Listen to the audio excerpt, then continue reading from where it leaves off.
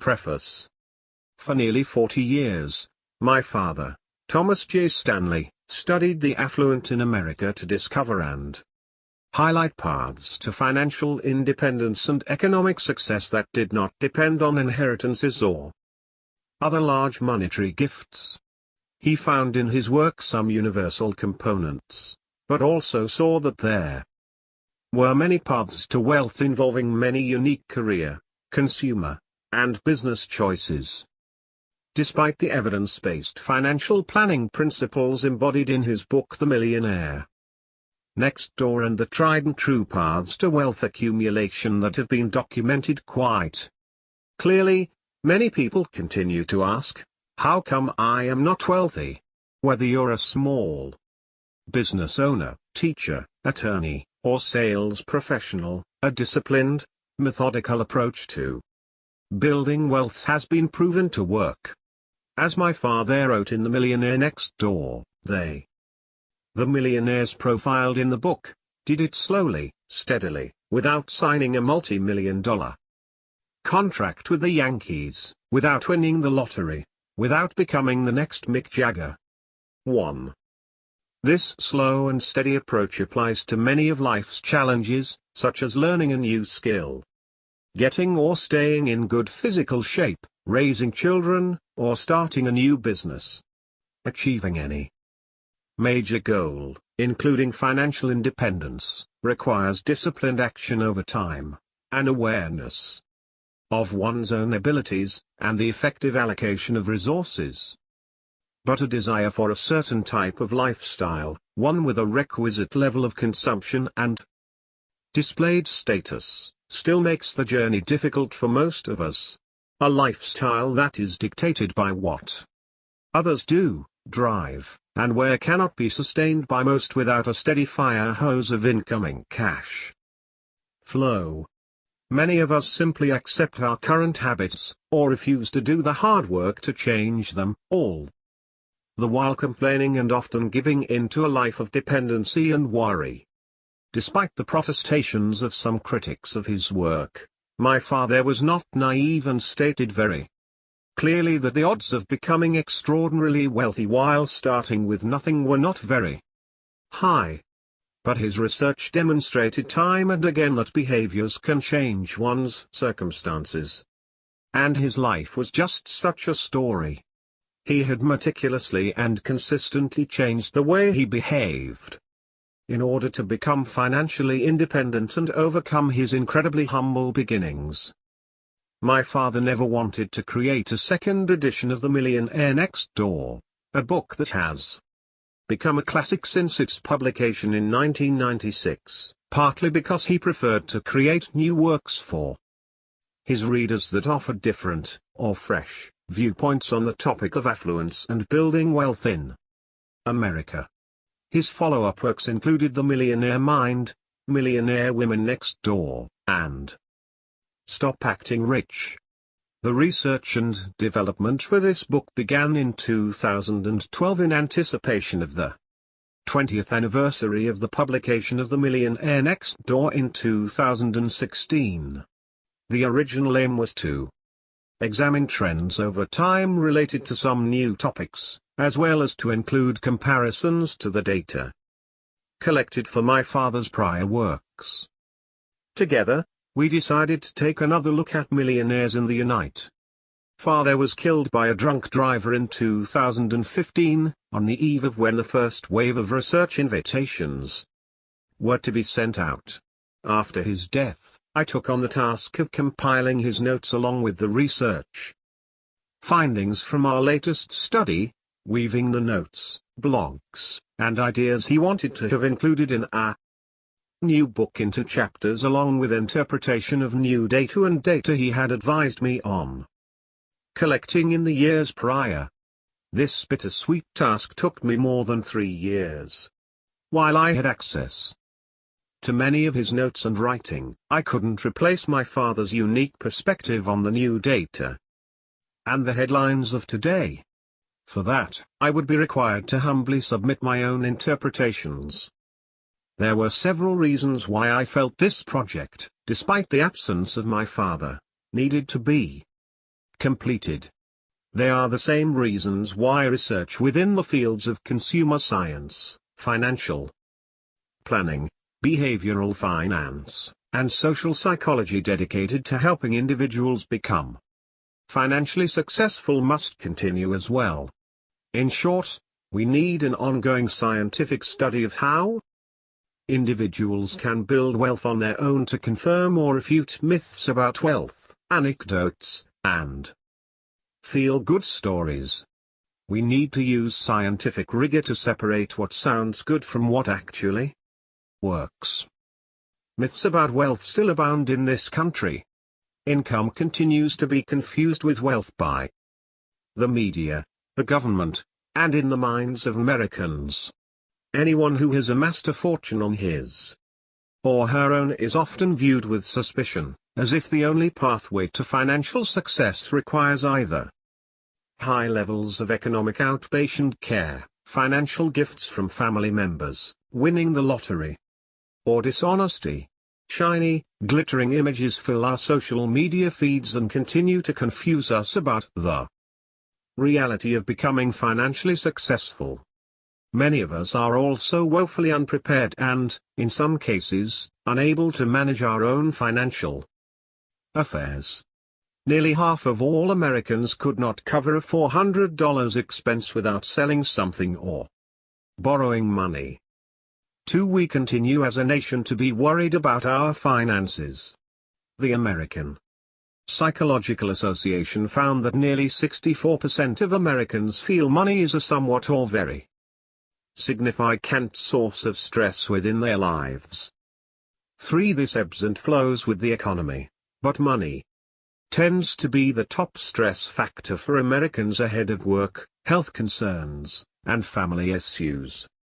Finally, it's important to note that some critics of the Millionaire next door suggested that their stock market boom fueled by the developing internet economy in the mid-1990s was the reason for the success of the individuals included in the book, or alternatively that survivorship bias, asserting that the data only looked at those who had succeeded in becoming wealthy and not whether the same traits were exhibited by those who failed, was the explanation for the results.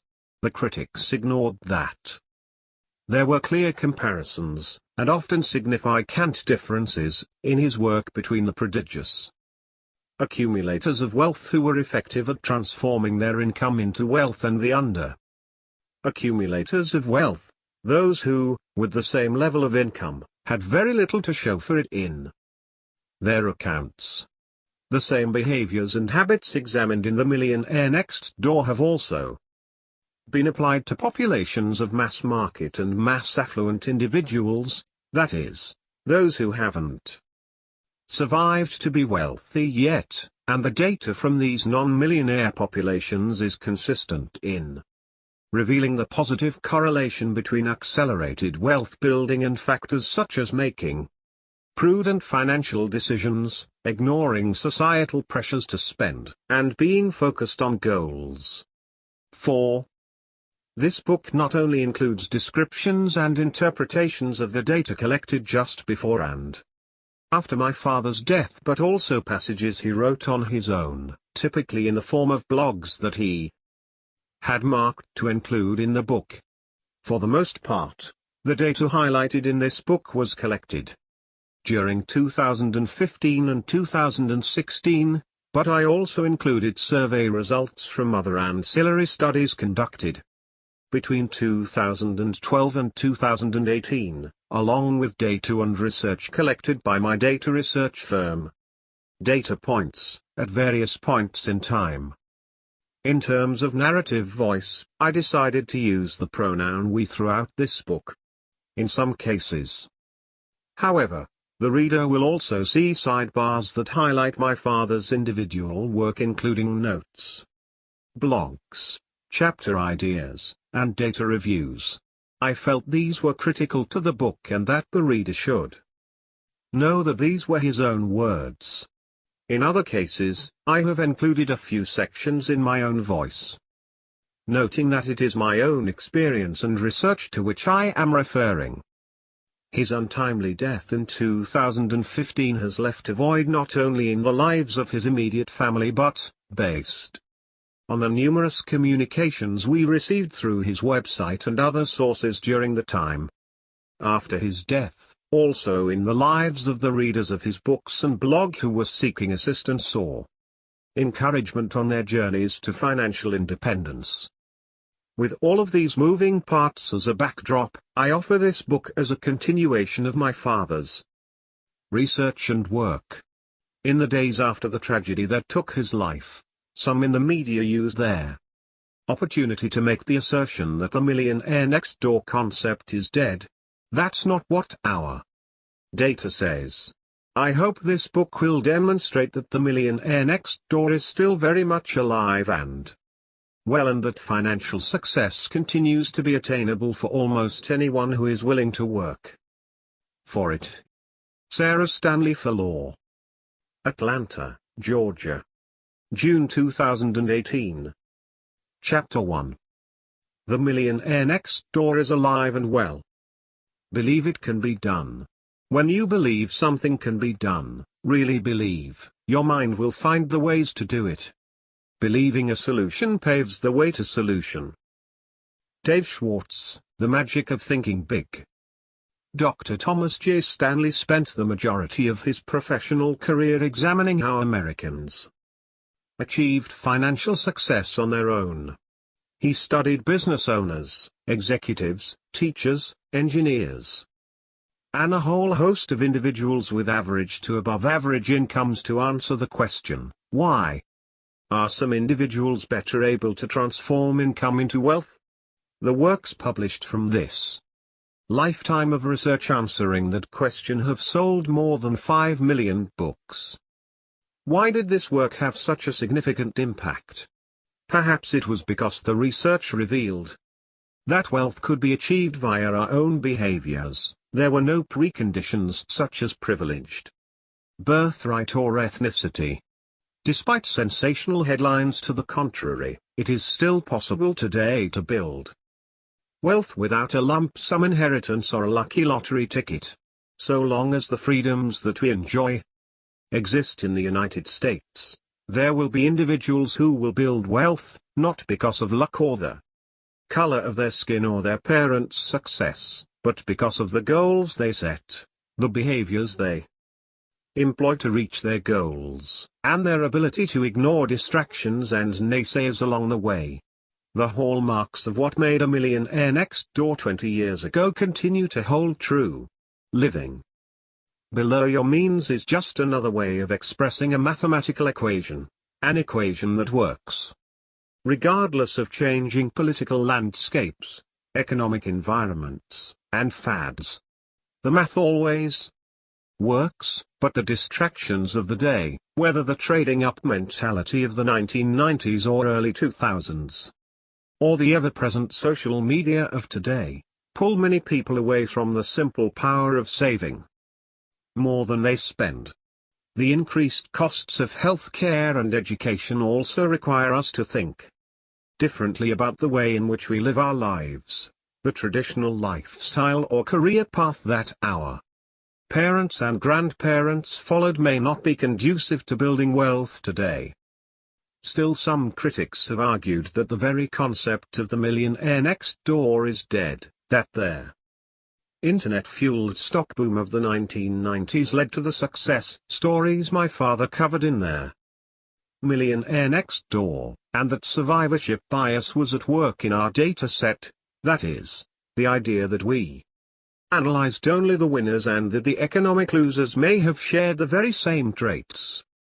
But fortunately for those who are seeking financial independence, our most recent study and resulting data indicate that the behaviors, habits, and lifestyles that are conducive to building wealth haven't changed in the last 20 years, and they are not dependent on the economic, societal, or technological concerns of the time.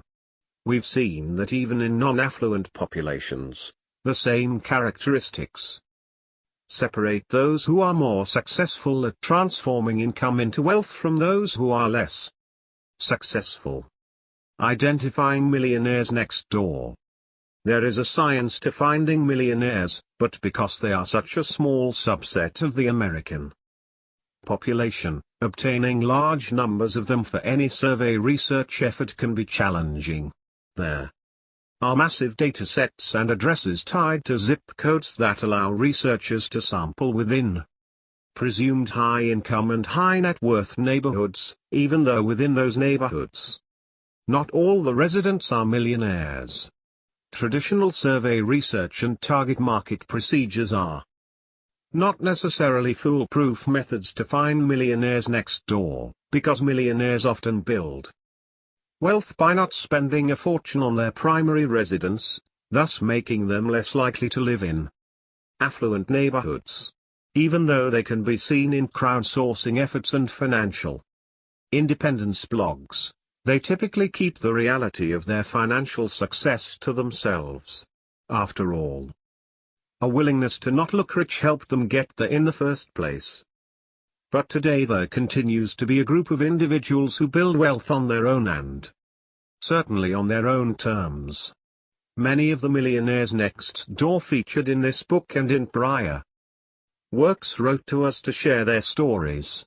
While this group doesn't take pride in broadcasting their success to the world, they do tend to relish in sharing their experiences, often anonymously, with others who are interested in following their lead. Through our research with crowdsourced samples, we also encountered people who are properly labeled as emerging millionaires next door. These are individuals who are not yet millionaires but most certainly on their way. Identifying those who are adept at transforming income into wealth takes more than an isolated consumer purchase or job title. True, the millionaires next door that my father studied and interviewed in 1996 often worked in what some people might think of as dull or mundane industries, like accounting or scrap metal. Today, just as was the case in 1996, professionals such as engineers and teachers often have the characteristics, personalities, and abilities that allow them to prodigiously transform their incomes into wealth. But it has never been the case that all small business owners, scrap metal or otherwise, are successful at transforming income into wealth. It's also never been the case that all owners of older model cars, inexpensive watches, and modest homes have the necessary knowledge, skills, abilities, and competencies to build wealth on their own. These are markers, as my father showed, but not necessarily predictors. No, instead we have to consider a broader pattern of behaviors and experiences versus a single financial decision or lifestyle choice. Someone forgot to tell the financial independence community. Since the publication of The Millionaire Next Door in 1996, an entire community has evolved that focuses its lifestyle and efforts on the ability to retire, or have the option to leave salaried work, at a stage of life that today is mostly unheard of. 30-something. Saving money and being able to do what you want with your life as soon as possible. Many bloggers in the community reference The Millionaire Next Door as a transformative work in their journeys. The case studies and personal journeys of these bloggers are more voluminous than could be covered in one book and include a multitude of different approaches, from doctors and attorneys earning high six figures to other professionals with lower salaries. Some writers have multi-millions accumulated, but have not yet jumped ship from their careers, while some with less than $1 million in net worth have already retired. They preach being purposeful and disciplined in designing a lifestyle that allows you to stop being beholden to a company or organization so you can decide on your own what you want to do with your days. Again, these people are not in their 60s or 70s, but in their 20s, 30s, and 40s. Take 30 minutes and peruse through some of these blogs and get to know these individuals. Note: the lifestyles they describe and the details of how they got there.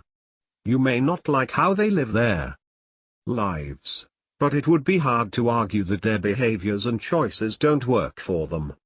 It will become clear that the millionaire next door is alive and well in this particular community. Respect for money, a prerequisite for wealth. Alison Lamar, who grew up in a remote part of the United States, had an alcoholic mother and a father who struggled to make ends meet while taking care of his wife. In the end, it was Alison's grandparents who served as mentors to help her take control of her financial life. When I interviewed Alison, she shared her unique perspective with these words of advice related to respecting money. Take care of money responsibly, and it will take care of you later. When people say they don't care about money, I believe that is an excuse not to deal with it. Alison is now 54 years old, the mother of 2 college-aged children, and a homeowner. She's happily engaged to be married and has lived in the same town for 20 years. She told me it was her early experiences and corresponding behaviors that allowed her to build wealth and become a millionaire twice over. I was the oldest, and I was going to help figure out how Mom was going to live. There were things I wanted as a 13-year-old, and it wasn't a pity party that I couldn't have them. I got a paper route, even when it was -40 degrees, I was there. I'm naturally a doer and worker and a problem solver. There was no extra fluff in our life. I spent a lot of time with my grandparents. My grandfather worked hard all his life and built wealth. I saw how disappointed he was in some of my cousins who felt entitled to his wealth. Now you see this instantly on Facebook. You see all of these people with what look like incredible lives, but in reality, it's not that way. My dad constantly told me to save 10%, and so did my grandparents. Even when I was in college, making $6.50 an hour, I saved 10%. My friends would laugh and say, "Why don't you wait until you have a real job?" It was the habit. I started this habit and never stopped.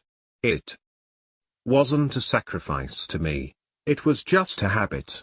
I also felt like I was honoring my grandparents in saving to become a millionaire. I was content with the process of becoming a millionaire, hit one goal, then I wanted another one. I always knew I would be a millionaire. It wasn't a big deal. I just worked for it. Working hard, it's okay to work a 14-hour day sometimes. Those sacrifices are worth it. And, you look back and they are sweet in a way. Driving a car without air conditioning, for example, they're sweet. First became a millionaire when I was about 35 and now have about $2 million in net worth. I'm 54. My friends would never suspect that this is the case, as I act pretty average. Money is itself nice, but I am more concerned about what money can do than the actual accumulation of money. Alison shared her thoughts on why so many people are challenged when it comes to building wealth. They're playing the game of comparisons by using social cues to decide what's important and how they compete with others. Parents especially can be so competitive, she says. People need to face the reality of where they are.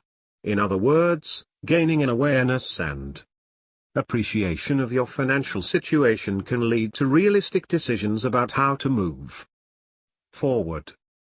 They think small decisions do not have consequences. Alison learned to appreciate the compounding power of small decisions as she worked in the below-freezing chill of their Midwest to earn money. Alison's early influences and experiences helped to shape her financial journey. At many points along the way, she could have given up, or made easier short-term decisions. But by respecting money and taking a long-term view, resulting in part through the influence of her grandparents, her journey is now giving her great freedom. You have to be able to face your situation where you are and not be fearful, but be aware, facing the reality of your balance sheet. It really played out when I got divorced. I knew I had options. Some women stay in relationships because they don't understand money or are afraid. I knew I had options. I work in a fire department. I work because I want to work. I make more money now with my investments than working, and people have no clue. I like it that way.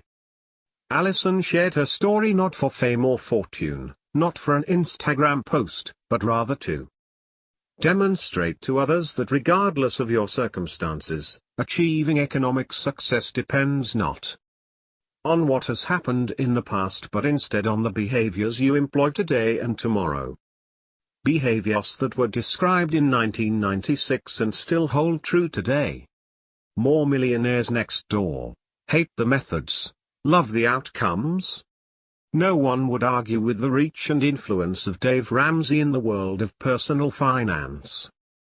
According to the Ramsey Group website, 13 million people tune in each week to Mr. Ramsey's nationally syndicated radio show, and more than 4.5 million people have attended his Financial Peace University 12-week classes. Some aspects of his message have drawn criticism from other purported experts. We will leave the discussion of specific financial advice for others to wrestle with and argue over. We'll focus instead on the behavioral side of his methodology and its associated outcomes.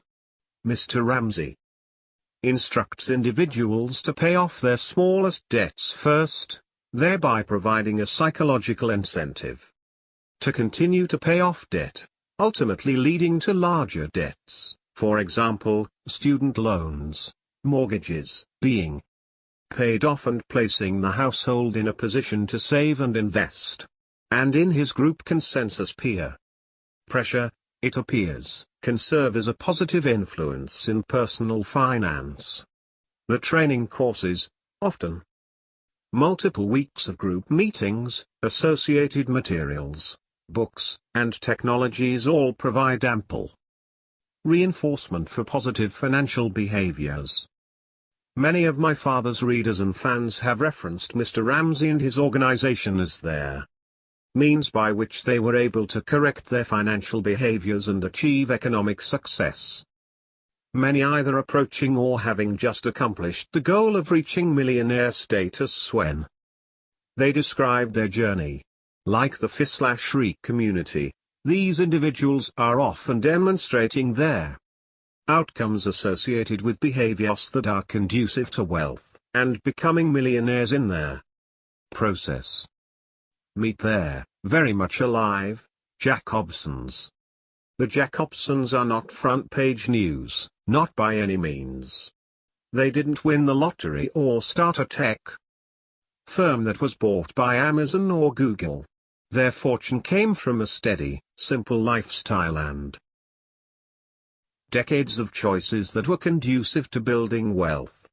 Their 1,900 square foot home is more than likely not in any zip code dataset that includes America's top wealth holders. They followed what could be described as a typical millionaire next door path. After amassing that wealth, they continue to spend in a way that ensures that their wealth will be sustained and grow, as Mrs. Jacobson described in a letter she sent to my father, which he referenced in the updated preface to the Millionaire Next Door in 2010. 3. I married the right spouse and have a simple lifestyle. We've been married 22 years, 3 children, 3 dogs, 2 horses. We have lived in the same, modest 1,900 square foot, 1975 era home, for 20 years. I have an MS in chemical engineering. My husband has a PhD in chemical engineering and is now a VP at a chemical company. I made all A's in high school, 1,170 SAT. I was the first person in my family to go to college. I was born in there. backwoods of Arkansas. After college, my husband and I both got good jobs. We lived on one income and saved the other. Anytime we got raises we just saved more. I am now a stay-at-home mom. We are already millionaires. However, we still have 3 kids to put through college, so we don't feel rich. Sometimes my kids ask me if we are poor because I make them order from the $1 value menu. It's worth mentioning here that the average single-family home in America is approximately 2,400 square feet, about 500 square feet larger than the Jack Hobson's house.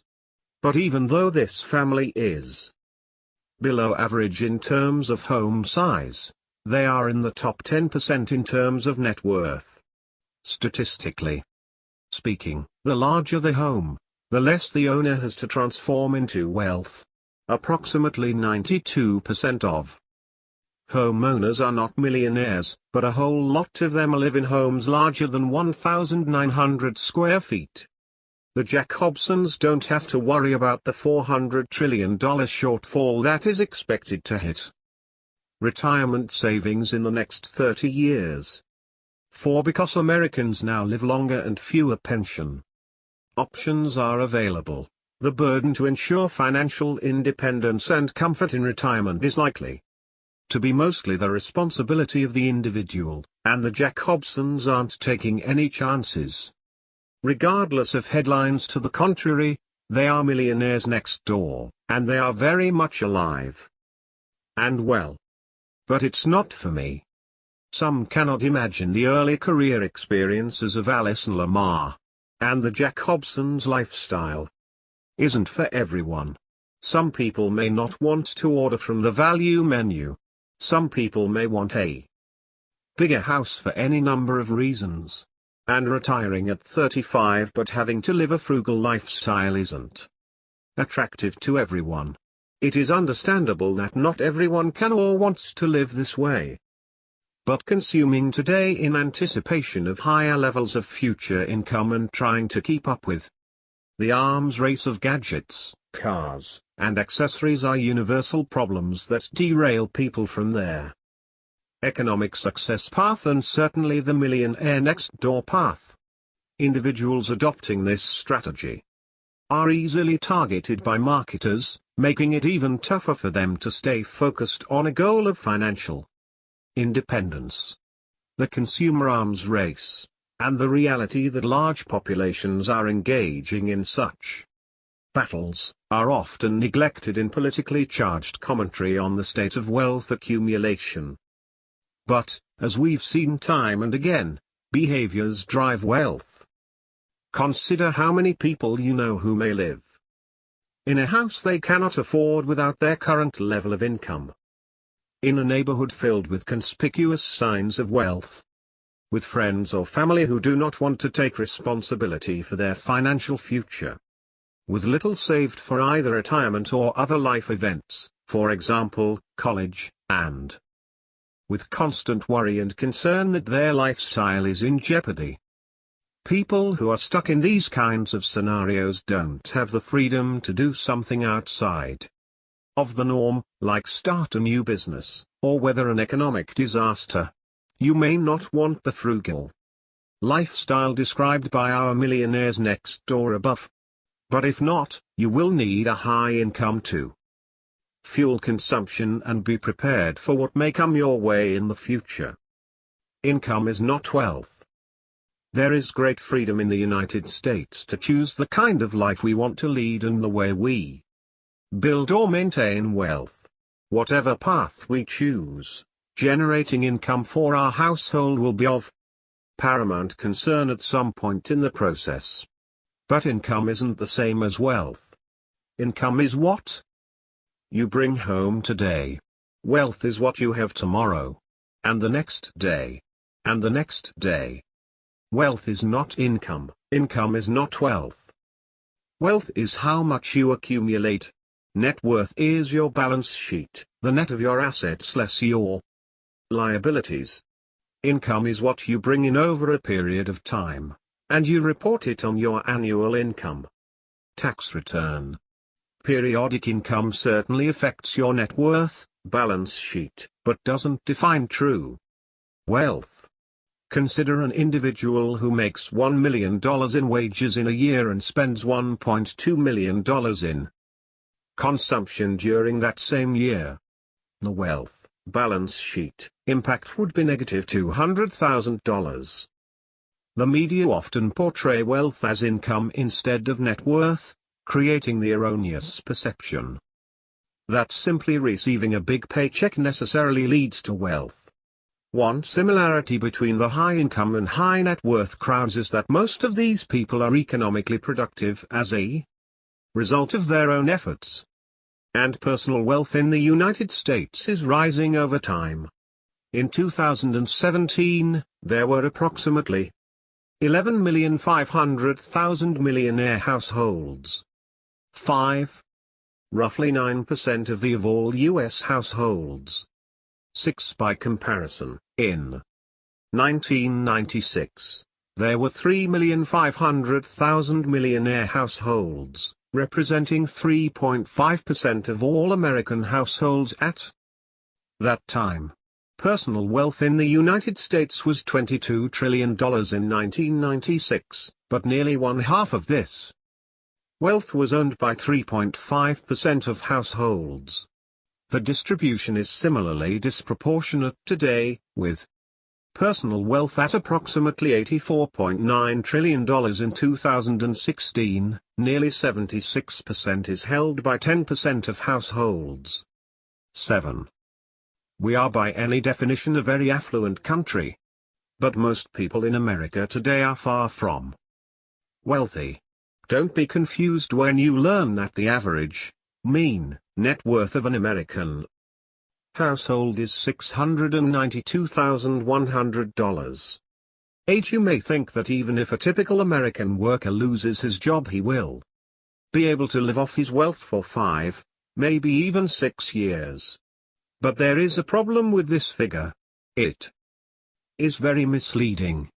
The presence of high net worth households, think billionaires such as Warren Buffett or Bill Gates, skews the average disproportionately. The median measure of household net worth paints a much more accurate picture of the character of wealth in America. The median is that of the typical household, the midpoint range of the more than 124 million households ranked from bottom to top along the net worth scale, with few exceptions, and where noted, we use the median figure when we discuss dollars in this book. For example, their median income in the United States, as of 2013, was $59,039, while the mean or average was $83,143. 9. The estimated median net worth of Americans in 2016 was $97,300. 10. Far from the frothy $692,100 average figure, and is just shy of the cost of a one-year stay in a nursing home. 11. This means that less than one half of all households in the United States have enough to pay for such a service even if they sold everything they owned. Most American households are nowhere near being financially independent, which we define as being able to live for some period of time without a paycheck from an employer or other earned income, nor will most be able to retire in comfort. And there is more bad news. What if the equity in homes is factored out of the median net worth figure? Then the median figure drops to roughly $25,116, or about half of the annual median income generated by a typical American household. Who will care for these people when they are no longer able to support themselves? Don't bet on their government. In the not-so-distant future, it is likely that you will only be able to rely on yourself and your loved ones. Survival, like charity, begins at home. Let's look at net worth as the indicator of wealth status. We often hear, both directly as well as in the media, The following, $1 million? That's nothing anymore. So while $1 million is certainly worth less today than 20 years ago, $1.5 million today would equal approximately $1 million in 1996. 13, it's still more than 10 times the median net worth in America. As was the case in 1996, most households are far from millionaire status. And even more so today. Millionaire status in retirement may not be enough to perpetuate a lifestyle that includes heavy consumption. If this is your lifestyle, then securing high levels of recurring income is paramount. But earned income can be fleeting. Those who want to be truly financially independent rely instead on savings and passive income that invested capital can generate. A portrait of today's millionaire. So who are the millionaires of today? We wanted to determine if there were differences over time in the lifestyles, behaviors, and attitudes of millionaires, the subject matter experts of wealth accumulation. Were the key behaviors that would transcend time and lead to building wealth? What does this group of individuals who have amassed a median net worth of $3.5 million, the median net worth in our most recent survey sample, look like today? Below is a portrait of these millionaires. We're mostly 61-year-old men, 87%, who are either married, 69%, or remarried, 25%. More than 80% of us believe our spouses are critical factors in our economic success. Our median income in the previous year was $250,000, and our median net worth is $3.50 million. Compared to the average American, we earn 4 times as much, while our net worth is just about 36 times the average. Education has been critical to our success. More than 93% of us have at least a college degree. And nearly 60% of us have a graduate degree. A little more than half of us attended a public college. Nearly 20% of us are retired. For the 80% of us who are not yet retired, we work approximately 45 hours per week as business owners, attorneys, engineers, leaders, managers, physicians, and consultants. We live off what we've made, as more than 86% of us had 0% of our income from trusts and estates in the previous year, and only 10% received any gifts of cash, securities, properties, or vehicles from relatives. Nearly 90% of us are satisfied with life, and nearly 80% of us say we are in general or consistently good shape physically, and we get 7.65 hours of sleep per night on average. We are frugal and we budget. A full 70% of us know how much we spend on food, clothing, and shelter each year, and 59% of us have always been frugal. More than 60% of us consider frugality as a critical factor in our success. The most we've ever spent on jeans is $50, on a pair of sunglasses is $150, and on a watch is $300. But we don't shop sales in person. Roughly 77% of us haven't stepped foot inside a store for Black Friday in the past 5 years. Luxury cars? We tend to drive Toyotas, Hondas, or Fords that are at least 3 years old. On average, our most recent car purchase was $35,000. The most we've ever spent on a car? $40,000. Approximately 70% of us said our parents were very frugal. Most of our parents were married and remained so until we were at least 18, 86.3%. Nearly 75% of our parents encouraged us to excel, but only 42% of us believe that having attentive parents accounted for our success. Less than one-third of us said our parents were better off than others while growing up. We are confident investors. 70% of us say we know more than most people about investing, and only approximately one-third of us say we rely heavily on an investment advisor. More than 70% of us have at least one account at a full-service investment firm. But we have made mistakes along the way. More than 60% of us have sold a great stock too early. More than 73% of us sold a bad stock too late, and nearly 40% of us have tried to time their market. When it comes to investing, taking risks helped us early on, while 56% of us would call our current investment strategy balanced. When we first started working, more than half of us called our investing strategy risky or very risky. When we do want professional advice on investing, we don't pay a lot for it. 56% of us paid 1% of our income from the previous year on fees, while 33% of us paid 0. Do we practice economic outpatient care? Yes, a little less than two-thirds of us give gifts to our children and grandchildren.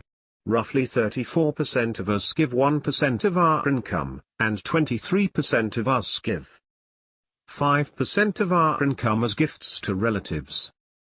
This portrait of what a millionaire looks like in America today is just a starting point.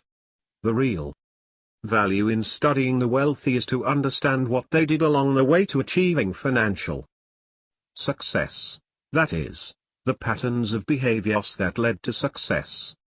It is also critical to highlight case studies shared with us over the past few years of other millionaires who provided detailed accounts of their attitudes, lifestyles, and behaviors. The research. Most of the data in this book comes from the survey we conducted of affluent Americans between 2015 and 2016, see Appendix A. This allowed us to make comparisons across time of the behaviors and habits of millionaires. We also used data collected at various times by the Affluent Market Institute and data points. Much of this information is featured in the tables that appear throughout their book. In many cases, we describe the findings for millionaires in our latest sample, that is, individuals with a household net worth of $1 million or more. In other cases, and specifically to help guide their review of economic success, we divide the sample into two groups using the expected net worth formula first described in The Millionaire Next Door. We calculate expected net worth by multiplying age by income, and dividing that product by 10, or expected net worth equals age x income x 0.10. The primary purpose of this approach is to empirically, and numerically, demonstrate how well an individual or group has been able to transform income into wealth. Some commentators have questioned whether the findings in The Millionaire Next Door and prior works are unduly influenced by survivorship bias, in other words, that the research sample focused on those who have made it in terms of their net worth or incomes or careers, and therefore, the conclusions about the behaviors that self-made individuals engaged in could have also been present in the remainder of the less successful population. To this objection we have two counterpoints. First, in addition to simply reporting averages and percentages related to the characteristics of millionaires, prior works have examined the different habits, behaviors, and attitudes of what we call prodigious accumulators of wealth and under-accumulators of wealth, to examine potential differences in the behaviors and attitudes of these groups. In our current study, we divided the affluent sample into quartiles based on the difference between their actual net worth and expected net worth. This difference provides a measure of financial success. Those individuals at the bottom quartile are considered to be under-accumulators of wealth, UORs, they tend to have less wealth than they are expected to have given their age and income. Likewise, those in the top quartile were considered to be prodigious accumulators of wealth, pause, and tend to have a net worth much higher than expected given their current income level and age. The division into these groups is normative, in other words, it is sample-specific based on age, income, and net worth. This allows us to compare groups based on a consistent metric of success, looking at both the successful and not so successful segments. This same methodology can be used regardless of the population in question. Second, we have been able to demonstrate the power of patterns of financial behaviors in their prediction of net worth, regardless of someone's age or income. In other words, there are key behaviors that relate to your net worth whether or not you are young or old, or just starting to work, or are making six figures. During the past several years, I joined my father in his field of research, transitioning from studying how employees would be successful in specific jobs to studying how individuals are successful at building wealth, using the science of predicting performance on the job. For leaders or employees, we see the same habits, behaviors, and attitudes that distinguish those who are adept at transforming income into wealth from those who are not in samples of mass affluent Americans as well, that is, a sample where a significant portion of the participants have not yet made it. In other words, the same factors for building wealth relate to net worth across the entire range of the affluence scale, including those who are not affluent. And we also know that many of their same financial-related tasks that are conducted in high net worth households are conducted in mass affluent households. 14. The tasks are similar, and the competencies required to conduct those tasks are similar. We note in Chapter 5 that patterns of behaviors, regardless of group membership, relate to wealth accumulation. In a way, the research and writings over the past 20 years have served as a job analysis. 15. Or scientific examination of what it takes to build wealth. Job analysis is used in the world of human resources to study the key tasks and characteristics of individuals who are proficient in their jobs or professions. Those competencies are then put to the test to see if they are valid, or accurate predictors of future success on that job. This discipline is used to assist employers in selecting applicants who are most likely to succeed in a job or function. In the job of managing finances, we measure success by the difference in actual versus expected net worth. Past behavior and experiences are among the best predictors of future performance when an employer hires a new employee. For those attempting to build wealth, which we argue is one of the critical jobs of anyone running a household, there are clear tasks that comprise the job. 16. And clear sets of behaviors that predict how well we will perform at this job. 17. Of course, we know that net worth is strongly influenced by income and age. Higher income gives individuals greater potential to build wealth. The older an individual is, the longer he or she has had to build wealth. And a large inheritance helps as well.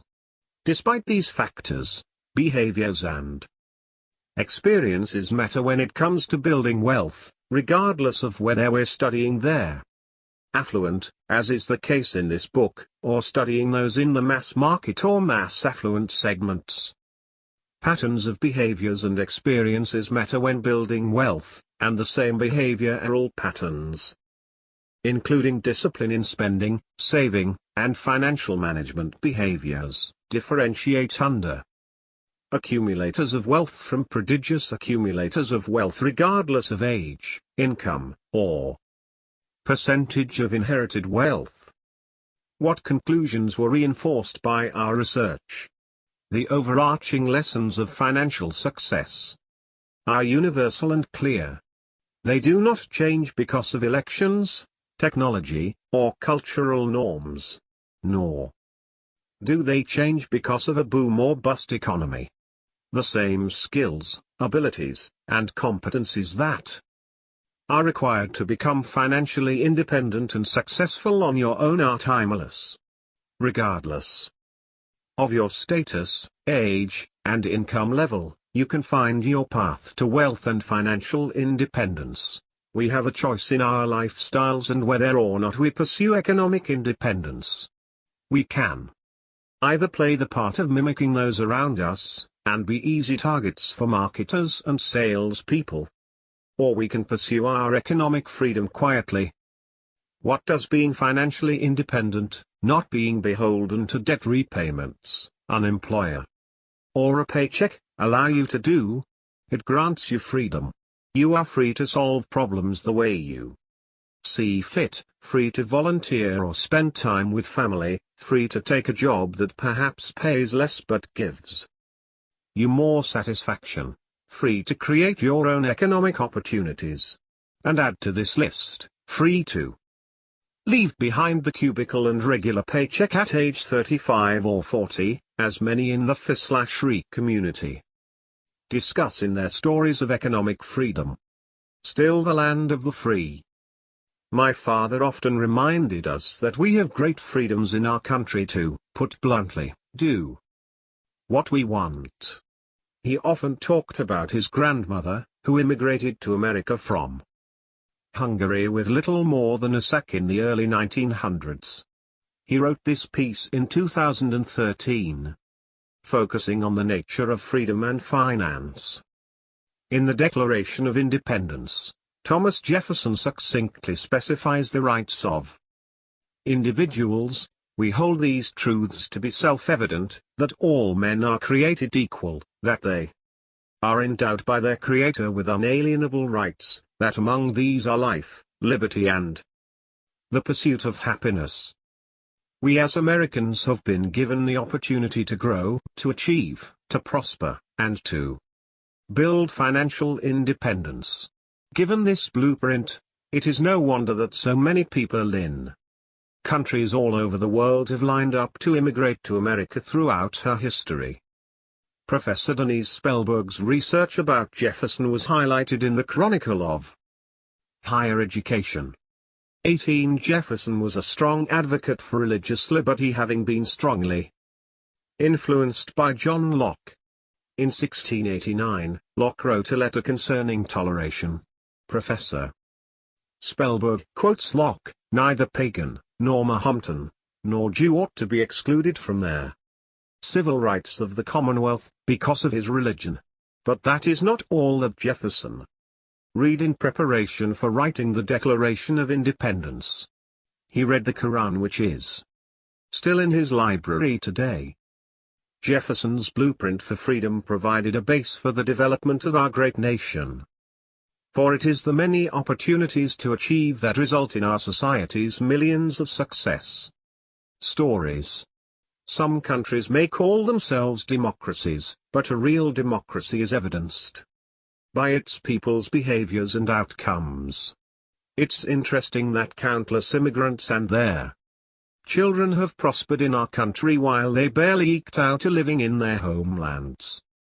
Economic freedom, like the freedom we experience in the United States, has a cost, the discipline and work it takes to get there and then to maintain it. Not everyone is willing to pay this price. Opportunities to prosper. Financial success in this country is not commonly the result of being handed money, despite the increasing number of large-scale wealth transfers from the baby boomer generation to their offspring. Lottery winners, and celebrities who capture the public imagination. And there will always be stories of people who have squandered their riches. In fact, the likelihood that even self-made millionaires' children will have the same level of economic success is low. As our research has shown, the path to becoming economically successful requires thinking differently about life and money, as illustrated for example by those in the F/RE community. It requires discipline and hard work. It requires knowing one's own strengths and weaknesses, environment, and markets. It takes great skill in allocating resources, financial, emotional, cognitive, and time, to name a few. For many this means being frugal while building wealth, not being susceptible to fads, and not buying into myths about how to act rich. In other cases, it's managing a high income now in a way that allows for freedom later. In other words, not buying a house that requires a continued 6 or 7-figure salary and generally living in a manner that allows above average saving and investing. For others, it is spending one's emotional and cognitive resources to create a working life that allows for financial independence and freedom. All of these paths require courage and perseverance. Sadly, because only 28% of Americans feel extremely or very prepared for retirement. 19, and only 54% of Americans could manage a $400 emergency expense. 20. The experiences of Alice and Lamar, or families like the Jacobsons, seem extremely out of the ordinary. Despite the proliferation of self-help books, personal finance blogs, and so-called experts who typically have something to sell, Americans are still behind the 8 ball in terms of their financial well-being. Maybe this is because adopting a simple lifestyle and building wealth over time are too simplistic to sell advertising and apparently too difficult for most Americans to do. The expense side of the ledger is typically their challenge, particularly for those with higher than average incomes. Paths to wealth. Despite this somewhat dreary national outlook, there are many roads to economic success. What paths to wealth are available in America? Consider the latest survey we conducted, targeting some of the wealthy zip codes in the United States. As we discussed earlier, the ability of simple geocoding to find millionaires next door is limited. The moonlighter or the millionaire who is living in the original house he purchased when he first started working is not represented here, though in this sample of high and ultra-high net worth Americans we are able to discern distinct paths to economic success. The truth of the matter is, there isn't an exclusive path to financial independence. If there were, the cottage industry of personal finance blogs, books, publications, podcasts, and financial planning in general surely would not exist. This industry, founded in part on the idea that wealth was something that could be created versus inherited or gifted, essentially the key premise of The Millionaire Next Door, now has its own conferences, critics, and informal leaders. But even The Millionaire Next Door described only a few paths to wealth in detail, typically defined by disciplined spending, focused savings, and a diligence in money management. In reality, achieving economic success is an individual endeavor, but commonalities have emerged from there.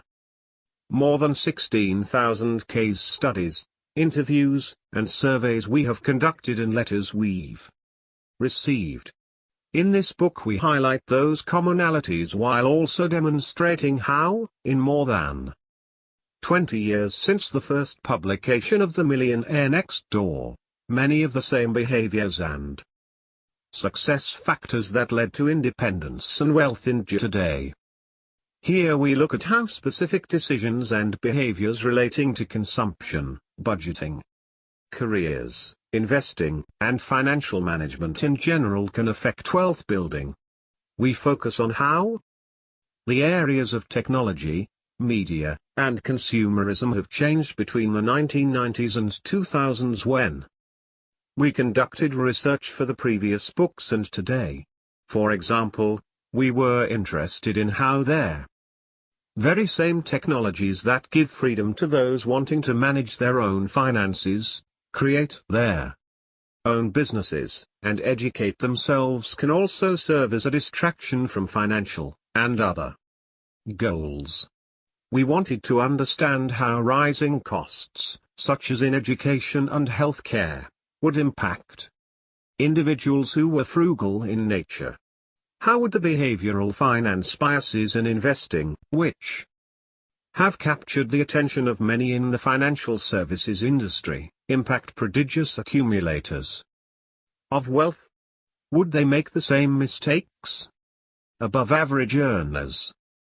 While the Millionaire Next Door included other examples of self-made, economically successful Americans, the prototypical millionaire next door in this book is an individual in a somewhat boring occupation with an above-average income, who is frugal and unaffected by trends and social norms.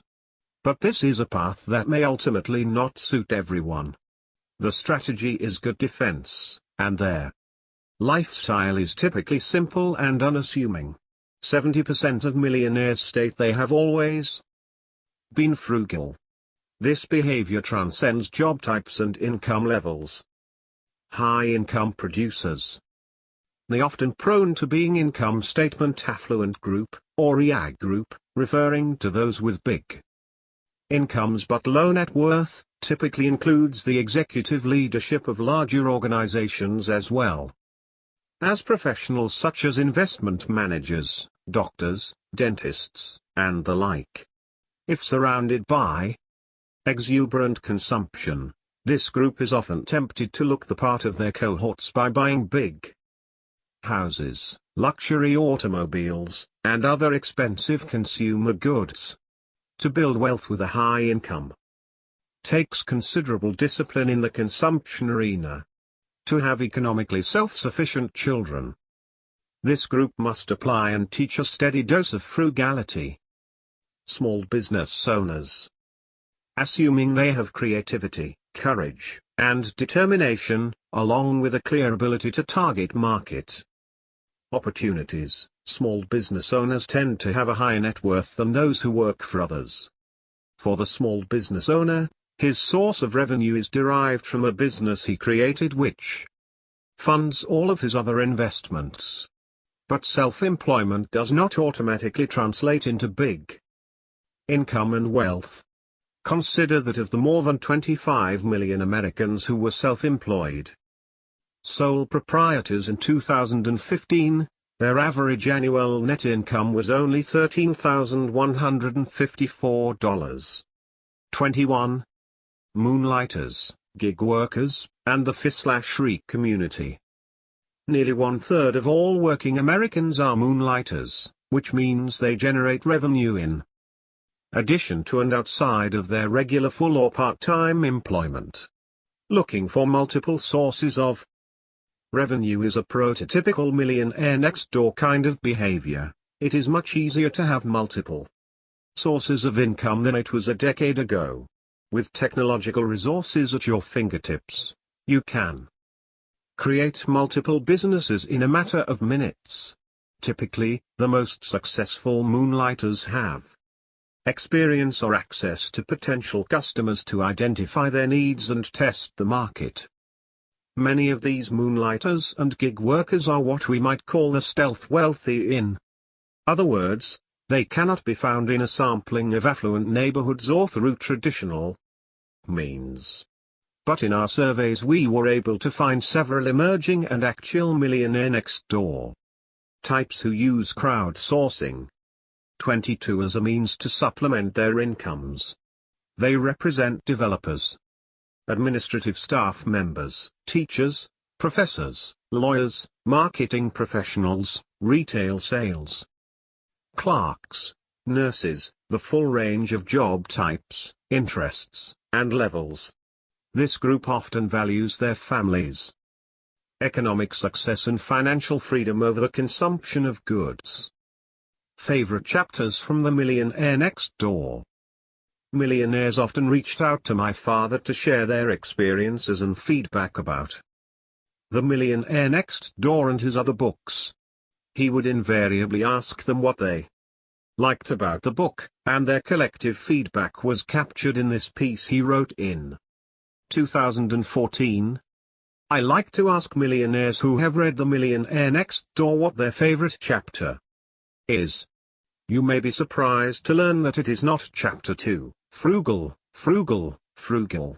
This chapter details the frugal lifestyle of millionaires in terms of the modest prices paid for clothing, shoes, watches, motor vehicles, etc. This is merely a review for millionaires, affirming who they are. However, this chapter, which ranks third, is the one they most often tell their children to read.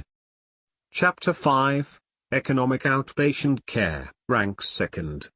Often after a millionaire reaches their financially independent threshold, a new set of issues develop.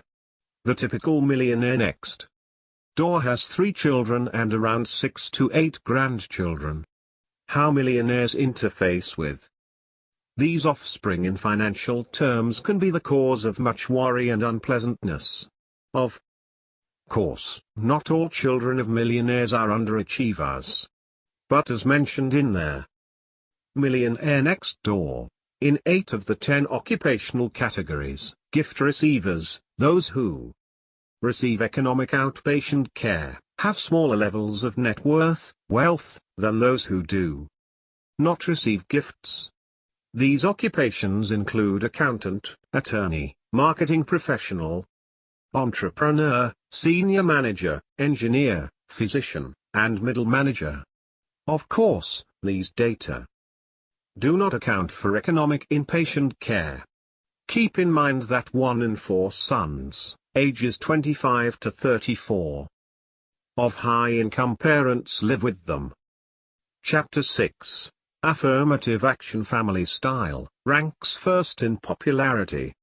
The subtitle of this chapter, Their Adult Children Are Economically Self-Sufficient, succinctly summarizes the chapter.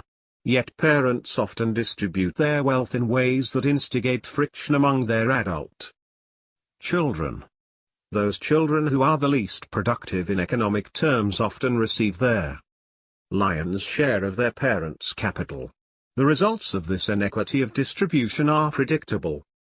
It further weakens the weakest child and strengthens the strongest child.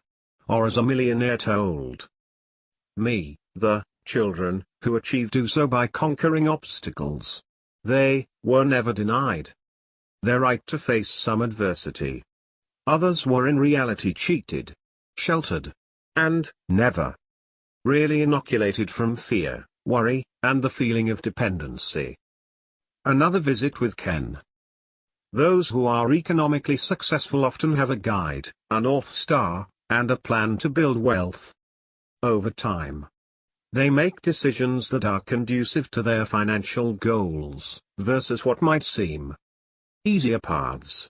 Pursuing economic independence can begin at any time, but the earlier the better, as in the case of Ken, whom my father first interviewed and profiled more than a decade ago in their Millionaire Next Door. To be sure, Ken's father was an economic success story, but Ken and the rest of his family didn't know this until after his death. So with no knowledge of or benefit from his family's wealth, Ken started on his financial path. We present Ken's experience as a good template of wise yet tough decision-making related to lifestyle and wealth. Consider his case as you contemplate how you and your household are planning for economic success. Values learned at home. Ken was raised in a frugal environment, though his father was a high-income producing surgeon. Although achievement was emphasized, conspicuous consumption was frowned upon. Ken was also encouraged to stay physically fit by playing golf and running. When Ken's dad passed away, he left his mother an estate worth more than $10 million.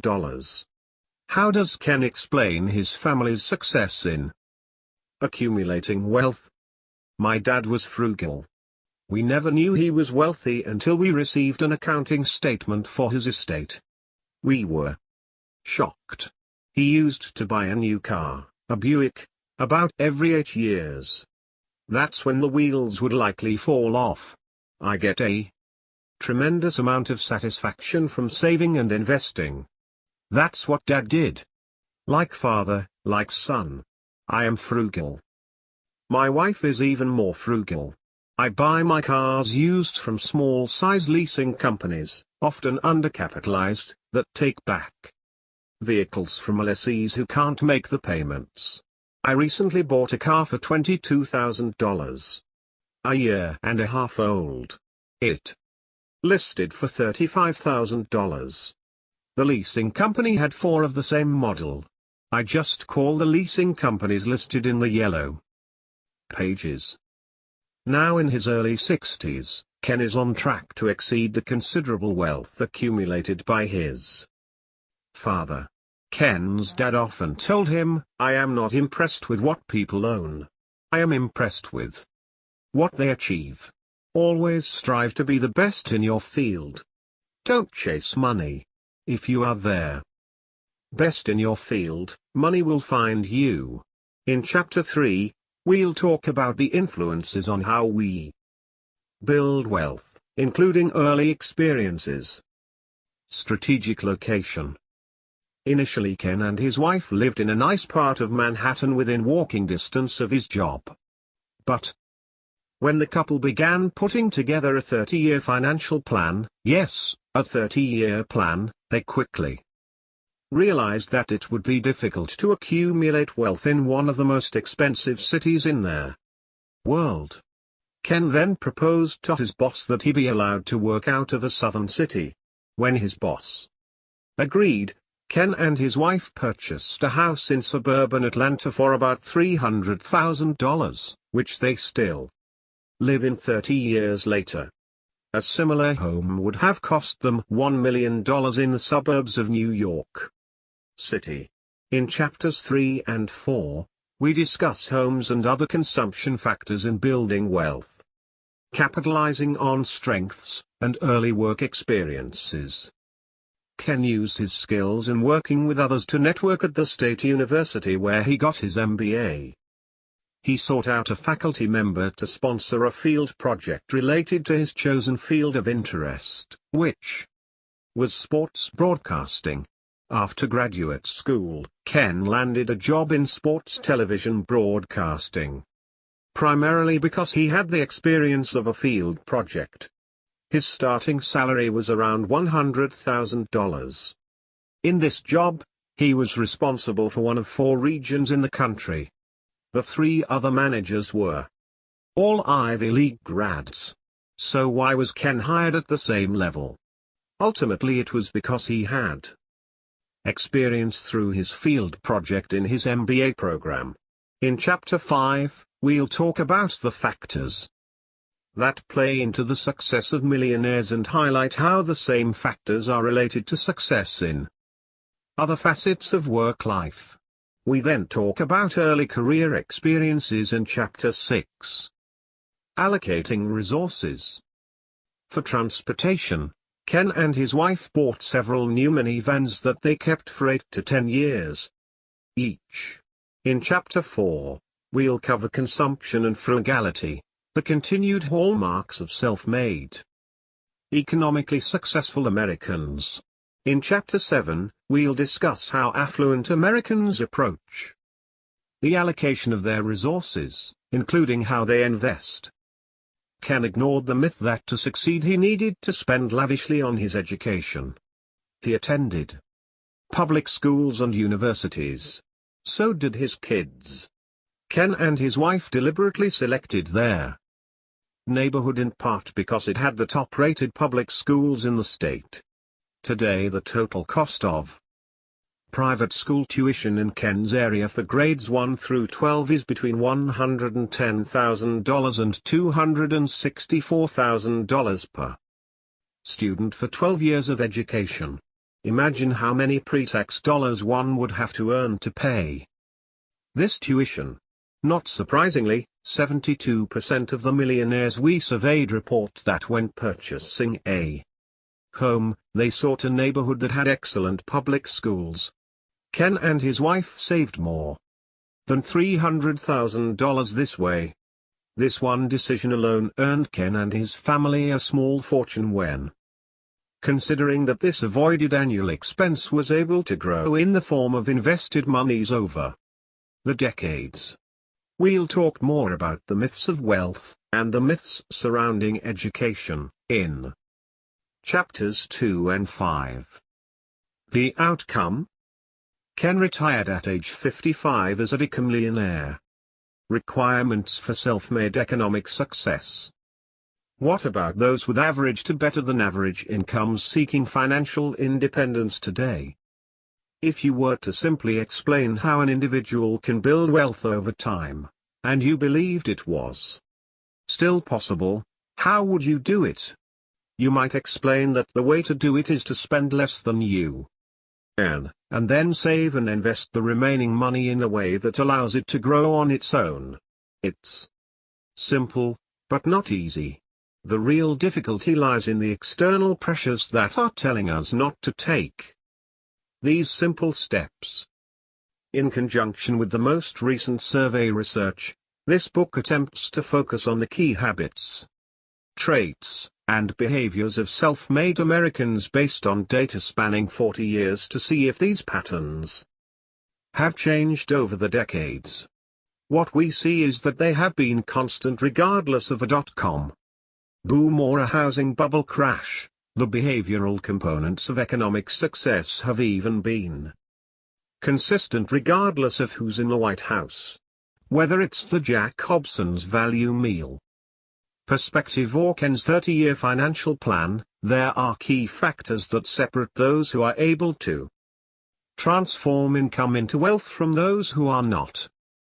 Do environmental changes impact wealth building? Much has changed since The Millionaire Next Door was first published in 1996. Undoubtedly the biggest change is the proliferation of personal technology. These advancements gave us social media, which allows us to easily establish or keep relationships with an almost infinite number of family members or friends. On the positive side, social media provides a way to stay connected with others virtually. On the negative side, it is also a way for marketers to constantly remind us of the consumer goods we need and consumer-related experiences that our friends and family members are having. Purchases, parties, events, entertainment, and even high-priced educations. Even if you can somehow avoid the marketing side of social media, you may find it hard to avoid being influenced by the behaviors of your friends and family, as nearly 70% of Americans are on social media. 23. This steady inundation of what other people are doing, driving, and buying has made it increasingly more important to be disciplined in deflecting the influence of the proverbial Joneses. Next, an individual investor's ability to make his own securities trades was in its infancy in the 1990s, but today the tools are available to anyone. This has pushed down the costs of hiring financial advisors, and it's changing the nature of investing and financial planning, both for average Americans and for those with a significant amount of wealth. We'll discuss this more in Chapter 7 as our focus shifts to investing. Finally, the boom economy of the 1990s had some critics and people in the academic world assuming there were more chances for increasing wealth on one's own than there are today.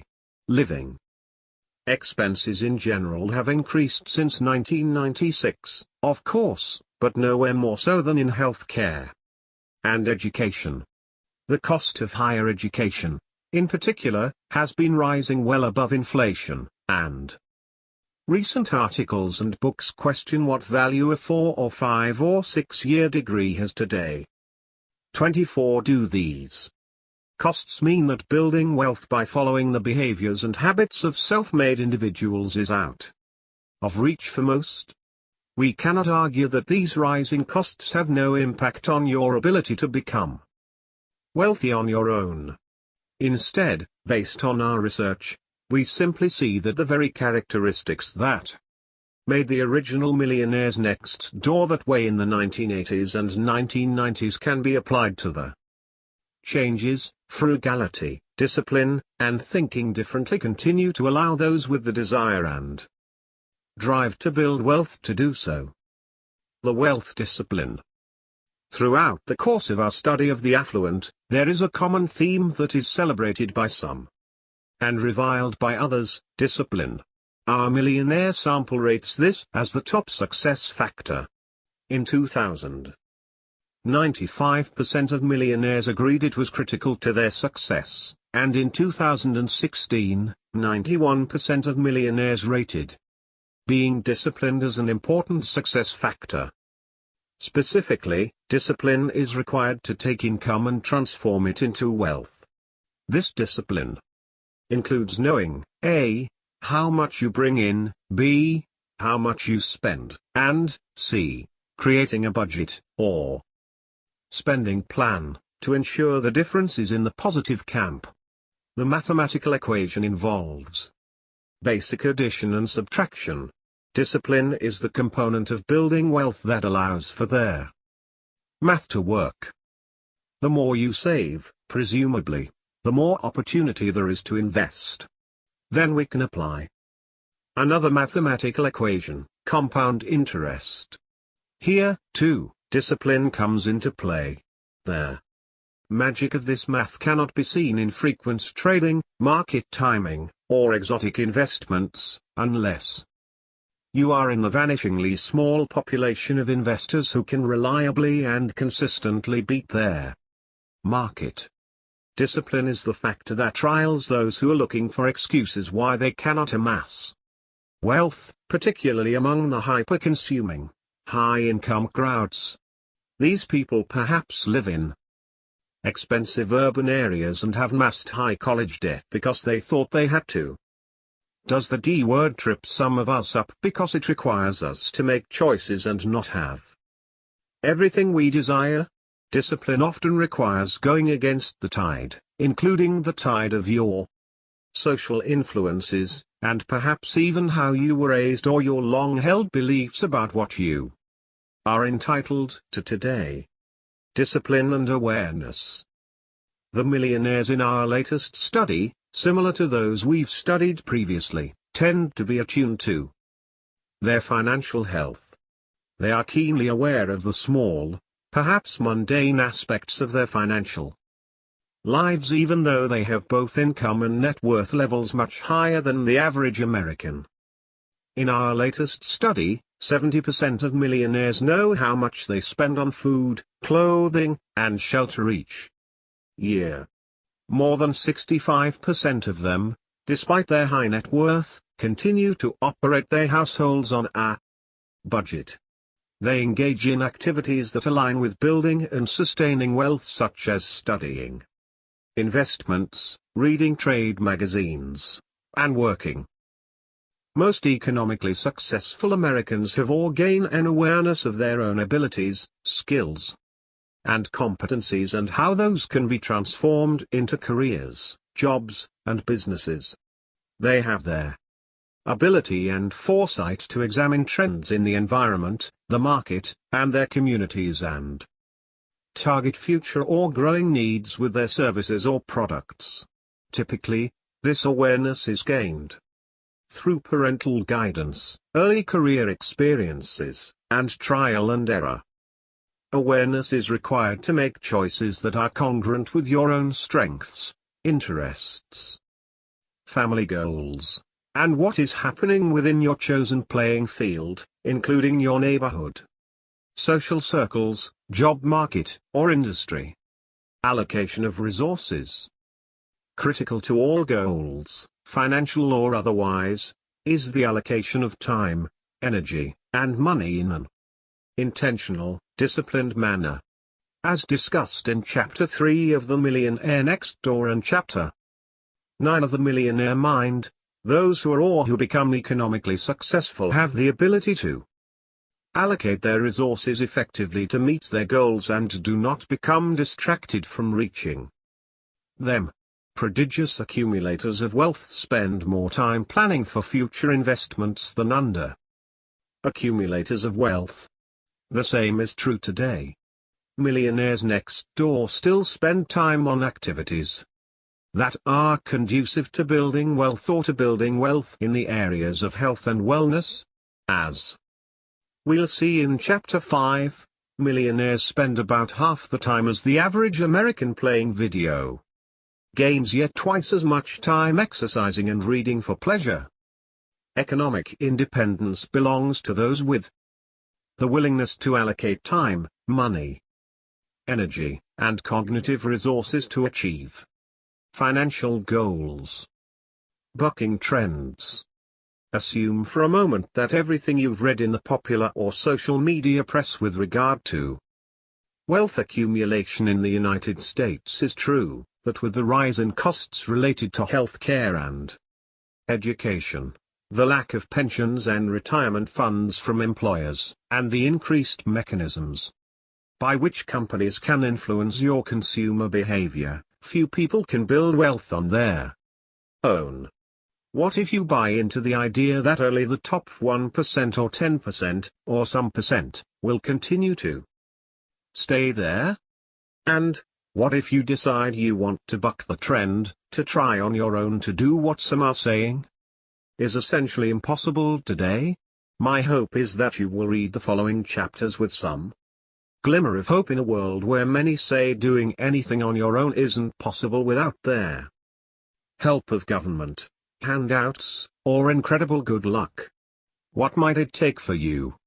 It will certainly take some self-reflection and, more importantly, some critical changes in attitude and behavior related to wealth, such as you have to understand and dispel many of the myths related to what wealth is and how it is accumulated.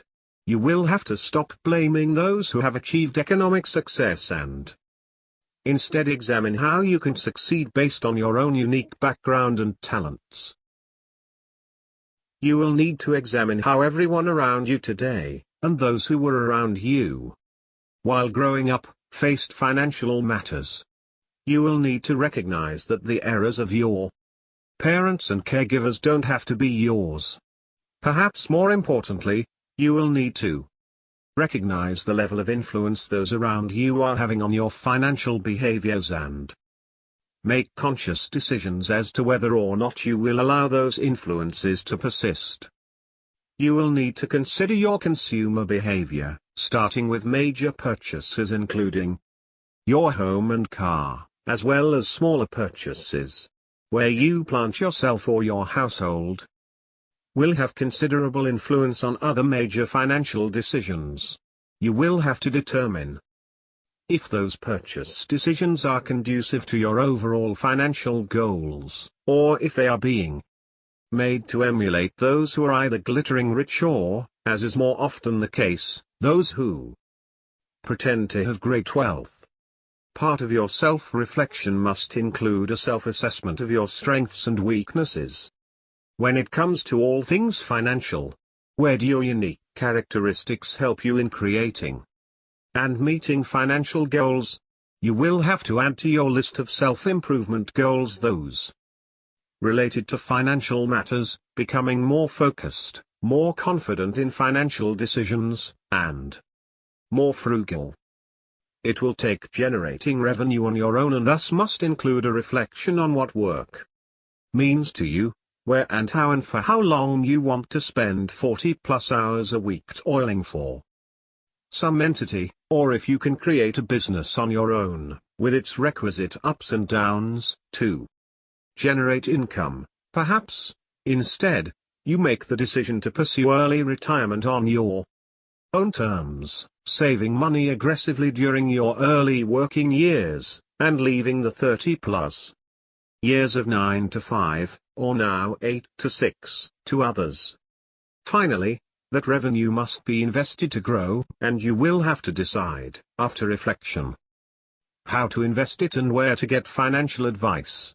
You will have to make intentional decisions about how to spend cognitive resources as well. These resources, our attention and time, are non-renewable, and either increase our opportunities for economic freedom or keep us enslaved to the income-spend cycle. 1. 2. Chapter 2. Ignoring the myths. One man pretends to be rich, yet has nothing. Another pretends to be poor, yet has great wealth. Proverbs 13-7.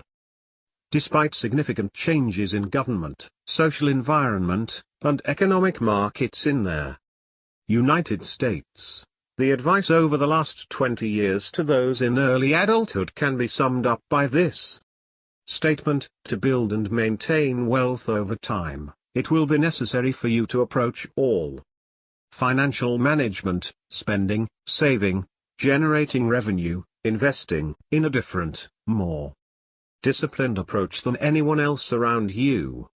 That requires action on your part, as opposed to mere belief, attitude, or personality. While the latter three can impact your behavior, ultimately your ability to build and grow wealth over time will be shaped by what you do, not what is in your head. What does it mean for the current millionaire next door, and those of the future, that there have been significant increases in healthcare costs, or that college costs have increased 153% between 1984 and 2016? 1. It means that current and future generations that desire to build wealth on their own and on their own terms will have to shift their mindset in relation to these expenses. They will have to change their way of doing things, even where, or if, they go to college, or how they chart a path for a career. We cannot control costs or governmental policies or the financial markets. We can control what we spend, how we invest, the opportunities we seek, and other aspects of our financial lives, for better or worse. What does it take? What does it really take to build wealth? Can you still build wealth in America today? My father wrote the following summary of economic success in 2014, outlining what it still takes to become financially independent. Contrary to what is often touted in the media, there are greater affluent opportunities in our economy today than ever in our nation's history. But in order to take advantage of these, it is important to appreciate the 8 key elements of the economic success equation as given in my book, The Millionaire Mind. Understand the key success factors our economy continues and will continue to reward: hard work, integrity, and focus. Never allow a lackluster academic record to stand in the way of becoming 3, 4, 5, 6, 7, 8. Economically productive. Have the courage to take some financial risk, and learn how to overcome defeat. Select a vocation that is not only unique and profitable, pick one you love. Be careful in selecting a spouse. Those who are economically productive married husbands or wives who had the characteristics that are compatible with success. Operate an economically productive household. Many millionaires prefer to repair or refinish rather than buy new. Follow the lead of millionaires when selecting a home. Study, search, and negotiate aggressively. Adopt a balanced lifestyle. Many millionaires are cheap dates. It does not take a lot of money to enjoy the company of your family and friends. These are basic truisms founded on incontrovertible principles. But the fact remains that many people continue to buy into the myths of wealth, thus decreasing the likelihood of taking on their responsibility of building wealth on their own. Myth 1. You are your group. Believing that you have the same likelihood of success as others around you with similar demographic characteristics ignores the unique characteristics and drive that actually allow you to succeed on your own. If we look back at the not too distant past, there were laws in place that held back certain groups based not on their abilities or knowledge or skills, but rather on the color of their skin or gender. This wasn't 500 years ago, this was just a few decades in the rearview mirror. Even today, some of us in different generations, again, a group by year of birth, laugh about millennials with their lattes and avocado toast, or perhaps more positively, say that the baby boomer generation was one that will never be seen again. In many ways these general conclusions about groups of people, while convenient and perhaps useful at a marketing and policy level, are less helpful when we want to discover what it takes to build wealth. The obvious outcome of such thinking? It gives all of us an out. Blame the fact that I'm in this or that group for why I cannot get ahead or why I act the way I do. I see you're a Gen Xer female. White, with 3 children, married, and you live in this zip code. I'll put you here. A wise professor once reminded her graduate students in psychology that there is more variation within a group than between groups. In other words, there is more variation in our psychology and behaviors within a group, for example, variation in our interests, personalities, and abilities, than between 2 demographic categories. Instead, as we will see in Chapter 5, our behaviors, not the color of our skin or when we were born, can significantly impact our ability to build and maintain wealth over time. Ethnicity and drive? One of the areas of focus in the Millionaire next door related to ancestry, or where your parents and grandparents came from. When I joined my father in his research endeavors several years ago, I started to guide the focus more toward characteristics that could change over time and behaviors that could be altered. Group membership, while interesting and easy to report in articles and survey results, does little to help us change and grow and succeed. In that same vein, though, it is difficult to imagine that the experience of immigrating to the United States, spurred on by a desire to improve your family's life, does not have an effect on the ability of first-generation Americans to build wealth on their own. That desire and drive to reach our shores or borders may explain more about success within immigrant populations than their ethnicity. Consider the following example of a millionaire next door who came to America and his behaviors and choices that allowed him economic success despite the challenges of starting over in a new country. I'm a first-generation immigrant who moved to the US when I was 7 years old. For the most part, our family was poor but not destitute. The high school I attended had no advanced placement classes and about half of the freshman class did not graduate. Fortunately, I recognized the value of education and was able to get into the University of California. I choose to study computer science partly because of career prospects. My first job out of school in 1996 paid $38,000 per year. The economy picked up quickly and so did my pay. Housing was relatively cheaper and I put down 10% on a $192,000 condo in San Francisco. In 2000, I had a good career opportunity in New York City for a large investment bank. I would eventually work 12 years in New York. My pay was fairly good but nothing insane, average. Total comp was maybe $200,000. I invested wisely and last year decided to retire and move to Oregon. I generate about $3,000 per month in rental income and another $3,000–$4,000 per month in dividends. I have IRAs that generate another $1,500 per month in dividends. At 41, I can no longer work if I choose to do so. Other notes: I don't own a car now and the most expensive car I've ever purchased was for $2,200. I have never owned a watch. I have never spent over $200 on a pair of shoes. It is hard to imagine that this individual's history did not significantly impact his work ethic and spending behaviors, and ultimately his financial success. Immigrating to the United States? Just the first step. It's not enough, of course, to get to America.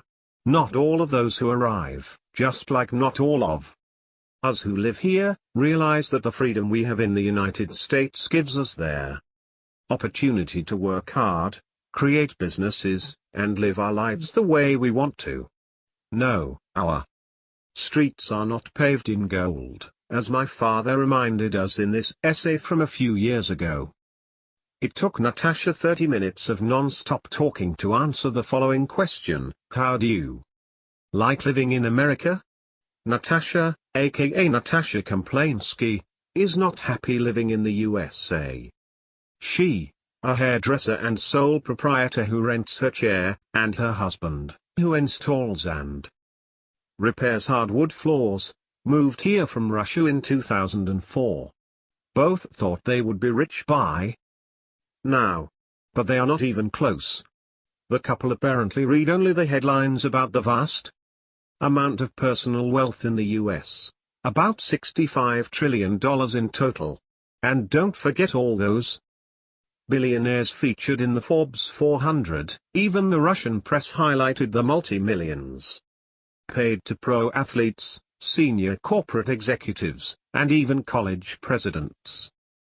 Natasha may have been even more impressed with the Federal Reserve's estimates of the average household net worth in America, roughly $575,000. Even before they immigrated, it was over $400,000. She and her husband believed that they would quickly prove that they were better in generating wealth once they settled here. Attention Mrs. Komplainsky, buried in there details is the fact that the median net worth of an American household is less than $85,000 or about 15% of the $575,000 average. And the median income is nowhere near $1 million, it's about $52,000, slightly more than what the Komplainskys earn. It's not easy to become a millionaire on $50,000 a year. 2. Natasha also is despondent about the market value of her home. They bought it with a small down payment just before the real estate meltdown and assumed that the market value would appreciate rapidly. But today it's actually worth 70% of its purchase price. In reality, even in good times, the real net appreciation of a home is much less than most people estimate. The Komplainskys made the mistake of thinking that wealth would just happen to them in America, without any hard work, discipline, or sacrifice. For all but the luckiest of immigrants. That's a myth too. Myth 2, income equals wealth. While we just highlighted the converse in Chapter 1, it is critical to remember that the two concepts of income and wealth are often misused. It continues to be the assumption of those who increase consumption as their income increases that they are the same. And believing this myth gives the false perception that those who appear to be rich, neighbors driving luxury cars or friends in $200 plus jeans, are wealthy when in fact it only means they spent more than real millionaires on these purchases. Along with many parents, students, and teachers, many writers, reporters, and politicians need to go back to school. Income continues to be confused with wealth, my father once wrote. Many people believe that income equals wealth. In fact, even the Tax Foundation talks about millionaires in terms of their income tax returns versus their net worth. 3. When we use the term wealth, we are referring to the net worth of a household, that is, all of its assets less all of its liabilities. We define household income in a simple way. It is income, realized. That is or should be reported on one's personal income tax return. The confusion about these two terms leads to erroneous conclusions about a multitude of economic and societal topics. The practical effect of this confusion is that it distorts the metrics or numbers we pay attention to while trying to achieve financial and economic independence. A millionaire's income is only 8.2% of his wealth. Several years ago, Britt, age 36, and his wife were upside down on their heavily mortgaged home, had a negative net worth, and owed more than $60,000 on their credit cards alone. Today the couple has a positive net worth of about $20,000. Britt explains that paying off their debts was extremely difficult and took much sacrifice. The couple is genuinely proud of this accomplishment. But, in spite of this, Britt reports that he is depressed, bummed out. I can't see how we are ever going to become wealthy even with us both working our tails off. People who believe that they will never become wealthy generally fulfill this prophecy.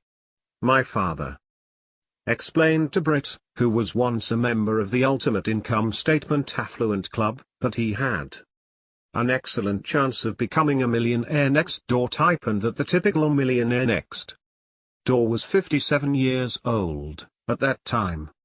The will and discipline that this couple demonstrated in paying off their considerable debt is telling. The same determination can be used in setting aside at least 15% of their income for savings and investing. What should you anticipate as a typical member of the Millionaire Next Door fraternity? 1, 2, 3, 4, 5. Looking at the wealth equation from Chapter 1, actual net worth exceeds its expected value by a factor of 2 or more. The market value of a home is less than 20% of net worth. Debt equals the equivalent of less than 5% of net worth. Annual income tax is the equivalent of about 2% of net worth. Total annual realized income is approximately 8.2% of net worth, median, or the equivalent of $8.20 of income for every $100 of wealth. This $8.20 figure from my father's research is fairly consistent with the findings of other researchers. For example, 3 scholars employed by the Treasury Department compared the wealth characteristics of millionaires via 36,352 federal estate returns for dissidents who passed away in 2007 with the incomes of these individuals when they were living. Those millionaires, who were married and under the age of 70, like the large majority of the millionaire next door types my father surveyed, realized the equivalent of $8.45 for every $100 of their net worth. This figure is within approximately 3% of the dollar figure, $8.20, that was determined from his surveys. 4. Income and net worth of course are related factors, but they are not equivalent. Each should be used in different ways to assess overall financial health and progress. Myth 3: you can judge a person's wealth by what he drives, buys, and wears. Everyone has an opinion about the rich, perpetuated in part by narratives from the media and different political factions used for their own purposes. Dispelling myths about wealth, both what it takes to create it and what the wealthy do with their money, was of critical concern throughout my father's lifetime of research. He often demonstrated the myths through the case studies he related about those who demonstrated a clear adherence to those myths. Take, for example, Ranger X Rich, a pseudonym for an individual my father met in 2010 in a national park near Atlanta.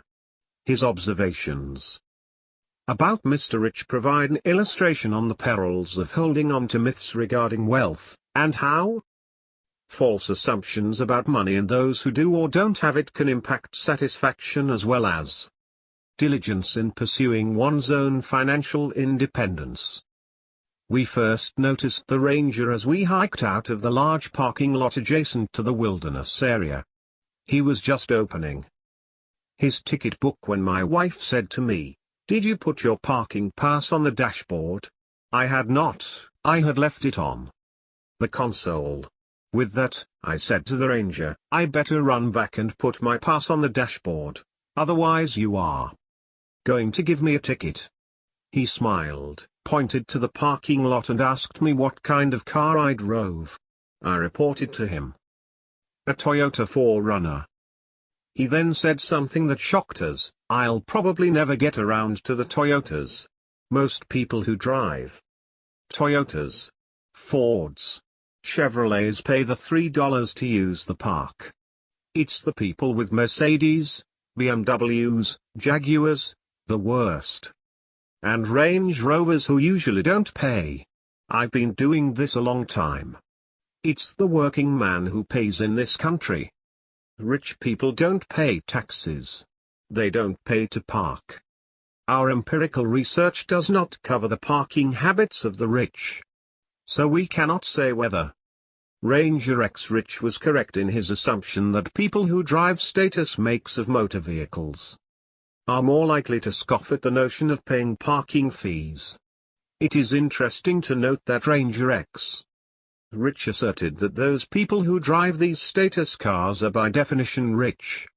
But as my father pointed out in Stop Acting Rich, 86% of those who drive status motor vehicles are not millionaires. So, it may be that many people who drive expensive cars don't have enough money left to pay their parking fee, or tip the waiter at a restaurant, the caddy, etc. Drive rich or be rich. Ranger X Rich believed in the rich first system when distributing tickets. He sought out prestige makes of motor vehicles to ticket first because he thought that rich people don't pay taxes, and they don't pay to park. And Ranger X Rich believed that rich people drive prestige makes of cars. But as pointed out in my father's blog and in Stop Acting Rich, the median price paid by millionaires for their most recent acquisition was only $31,367. The typical price paid by decamillionaires was $41,997. Many millionaires drive so-called common, non-prestige makes of cars. In our current study, the median price paid by millionaires for their most recent automobile purchase was $35,000. But Ranger X Rich is like many people who define rich in terms of income instead of net worth. Certainly, many drivers feel the need to display their socioeconomic achievements by acquiring prestige makes of motor vehicles. They may think that those who are successful in generating high incomes drive luxury brands, and correspondingly, drivers of more common makes have average income credentials. But the hard data suggest that the level of prestige of a car and the income of its driver are not anywhere near being perfect correlates. In fact, many drivers of luxury cars have neither the levels of income nor net worth which would qualify them as high economic achievers. Along these lines, Joanne Muller, writing for Forbes.com 5, wrote a piece titled "What the Rich People Really Drive." She defines rich people in terms of income, not net worth. The richest people were the most likely to buy luxury brands, 39% for people with household income above $250,000, versus 8% for those people who earn less than $100,000 a year. 61% of people who earn $250,000 or more aren't buying luxury brands at all. Her analysis indicates that those households with high incomes are more likely to drive luxury cars. But just because someone is driving a luxury brand does not necessarily mean the driver has a high income, or a high net worth, for that matter. But as my father wrote in 2012, I estimate that there are 2.5 million households, or nearly 2.2%, of the total that have annual realized incomes of $250,000 or more. Using Ms. Muller's estimates that 39% of the rich buy luxury brands, one can estimate the number who do so to be approximately 975,000. But this population is much smaller than those households who drive prestige makes but have annual incomes under $100,000. About 30 million households have annual incomes in their $50,000 to under $100,000 bracket alone. Translation: 8% of 30 million equals 2.4 million who are buying luxury cars but are not in the so-called rich category. This population is nearly 2.5 times the size of the high-income, luxury vehicle buyer population. Not in my club. Perhaps the most timeless takeaway from The Millionaire Next Door is the idea that a millionaire doesn't act rich. My father wrote this piece in 2011, highlighting, once again, the concept that millionaires often don't dress the part. Targeting affluent, Millionaire Next Door types continues to be an objective of those in their professional advisory services today. But not everyone who sets out to market and serve that population will succeed. Who are among the best at serving the needs of the Millionaire Next Door types? Often, they are those who have had experiences with these types of people during their formative years. Tony Schumann, a successful investment manager, was sensitized early in his life to the significant differences between the low-profile millionaire next door and the pseudo-affluent. Tony had a newspaper route when he was 10 years old. He reports that the blue-collar people always paid on time and tipped. In contrast, for example, one woman, an attorney, would run around her house for 20 minutes or more before she would think of giving me 55 cents for the paper. Both she and her husband worked but would never tip. Later Tony became a caddy, as I did. His early impressions were similar to mine regarding the characters who can be found at golf clubs. I mentioned in Stop Acting Rich that the blue-collar, self-made millionaires for whom I caddied at a public course were significantly better tippers than most of the aspirationals for whom I caddied at a private country club. But those who did tip offered a very generous gratuity. Tony shared the following observations. I look back now and realize that I learned more about business working there than all my time in business school. There. Self-made men all tipped well and continued to encourage me while I was working my way through college. One mentor, Mr. R, owned a large general contracting business and had bankrolled more than half of the club's construction. Because of the cold Connecticut winters, he had to double his work time during the summer months. He couldn't play golf on Saturdays with the rest of the members because he was working. Mr. R would come to the club Saturday afternoon for a beer on the patio, wearing his Millionaire Next Door uniform of work khakis and steel-toed boots. One day a new member's wife who had designated herself the club's doyen saw Mr. R drinking his beer and smoking a cigar on the patio. She screamed at him that he, as a mere workman, had no right to sit on the patio to drink and smoke. Her final bombshell. Who do you think you are? Do you think you own this place? Mr. R calmly answered back, almost, lady, almost. Naturally she ran screaming to the manager, who proceeded to inform her that Mr. R actually owned about 75% of the club equity, and if she had any more questions, she should talk directly to him. Both from our current study, as well as research from 2007 in a survey of 1,594 high-income, high-net-worth households, we see that annual realized household income is a superior predictor of the price paid for motor vehicles than net worth, wealth. In the 2007 study, 48.5% of respondents with incomes of $200,000 or more paid less than $32,000 for the vehicle they most recently acquired. More than 1 in 3, or 35.9% of those in the $500,000 and over bracket paid less than $32,000. More than 1/2, or 54%, of those in the $200,000 to under $500,000 bracket paid under $32,000. Myth 4, the rich don't pay their fair share. Ranger X Rich disliked the rich for other job-related reasons. He believed that the rich don't pay their fair share of the taxes in America, and that they were responsible for the decline in tax revenue collected by the state that employed him, which in turn necessitated cutbacks and a change of his job. Description: the myth regarding income and wealth is helpful here in understanding why Mr. Rich would believe that the rich don't pay their share of taxes. First, Mr. Rich was confused by luxury cars and wealth. He instead might have talked about income, and in that vein, he was wrong again.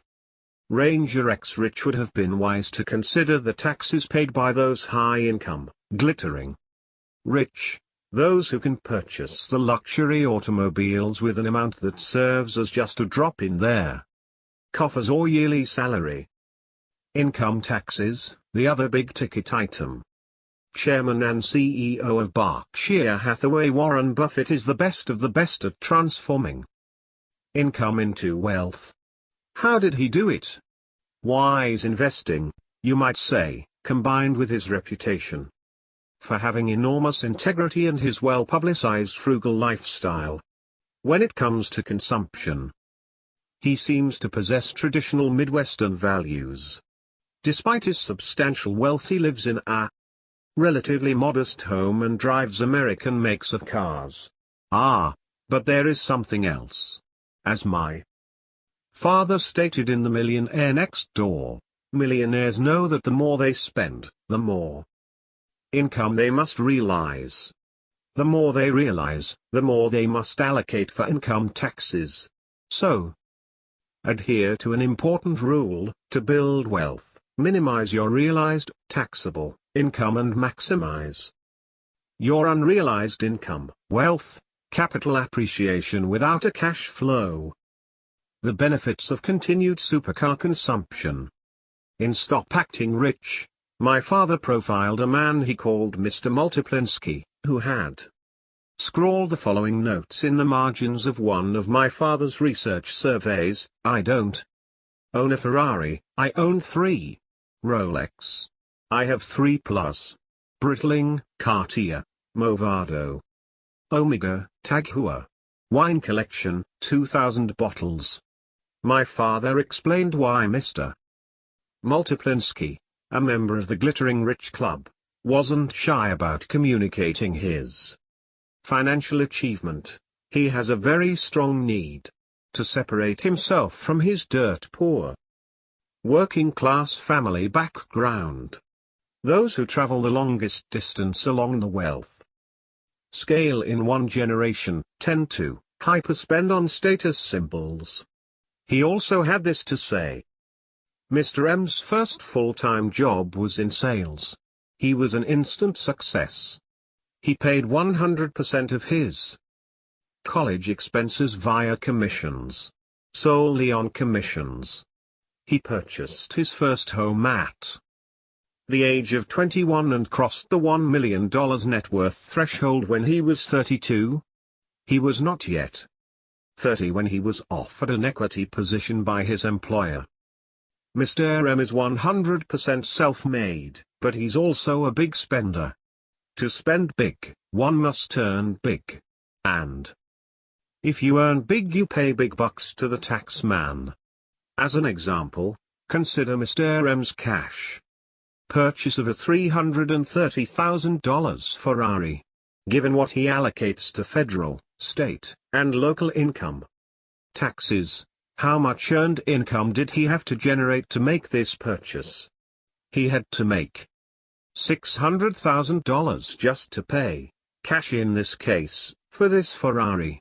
$600,000 times his share 55% equals $330,000. The balance of $270,000 goes to Uncle Sam and his state relatives. The glittering rich are, as I wrote in The Millionaire Next Door, real patriots. Big incomes, huge tax bills, mint a new medal for this type of patriotism. 7. Too many people in this country don't understand the important role played by the members of the glittering rich population. Some think that the Mr. M's of our nation don't pay their fair share of taxes. Some even believe that none of the glittering rich got that way on their own. Rather it was via hook, crook, or inheritance. It is this belief that can be ammunition for some ambitious politicians. For a moment, consider the following scenario. Imagine that a glittering rich couple decides one day to spend a long weekend at a plush mountain retreat. It is a great drive in their top-off-the-line Ferrari. As reported by Justin Berkowitz in 2013 for Car and Driver magazine, just as the couple approaches the resort, their car and several other high-end cars were pulled over, and their drivers were asked to sit tight while the Home Office checked tax records. 1 in 6.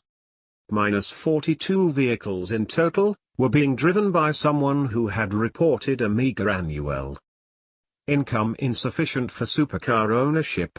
Emboldened, tax cops set up checkpoints and even dropped in on a Ferrari owners club get-together.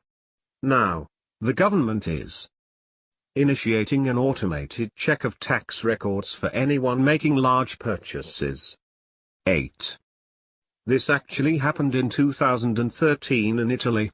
Class envy was leveraged politically, as Berkowitz's title indicates. Checkpoint Carlo, How Tax Cops Killed Italy's Supercar Market. What if this system were adopted in America? Not only will we lose markets for super brands, but tired of being hounded, the Mr. M's may stop buying multiple $330,000 sports cars. As a result, they may not feel the need to continue generating high levels of taxable incomes to pay for these symbols of success. Let's salute the glittering rich rather than hate them. Many pay the equivalent of 50% of their earned income in various federal and state taxes. Interestingly, about 50% of American households pay 0% of their income to the tax man. But what about those 6 out of 42 drivers found by the Italian police to have too little income to pay for their supercars? Could it be that most or all are just living off their considerable capital? The typical millionaire next door has a realized income that is equivalent to only 8.2% of his wealth median. But Mr. Buffett is much better at minimizing his income as a function of net worth. According to the 2012 Forbes 400 list, Mr. Buffett had a net worth of $46 billion. CNN Money reported that his taxable income was $39,814,784 in 2010. 9. That is the equivalent of only 0.087% of his net worth. Translated, the typical millionaire next door's percentage of realized income to his net worth, 8.2%, is nearly 95 times higher than Mr. Buffett's 8.2%/0.087%. Also consider something else in this equation: income tax as a function of net worth. The typical millionaire next door pays the equivalent of approximately 2%, median, of his net worth in income tax annually. But here again Mr. Buffett is far far better at minimizing his income tax. According to Reuters, he paid only $6.9 million in federal income taxes in 2010. In a nominal sense, $6.9 million in income tax might appear to be a significant amount of money. But look at Mr. Buffett's tax bill as a function of his net worth, that is, $6.9 million as a percentage of his $46 billion in wealth. At this rate he is paying the equivalent of only 0.015% of his net worth. Compare this with the 2% paid by the median millionaire next door. This rate is more than 133 times greater than Mr. Buffett's. In fact, if Mr. Buffett were taxed at the same rate, 2%, he would owe their Treasury Department $920 million or nearly $1 billion. You might say that it is un-American not to pay your fair share. But Mr. Buffett gets special dispensation regarding this topic. Why? He has pledged to leave the vast majority of his estate to noble causes. And according to Forbes, he has already demonstrated considerable generosity. He gave $1.5 billion to the Gates Foundation in July 2012, bringing his total giving to $17.5 billion. In August he pledged $3 billion of stock to his children's foundations. 11. And it certainly helps his cause that most if not all of his taxable income comes in the form of long-term capital gains, realized upon disposition of capital assets held for long periods of time, that carry preferentially low federal income tax rates. Who is more likely to do an efficient job distributing money from your estate, the government or enlightened charitable organizations? You know the answer, and apparently so does Mr. Buffett. Myth 5, if I can't make it, I can blame the rich. Many of the letters and emails that we've received are authored by people who blame others for their lack of economic success with comments such as these. I would really be wealthy if I hadn't paid 3% of the value of my portfolio all these years to an investment manager. He made money every year, I didn't. My 28-year-old brother, a high school dropout who still lives at home, just received 90% of my grandmother's estate. It didn't help that I had an MBA. If I had only majored in business, not fine arts, as Mum and Dad insisted. Most economically successful people know how to leverage adversity. They have learned how to capitalize upon disadvantages, reversals, biases, nepotism, bad calls, and lousy luck. They do not dwell on an unfortunate situation. They direct their emotional energy into succeeding rather than resenting. Many a millionaire has told us that their very success was a direct function of experiencing bad calls from relatives, teachers, employers, pricey financial advisors, the press, and a myriad of other so-called unbiased referees. Or, as one disinherited multimillionaire recently said, from proving that my parents bet on the wrong horses. We know that learned helplessness, the belief that no matter what behavior you engage in you cannot impact your success, can be a great deterrent to building wealth. We've seen this concept of who is responsible in our work related to building and maintaining wealth long term, across multiple samples, the characteristic of behaving and believing that our own actions impact our ultimate financial standing is related to net worth, regardless of one's income or age.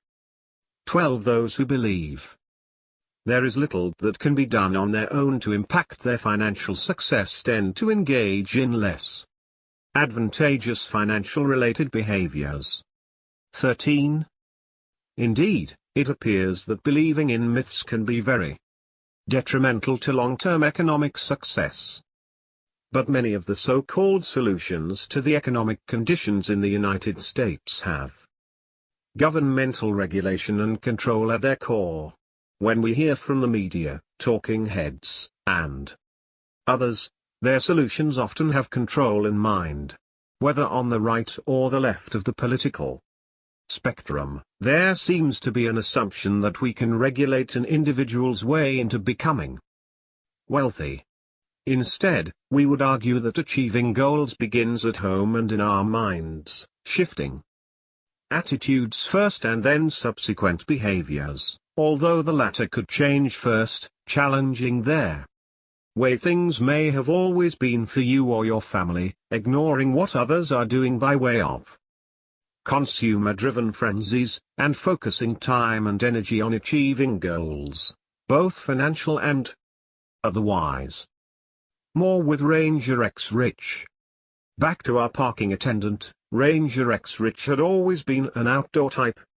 This is one of their major reasons he took a job as a natural resources ranger for the state. Before the last recession, he was assigned to patrolling wilderness parks and forests. He loved his job. Pride and enhanced self-esteem were products of the tasks involved in protecting the state's natural resources. But shortly after the recession hit in 2008, things changed for Ranger X Rich. Cutbacks and a hiring freeze necessitated that he adopt a different job description. Today he no longer does any patrolling in their wilderness areas and no more rounding up violators of game laws. Today he is relegated to being a monitor, patrolling parking lots and giving out tickets to those who don't pay to park. Other times he mans parking lot booths, collecting parking fees. Today Ranger X Rich dislikes his job. But he realizes that if he wants to continue working for the state he has to accept this parking-related assignment. In his mind, it's not the recession that's the root cause of his low job satisfaction. The recession, according to Ranger X Rich, was caused by the rich. Note that he did not elaborate nor detail a definition of the rich and how they caused their recession. He just was certain that the rich were ultimately responsible for the change of job description. It was their fault that he's no longer a protector of natural resources. He's become essentially a parking lot attendant and ticketer. Color him unhappy with his job and angry with the rich. Ranger X Rich never even tried to improve his job skills by taking continuing education courses.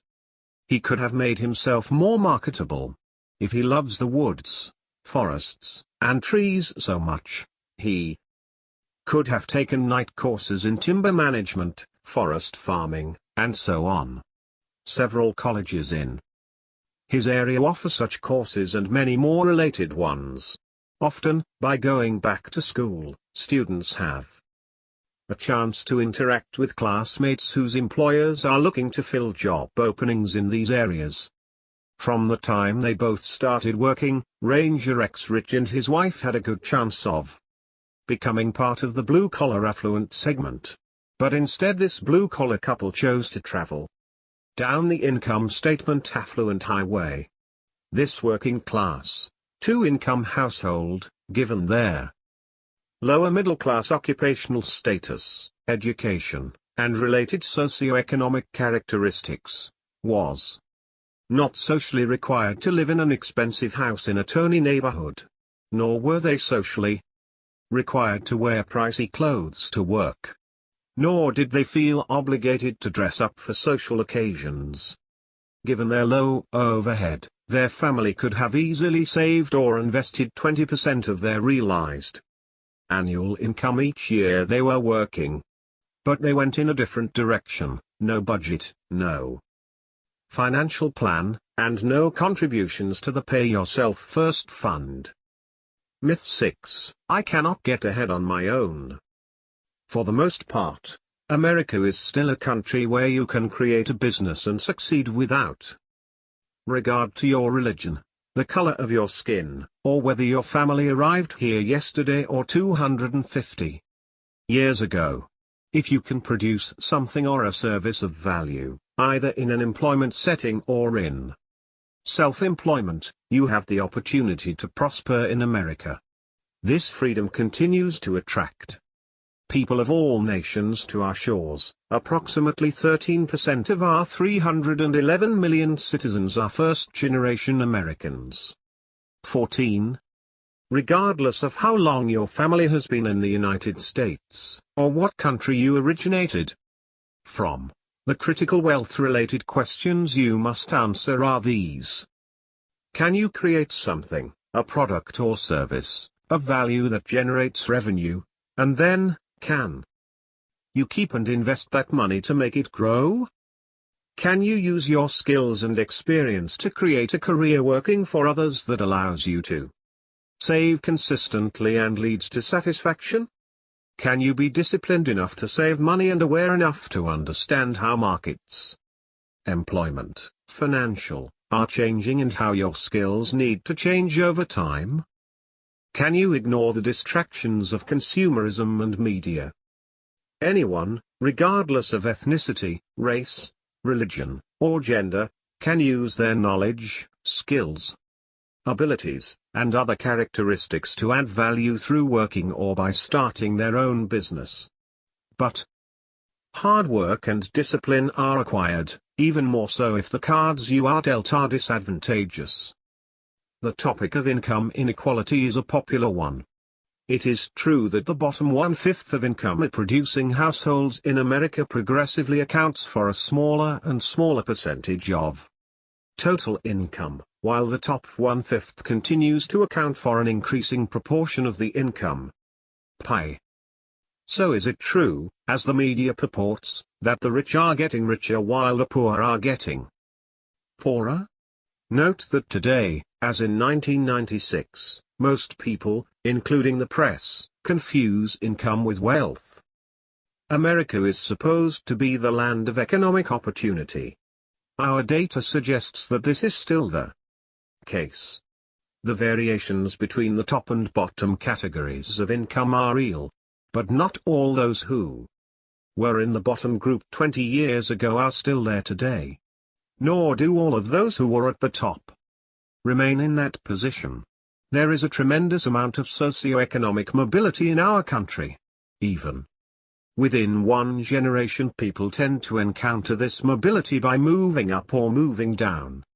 It is even more pronounced within the context of multiple generations.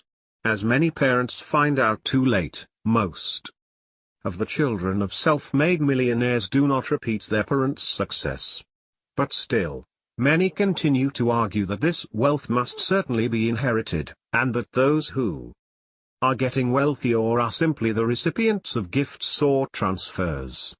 Contrary to that assertion, 86% of millionaires report having 0% of their prior year's income derived from gifts, inheritances, or trust funds, and north of 86% report having received no more than 10% of their net worth from these transfer sources.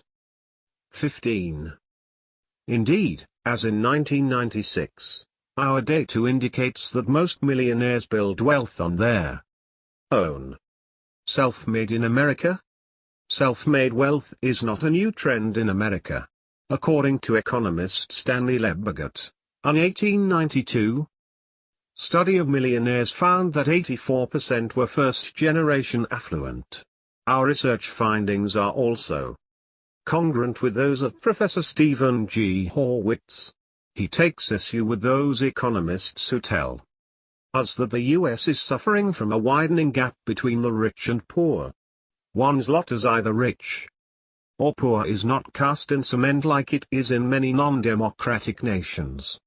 As Horowitz states, according to U.S. Treasury data, an astounding 86% of households that constituted the bottom fifth in 1979 had climbed out of poverty by 1988. The bottom fifth he refers to is composed of newly formed households, recent high school graduates, new immigrants, taking their first steps up their income ladder. 16. America, where millionaires are still self-made.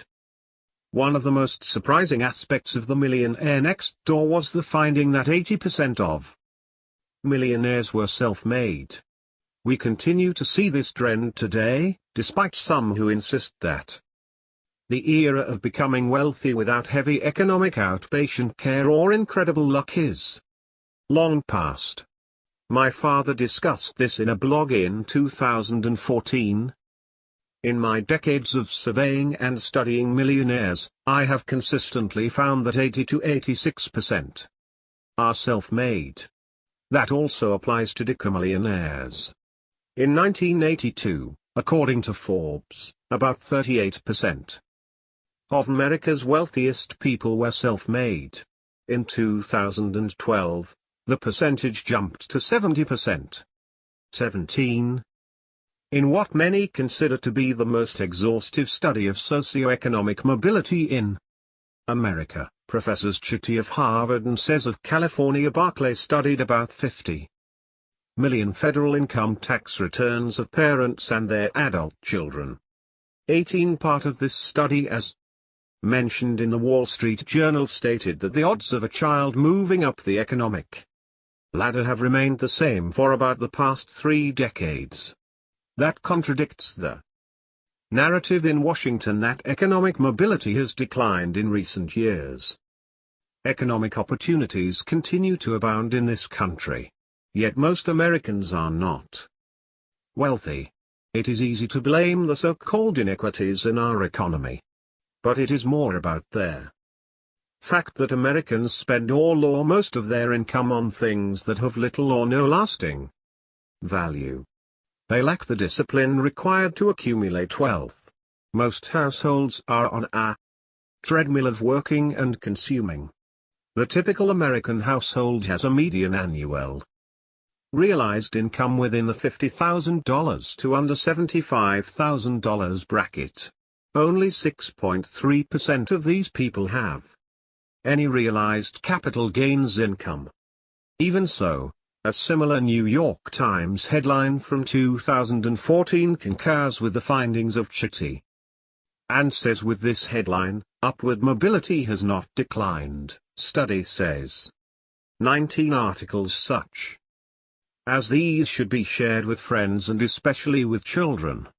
When the economic winners of today look back on their attitudes and beliefs during their early years, what do they tell us? Much of their success can be attributed to their belief that they could succeed and that economic opportunities abound in America. Their belief and reality are congruent. It is unfortunate that an increasing number of media reports claim that the tide of economic opportunity is increasingly against upward economic mobility. Keep in mind that the study mentioned above deals only with intergenerational contrasts in terms of income. Income is a correlate of wealth, aka net worth. But given the choice of a measure of economic success, it's wise to select net worth over one's income. Only a minority of the variation in wealth is explained by income and, of course, vice versa. Studies dating from the late 1800s up to today indicate that 80% or more of those in the high net worth category are self-made affluent. And it matters little whether affluent is defined in terms of millionaires, decamillionaires, top 5%, top 2%, top 1% of wealth holders and so on. In terms of actual wealth, not using income as a surrogate, we have consistently found that at least 80% of America's millionaires are self-made. In Stop Acting Rich, with data collected in 2005 and 2006, about 1 in 4 millionaires, 24%, reported that their fathers were blue-collar workers. The largest occupational category to produce millionaires. 19% were owners of small businesses, 4% were farmers. Conversely, only 9% were senior corporate executives while 3% were physicians. Only 47% of their fathers and 40% of their mothers attended college. About 1 in 3 millionaires paid for their own college expenses. About 42% of the millionaires had a net worth of 0 or less when they began working full-time. Most, 88%, reported receiving $0 from trusts, estates, gifts, etc. from relatives in the year prior to being surveyed. Today only 1/3 of millionaires indicated that their parents were better off than their high school classmates, and essentially the same percentage, approximately 63 to 65%, indicated that their parents were very frugal. Myth 7, the rich are evil. There is a growing concern among wealthy people that members of the press and politicians are portraying them as evil. No doubt that among a population of an estimated 5 to 10 million millionaire households in America, there are some no-good nicks among them. But the vast majority of people who are wealthy did it the old-fashioned way. They earned it legitimately. In spite of all of the research that we and others have published about the traditional values of most wealthy people, that is not what gets the headlines. My father received the following email from Mr. DP of Texas, who suggested a countermeasure to enlighten our youth about the true nature of the rich. Have you considered creating, marketing a curriculum based on your work with the millionaire mind to the public schools? After all, in most public schools we currently teach our children to despise and make enemies of the rich. Maybe if we taught them to emulate them instead, we could actually get on top of the situation before they entered their workforce, and make more wealth for everyone. I am contemplating a run for school board here in my hometown, and would love to see something like this for the children of Texas and the United States. It is indeed flattering to receive comments like this. There was even a wealthy man from a high school town in Oklahoma who purchased a copy of The Millionaire Next Door for every graduating senior. These are just a few of the people who have given their time and energy to teach our children how to become financially independent and to appreciate such a goal. Honesty and getting along. There's much ado about honesty and integrity related to wealth. The concept of the evil Mr. Scrooge seems to be omnipresent through time. Certainly Ranger X Rich believed in this persona. But their research on the personality factor of conscientiousness, and its cousin, integrity, demonstrates their importance in the pursuit of financial goals, as we'll discuss in Chapter 5. And take for example Drive Lawrence in the Pacific Northwest, an optometrist millionaire worth more than $5 million today, and the creation of a business that ultimately used both his interests and expertise, but was founded based upon ensuring his customers came first. He shared this with us. I enjoyed a career enhancing and preserving the human vision system. Optometry is a healthcare career which still allows one to be independent and entrepreneurial. I developed a strong practice by always placing the needs and desires of the patient first and foremost. With a combination of word-of-mouth referrals and advancing technology, I gradually developed a thriving practice. Although my practice was never for sale, a young doctor approached me for their purpose of taking over the practice. At the age of 61, I sold the practice to him and now work 2 days per week for him. My original intention was never to acquire wealth. However, I learned that if one practices with good and honorable intentions, that may happen. Always be sincere, honest, forward-thinking and future-focused. With the exception of our home, all purchases were paid with money which had already been saved. This eliminates those spur-of-the-moment and emotional purchases which are frequently regretted at a later date. The motives of millionaires and billionaires. The perception of the evil rich is occasionally demystified by the very organizations that often perpetuate the myths in the first place. Take these examples from my father about their benevolence of the affluent. In a 2011 article in the New York Times, Andrew Ross Sorkin explored Steve Jobs' motivation for success and wrote, "Mr. Jobs has clearly never craved money for money's sake, and has never been ostentatious with his wealth. He took a $1 a year salary from Apple before stepping down as CEO. 20. Mr. Jobs, who was a billionaire at the time of his death, had much in common with their typical millionaire next door who achieves a great deal but not for the sake of a hyperconsumption lifestyle. For example, Mr. Allen, who was profiled in The Millionaire Next Door, stated succinctly, if your motive is to make money to spend money on the good life, you're never going to make it. Money should never change one's values. Making money is only a report card. It's a way to tell how you're doing." Mr. Jobs is quoted in Sorkin's article as saying, "You know, my main reaction to this money thing is that it's humorous, all the attention to it, because it's hardly the most insightful or valuable thing that's happened to me." The motives of the millionaires next door are misunderstood by most people. Building wealth is much more about becoming financially independent than living in a mansion surrounded by expensive artifacts. In a 2011 article published by the American thinker, Chris Carrado provides an excellent counter to those who advocate increasing the taxes of the so-called rich.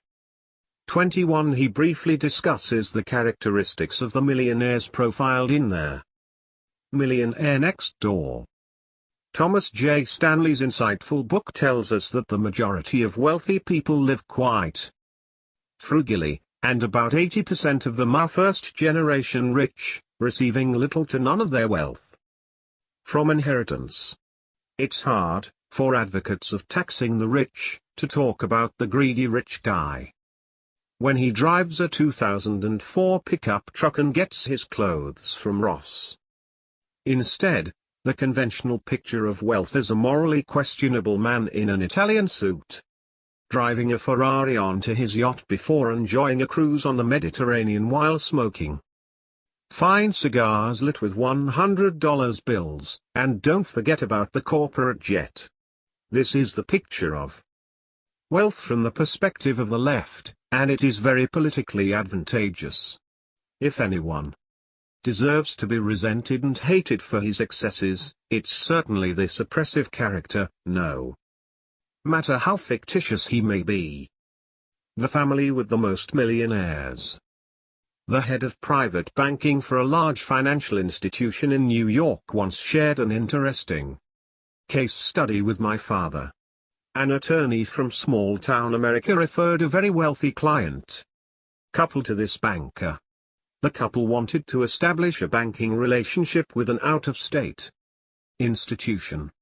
Like many wealthy people who live in small towns, they did not want the local establishment to know about the considerable wealth they had accumulated. This was especially important because they were anticipating cashing in many of their chips from a variety of businesses that they owned. They also planned to donate anonymously a significant portion of their wealth to a variety of charities. Shortly after the couple arrived at the private bank in New York City, the banker began telling them about all of the ancillary services that clients could access, including hard-to-get theater tickets, endorsements to join upscale clubs, A-list co-ops or townhouses for sale, art and antique purchases, and so on. After about 10 minutes of this, the wife pulled out a copy of a book from her large handbag. She placed it on the banker's desk and pointed to it. Then she said, "This is who we are, there. Millionaire Next Door. You ought to read this if you haven't already." After the banker's red face returned to normal, they all laughed, which cut the tension in the room. The couple had made it abundantly clear that they wanted only the traditional financial services provided by a private banking operation, including anonymity. They weren't interested in hiring a consigliere, nor did they need their egos enhanced by gaining access to the New York social scene. Further, they had no intention of buying a townhouse or any other residence in New York City. Empathy for the needs of others is the key to success when marketing to millionaires. The banker, in this case, should have asked the couple, "How did you go from ground zero to where you are today?" In other words, the banker should have allowed the couple to tell their story. In most cases, no one ever asks the millionaire next door about his history and achievements. This couple is part of an American family that has the highest number of millionaires. Yes, they are part of an anonymous family. My father was on a mailing list for a variety of annual reports from foundations, universities, and other organizations of the noble or charitable variety. It seems that no matter where he looked, Mr. and Mrs. Anonymous were listed in the reports, often under the 5, 6, 7-figure or more dollar categories. Beyond the myths. Why is it that some people can build wealth? Why are others, often with a higher than average income, a good education, and little in the way of hardships, unable to build wealth on their own? Perhaps they subscribe to Ranger X Rich's myths. Without really knowing it, they buy into the constant barrage of news, opinions, and self-fulfilling prophecies of the myths of wealth. The economically successful in this country will continue to ignore myths, including some of those adopted by so-called experts and those with political agendas. Ranger X Rich's disdain for the rich. His emotional energy not well spent. He is caught up in negative emotion while at the same time ignoring his own serious lack of financial discipline. His social media feed includes a steady diet of biased news and one-sided commentary. Think about this issue in another way. Ranger X Rich does not have enough money or net worth to afford spending time and energy hating the rich. Purposely selecting specific targets for his parking ticket campaign will never make him financially independent. We have found that hate in general terms is a significant substitute for, not a complement to, wealth building. What if Ranger X Rich were to reallocate the time and energy resources that are required for him to maintain his habit of hate to a more productive goal such as becoming financially independent? If he did so, he would have much less time to hate the rich and his current job. It's ironic that many people who have low job satisfaction share something in common. They don't take intentional steps to ensure they don't have to be dependent on the jobs they dislike. Often, we write about upper middle class people with good to great incomes. Given their social status, many of them feel required to spend on luxury homes, prestige motor vehicles, expensive clothing, luxury vacations at exotic resorts, and so forth. But Ranger X Rich and his family don't have this type of burden, so why is it that they are not close to being financially secure? It's because the Ranger X Rich team is in the hyperconsumption category. Ranger X Rich, and those who buy into the myths of wealth, can learn a great deal from America's millionaires. Most don't hold grudges or hate on their way up the financial ladder. Yes, they have been ripped off at one time or another. But they move on, focusing on the positive. Hate does not build a career or a balance sheet. Better financial behaviors go hand in hand with increased financial satisfaction. Nearly 93% of poors, those who are astute at transforming income into wealth, report being extremely satisfied with life, more so than under accumulators of wealth, 84%. whereas 56% of underaccumulators spend time worrying about not achieving financial independence. Only just over 1 in 4 prodigious accumulators spend any time worrying about that concern. And nearly 4 out of 5 underaccumulators spend time worrying about retiring in comfort, whereas just 2 out of 5 prodigious accumulators worry about the same. Why are some people poor and others rich? What can we say to help Mr. Rich see past these myths and begin his own path toward economic success? Maybe very little if those beliefs are held closely, but we will try. Nonetheless, maybe we can start with this, a blog my father wrote in 2014 which examined the reasons people believed some are rich and others poor.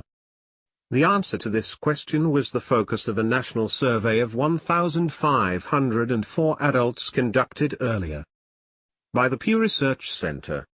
22 Only about 4 in 10, 38%, of the respondents indicated that the rich are rich because he or she worked harder than others. But how do millionaires, the people who are actually wealthy, explain their own economic success? Nearly 9 in 10, 88%, rate hard work as a very important factor. 23. In the same Pew study, 51% of the respondents were of the opinion that the rich are rich because he or she had more advantages than others, while 50% indicated that the poor are poorer because of circumstances beyond his or her control. Contrast these results with their fact that 80% of millionaires in this country are self-made. Also note that 95% of millionaires rated being well-disciplined as a very important component in explaining their economic success. The wide contrast in the beliefs of the general population as opposed to those of millionaires has many implications, especially within the political arena. Assuming that the Pew study was representative of the adult population in America only, about 4 to 8% of the respondents were millionaires, if that many. How valid therefore are their opinions of those surveyed in this study in explaining the variations in wealth accumulation in this country?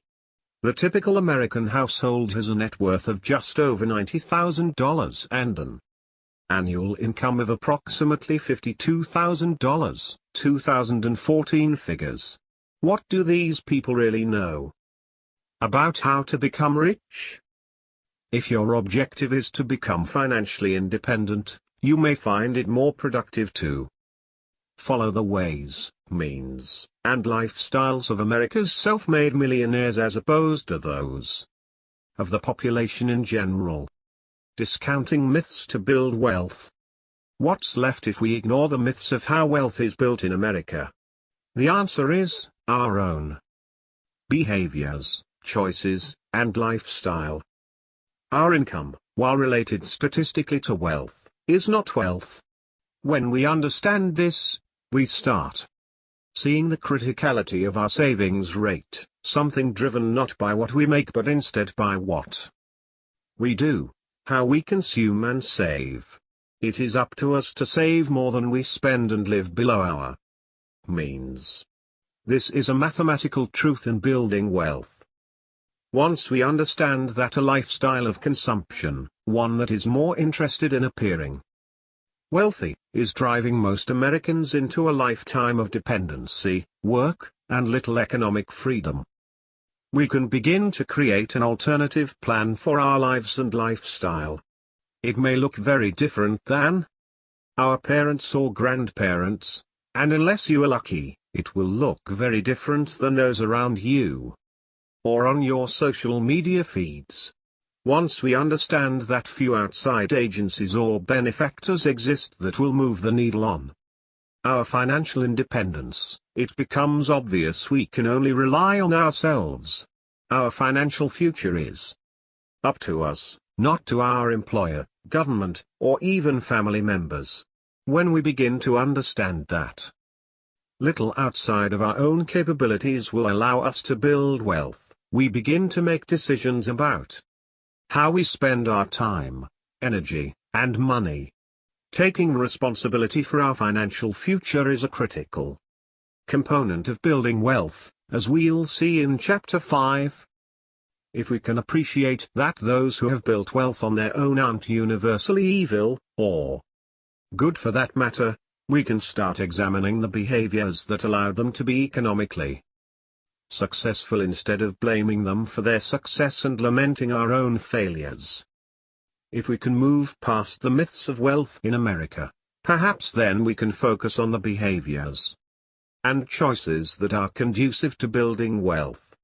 It is those behaviors and decisions that will ultimately allow us, regardless of our membership in a particular group, the opportunity in a free country to build our own wealth. Only then can we begin to emulate the behaviors of those who have achieved real economic success. Maybe Mr. Rich will join us. Chapter 3.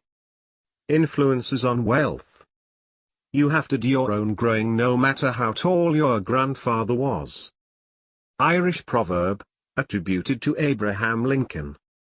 As science has shown in almost all aspects of our lives, why we do what we do is a combination of nature, our unique characteristics, and nurture, how we were raised and other outside influences.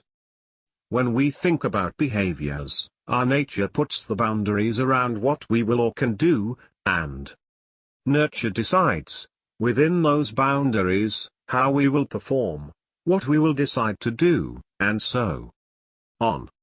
In any discussion of economic success, it is critical to focus some amount of time on the nurture side of the equation, examining how our upbringing, choice of spouse and friends, and social culture can influence how and if we're able to transform income into wealth. We've found, for example, that harmony within the family is a strong factor in building the character and prosperity of self-made millionaires. Over the past 3 decades, nearly 70% of millionaires in national surveys reported being raised in an atmosphere of love and harmony, and nearly 3/4 of them said their parents encouraged them to achieve and excel. But warmth and affection within households are not a universal condition. And we cannot choose where we come from, who our parents are, or what kind of early education we received. We may want to blame our upbringing for our situation today, and some of that blame may be warranted. But as adults living in a society that doesn't dictate our choices, we have the freedom to choose with whom and how we spend our time. Those choices can influence our financial outcomes. Those who are financially independent focus on their own choices, taking responsibility for their money-related actions and behaviors. More than a class.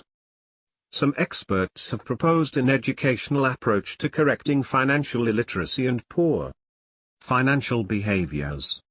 But changing financial behaviors is more complex than providing workshops or 6-week courses. There's no one class, special manual, or app that will lead to a lifetime of economic achievement. Instead, it requires a consistent pattern of financial behaviors. If this starts early, the likelihood of ongoing success is greater. For example, consider how the early experiences of a millionaire next door, John C., paved the way to behaviors that would become the foundation of his success and for the patterns of behaviors exhibited by his children. I was raised by frugal parents. They didn't have a credit card until they were almost 50 years old, and only then because they started to travel and they couldn't get hotel or car rental reservations without a credit card. My dad spent an hour telling all 6 of us why they obtained the card and that you never use one unless you have the money to pay it in full by the first due date. I am the 4th of 6 children, and when I was in 4th grade my dad sat us all in the living room and explained how We all were going to college. He would not be able to pay a dime in tuition for us, and we had to pay for it ourselves. We could not buy a car until we graduated college, but he would have used cars for us to get to part-time jobs that he expected us to obtain once we were 15. All 6 graduated college on our own dime. We 6 have earned 3 associate's degrees, 4 bachelor's degrees, 2 master's degrees, and 2 MBAs. My parents only had one debt, ever. A mortgage that was paid in 20 years. Never a car loan, never an equity loan. Never a balance on a credit card that wasn't paid in the first month. Me? I hold a bachelor's degree in finance and an MBA in marketing and finance. I have never had a credit card balance that was not paid off in the first month. I have had 3 car loans in my 28 years of owning cars. All with rates so low, I was able to make more money investing the amount of the loan than I paid in interest. I have a mortgage and one of the 3 car loans currently but no other debt. According to my 401k plan right now. I have more in outside investments than that 401k and pension. My wife has been a stay-at-home mom for 20 years raising our 2 boys. The oldest started college 2 weeks ago. He earned a scholarship for academics and I have enough saved to pay his tuition and room for all 4 years. He is paying for his books. My college son's only paying job has been in my side business. In 4th grade he created designs for our side business that were purchased by customers. I told him that any money his designs earned, I would deduct the cost of producing the pieces. I also would deduct the taxes I would have to pay on the income since the sale occurred through my business. He could keep the rest, but 80% had to be put into savings for college. 10% also had to be put into savings because in life you have unexpected expenses and you need to have money ready to replace a washing machine, fix the car, or pay a medical bill. The final 10% he could spend, but his mother and I had to approve the purchase. The first sale in 4th grade resulted in him earning $3,000 after paying me for production and taxes. He had $300 to spend on whatever he wanted. He saved the entire amount, and only several months later decided to purchase an iPod for far less than $300. When he turned 15 he started to do the shipping paperwork for the side business. He did the unloading and inspecting of the product. He did the bookkeeping. He earned minimum wage. He sold a few more designs for good paid days. He invested in CDs in grade school. He volunteered at a local hospital. He left for college with $15,000 in the bank, which was 3 times what I had when I went away to college. He started a side business of his own while in school. My other 16-year-old son is following in his brother's footsteps. His grades are high on a roll too, and although he doesn't have the bank account up there yet, he has 2 years to get another $5,000 to match his brother. Neither owns a car, neither has a credit card, both have paid for their own electronics. In grade school when they wanted the latest Game Boy, we told them they had to sell the current version they owned and could use the money to help pay for it. They learned how to keep things clean and in their original boxes because they could sell them for more money on eBay that way. After a while they realized they could buy electronics used for much less than brand new, and they often sold their old version for nearly what they paid when they bought them used. Are they going to turn out affluent? Time will tell. But they have a great start. Obtaining outcomes like those in John's family is a combination of nature and nurture as we discussed earlier. But the nurture side is the one we can control today. How willing are parents today to do the following in order to have a chance at achieving the outcomes John and his siblings, as well, as John's children had. Encouraging your child to save his or her own money. Encouraging or requiring your children to work. Having your children pay for their own electronics, latest smartphones included. Teaching responsibility with consumer goods and respect for the toys they have. Saving for your child's college education, both parent and child. John's disciplined approach to raising his children, which included teaching them to respect money, requires a pattern of tough choices, choices that may not be conducive to a consumer-driven, social media sharing life. Training for economic success. Let's consider how our experiences growing up can impact the financial decisions we make today. Few other factors help shape how we save and spend money like our upbringing and our families. Influence. We can't say for sure that this nurture component is necessarily the cause of wealth, but there is certainly a correlation. Financially successful people share many similar characteristics, as we'll discuss more in depth in Chapter 5. But they also have similar early experiences. They often come from stable family backgrounds, they are well disciplined, and they are goal-oriented. Even without stable childhood and adolescent experiences, they also have a propensity to overcome large obstacles by dissecting them into small pieces. In most cases, a seven-figure net worth begins with the first dollar saved, and then another and another, a pattern of consistent behaviors over time, versus a fleeting season of financial prudence.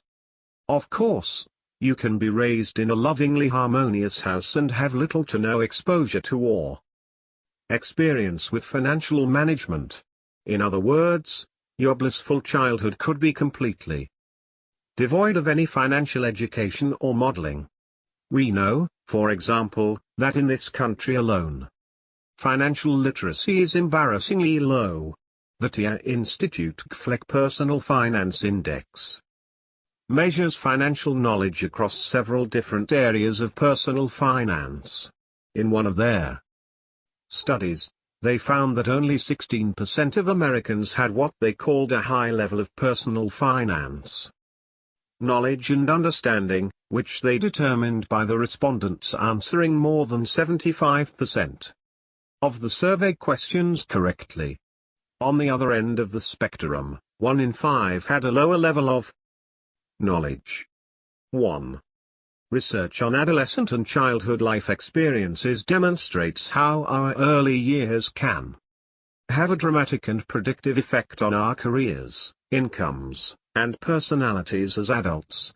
Research started in the psychology department of the University of Georgia back in the 1960s by a professor named William Owens demonstrated the effects of environment and adolescent life experiences on a number of adult-related outcomes. Dr. Owens and his students began surveying college freshmen in the late 1960s and 1970s, and later when they were adults in the 1990s.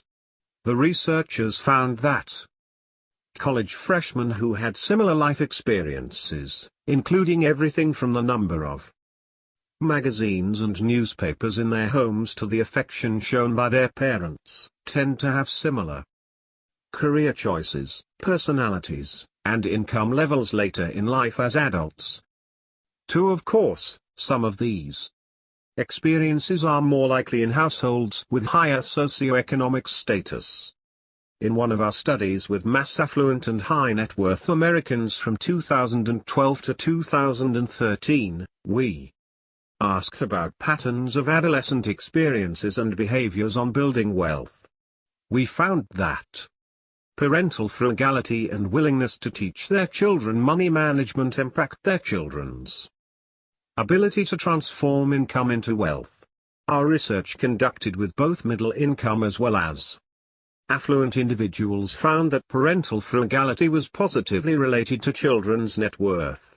In other words, if your parents' overall behavior was conducive to building wealth, there's a greater chance yours will be, too.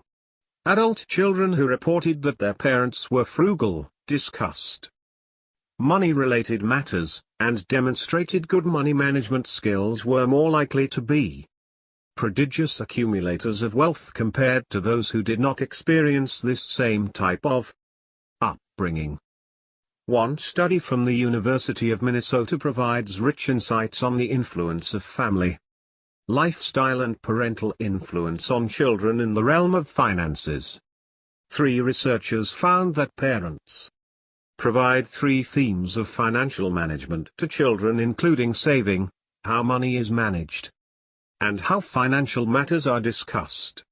The vast majority of children in these studies learned about a family's propensity for saving and financial management through direct observation versus through conversations regarding these behaviors. In other words, parental behaviors tend to stick with children more so than discussions of what ought to be done related to money. Despite these results, when it comes to what contributed to their success, our millionaires tend to rate parental influence as less important than other factors such as resiliency and hard work. See Chapter 5, Table 5.5. Fully 42% of millionaires indicated that having engaged or involved parents contributed to their success, and 59% stated that their success was due to having supportive parents. Moving past early experiences. What other types of early experiences can impact our financial outcomes? In addition to seeing good money management modeled by our parents and caregivers, financial stress can also have an impact on our financial trajectory. In fact, our millionaire respondents had some interesting observations from their childhoods during which they witnessed firsthand how finances can impact families and relationships. Many of these situations highlight the importance of moving past negative experiences. I saw a lot of people my age whose parents threw money at them as if it was nothing, and these people turned out to be some very poor examples of humans. For example, the daughter who received a new Mercedes for her birthday, as her first car, crashed it within a week, and then received another one. Millionaire from New Jersey with a net worth of $1.2 million. My parents were a prime example of how not to manage money. Millionaire from Miami, Florida, with a net worth of $1.9 million. I watched my father struggle with money management. Though he had a white-collar job, no matter how much money he made, he never had money. He spent it. Business owner from Nashville, Tennessee, with a net worth of $1.1 million. I heard my parents fight about losing our home. Wish I would have learned about credit, savings, investments. Managing director from Clearwater, Florida, with a net worth of $1.7 million. The stress of poor money management is not often lost on children, as this emerging millionaire next door, with a net worth of $825,000, from a small town in Georgia, recounted for us. In high school I started to realize how financially stressed my parents were in spite of the fact that they worked very hard. In retrospect, I now realize that my dad was horrible with money. If he earned $50,000, he spent $60,000. All financial decisions were made with a sense of desperation. My mother has suffered greatly due to his financial immaturity, innumeracy. In spite of having millions of dollars pass through his businesses, my parents now live on Social Security. I blame that on my father. Almost all of my financial decisions now are made from the perspective of my father. I simply do the opposite of what he would do. I wish I had learned about the importance of saving money, investing money, prudent credit usage, and net worth accumulation. I got none of this from my parents. However, my parents love my siblings and me greatly. They were great parents, but did not teach us about money. At ages 33 and 31 my wife and I had a net worth of -$40,000. Today at ages 50 and 48 we are worth $825,000. What changed? We started maxing out our retirement plans, 403(b) and IRAs. We also made sure to keep our debt load down.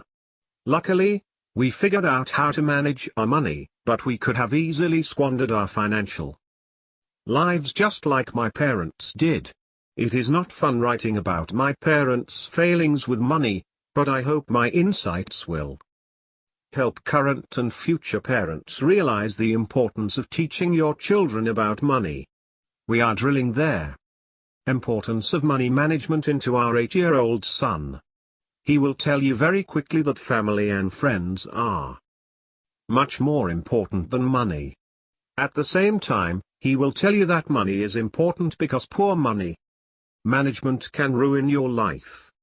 Depending on the experiences you had while growing up, you could have had effective or ineffective practices ingrained in your psyche, but it is your behaviors now that will make their difference in your economic success. Respect for money. Knowledge about finances is critical to building wealth, but discipline often plays an even greater role in savings and spending. The combination of the two, that is, financial knowledge and self-control in spending, can be a powerful mix for future financial success. Financial literacy and personal conscientiousness have been linked positively to holding assets, illiquid and liquid. 4. Researchers in one study concluded that linking financial literacy, discipline, and financial success provided support for early childhood, adolescent, and adult interventions aimed at improving self-control. 5. Wealth is attracted to people who respect money, and respect for money includes the discipline required to manage it effectively. Those who do not budget or account for annual consumption categories demonstrate a lack of respect for money. Children who are raised in such households tend to turn out like their parents and become income statement affluent. About 70% of millionaires in our latest study stated that their parents were very frugal. My father shared that he had interviewed many millionaire next-door types who never had a total realized household income in excess of $100,000, but they could tell you to the dollar amount how much they allocated to every consumption category in their budget. And they also constructed an annual budget based on their anticipated income, their consumption categories, and money set aside for investing, retirement, college funds, and so on. Imagine the impact on children who are socialized in an environment in which money is respected.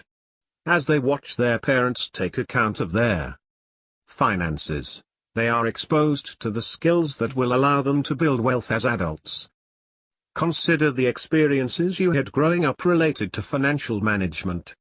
If money was a taboo subject, or you never heard your parents or caregivers utter the phrase "that's not in the budget" this month, the foundation of your financial behaviors may have a very different pattern from their early life experiences of a millionaire next door named Christy, whom my father first profiled in Millionaire Women Next Door. She attributes much of her success to her upbringing and particularly gives credit to her parents' diligence and openness in helping her develop a respect for money. Her father was a career Army sergeant. Her mother was a full-time homemaker. Household budgeting and a frugal family lifestyle were part of her earliest socialization process. She explains, "We would all sit down the first Sunday afternoon of each month. We didn't have much money. We would always look at Daddy's paycheck and then start doing our homework."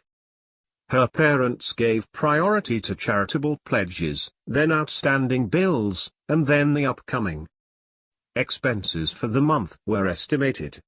Christy recalled her parents smiling while they earmarked a good portion of their household income to their children's college funds, I knew how hard it was for them to save for us to go to college. But each time Daddy wrote a check for the college fund, he would smile and say, "I love writing checks that will pay the tuition bills. You can do this for your kids someday."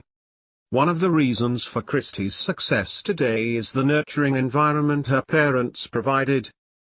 Christie and her siblings were respected as members of the family planning board.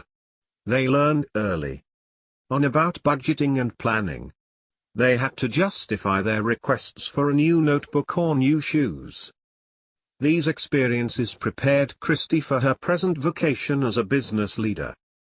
Of course, extreme frugality can have a negative effect, especially if it feels like deprivation. In some cases, individuals who experience this during their childhoods may ultimately decide that any caution in saving or spending is not worth repeating in their own households. Time will tell if children in extremely frugal homes will view the frugal lifestyle of their upbringing positively. Some financially successful Americans who had this type of background have been able to take the best aspects of extreme frugality and use them to their financial advantage. Young CPA lives by the principles found in their Millionaire Next Door. The early experiences and continued support of financial mentors can have a significant impact on financial success and can prepare those who receive any type of considerable financial gift from avoiding the trap of increased consumption based on the windfall. Consider the following case study of a millionaire next door who maintained effective financial behaviors despite a considerable gift from her parents. My father wrote this piece in 2014. Many millionaire next door types and those on their way were raised in a nurturing environment filled with harmony, mutual respect, discipline, and frugality. As an example, here is a case study from one of my readers. While still in high school, my parents had both my brother and I read The Millionaire Next Door. The topic was something that interested us both, and we saw numerous similarities in there. Where our parents ran our family. My dad was a long-time state employee who worked 37.5 hours a week and was always present in our lives. My mom was a stay-at-home mum who loved shopping at garage sales. We ate out 4 times a year. My brother and I worked since we were very little because we enjoyed it. My parents gave us each an allowance so we could learn to manage money and not just ask for it whenever we needed it. My brother and I are now in our late 20s, and the lessons we learned when we were young have paid off. We lost my mom 3 years ago, and due to her passing, our family has received a substantial amount of money. My father has kept a significant portion of it, but also passed down approximately $250,000 each to my brother and me. My dad has continued to live in the same house he had before and still drives his 2003 Toyota Avalon. My brother opted to buy a house in the same neighborhood and still works and drives his 2005 Toyota Camry. I still work at a very demanding job as a CPA, and choose to live in a house with 4 other girls, which is great for many reasons, including rent well below the average just outside of Washington, D.C. I have left their inheritance in my investment account and continue to aggressively save 20% of my income for retirement. We are not misers, and we all enjoy some little luxuries. For me it's travel, for my brother it's good food, but it is all within our means. I tell this story because I think my brother and I are anomalies in America today. When most 23 and 26-year-olds, the ages we were when we received the inheritance, receive such a large amount, and oftentimes, when they receive even smaller amounts, The kids quit their jobs, buy a fancy sports car, spend it all on shopping sprees and travel or numerous other activities. My brother and I kept our jobs, kept our same cars, and have not changed our lifestyle one bit, simply because we know how to be content. So, by preparing their children early in life to have a healthy view of money and equipping them with the tools to effectively manage it, these parents gave their kids, and themselves, their invaluable gift of liberation from economic outpatient care and a running start toward early financial independence. The experience of hyperspending. The head of a wealth management firm who works primarily with high income, high net worth individuals in the Southeast shared with us that his clients' wealth experiences were different than those featured in the Millionaire Next Door. Most of his clients are wealthy not because they are frugal but because their income is so high that, for the most part, it covers their expenses. Indeed, there are some people who may be able to amass great wealth without having to be frugal. In a similar vein, in Stop Acting Rich, my father profiled people he called the glittering rich. These are people whose incomes and net worth are so high that most of them do not have a household budget. They don't plan. They don't seem to need to. No matter what they spend their money on, it's just a fraction of their overall net worth. In other words, even the glittering rich spend below their means. If you are in this group, fantastic. You are in the top 1% of wealth holders in the United States. Starting out with a high income, but without achieving that elite glittering rich level, could lead one down a different path. Contrast an upbringing that is steeped in frugality and fiscal constraint with one of profligate spending and in displaying consumer behaviors that are in no way constrained. Yes, the glittering rich can do this with little consequence for generations beyond. But some of the income statement affluent persuasion or under-accumulator of wealth persuasion, likely model conspicuous consumption in what they drive, wear, or accessorize with, or in where they travel and how they entertain. In effect, this is telling their children and others around them that they spend money and what they value. Let's imagine that children of high income, self-made parents experience this type of childhood.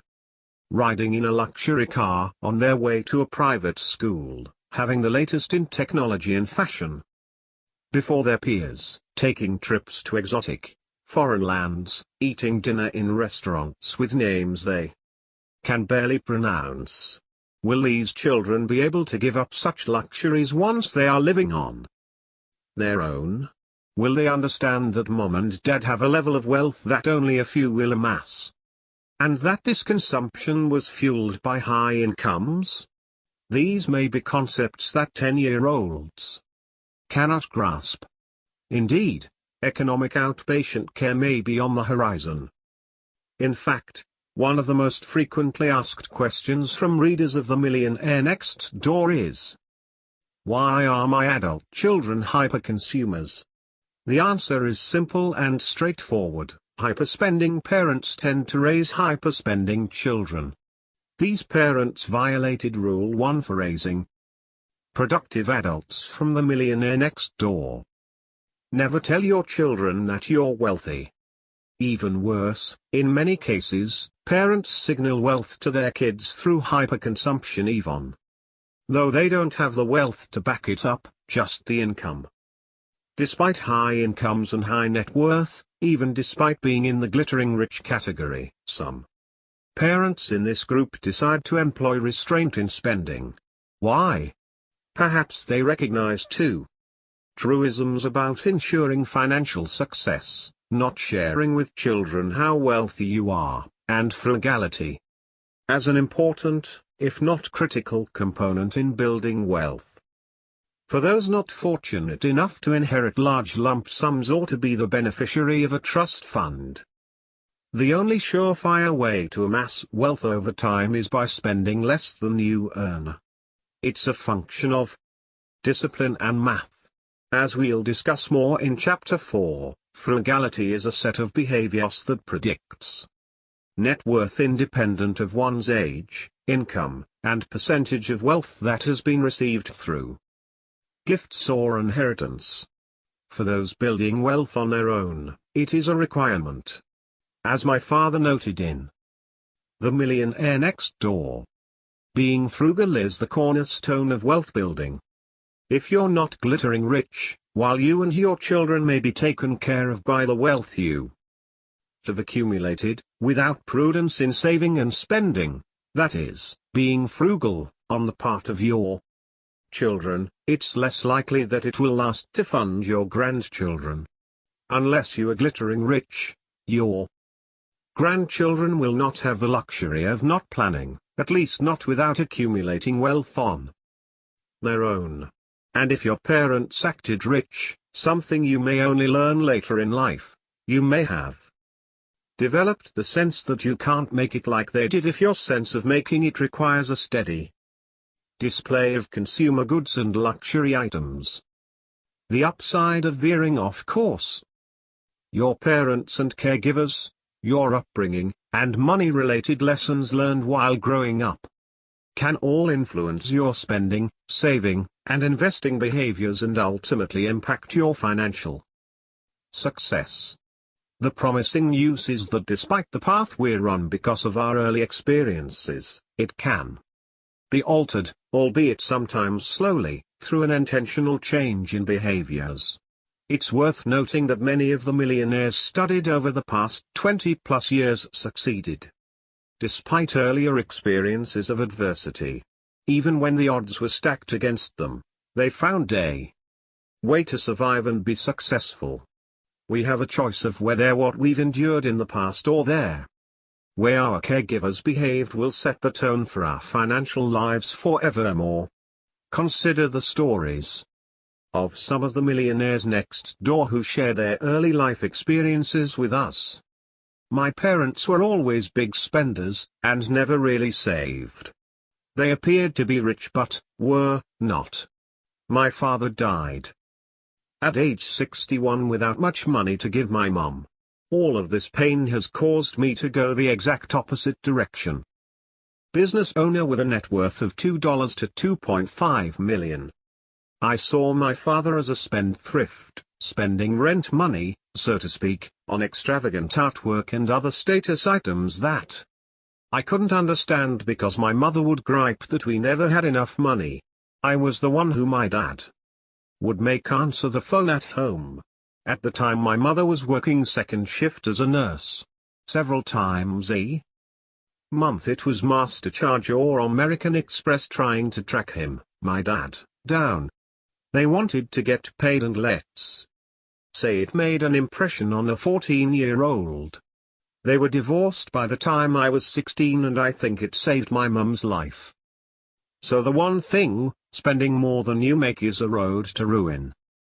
Marketing executive from Ohio with a net worth of $7 million.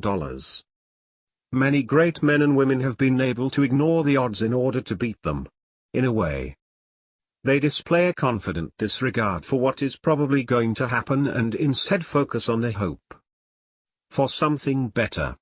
Think about the failure rates for new businesses, the likelihood of becoming a leader within an organization, the chances of marital success, or the possibility of becoming financially independent. If we paid too much attention to the odds without considering our own behaviors and choices, we might not try in the first place. Consider this example from a soon-to-be millionaire next door, an engineer from Wisconsin. I was 23 years old, newly divorced, with no job skills and struggling to support 2 kids on a minimum wage job. My grandparents were traveling in the area and dropped in unexpectedly. My phone was disconnected, so they couldn't call ahead. My grandfather asked the most important question I've ever been asked: why do you want to live like this? Of course, nobody wants to live like that, but he explained that we live in America and you don't have to be broke unless you choose to. Eventually he persuaded me to go to college and get a degree in engineering. Only in America. Or the case of this executive from Georgia, who now has a net worth of $1 to $1.5 million. My mother, who was close to retirement, lost her job a few years ago. This event put extra pressure on my father, who was 4 years older and working to pay for a new expensive house that they had just purchased with a 30-year mortgage. Throughout my life growing up in my parents' home, it always seemed that my parents were financially strapped. Always paying for things with credit, financing new cars, etc. Looking back on this pattern of behavior, I vowed to not live the same way with my family and have done a decent job of staying out of debt, paying for vehicles with cash except for the big fancy home with a large mortgage that we owned. This is an eye-opener for me. In my family, I was the only working spouse. My wife stayed home with the kids.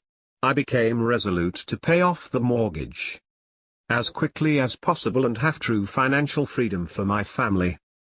The cases above represent just a few of the stories and anecdotes collected over the past 20 years that demonstrate there are ways around an upbringing that is less than ideal for building wealth. These economically successful individuals, perhaps because of these early experiences, sought a life that was financially free, and set about achieving those goals. But, the change in trajectory came because they altered their attitudes toward financial goals and, most importantly, their behaviors, aligning them both to be conducive to building wealth. The real American dream? In our hyper-consuming, distracted society, we forget, or ignore, the great freedoms we are afforded. In the United States, freedoms won by individuals who sacrificed much. Many of the millionaires who share their stories with us have little or no recollection of their family's journey to this country. Many of us have no concept of our ancestors' journeys, the price they paid emotionally and psychologically and financially for the voyage to live and work in the United States.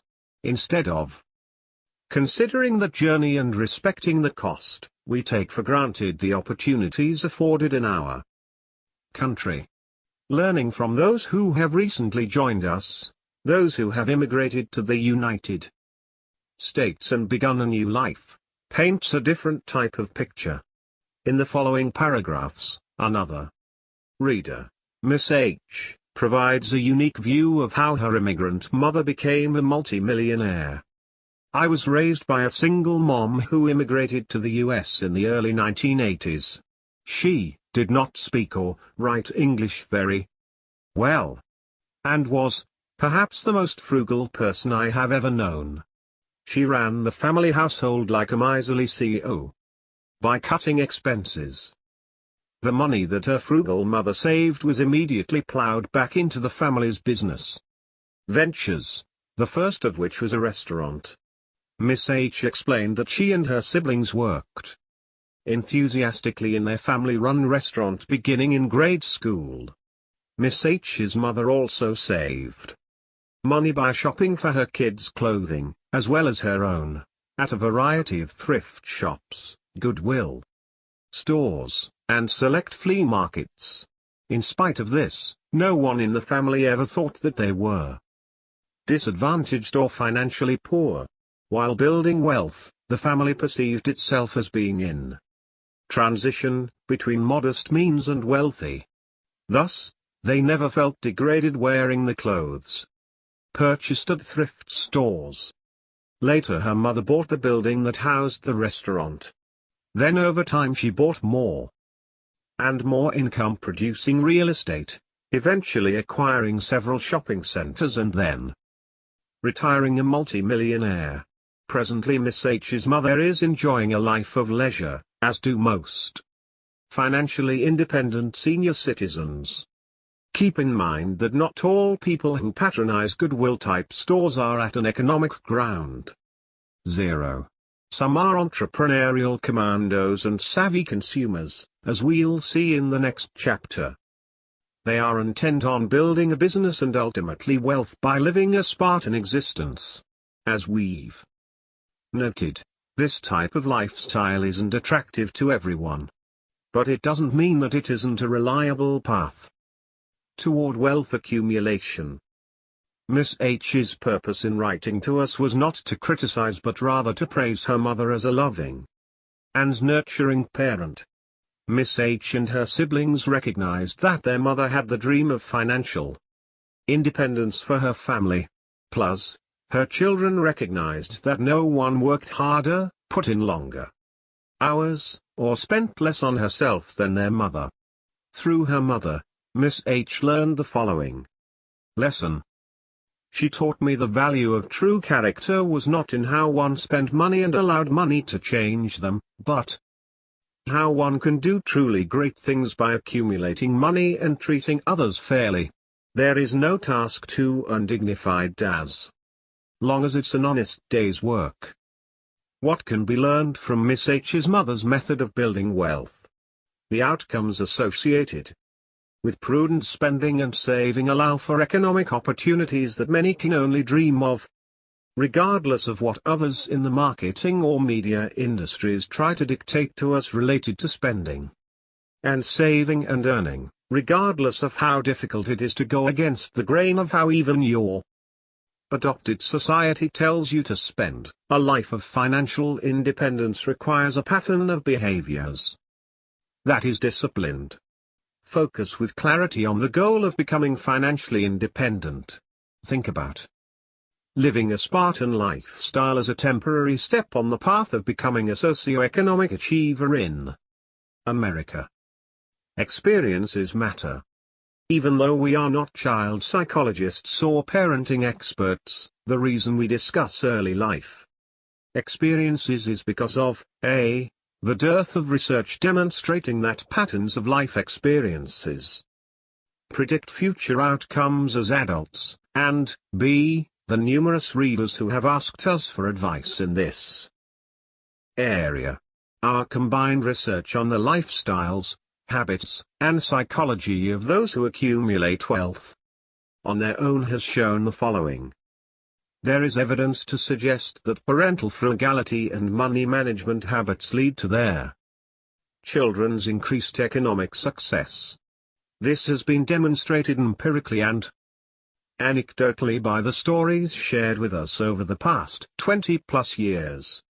Regardless of what type of financial behaviors parents model to their children, ultimately their choice is to continue those behaviors, or not, lies with each individual. Yes, many millionaires start off with frugal parents, but only 32% of our millionaires said their parents were better off than those of their high school classmates. And as is still the case today, few millionaires derive income from the fruits of a wealthy relative.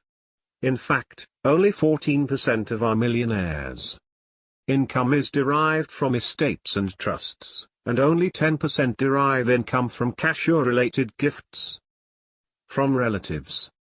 Marriage and building wealth. As we spend, on average, 2.5 hours with our spouses each day. 6. It is easy to understand the influence of marriage on our financial and wealth-related behaviors and success. Millionaires in past surveys and in our latest research have consistently been married or remarried and have consistently cited their spouses as critical to their economic success. In our latest survey of millionaires, 93% are married or remarried, and more than 80% of them agreed that having a supportive spouse was one of the key factors in their economic success. The National Bureau of Economic Research found their median net worth of married couples between 65 and 69 was 2.5 times that of a single person in their same age range. 7. And staying together in a loving, respectful relationship has economic benefits. Ohio State study found that divorce decreases wealth by an average of 77%. 8. Within the roles of a household, as we'll discuss in Chapter 5, someone has to take on the various tasks related to financial management. This is easier if both spouses are on the same page, even if they are dividing the tasks. Financially successful couples tend to work together on their finances and generally agree about goals and methods for reaching those goals.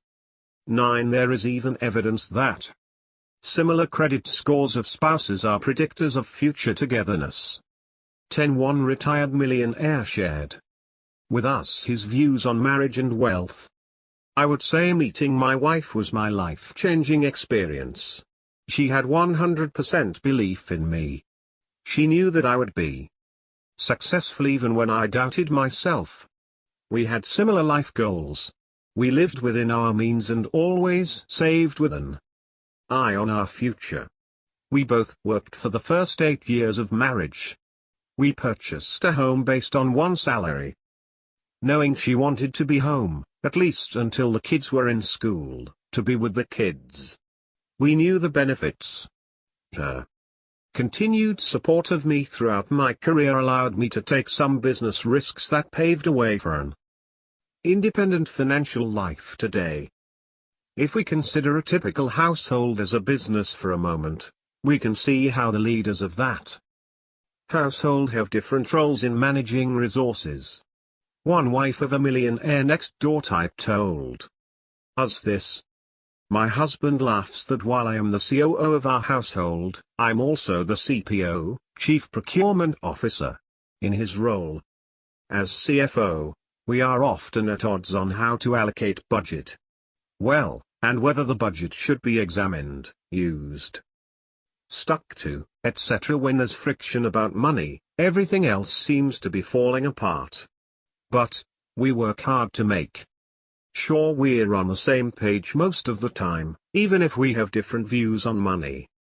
In some cases, one spouse has to take on the lion's share of financial management. Again, this is ideal especially if one of the spouses tends to be on the spendthrift side of the spectrum, which, according to the wife, is the case with this millionaire next-door couple. My husband became interested in our finances only a few years ago, as we move into retirement. We've been married 32 years. If it wasn't for me, I do not think we would have any savings to speak of. We had to separate our personal spending early in our marriage to keep the peace. He needed a free spending account, while I've handled the household expenses and savings. In the millionaire mind, nearly all millionaire respondents reported that their spouses were honest, 98%, responsible, 95%, loving, 95%, capable, 95%, and supportive, 94%. Most of these millionaires knew that their future mates possessed these qualities before proposing to them. A Danko millionaire and senior corporate executive told us about how his wife had played into his success. After 2 years of marriage, he had asked her what she wanted for her birthday. She replied that the best gift in the world would be for him to return to college and finish his degree. She offered to downsize into student housing and to work full-time to support them. This gift ultimately bore major fruit in terms of his career and their lifestyle. We were reminded of this case study when we read an email from a senior corporate sales executive named Owen.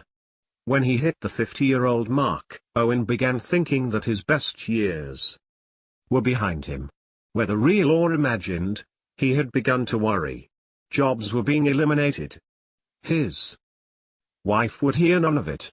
She fervently believed in her husband's career future and spent $5,000 of her own money to hire a top-level career placement professional to help Owen land job offers.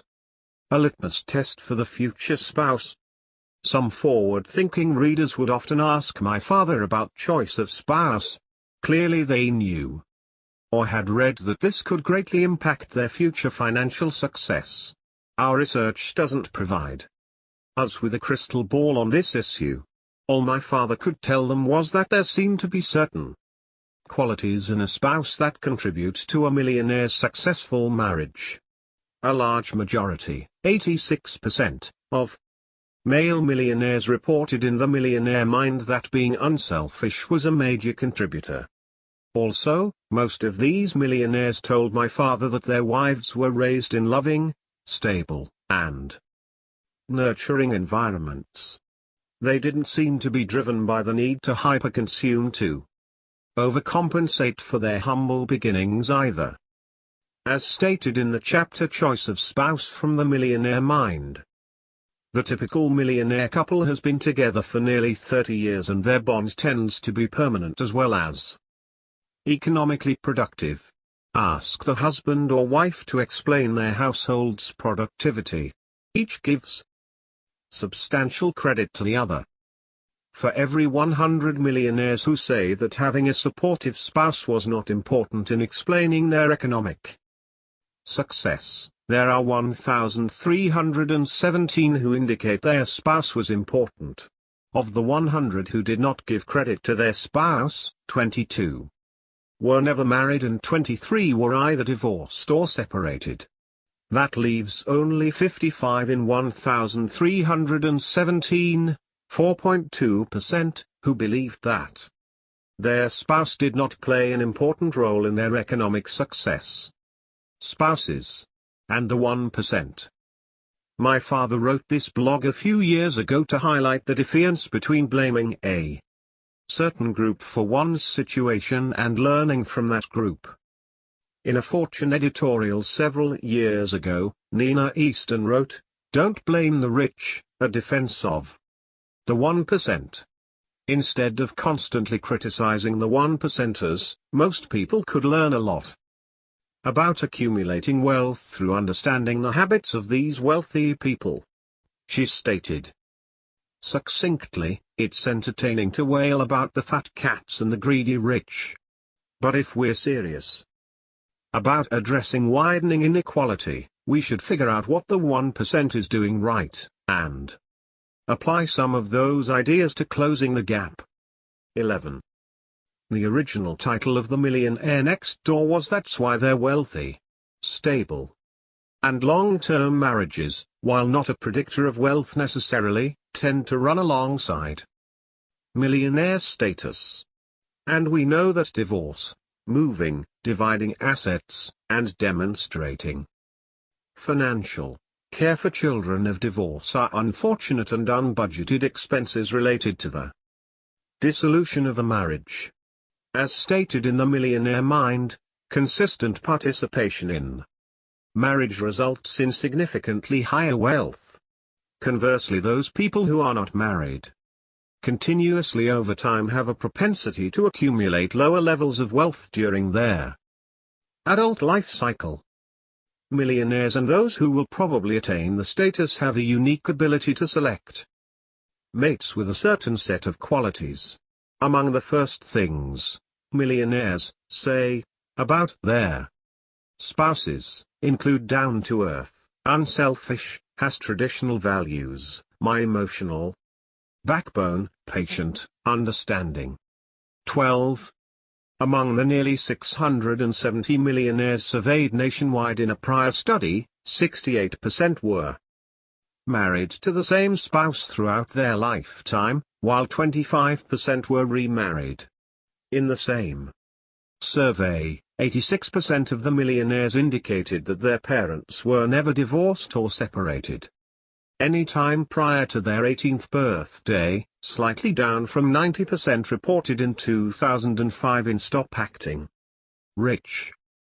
It is well documented that income is a high correlate of wealth. High-income households tend to be of the traditional husband-wife type.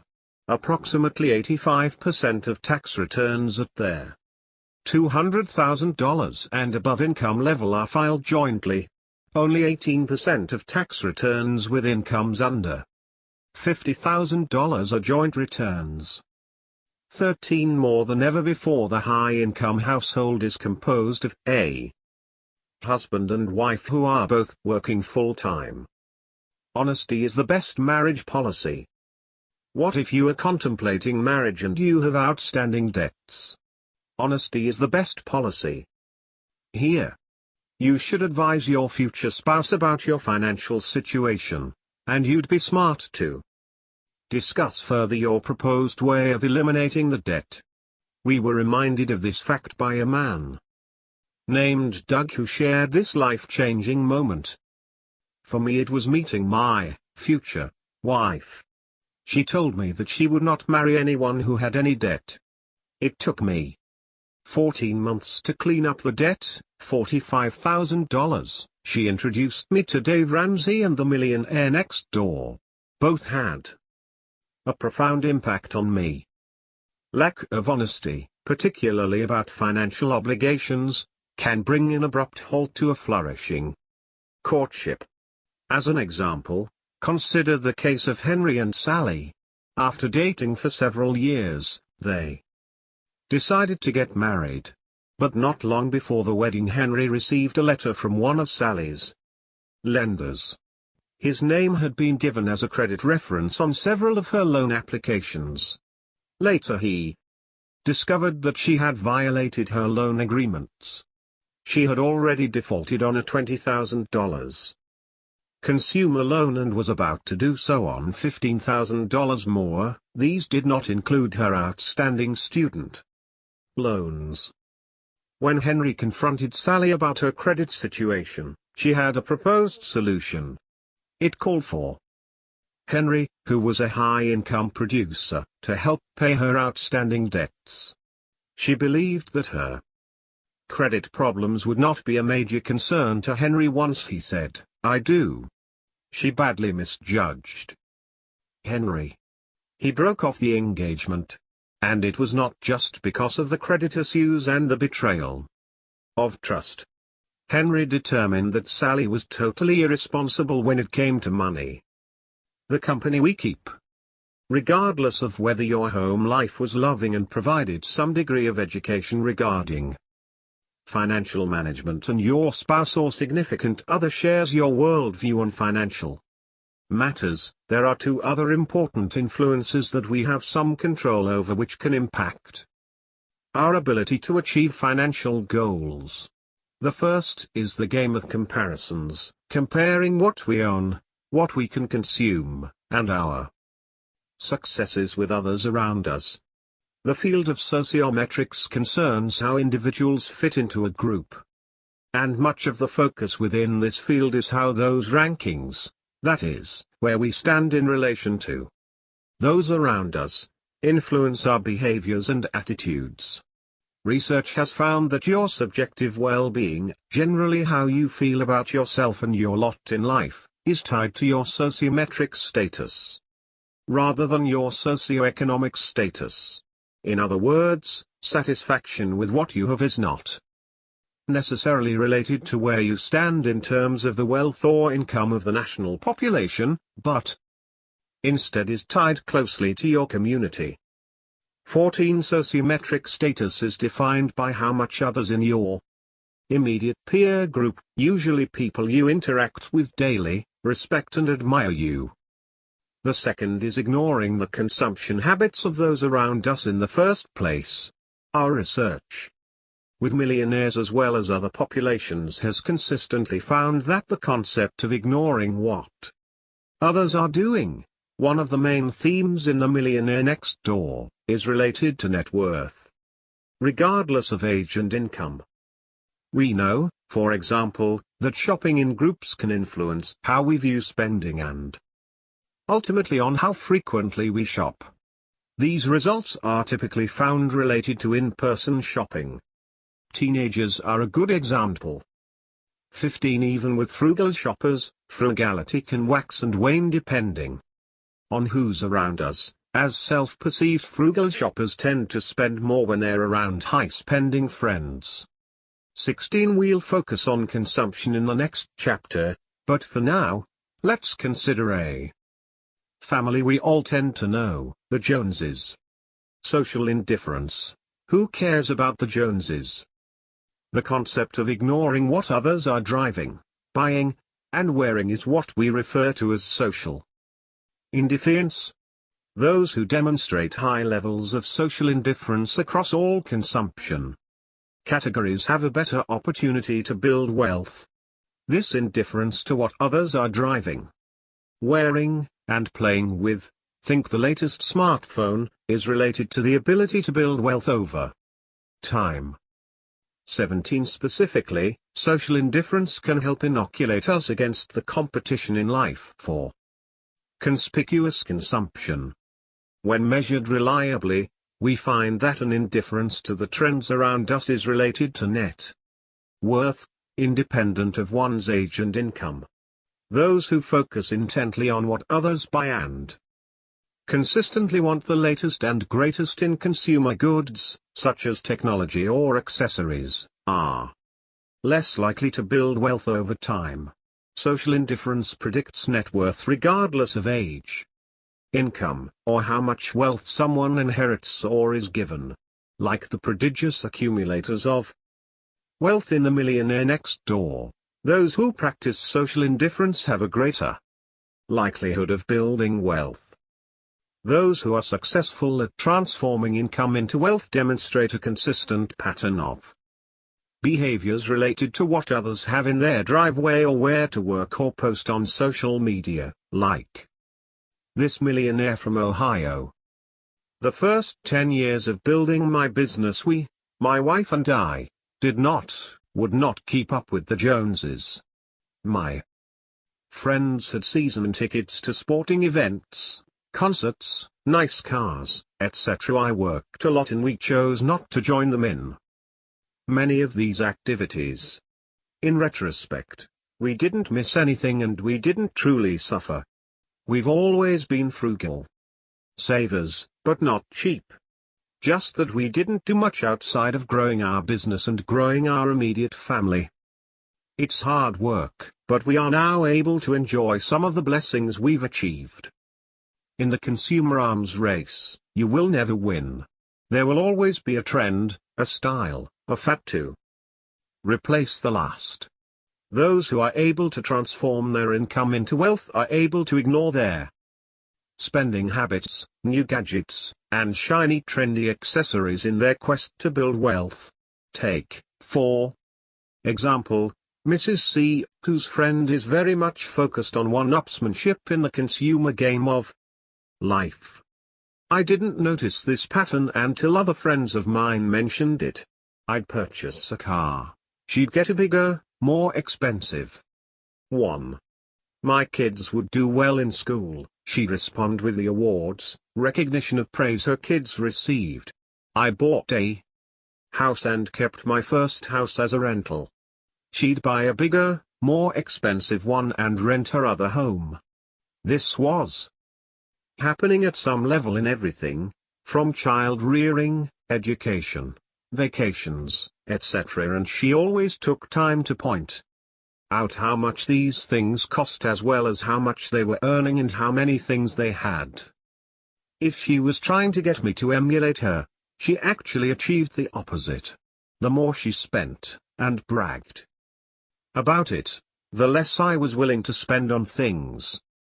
When a little girl asked if Mrs. C's friend was rich, Mrs. C told her, having all those things only says how much the neighbor has spent, not how much she is worth. Mrs. C then thought to herself, I am secure with my financial situation and I'm on track to have a comfortable retirement. According to my neighbor, she is waiting for the payday to arrive that will fund her retirement. Keeping success to ourselves. Have you ever wondered why so many millionaire next door types understate their considerable socioeconomic success? They don't have a strong need to display their economic productivity by buying luxury products and expensive homes. In a major way, their Real achievements are the badges of their success. For example, financial success, especially economic independence, is its own reward. Conversely, those people who have an insatiable desire to publicize their considerable ability to spend predictably end up as members of their income statement affluent crowd. Yes, it costs a lot of money to convince the faceless crowd that you are a big income producer. Typically, these people are living on a hyper-spending treadmill. Along with not playing the comparison game is the concept of status. Demonstrating status to others through our consumption patterns. As we've seen in the study of millionaires, decamillionaires, as well as in our research with mass and emerging affluent, those who are indifferent to the Joneses, and do not have a need or drive to demonstrate status to others, are in a good position to achieve financial success. Consider, for example, successful members of the entertainment industry who are content with being behind the scenes versus in the spotlight. My father was struck particularly by an article in the Wall Street Journal that demonstrated this principle. 18. Diane Warren has written more than 1,500 songs for everyone from Celine Dion to Rod Stewart. In fact, her client list reads like a who's who in popular music. I have found that most of the people in the singer category are hyper-consuming income statement affluent. They constantly need to be on stage in front of an audience, and not just to earn a living. In one way, these people are primitive life forms. They personally have to hunt and gather income and fans relentlessly. But Diane Warren is just the opposite. She's a member of the group that anthropologists refer to as cultivators. Cultivators plant seeds, grow crops and trees, raise cattle and write songs. Songs, unlike live performances, can be inventoried and can pay royalties to the writer for more than a lifetime. According to the article, Miss Warren doesn't care if the average listener doesn't know she wrote the song. I want them to believe the singer so much that they believe they wrote it. I just want my name on it and on the check. The need to display success via consumption, whether that involves cars, homes, or experiences, is a major impediment to building wealth. Teach your children about the beauty of cultivating and the harsh reality of being a perennial hunter-gatherer. In Stop Acting Rich, this question highlights the impact of consumerism and how one might combat its effects on children. What happens when your children attend school and or interact otherwise with kids who display an abundance of expensive consumer products? Your children are likely to ask you why you do not supply them with the same collection of products. Tell them. Never judge the true quality, the caliber of a person, by what can be purchased. Often people who dress and drive as if they are rich are not. 19. Feeling good about ourselves is tied to our standing in our immediate social groups. Some of us are more influenced by our social group than others. While spending time with friends can have a positive impact, it could be negative if we compare ourselves to others who are consistently spending beyond their, or our, means. You may find yourself unhappy and broke. The trouble with the status of doctors, physicians and surgeons earn more than 4 times as much as the average American each year. $210,170 compared to $49,630. Note these are averages and not the median.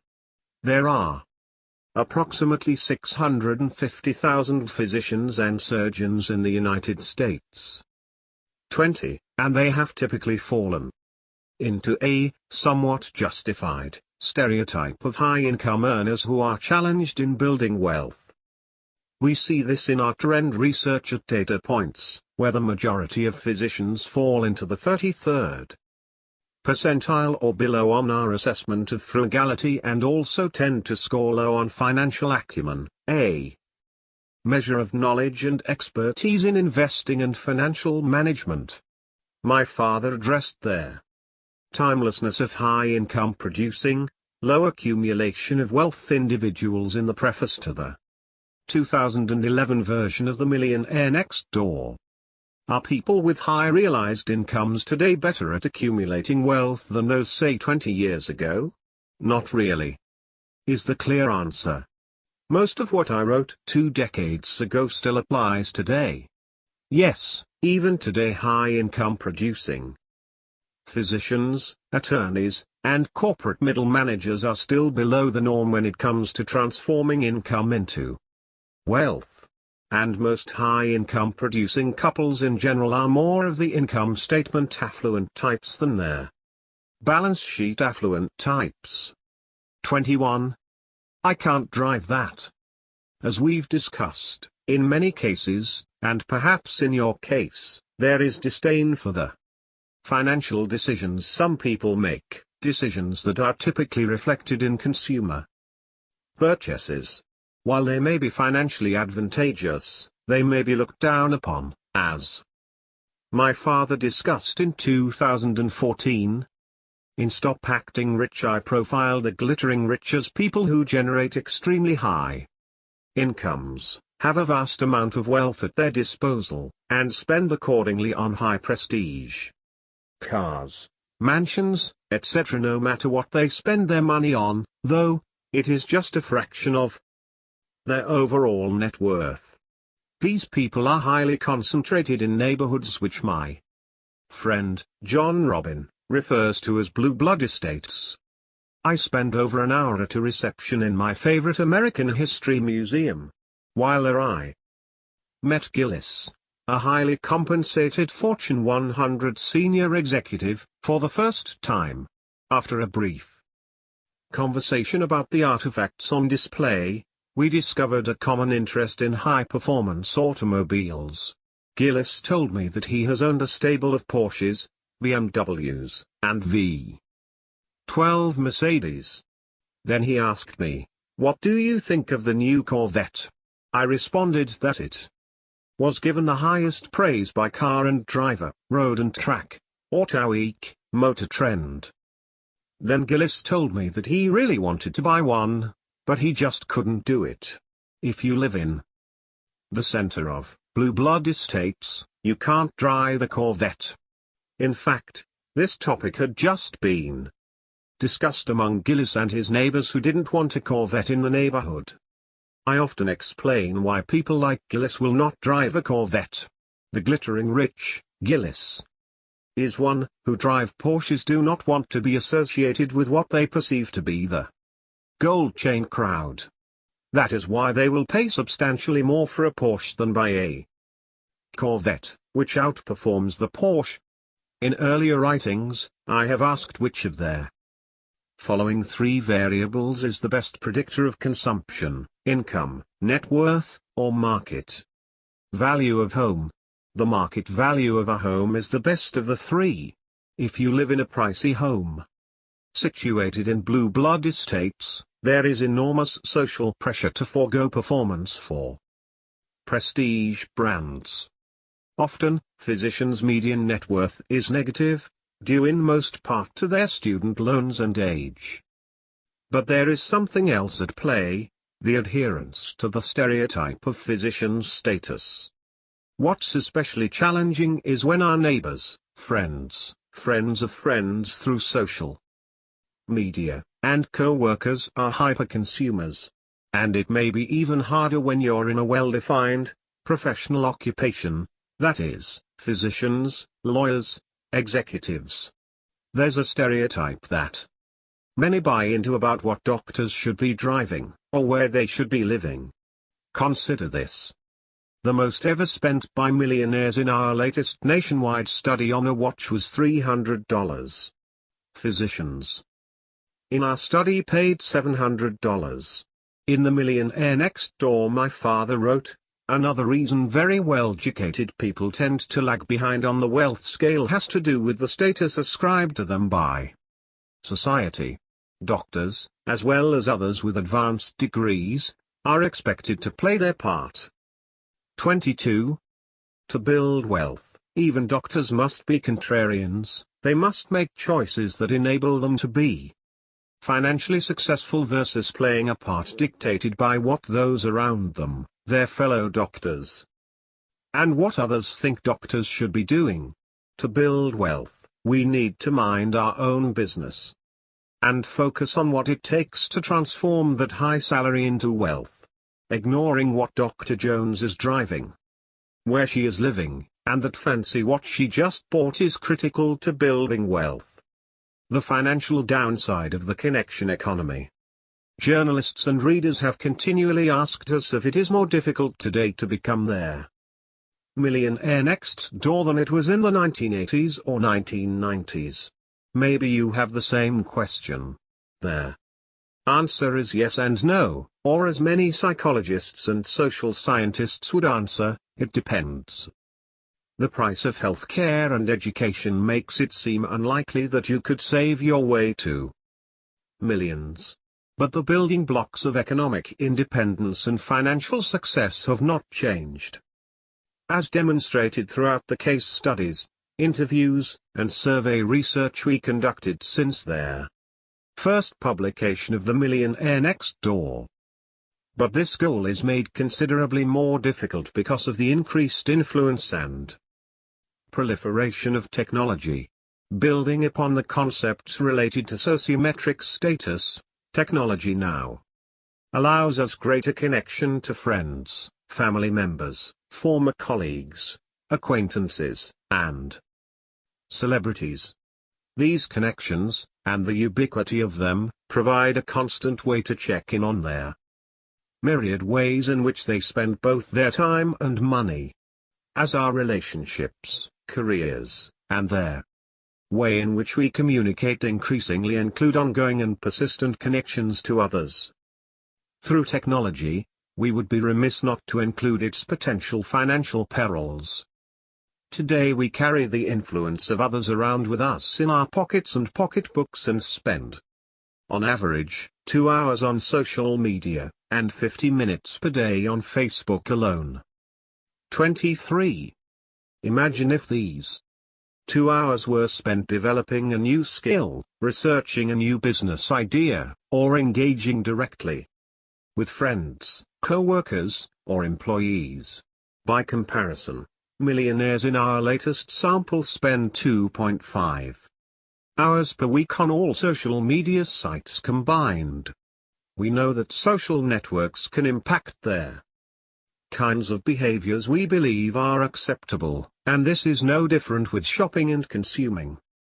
What our friends are buying, wearing, and displaying can impact us psychologically through our desire to conform. The more time we spend on social media, the more the marketing of products, services, or experiences will affect our buying habits. 24. As one millionaire in a recent interview told us, now you see this instantly on Facebook, you see all of these people with what look like incredible lives, but it's not that way. Another millionaire was more critical: if people spent even half the time they spend on curating their image on social media, we would all be a lot better. Certainly, they would be a lot better off. It's a time drain that leads to nothing, it's ephemeral, it's not a lasting product of any value. All that time is wasted and people neglect to spend time on serious things that matter. Connectedness, it seems, comes with a cost, the cost of our cognitive and emotional attention, and when we consider our financial goals, our money, we have become accustomed to new, shiny, and now, more than in the 1990s, the proliferation of technology makes us like mice in the Skinner box, constantly touching our phones to get the next pellet of news, drivel, or consumer goods. Scientists have linked activity and satisfaction from screen time with dopamine and equated its use to other addictive habits. 25. Particularly if we are easily persuaded by either the consumption habits of others close to us, family, friends, neighbors, or others we see on social media, celebrities, politicians, professional athletes, that connectedness must be tempered with restraint to achieve economic success. The new marketing.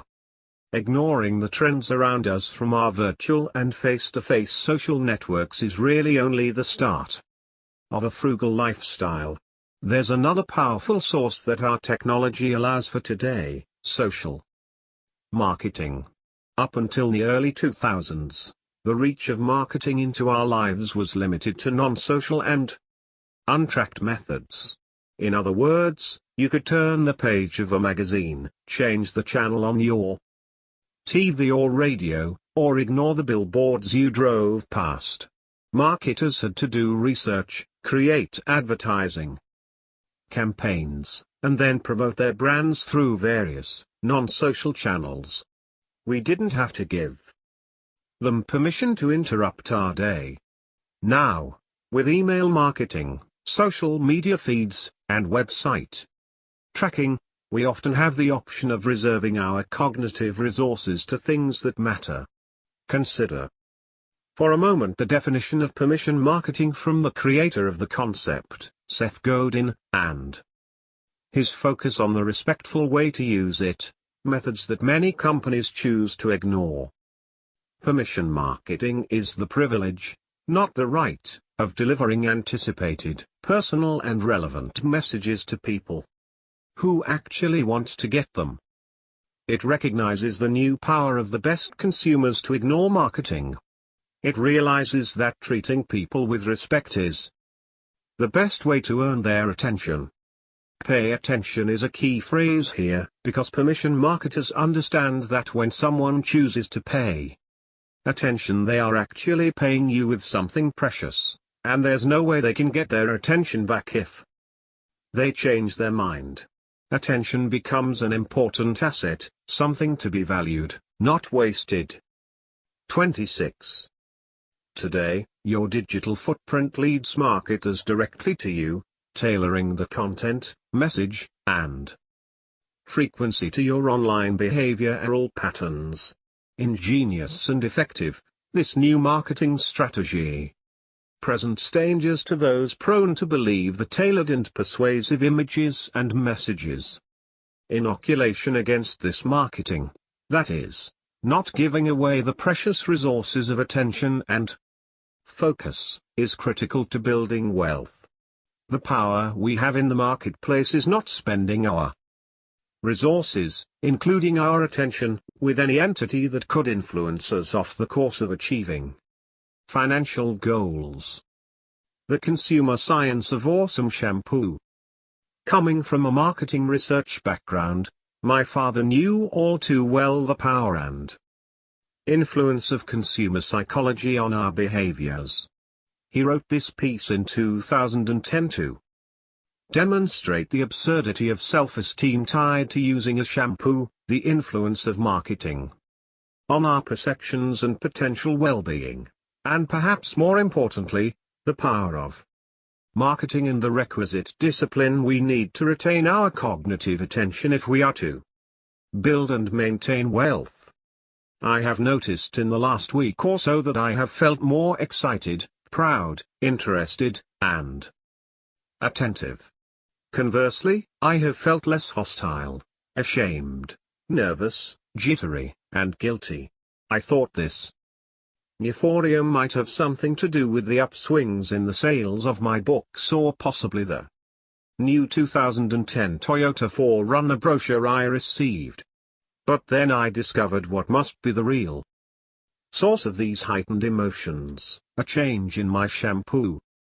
In the summer of 2010, I found a bottle of Pantene Serious Care for Beautiful Hair shampoo in our shower and started using it. I haven't had a bad hair day since. And then I read This insightful article in the Wall Street Journal, which explained how Procter & Gamble went to extraordinary lengths to study how it can encourage more consumers to buy Pantene products. 27. Spending heavily on marketing research seems to be well worth the effort. According to the article, P&G's Pantene has $3 billion in sales. In P&G's latest study, it surveyed nearly 3,400 women and had them rank the intensity they experience regarding 20 emotions relative to their hair. Bad hair was found to be associated with the emotions of hostility, shame, and irritability. P&G went as far as to hire a Yale University professor of psychology to analyze the survey results. The professor, Dr. LaFrance, found bad hair negatively influences self-esteem, brings out social insecurities, and causes people to concentrate on negative aspects of themselves. 28. Who knew? Of course, I'm sure that P&G's promotional messages about Pantene will promise the end to bad hair days. Consequently, it is implied that users will experience enhanced self-esteem. And I thought that one had to build wealth and become financially independent to do the same. In Stop Acting Rich, I mentioned that my mentor, the distinguished professor of marketing, Dr. Bill Darden, often told his graduate students the following: get ready to compete in their marketplace with some real talent. The really brilliant ones in America don't work for the State Department. Not even in medical science labs. The great minds are working in marketing, designing ways of convincing us that one brand of a hemorrhoid remedy is superior to another. That one wash detergent will produce whiter whites, thus assuring mom will continue to be loved and admired by her husband and kids. He was quite serious when saying this. If Bill were still with us today and we could ask him to evaluate the marketing efforts associated with the liquor or hair care industry, he would likely tell us that, clearly, some of the very best minds in America are at work marketing shampoo. Consider this quote from the leader of one of the largest marketing companies in the world, as he explains the power of the data we leave behind, that is, big data, and engagement in marketing. As shopper behavior continues to change and shoppers' engagement expectations increase, advertisers must employ holistic strategies that deliver both mass-distributed offers for reach, as well as relevant, targeted content through both traditional and digital methods. Meeting these growing expectations while delivering value to consumers demands effective analysis of the big data created in the marketplace. 29. The power of data analytics and the footprints we leave online leave little doubt for marketers as to how to cater each product and service to us. The millionaires next door continue to ignore this hype and noise, as they did in the 1980s and 1990s. Those who are susceptible to the constant reinforcement of media and technology will find they need extraordinary discipline to ignore their hyper-targeted ads and pseudo articles that appear side by side with posts of their friends' pictures. Think about marketing today and how you might come to believe the hype about the Pantene shampoo discussed in the sidebar above. Content marketing would have led you to read an article in Good Housekeeping or Audiobook that appeared to be written by an editor or staff writer, but in fact was written by P&G. Social media advertising would follow you around the web after you searched for shampoo on Google, so that every site you visited that had paid advertising would present shampoo. When you finally decide to purchase shampoo, the ratings provided on Amazon or elsewhere were bought and paid for by clever marketing companies that provided products in exchange for honest ratings of bought and paid for raters. P&G spent $7.1 billion on advertising in 2017 to influence us 30. To build wealth today, we must become keenly aware of the kinds of information being presented to us, the source of that information, and the influence it could potentially have on our shopping behaviors and self-esteem. I don't fault companies for using the most effective marketing methods and mining data. That's their business, and we must remember that we are the target. Those who focus on building and sustaining wealth will be wise to remember that nothing is really free and always will be. The trend of frugality. Some of the critics of the Millionaire Next Door seemed to display an air of superiority about their frugal shopping behaviors of those people profiled in the case studies. It's interesting that their economic downturn of 2008 to 2012 turned being frugal into a trend. Shopping at off-retailers, upcycling and recycling, and making things at home were in vogue. The trendy frugal were more than happy to extol the virtues of living below their means. Occasionally, when it was convenient, and when they were still able to demonstrate their success via how frugal they were, particularly in buying name brands at offer prices. For this group, and for many of us unknowingly, the fashion of frugality comes and goes with the changes in the economy and trends. For example, like trends in other areas, the use of coupons by Americans is cyclical. Inmer is a global marketing research company that tracks both distribution, how many coupons companies are offering, and redemption, how many people are using the coupons. Their results provide a compelling look at frugality trends over time. In 2011, for instance, 3.5 billion coupons were redeemed. In 2015, only 2.5 billion were redeemed. Does coupon clipping make the millionaire? Not necessarily, and certainly not if the use of coupons is cyclical and the only method applied in their pursuit of financial independence. Those who are astute at building wealth demonstrate spending patterns that are more consistent and disciplined. So, the question of who can be frugal today is really, instead, who can be disciplined about spending regardless of the economy, trends, or where they are in life. Consistency and discipline are the frugal behaviors that are most important, versus simply following the trend with your temporarily pseudo-frugal neighbors. It's a consistent pattern of behaviors related to spending, not seasonal frugality. This idea is particularly relevant again today, at the time of writing this manuscript, as a robust economy, full employment, and a hot stock market have made frugality, once again, uncool. To be happy, stop acting rich. The pursuit of wealth in and of itself is a hollow one. The ability to spend with abandon and consume with little regard for what that consumption means for future freedom. Freedom, meaning not being a slave to work and perpetual revenue generation, is rife with shallowness. My father would frequently comment that money did not buy happiness, and that faith, relationships, helping noble causes, and creating meaning in one's life were the 1, 2, 3, 4, 5, 6, 7, 8, 9, 10 pursuits that led the millionaires he interviewed to greater satisfaction than their portfolio performance. In 2010, he wrote this regarding satisfaction and happiness in relationship to money. What explains happiness in life? I don't have all the answers.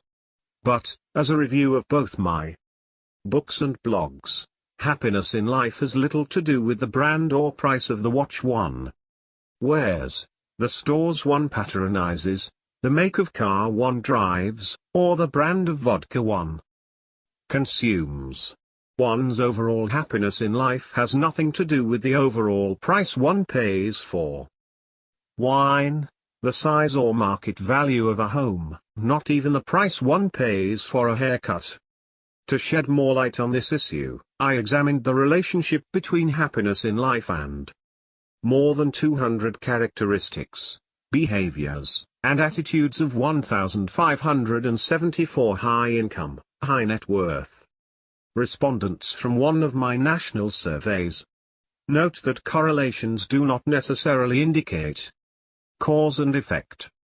Beyond health, family, and job factors, why are some people more satisfied with life than others? In terms of statistical significance, the higher one's level of happiness, the more likely he or she is to agree with the following statements, by rank order of variation explained.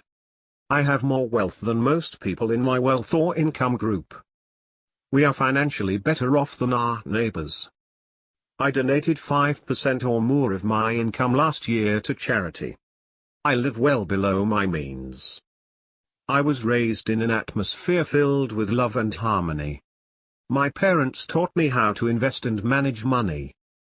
Politically, I am more conservative than liberal. I inherited less than 1% of my net worth. My spouse is more frugal than I am.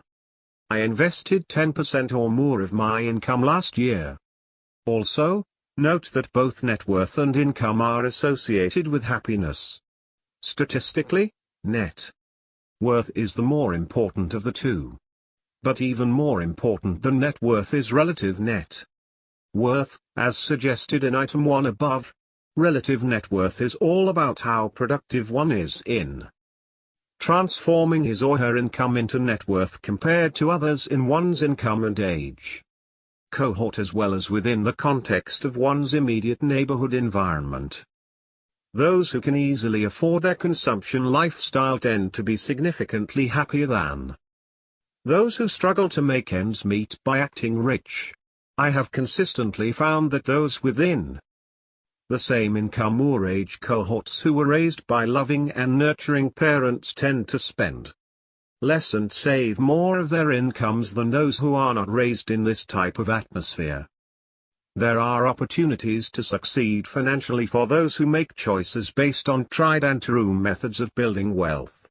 If you had positive experiences growing up related to all things financial, you may have developed a pattern of behaviors that will allow you to stay on the economic independence highway more easily than if you had the opposite experience.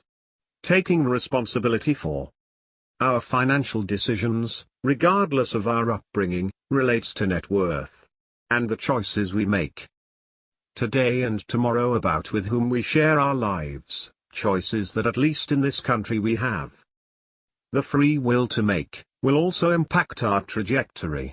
Choose carefully. Chapter 4. Freedom to consume. I tell my family members often that my goal is to earn interest and not pay interest. Millionaire from Georgia who retired at age 54. Economic success takes different paths. For those who make an average to above average income in the United States, the path to economic success necessitates a certain amount of restraint in consumption. It requires an awareness of and inoculation from the consumerism and affluenza that plagues many households with significant income levels. There are very few Americans who, with a modest to above average income, can sustain high consumption lifestyles and become millionaires in their lifetimes. We've seen that the majority of those who have become economically successful chose a path of moderation or simplicity in consumption while they were working toward economic success, like the Jacobson family in Chapter 1. In many cases, they continue this practice even after they become millionaires. Even if you have parents who modeled ideal financial management behavior and you managed to overcome obstacles to becoming wealthy, you may fall victim to heavy consumerism, fueled by whatever social groups or media may have an influence on you, or your own perceived needs that are fulfilled by the latest in consumer goods. Our freedom to consume, along with the freedom to choose How we spend our time comes at a cost. If we choose to take full advantage of it, we must fund it somehow. The cycle of working to spend is difficult to avoid even if you've decided to live in a modest home in a modest neighborhood and surrounded yourself with others who have a similar lifestyle. We are taught from an early age to consume, and America has much to offer professional consumers. In the frugal chapter of The Millionaire Next Door, my father wrote about their behaviors and habits of economically successful Americans in terms of consumption. 1. The frugal mindset, when applied to the consumption of consumer goods, can help a household live within its means and can lead to behaviors that encourage savings. For many, being a frugal consumer is a badge of honor, like on the TV show Extreme Couponing. But for others, frugality goes in and out of style depending on the economic conditions of the day. For the purposes of this book, and for the study of wealth in general, we define frugal people as those who have a lifestyle that is simple and economical, and who consistently live below their means. Those who are frugal demonstrate a pattern of financial behaviors that are economical in nature and below one's means. As we have noted in the past, living a frugal lifestyle allows an individual to comfortably afford the level of consumption in their household. Throughout the past 20 years, our research has demonstrated that millionaires report being frugal, and that when we split affluent samples into prodigious accumulators of wealth, the top quartile, and under-accumulators of wealth, the bottom quartile, these groups differ in terms of their agreement with statements related to frugality. In samples of mass affluent and emerging affluent heads of households, there is a clear relationship between a consistent pattern of frugal behaviors and net worth, regardless of age or income. 2. This is true for those in the high net worth camp, as well as those in the median income camp. Being frugal or at least having a simplistic consumption lifestyle requires equal doses of discipline and social indifference to trends. At its heart, a frugal lifestyle is highlighted by budgeting, planning, setting goals, simplicity, and discipline. Being frugal requires knowledge, ability, and personality, but most importantly, a certain set of behaviors that create a lifestyle that not everyone is willing to experience. Regardless of whether you earn your revenue as an executive, a teacher, or scrap metal dealer, frugality doesn't go out of style for those who are committed to becoming economically successful and financially independent.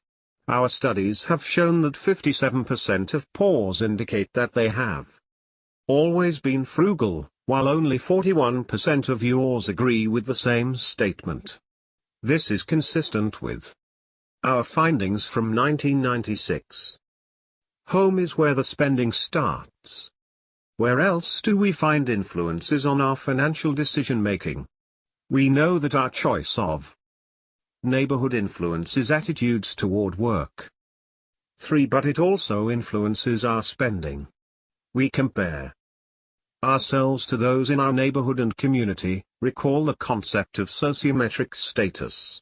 In Stop Acting Rich, my father wrote, the greatest detriment to building wealth is our home, neighborhood environment. If you live in a pricey home and neighborhood, you will act and buy like your neighbors.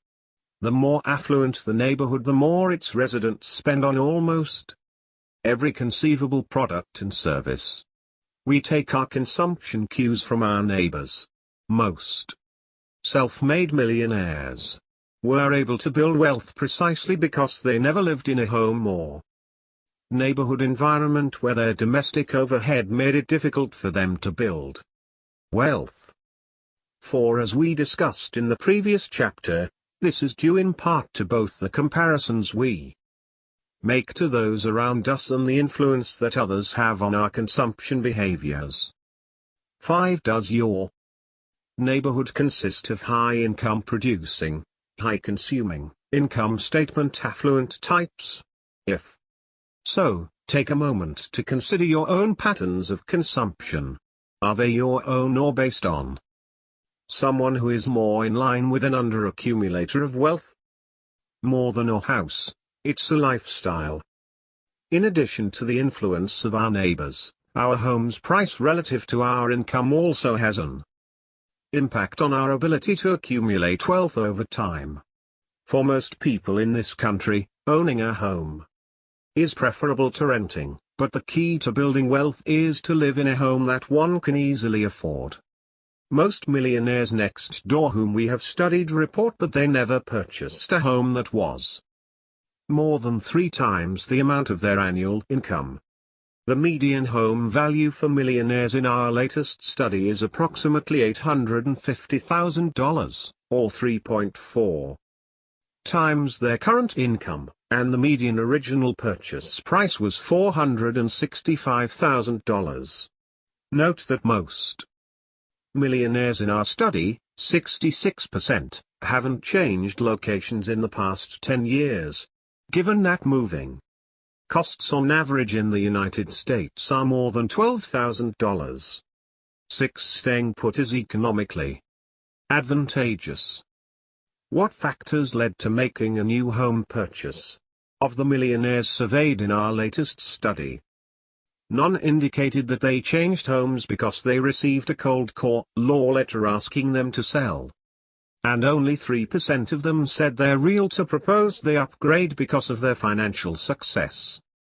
Instead, a new home purchase for this group was typically driven by quality, appearance, public schools, and neighborhood. See Table 4.1. A little less than 60% of these millionaires were motivated by an increase in income. Both professional and societal marketing tactics related to home ownership had little influence on millionaires in our study. Stretching for a home. When we talk about social pressures of home ownership, we could mean the broad pressure from your peer groups or family to purchase a home in a specific location, community, or neighborhood. Springfield has the best schools, and the Hampton Heights neighborhood has a lot of young professionals. We also refer to the pressure put on certain professionals, for example attorneys, who within the walls of high-paying law firms refer to an extra-large mortgage as an associate retention policy. Again, we see the impact beyond the financial cost of living beyond one's means. In this case, stretching for a home would ensure the young associate would have to continue working to fuel his and his family's house payment and inevitable lifestyle creep. In addition, another cost of stretching, as it's referred to, has to do with general wellness. Consider the following case study from a millionaire whose health and financial life needed revision. It was July 2006. I was within a month of turning 40 and I was driving home from work. I was having chest pains. My doctor told me I was very close to serious heart disease and diabetes in my current condition. I started working on my health seriously. When I started fixing one area of my life, I started noticing other areas that needed improvement. Financially, we were fairly typical of a middle-aged 6-figure income family. We had hundreds of thousands of dollars in mortgage debt, about $80,000 in consumer debt, and were basically living check to check. We were saving for retirement, but our net worth, including personal property, was just a little more than our income. We were told by several financial experts we were doing fine. We didn't feel fine. We woke up to our situation and started doing something about it. We set goals. We developed a plan and executed it. We paid off our consumer debt. We built an emergency fund. We paid off our home. today we are debt-free and over $1 million in net worth. We homeschool our children and live the life we want to. It has been a long, tough journey, and we still have several years to go before we're wealthy. Wealthy meaning we don't need to earn an income and will never run out of money. We have the goals and plans in place and we're working on them daily. Lessons from bubbles. The housing bubble and consequent economic meltdown in 2008 can provide some insight about their dangers of purchasing a home that requires more than 3 times your annual income and beyond. What can this teach us, and future balance sheet affluent Americans, about home values, income, and wealth? In 2010, a man named Jerry shared his concerns about his real estate situation with my father. Jerry was a computer programmer, and his wife was a part-time dental technician. The couple's annual adjusted gross income was about $100,000. They had 3 children. Just prior to the meltdown in the real estate market, the couple purchased a new home in a newly developed subdivision for $495,000. Between 2009 and 2010, 3 brand new homes similar to 1, 2, 3 Jerry's in the same subdivision were sold for $300,000, each as foreclosures. Ouch, said Jerry. His dream of reselling his home in a few years at a substantial profit quickly vanished. But his mortgage balance of more than $300,000 did not. All my father could do was to tell Jerry not to panic. Fortunately, things did improve for Jerry, particularly because his home is located within a public school district that has a national reputation. Other than the profit motive, why did Jerry and his wife trade up from a $280,000 home to one priced at $495,000? Here were his 3 reasons. First, a mortgage broker told them they could afford to make the payments. As stated in their Millionaire Next Door, this is the equivalent of asking a fox to count the number of hens in your chicken coop, or like asking your barber if you need a haircut. Who is giving you so-called advice on what you can and cannot afford? How much is their advice tied to their compensation? Second, the people in the neighborhood seemed to be similar to Jerry and his wife in terms of demographics and socioeconomic characteristics. In other words, their new neighbors had similar careers, interests, goals, and consumer desires.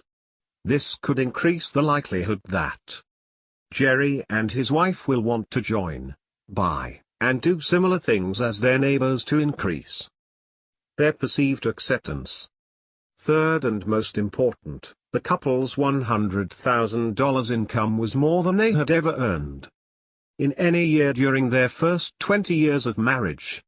Now, at the 6-figure level, they viewed themselves as rich.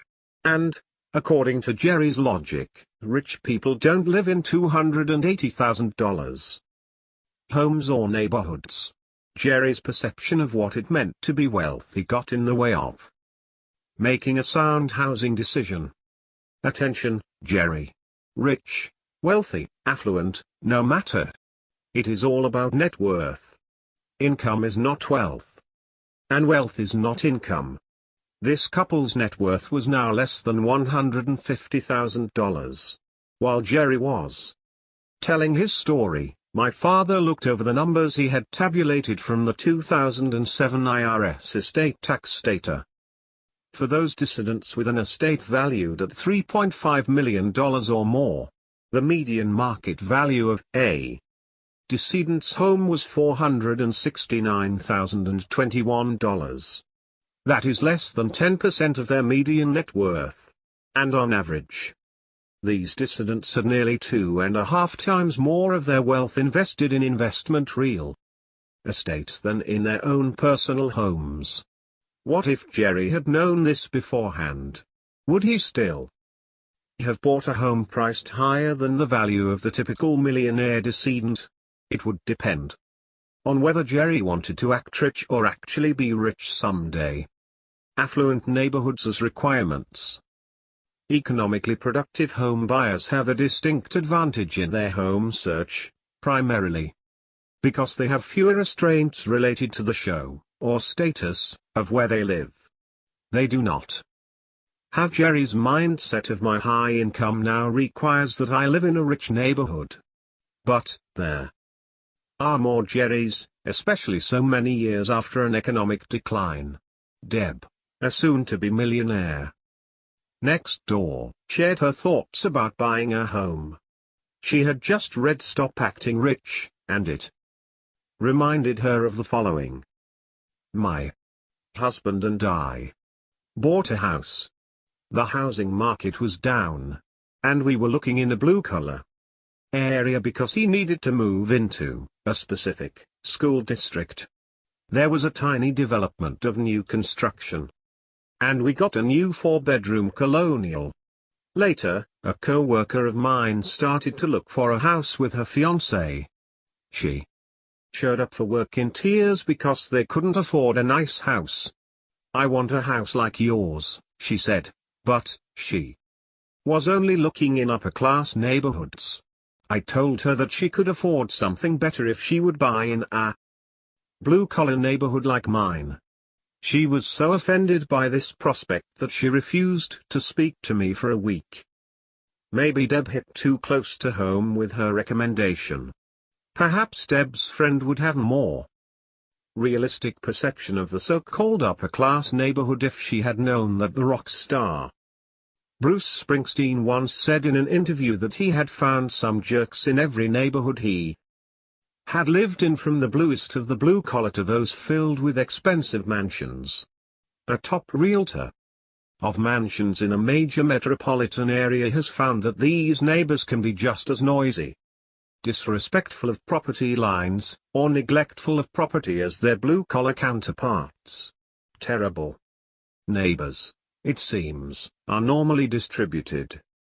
Deb's friend, though, was not alone in her reaction to economy in housing choices. As we've said before, frugality isn't for everyone. Consumption in moderation is not for everyone, either. One type of The Millionaire Next Door reader had quite a different reaction to the book than typical fans.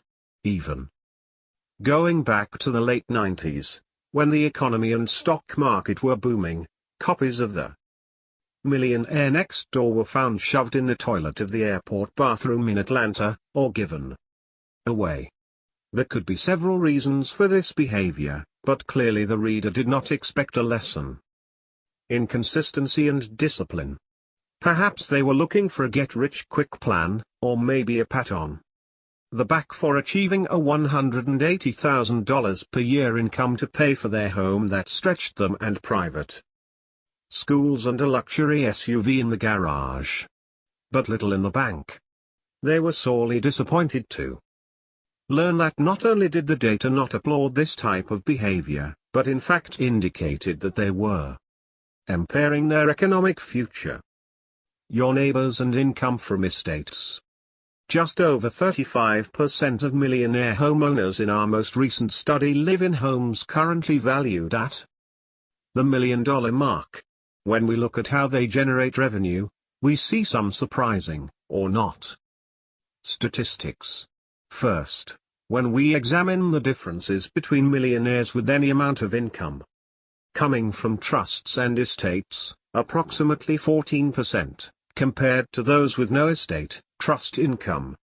86% of our sample, we see that there is a larger percentage of millionaires with income from trusts and estates living in million-dollar homes than the general millionaire population.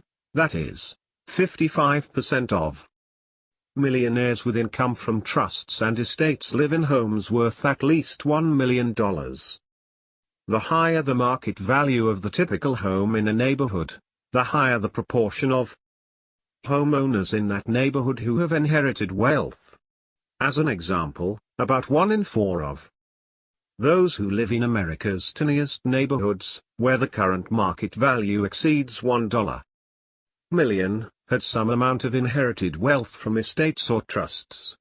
Contrast this with millionaires who live in neighborhoods where the typical home sells for less than $500,000. Only 8% of these homeowners received any income from estates or trusts. If your explicit or implicit goal is to emulate and fit in with those around you, you may be playing a game that's difficult to win.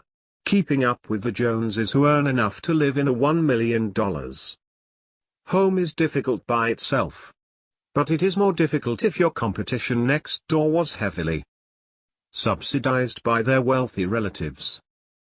Homeownership does not equal millionaire status. A couple once asked my father about the relationship between homeownership and net worth. They were contemplating buying their first home. In your books, Tom, you mention that nearly all millionaires are homeowners. Approximately 95%, they pointed out. But homeowners are not millionaires. And no one is going to hand you a check for 7 figures when you close on your first home. However, there is some correlation between home ownership and net worth. According to government statistics, the median household net worth for renters has hovered around the $4,000 to $5,500 level during the last 20 years. For the same period, the median net worth for homeowners has been 30 to 45 times greater. The median net worth for homeowners in the United States in 2016 was approximately $230,000. 7. But don't count on the appreciation of your home to make you wealthy. In Stop Acting Rich, my father mentioned that if all costs are accounted for in real terms, homes appreciate very little, if at all. Again, one of the keys to building wealth is to live in a home that you can easily afford. What is affordable? A few years ago, Bankrate.com suggested that an affordable home is one where monthly housing costs, which include principal and interest on the mortgage, insurance, and taxes, would be less than 28% of a household's total income. This is close to the 3 times recommendation from the millionaire next door. Not only should you think about cost of living, but also how you measure your well-being within your new city, community, and neighborhood. Specifically, we still argue that your more immediate community, your school district, neighborhood, and town, is more important when it comes to your personal happiness. When you're thinking of buying that 4,500 square foot McMansion out in the suburbs to avoid a 2-bedroom fixer-upper in the city, you're trading size of home for commute. What's more important to you? Maybe a bit of wisdom from the millionaire next door is in order. Perhaps you aren't as wealthy as you should be because you traded much of your current and future income just for the privilege of living in a home in a high-status neighborhood. So even if you're earning $100,000 a year, you're not becoming wealthy. What you probably don't know is that your neighbor in the $300,000 house next to yours bought his house only after he became wealthy. You bought yours in anticipation of becoming wealthy. That day may never come. 11. The concept of spending today in anticipation of future wealth continues to plague those who are unable or unwilling to understand the long-term financial impact of large-scale purchases. Remember Ken, who traded Manhattan for Atlanta. His peers viewed his choice with skepticism, but it ultimately paid off with 20-plus years of reduced living costs. In the current environment of rising real estate prices and stagnant wages, the idea of living below your means, not above them, especially when it comes to housing, is as important as ever. Are millionaires cheap dates?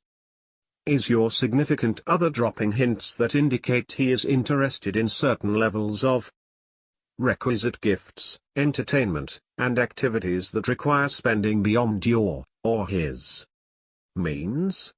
You may be involved in a relationship with a consumer-focused partner, one who ultimately may find it difficult to adjust to a more frugal lifestyle which those who seek economic success adopt, as my father described in 2011. When people ask me about the activities of millionaires, I have a short answer. As I wrote in The Millionaire Mind, the typical millionaire is, in 3 words, a cheap date. Yes, a cheap date even among a fraction of the top 1% of the wealth holders in America. Many of their favorite activities of millionaires are not at all costly. It matters not if you are rich or poor. Their best things in life are free or close to it. I was reminded of the cheap date concept when I read a recent email from a self-employed multimillionaire right on the mark balance sheet. Affluent. In it, he wrote, I ride my bike to work, 12 miles round trip. Been doing it for the last 8 years. Age 59. Married 38 years, no inheritance. 3 adult children, all successful. We paid for 3 private colleges. No mortgage. Own a business. No debt. My career is demanding. 60 hours per week, but I have coached kids' sports, I sing in the church choir. Have a garden. Annually make many gallons of apple cider. Keep honey bees. Attended 6 home building trips to Mexico and serve on a variety of professional committees. Wife and I share many Christian values. This has contributed to our long-term marriage. All of our friends seem to have similar values to ours. He mentions that he has no burning desire to drive a new car. As he said, we are satisfied. Our cars tend to last a long time. 2002 Tahoe, 90,000 miles, 1995 Buick purchased 3.5 years ago for $3,500. This millionaire spends his time and money in ways that give him great satisfaction. Being a cheap date doesn't bother him in the least. The goods of consumers. What many people loved, and some people loathed, about The Millionaire Next Door was the focus on living frugally. Throughout the years since its publication, individuals from around the world commented that they finally felt vindicated for their chosen lifestyle, one that eschewed their consumption machine. They described in detail their habits, from seemingly small behaviors like clipping coupons to how they purchased their latest automobile. The case studies in The Millionaire Next Door confirmed for them that they were not alone. Compared to 1996, the cycle for consumer trends is faster. Our social connections include non-stop information about what our neighbors are doing and buying, and marketing looks like journalism. Marketing and consumerism have all changed dramatically in 20 years, changing the nature of what is presented to consumers and how easily accessible shopping is, as discussed in Chapter 2. Despite those changes, and despite the influences of media, social and otherwise, we see consistency in their moderation of millionaires over the past 20 years. Prodigious accumulators of wealth continue to describe themselves as frugal more often than those who are under-accumulators of wealth, and they recognize that they are more economically successful than their neighbors. While there is little difference in budgeting, there is a difference in overall wealth and frugality. Does it take more to be disciplined in the area of spending today than in the 1980s or 1990s? Certainly the advent of social media and the advanced ways in which marketers can track and remarket to us requires more discipline to ignore them. For now, we'll look at some similarities over time. The most millionaires will pay for consumer goods today hasn't changed much from 1996. In 2016, millionaires spent about the same amount on suits, shoes, and watches as they did in 1996.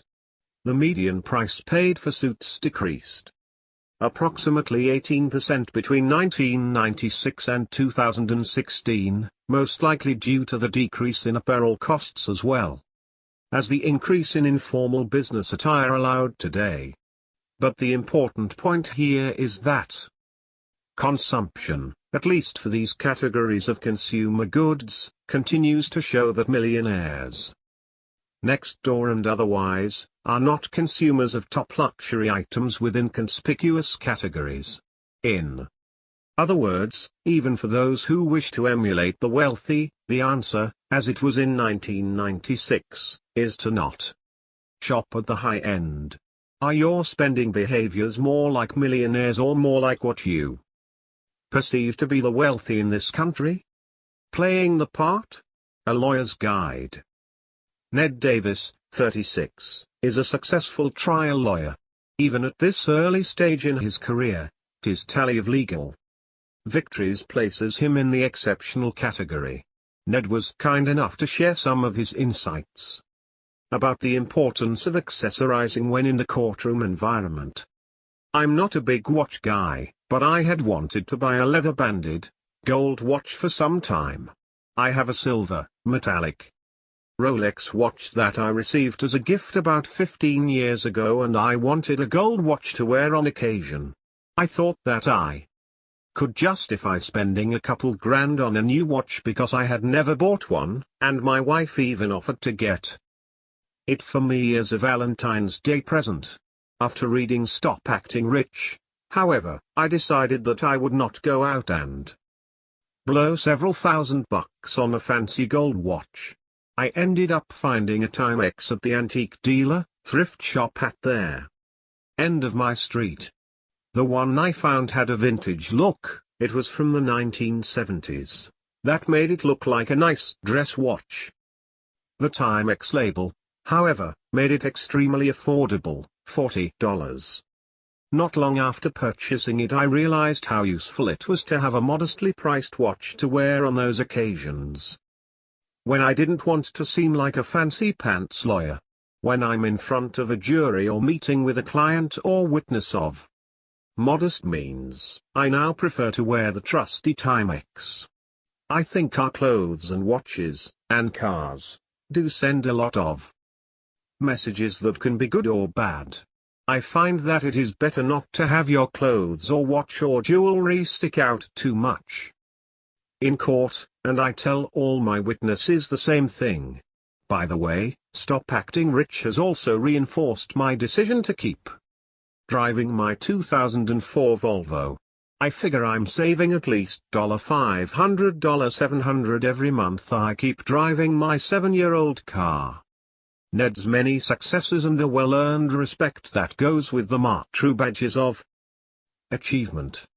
Uniforms and accessories can be bought in stores, but they're not the same as a list of genuine triumphs in legal, or in any other form of economic competition. Also, note that nationwide, the typical millionaire paid at most $300, median, for a watch. About 1 in 4 paid $100 or less. Note here, though, that in our survey we didn't distinguish between traditional watches and smartwatches or other wearable technology which some argue may replace the traditional watches featured in the Millionaire next door. Even so, the median price paid is the approximate price of smartwatches. Luxury jeans. Let's take a look at the new staple of Business Friday offices, jeans. The U.S. denim industry is a $13.7 billion one. 13 and a recent study reported that on average, Americans owned 7 pairs. 14 while the average American pays under $50 per pair. 15. The millionaires in our study paid just over that mark, spending at most $50 on denim. In the luxury realm, though, we know that designer jeans can cost much more than that. Simply type in jeans into Amazon and sort from highest price to lowest, and you'll most likely see an opportunity to purchase a pair of Dolce & Gabbana jeans for more than $8,000. Only 25% of millionaires spend more than $100 on a pair of jeans, a far cry from the inexpensive jeans of one millionaire we interviewed, an attorney who left the corporate world to help with a family business. Clothing tips from Mrs. Point. Today Americans go through clothing faster than ever before. In 2015, the per capita consumption of apparel was 67.9 garments and 7.8 pairs of shoes, returning to pre-recession levels according to the American Apparel and Footwear Association. 16. We also throw clothing away at a breakneck speed. According to the Council for Textile Recycling, every year, every man, woman, and child in the United States throws away 70 pounds of clothing and other textiles. 17. High-quality furniture, less costly in the long run. There are certain quality consumer goods that can be used, passed down, resold, and used again for years to come. In many cases, they are often higher in price but ultimately are only purchased once.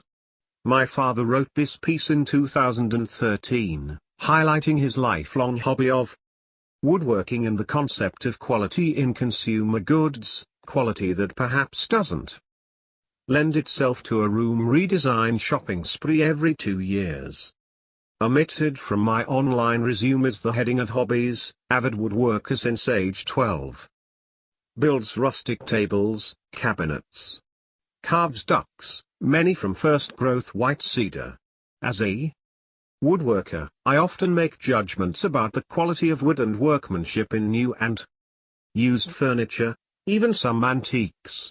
My admitted preference is for traditional solid wood furniture. Well made, traditional furniture is preferred by many millionaire next-door types who see it as a lifetime investment. One of my favorite brands of furniture is Henkel Harris. The quality of its wood and craftsmanship are grade A+.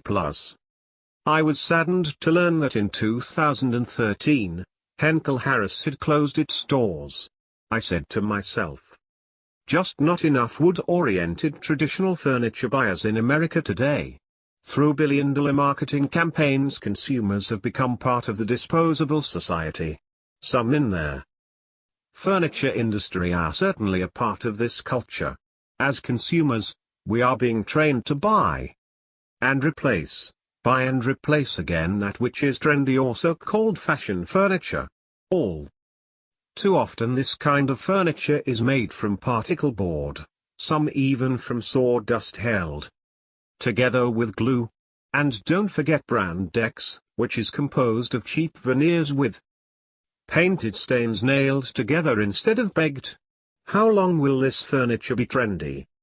Because we are the world's greatest economy, it shouldn't surprise anyone that we have the very best and most aggressive marketers in the world. They are successfully convincing more and more people that furniture is no longer really a durable good that might last through several generations, but is a disposable consumption item heading in the direction of plastic razors.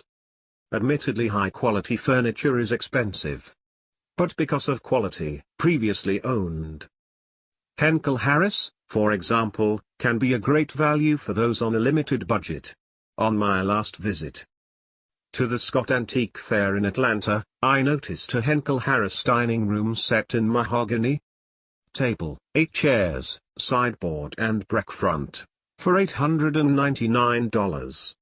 Today the raw wood alone that would be required to construct this set would cost at least that much.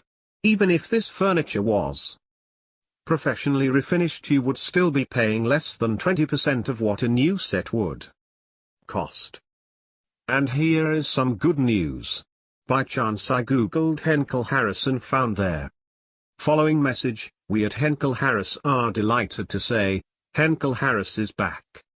After only a few months of closing the Henkel Harris stores in early 2013. First interviewed for the Millionaire Mind. 18 Mrs. Point and her husband live in a 4-bedroom home in one of Austin, Texas's nicest neighborhoods. "I believe in living in the best section of the city. Location, location, location. I will do without fine cars, plus a lot of other luxuries, but insist on having the best home possible," she says.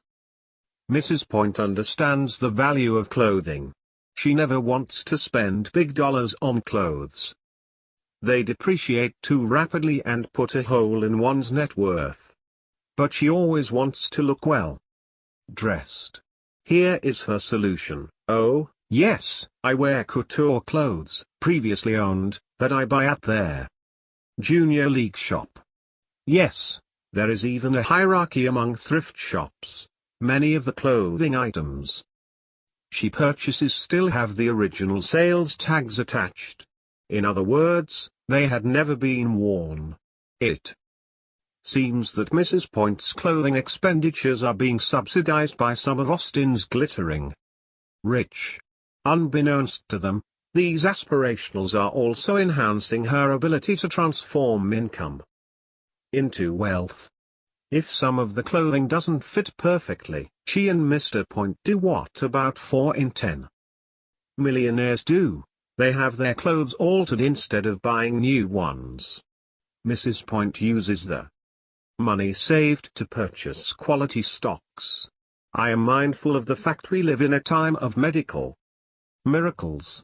I invest in stocks related to medicine. We have land and mining operations and oil leases. We do not tell our friends about our holdings because many of those we associate with do not have as much as we do." Could she be talking about the income statement affluent? Cars, the ultimate test in consumption? It's not often that one consumer decision makes or breaks one's ability to build wealth over time. Patterns of behavior are a better indicator of the likelihood of building and sustaining long-term wealth. But buying a car is a major financial decision that can have a significant long-term impact on wealth. In 2016, the median amount our millionaires paid for their most recent car purchase was $35,000. The median high price paid for a car was $40,000. Most millionaires do not drive luxury automobiles. Rather Toyota, Honda, and Ford top the list. These 3 manufacturers were reported by nearly 1/3 of all millionaires in our sample. Note that some of the top manufacturers from 1996, Oldsmobile, Cadillac, Lincoln, Jeep, aren't represented in the top 15 for 2016. Non-luxury makes have consistently been at the top of cars of millionaires lists over time. Their most popular brands among millionaires are Toyota, Honda, and Ford, followed only then by BMW.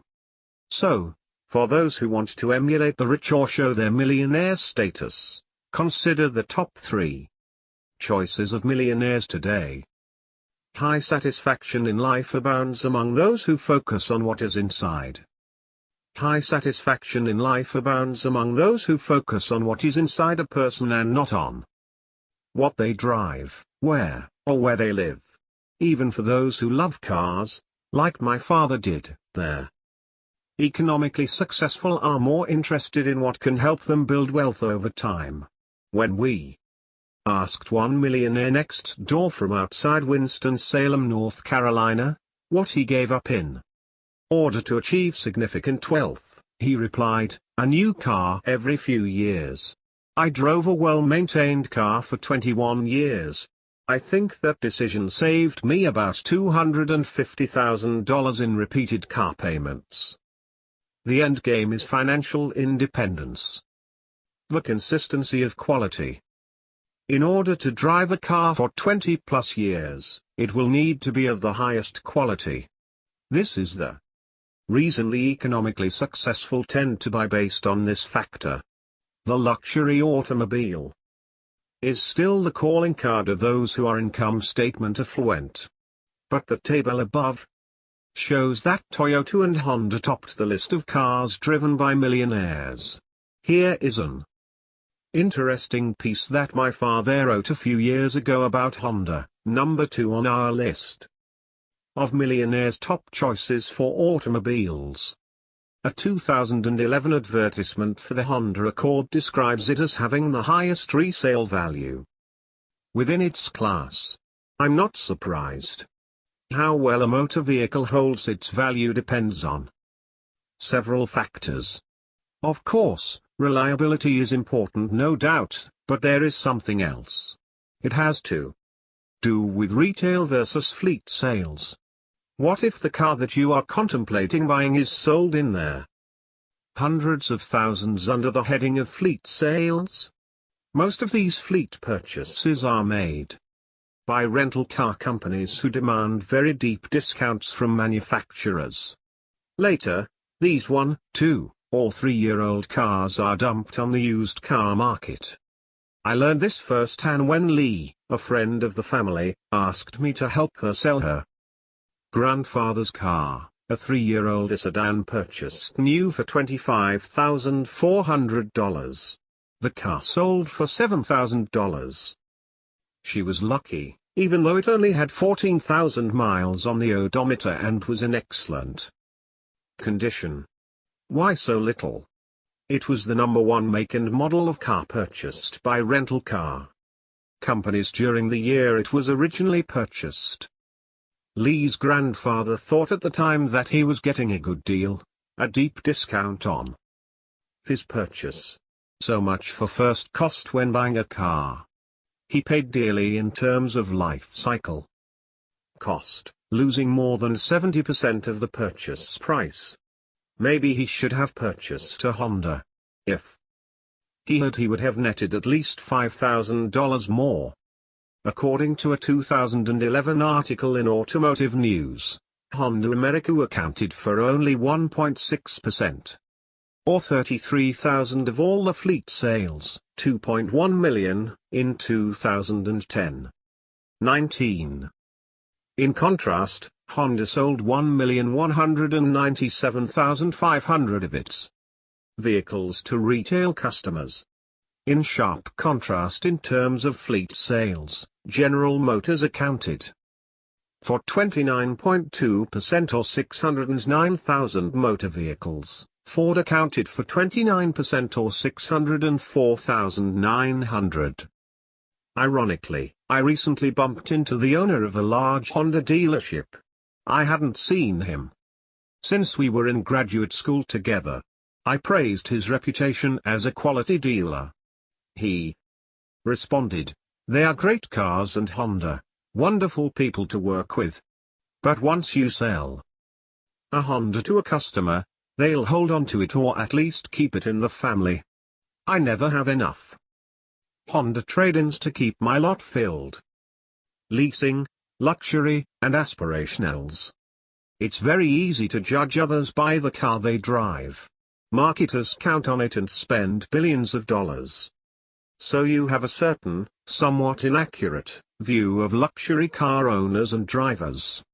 But you cannot judge the wealth of your neighbors, friends, or family members by what they drive. And often those luxury cars are leased. Income statement affluent consumers are especially prone to leasing during periods of economic prosperity. In 2010, Automotive News reported that the vice president for Mercedes-Benz Financial Services indicated that leasing accounted for half of all sales of new Mercedes-Benz vehicles. 20 further, this 50% figure is rather consistent in good times and in bad. How does this 50% figure compare with the lease versus purchase ratio for all those passenger vehicles acquired in America? It is much higher than the norm. Over the past decade, leasing accounted for approximately 20% of all new passenger vehicles that were acquired. Aspirationals, people who aspire to be rich and play the part by consuming as if they are already wealthy, are much better at spending income to look wealthy rather than actually accumulating wealth. If this group was really interested in emulating those who are truly rich, they might wish to purchase instead of lease their motor vehicles. In our latest survey, only 14% of millionaires leased their cars, and the median value of those vehicles was $46,000, whereas millionaires who purchased their new cars did so for a median value of $35,000. Of those who leased, 25% of the cars leased by millionaires in our latest study were luxury cars, whereas 75% of the leased vehicles were non-luxury cars, for example, Honda, Toyota. Who buys a 13-year-old Toyota? Nearly 28% of millionaires in our latest study drive a car that is at least 6 years old, and of course, we know anecdotally that many millionaires drive cars into the double digits of years. In what you might call a field study, my father profiled the prospective buyers of his 13-year-old Toyota to examine anecdotal evidence about buying habits. He wrote this piece in 2010. When I sold our family's mainstay, a 1997 Toyota 4Runner 4x4, the car was like a good friend. It never let our family down. Even though it had 180,000 miles on it, everything worked. The paint was still nearly perfect. We were surprised with the large number of prospective buyers who contacted us shortly after it was listed on the internet. Two of the potential buyers are worthy of discussion here. Prospective buyer number 1 was male, age 36, married, father of 3. He and his wife both work full-time. The couple was in the process of discarding the 2 late-model vehicles which they currently owned. Why were these people interested in buying a 13-year-old, $5,000 used Toyota? It was not because they were in dire financial straits, nor were they depressed about their prospects of downsizing. As the young man explained, he and his wife had good-paying jobs, but they were on a treadmill making loan payments, including one on each vehicle. At the end of each month, after paying all their bills, they had little or nothing left to invest. The couple was determined to become financially independent. Selling their 2 expensive vehicles and investing the more than $30,000 in equity that they would receive was a start. According to the couple, the encouragement and method for doing this came from the Financial Peace University program they attended at their church. Prospective buyer number 2 was a male, age 26, engaged, who had just sold his late model, fully loaded pickup truck. He walked away with over $20,000 equity in the truck that he wanted to enhance his nest egg for his upcoming marriage. He was a civil servant for the federal government and a moonlighter. He felt that in the small college town where he lived he could get all or most of his money back on the 1997 4Runner even if he sold it in 2 years. Prospective buyer number 2 bought the car within 5 minutes of seeing it. The first prospective buyer did not buy the car because he wanted a 7-passenger SUV for carpooling use, and he bought one. Not all people who trade down like these 2 buyers feel ego-deflated or encounter loss of self-esteem. Those who plan to build wealth by downsizing and investing encounter enhanced pride and new confidence. It is all part of taking control of our lives and not being controlled by consumption and the hyper-use of credit. It took billions in advertising and marketing dollars to convince us that happiness and self-esteem can be purchased in stores with loans and credit cards. And such beliefs cannot be changed overnight. It is important to have a mentor who can help you change and then guide you to financial freedom. My father profiled aspirationals in Stop Acting Rich. Perhaps Shakespeare was referring to these people when he wrote, "All that glitters is not gold." Yet many Americans are guilty of judging their wealth of others based on whether they drive prestige makes of motor vehicles. Judgments of this type are often inaccurate and can have a dampening effect on prudent consumption behaviors. My father received an email from a man who expressed cynicism about the subject of consumer purchases and wealth. Having a hard time not being cynical about people based on where they live or what types of car they drive. We go to a church that is considered rich. A lot of people drive the nicer vehicles, Escalades, BMWs, etc. We jump to the assumption that they are hyperspenders, not wealth accumulators. Our children go to the church's school. Hard to tell them that they don't need all the status items, North Face, Abercrombie, expensive shoes, etc. that the other children have. My wife looks at these people and wonders where they get all their money to purchase expensive items. How do you not become cynical? My father's advice to him: first, never judge the true quality of a person by what can be purchased.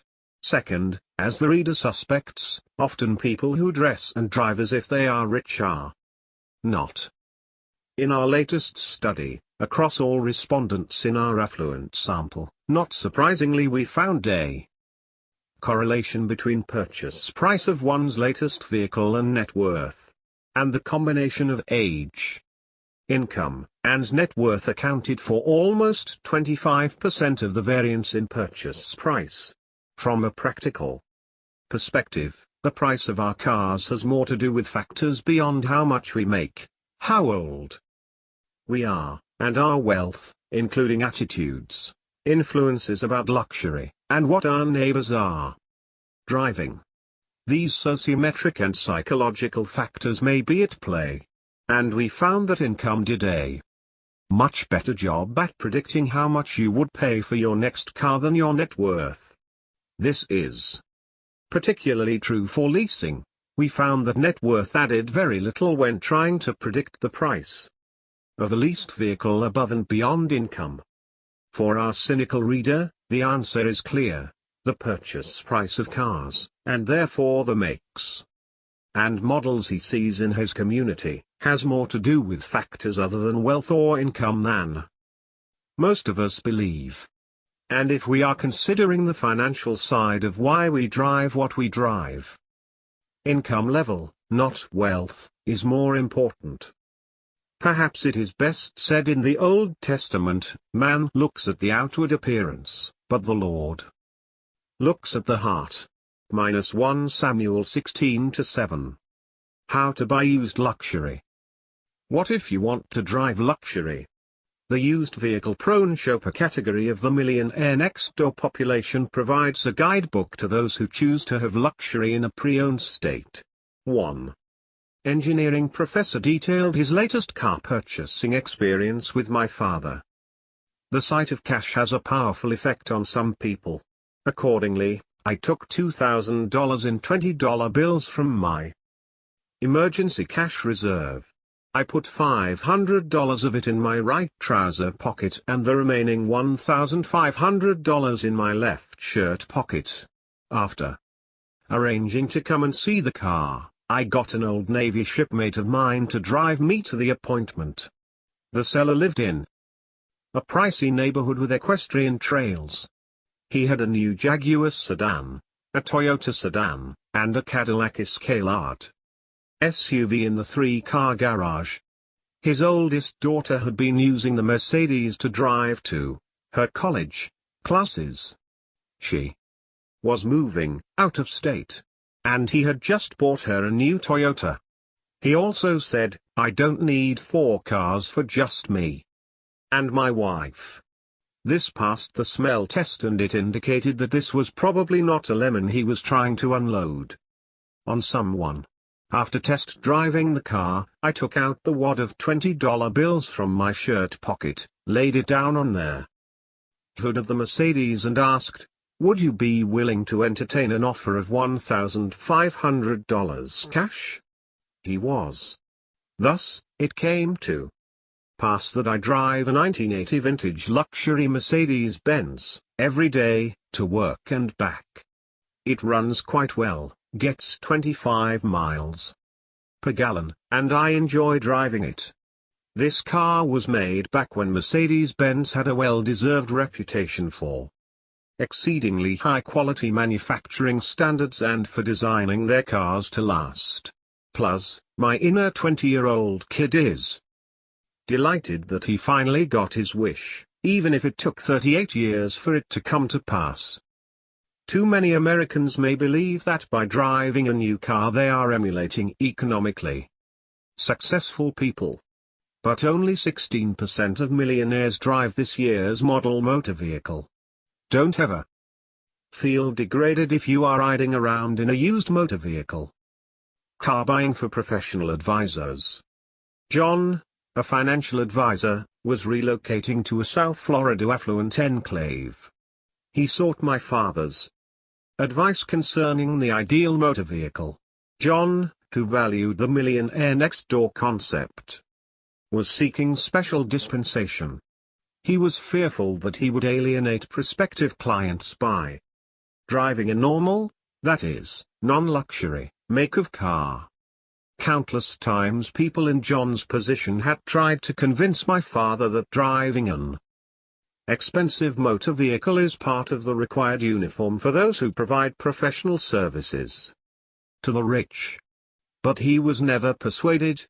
Instead, he insisted that the key to success is to provide a high level of core service that is way beyond expectation. In other words, it was more important that John managed the money of his glittering rich clients successfully than worry about the make of car he drove. Here's what my father wrote about the glittering rich in Stop Acting Rich. These people are prodigious spenders on every form of prestige products and services. Yet they live below their means. Because to qualify they must have a minimum net worth of $20 million. The glittering rich own a top-of-the-line BMW, Mercedes, Lexus. Most have at least one SUV. Yet many of these SUVs are not in the luxury class. Full-size SUVs are extremely popular among the glittering rich.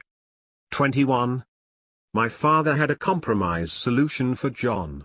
Since full-sized SUVs seemed extremely popular among the glittering rich, why not purchase a previously owned one? He recommended something within the GM family because they were big, comfortable, safe, and considered by many to rank first in quality among all full-size SUVs. And John wouldn't have trouble finding one. My father found 93 pages of previously owned, full-size GM SUVs for sale in John's trade area. Big ticket spending. Besides purchasing consumer goods, cars, and homes, how do millionaires allocate their income? As we will cover in Chapter 7, most millionaires we surveyed spend 1% of their annual household income on financial advice, but 1/3 pay nothing. 1 out of 3 millionaires allocates none of his household income to economic outpatient care, aka big-ticket financial gifts to relatives. Whereas 1/3 gives approximately 1% of their income to this cause. 36% of millionaires give 5% of their income to charitable organizations, approximately 1/4 of millionaires give 10% or more of their annual household income away to noble causes. What gifts we give? The billionaire businessman and former mayor of New York City, Michael Bloomberg, has been documented as only possessing 2 pairs of work shoes. And it has also been disclosed that he routinely has them resold so he can wear them for longer periods of time. Our data indicates that of the top 1% of wealth holders in America, 70% regularly have their shoes resoled or repaired. This supports our general thesis that people who have a propensity to build wealth tend to be quite frugal in allocating their dollars for consumer products. Mr. Bloomberg is quite obviously a prodigious accumulator of wealth, a balance sheet affluent type.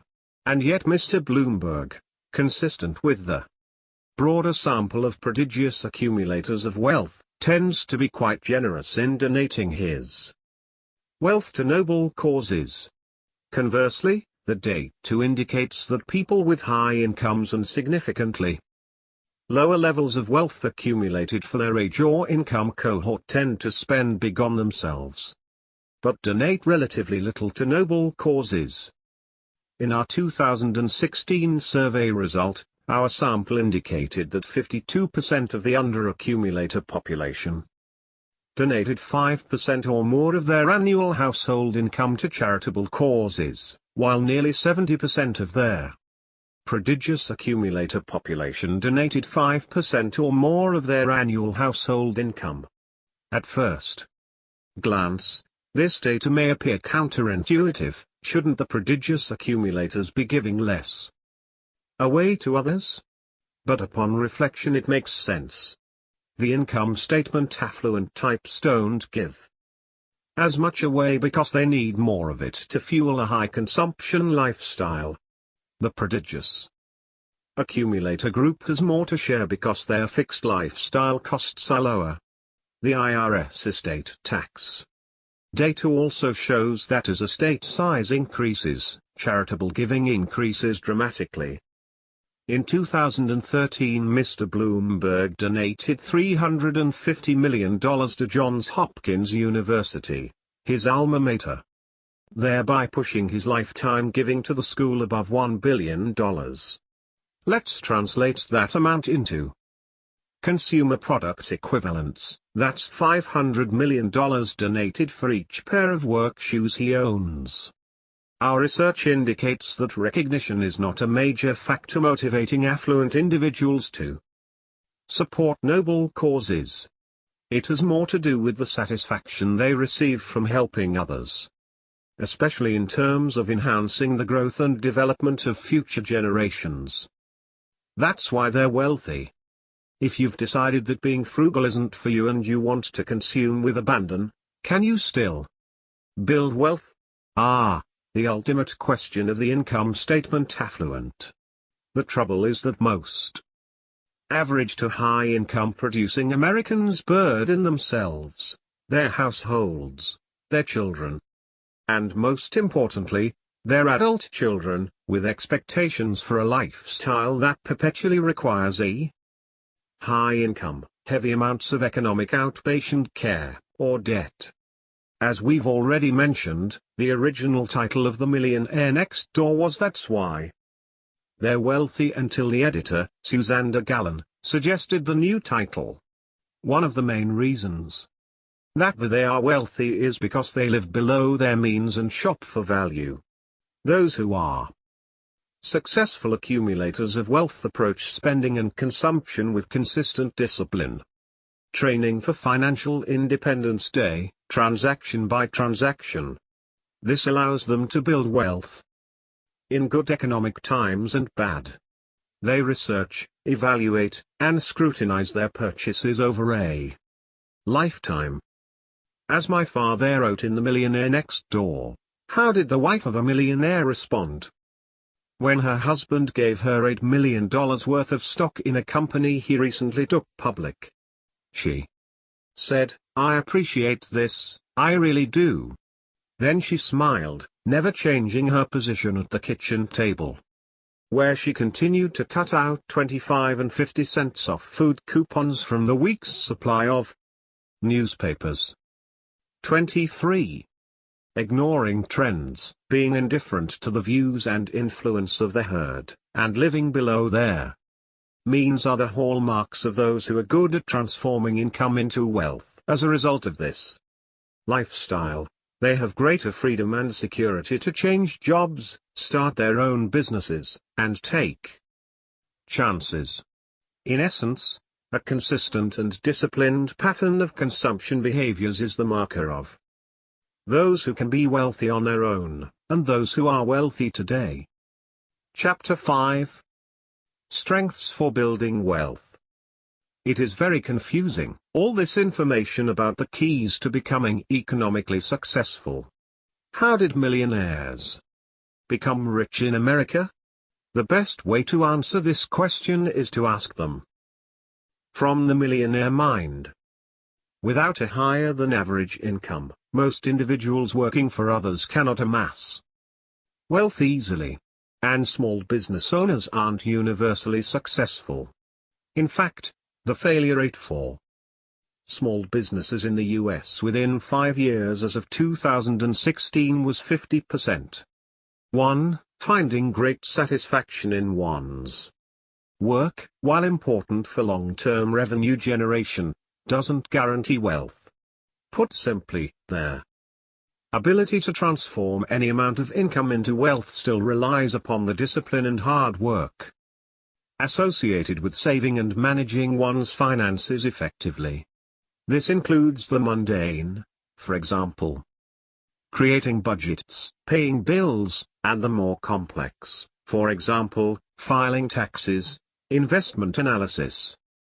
To achieve financial independence, someone, or more than one someone, which is more often their case today, will have to assume the role and responsibility of household CFO for budgeting, planning, and overall leadership related to all things financial.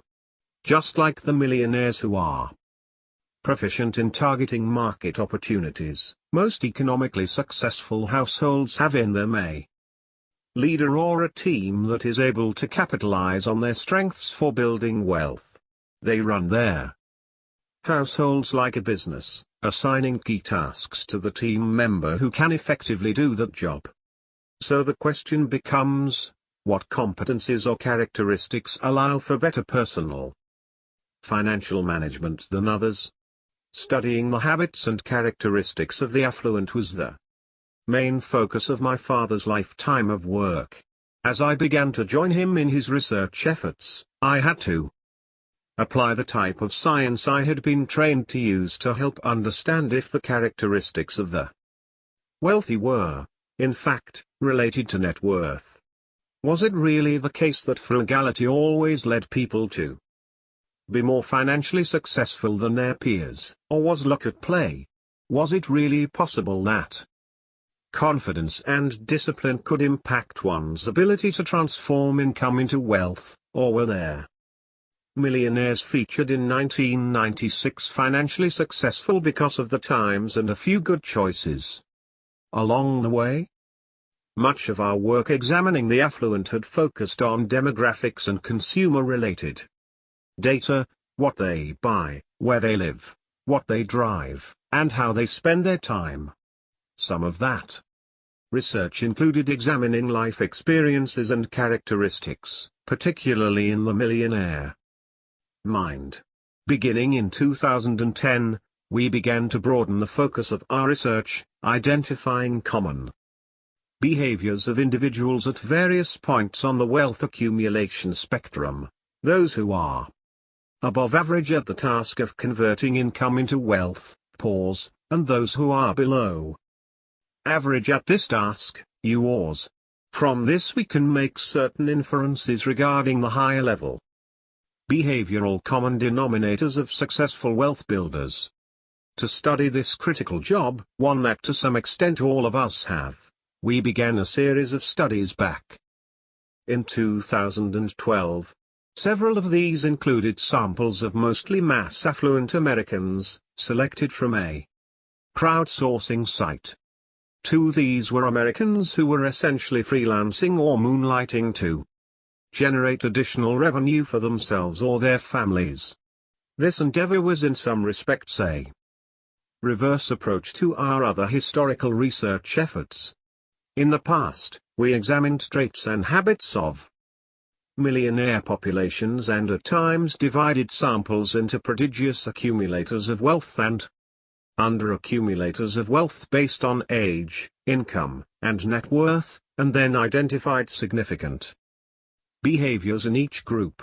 Our main focus in recent years was to find out what other big picture behavioral common denominators make prodigious accumulators of wealth better than their peers at converting their income into lasting wealth. These are the behavioral characteristics that were embedded in our survey research regarding purchasing decisions and career paths were not as obvious. The job analysis of the household CFO. If we forget about windfalls and inheritances for a moment, we can consider the characteristics that are most conducive to building wealth over time. What characteristics predict or are related to net worth, regardless of how old you are or how much money you make? To do this, we first considered personal financial management as a job, one that has a distinct set of responsibilities and activities that go along with it.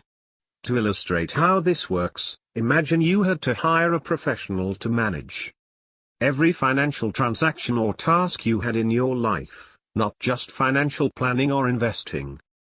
Everything from paying bills to interacting with your spouse or significant other about money would have to be done by this new hire. A combination of science and common sense would help guide your decision-making process to find the best candidate for the job.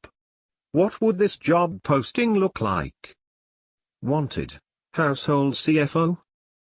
Description: the role of the household CFO is to ensure her household is building wealth in order to ultimately achieve financial independence. The household CFO will oversee the household's budgeting and financial planning. He or she will be required to create, manage, explain, defend, and negotiate household budgets annually, and monitor spending and saving related to said budget.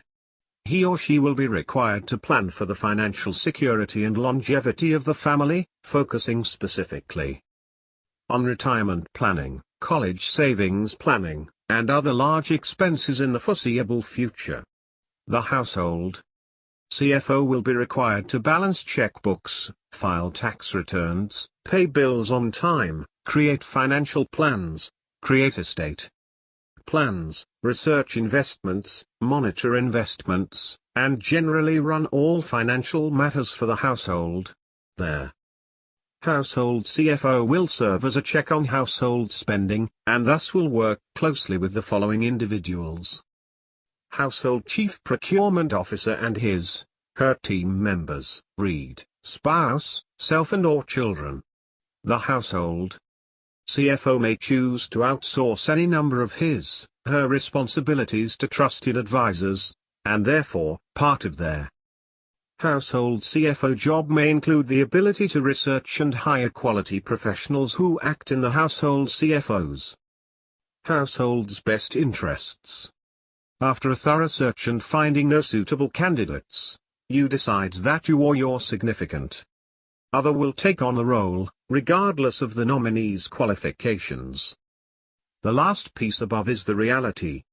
This critical role is always filled by someone in the household. Even if partially, for example, some of the tasks are outsourced to professionals, and even if not effectively on with any great attention, regardless of whether there is interest, ability, or personality well suited for it, someone is in the role, even if they are not actually doing the job. The difference between economically successful Americans and those who are not is often that they know the universe of tasks that are required to do the job, understand what they can do well, what they need to improve on, and what needs to be outsourced. Demonstrate or work to improve in areas that are key to building and maintaining wealth. As we discussed in Chapter 3, a combination of both nature and nurture gives us strengths that can allow us to build wealth or get in the way of us being economically successful. Every individual steps into the household CFO job with a unique set of experiences and competencies, behaviors, and attitudes. Despite these differences, unless our financial lives are completely cared for by someone else, we have to perform the role of managing our money. Part of our research in the past few years has focused on an analysis of the tasks required for personal financial management. This was conducted in the same fashion that industrial psychologists study occupations. What are the requirements of someone who is in the role of household CFO? What does this person do to manage their finances? Once we know the requirements of the job, then we can examine what it takes to do it successfully. When an individual serves as the household CFO, his or her main tasks include those related to spending, budgeting, and doing administrative tasks, as well as making investment-related decisions, and finally, working with others, especially in the case of couples or households with children. Presumably, if someone in the household is completing the most critical tasks for her household, then the household will be financially successful, assuming no one on the team, spouse, children, is actively working against the goals. These tasks require different skill sets to some extent, but, luckily, there is some overlap across them. The list can serve as a what you need to know checklist, especially for those who either haven't had to manage their own financial affairs in the past or are now able to do so without a team. Critical tasks for household financial management. 3. General. Consider the outcomes of potential actions before deciding on a course of action. Make financial decisions based on household's budget, plans, and long-term goals. Focus financial management efforts on becoming debt-free. Spending. Live, spend, below means, income, net worth. Spend less on expenses than household's total income in a given time period. Budgeting. Create an emergency fund. Budget enough money for basic needs, for example, food, before budgeting for optional purchases, for example, entertainment. Account for important household needs, for example, food, clothing, shelter, in preparing budget. Analyze budget and financial goals when considering a significant life change, for example, job changes, additional children, moving locations, that may impact goals. Administrative tasks. Pay bills on time to ensure no late fees or interest charges apply. Complete and file tax returns on time, whether in-house or with assistance. Pay credit card bills on time to ensure no interest charges are incurred. Pay entire balance of credit card each month. Working with others. Discuss unplanned or unexpected purchases with spouse, significant other prior to purchase. Work with spouse, significant other as a team when managing household financial issues. Investing. Understand the nature of investments and their risk and return profile. Invest in employer-provided retirement savings accounts, for example, 401(k)s. Understand the appropriate level of risk to take for own investment portfolio. Someone in the household must complete these tasks in order for the household to run effectively, even if some are outsourced. Part of the success of such an endeavor is hiring the right set of trusted advisors. And the tasks listed here are just the tip of the iceberg. We found a total of more than 240 potential tasks for the household CFO, some more critical and frequent than others. Competencies for wealth. Consider the tasks of the household CFO, and then think about how much you enjoy those tasks and whether you have the knowledge, skills, and abilities to carry them out. Now we're not discussing what the job of financial management entails, but instead the characteristics of how they are completed. Perhaps one of the biggest steps to building wealth involves recognizing how one wants to live one's life, evaluating one's values and interests, setting goals, and achieving them. All of us have a wide range of competencies. These are personal characteristics that range from being detail-oriented and organized to leaving the details and organizing to others. They include interests that span from artistic endeavors to those focused more on conventional concerns like making lists and keeping track of daily routines. They also include values that are highly individualized to those that are more collective and team-based. We know from years of research in predicting job performance, from the field of industrial psychology, that some of these same success factors predict future job performance as well as financial success. Conscientiousness, among the best personality-based predictors of job performance in almost any role. 4, is also related to financial success. Particularly, self-control tends to be positively related to illiquid and liquid asset holdings, as well as net worth. 5. The importance of responsibility. Assuming responsibility for the financial success or failure within a household relates to financial success. 6. In other words, individuals who view financial management as something they can impact and have responsibility for tend to have a higher net worth than those who believe that other factors, for example, government, financial markets, play a large role in financial success. This is similar to the concept of locus of control in psychology. Those with external locus of control often assume that they cannot control or impact the outcomes in their lives, while those with internal locus of control view themselves as the ultimate source for success and failure. While living on either side of that continuum can have downsides, taking responsibility for financial outcomes, and acting accordingly, can positively impact wealth. And this same concept applies in other aspects of our lives, as well. My father highlighted the role of responsibility and leadership in an essay in 2012. Ron Janau's book, Washington, A Life. 7, has been well received by most critics. In an interview published in the Wall Street Journal in 2012, Mr. Janau said of President Washington, "You don't have to be the brightest or the most original mind on the block. But what Washington's life shows is the clarity of vision, the tenacity of purpose and character, and how much can be accomplished in life if you keep your sights on your ultimate goals." 8.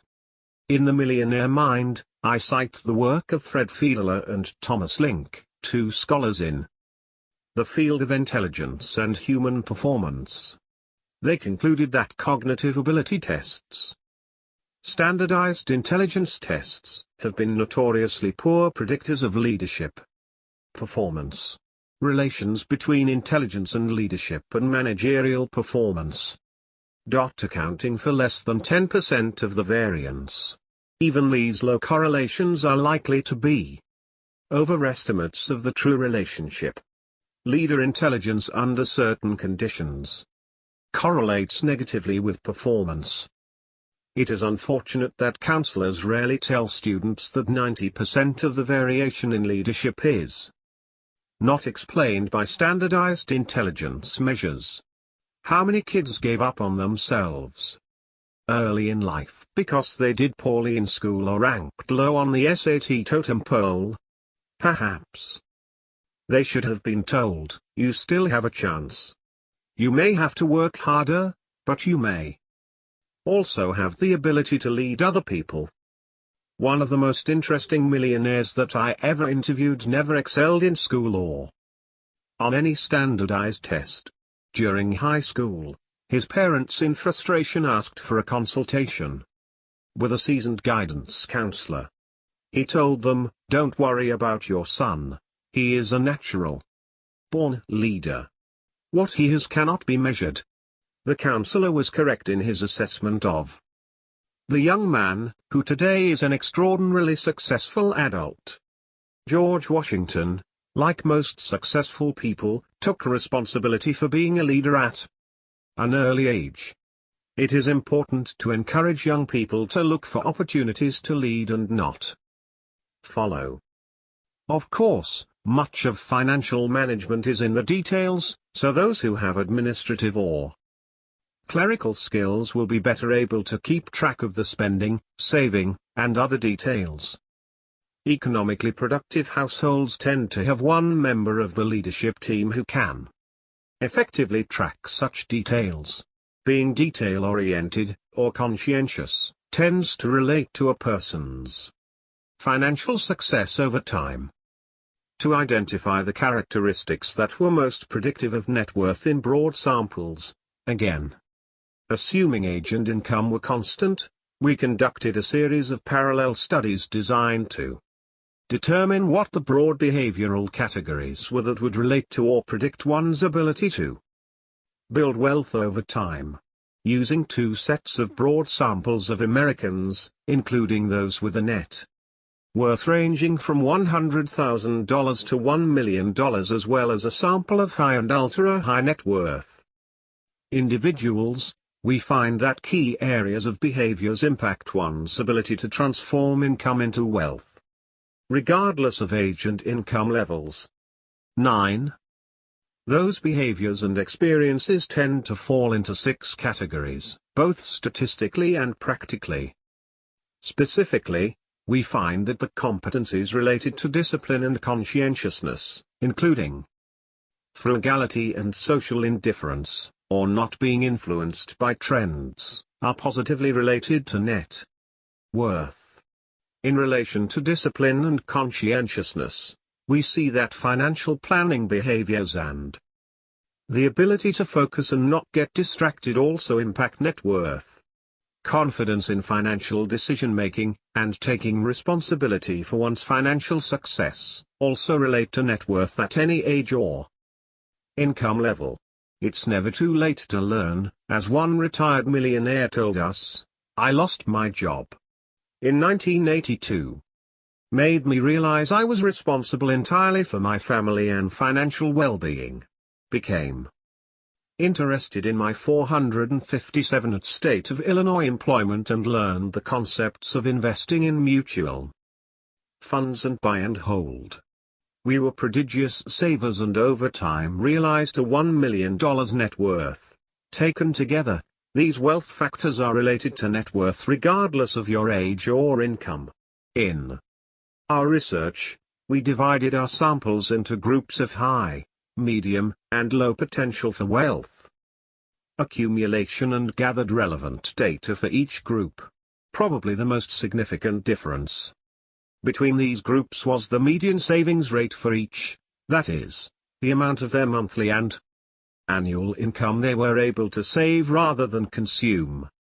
The savings rate of the high potential group was nearly 2.5 times that of the low potential group. Let's say that again, the high potential group saved 143% more every month and year than the low potential group. Consider the power of this difference applied over a 30-year working career, and consider its relative power in Wall Street terms, where vast fortunes are earned by money managers who are able to at least promise to deliver portfolio returns that beat the market by a percentage point or two. What does it mean to hold age and income constant? Are we saying that these factors did not affect financial outcomes? Of course not. Or to put it another way, age and income have a significant effect on financial position and net worth. What we are saying is that our approach held those variables constant and then looked for statistically significant behavioral variables over and above any variation explained by age and income. Here's an example. While we all know that a 65-year-old Individual who earned $1 million a year working as a surgeon is likely to have a higher net worth. 1, 2, 3. Than a 23-year-old construction worker. Our study sought to find behavioral differences that contributed to their economic results over and above the significant effect of age and income. About those engineers. Those who are economically successful tend to be aware of their strengths and weaknesses when it comes to financial management, revenue generation, investing, and the like. They are aware that even if they do have the skills and abilities to manage their financial lives, they occasionally need to outsource some of the more complex or time-consuming tasks to professional experts. The same can be said for those who tend to excel in their chosen career or vocation. They tend to be aware of their strengths and weaknesses, their interests, attitudes, and values, and find jobs that fit, that are congruent with their own unique skills. One vocation often tied to the ability to transform income into wealth is engineering. Many millionaires next door often come from this line of work. In Stop Acting Rich, the frugality associated with engineers was explained this way. The frugal nature of wealthy engineers is certainly reflected in their demonstrated superior ability to generate wealth from income. On average, engineers produced about 22% more wealth per dollar of realized income than did millionaires in general. They have a higher than average propensity than others in their income age cohort to accumulate wealth. They are less likely to favor expensive status-denoting products and brands than others. 10. What is it about the engineers that makes them astute at transforming their income into wealth? Is it their interest in engineering? Their attitude? Answer: it is the same critical skills that led them to be engineers. For example, think of the key work competencies required for a shipping engineer. 11. Dependability, attention to detail, analytical thinking, independence, and integrity. Many of these same or similar competencies impact one's ability to build and maintain wealth over time. When we examine our own financial competencies through the lens of job-related behaviors, a few things happen. We recognize that one good decision or even a few good decisions doesn't a millionaire make. We can identify where we fall short or where we need to improve. We can change and improve over time. These wealth factors, behavioral characteristics that are related to net worth, can be improved. It's possible to become more frugal over time. You can increase confidence in financial matters through building knowledge and having some small successes along the path to financial independence. Through those successes, you can begin to see the effects of your own financial behaviors playing out, slowly increasing your savings rate, adhering to a budget, and having more left over at the end of the month.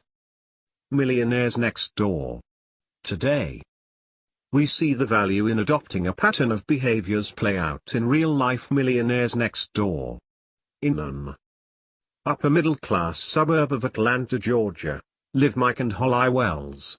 Their disciplined approach to location, careers, child-rearing, education, and life has allowed them to achieve their distinction of millionaires next door in their early 40s. They own 2 older model cars, live in a modest home within an excellent public school district, and live a lifestyle on their own terms. They cite the application of many of Dave Ramsey's lessons on their approach to building wealth.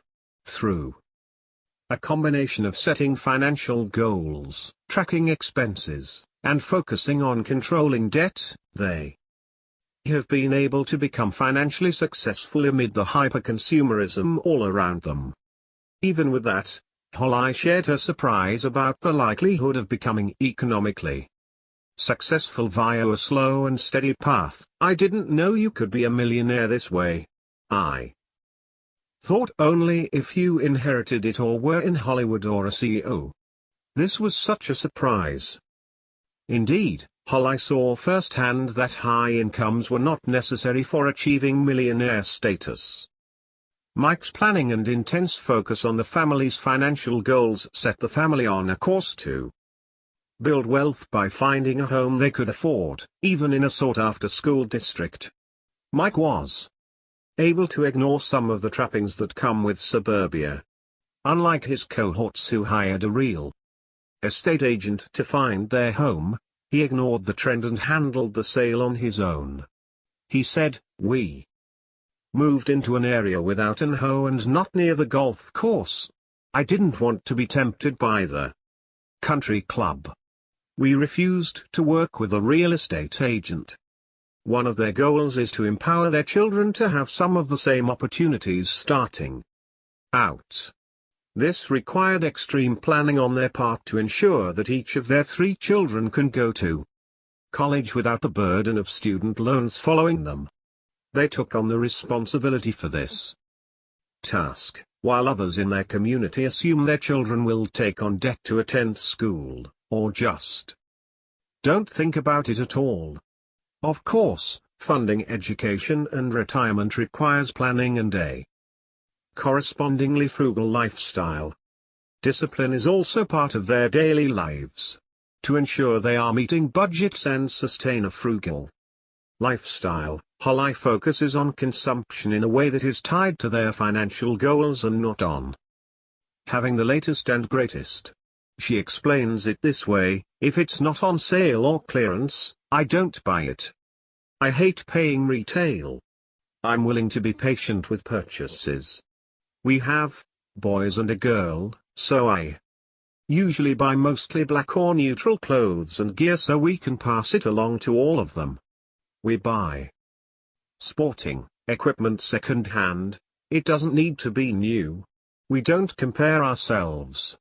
We're not trying to outrun anyone. But we have to balance the children's expectations for wants and needs. Like many of their Generation X cohorts, the Welses tend to save for and spend on experiences with their families, such as traveling internationally to events with their children. The Welses spend in anticipation of market ups and downs that they cannot control, rather than spending in anticipation of future financial success or assumed increases in income. They demonstrate a consistent pattern of behaviors, versus being frugal only when the economy tanks. This disciplined approach to managing the household finances not only allowed them to reach millionaire status in their early 40s, but also allowed them margin when the environment around them was less than ideal. Mike says, when their housing market crashed, we were immediately underwater in 2010, but we kept going with our plan. We used to monitor our balance sheet all the time. Now we don't check and overcheck. I changed jobs in 2013 so I would have more freedom and more work-life balance. I was able to make a change because we had our finances in order. When we asked the Welses for some advice for those who are transforming themselves from income statement affluent to balance sheet affluent, their comments were peppered with the discipline required to build wealth. Don't allow your lifestyle to dictate your financial goals. For the Wells, and others who seek to achieve millionaire status, the reverse must be employed. Have a good enough mindset about consumer items. Regardless of current economic conditions, always have a well-thought-out plan. Be open to learning how to do things differently, particularly when those around you are living a high-consumption lifestyle. Have open discussions about wants and needs. The Wells' dedication may be in the 99th percentile on the discipline scale. They demonstrate an example of consistent hard work, tough choices, and discipline to set and meet a goal. They're committed to a lifestyle that provides just enough of what their family needs and some of what it wants, but not to the excesses of those around them. Because they do not live in a $700,000 house and drive a late model year SUV, many of their neighbors, co-workers, and friends might be surprised at their balance sheet and the great freedom they have knowing they can withstand changes without having to adapt their lifestyle or give up the independence they worked hard to create. The marathon of building wealth. The idea that there is more than just smarts to building wealth or becoming successful in other endeavors pervaded my father's work. He wrote this in 2011. In The Millionaire Mind, I said that the process of building wealth is a marathon. How well you do in this race involves much more than grade point averages. Standardized testing, SATs, GREs, etc., cannot be substituted for running the race. Otherwise our government could just redistribute our nation's wealth each year, give it to all those with high IQs. If they're going to end up with it all anyway, why not just speed up the process? I was reminded of this after reading an article about the limitations of using standardized tests to predict variations in achievement over the course of an entire career. The author points out that from the SAT to the NFL's combine the problem is, with short-term tests. 12. It turns out that many of the most important factors for life success are character traits such as grit and self-control. These can't be measured quickly. Grit reflects a person's commitment to long-term goals. And, as I discussed in The Millionaire Mind, Professor David C. McClelland, a Harvard-based distinguished scholar of intelligence and achievement, discovered that traditional measures of intelligence do not account for a substantial portion of the variation in achievement and success in life. What have I found out about multimillionaires who were not A students and didn't generate high numbers on achievement tests? They never allowed academic odds makers to dictate their performance in life. They recognized that their creativity, hard work, discipline, and certain social skills, including leadership, were more significant than grades and aptitude tests. The typical millionaire did not reach the seven-figure net worth threshold until he had worked for 59,800 hours, median. Those are many more hours than it took him to complete his SAT. Intelligence, not quite what makes us. We hear a lot about the importance of discipline in financial management, but typically it's without much research to back it up. The findings over the past 40-plus years of research regarding financially successful, self-made Americans consistently support the conclusion that discipline, for example, frugality, hard work, and perseverance are factors in economic success. From studies of high and ultra-high net worth individuals in The Millionaire Mind to the mass affluent studies conducted by Data Points, we see that conscientiousness, whether in terms of how these individuals run their businesses or how they manage their family finances, comes into play. It's been cited as one of the most important success factors, and a relationship has also been demonstrated between conscientiousness and net worth, independent of age and income.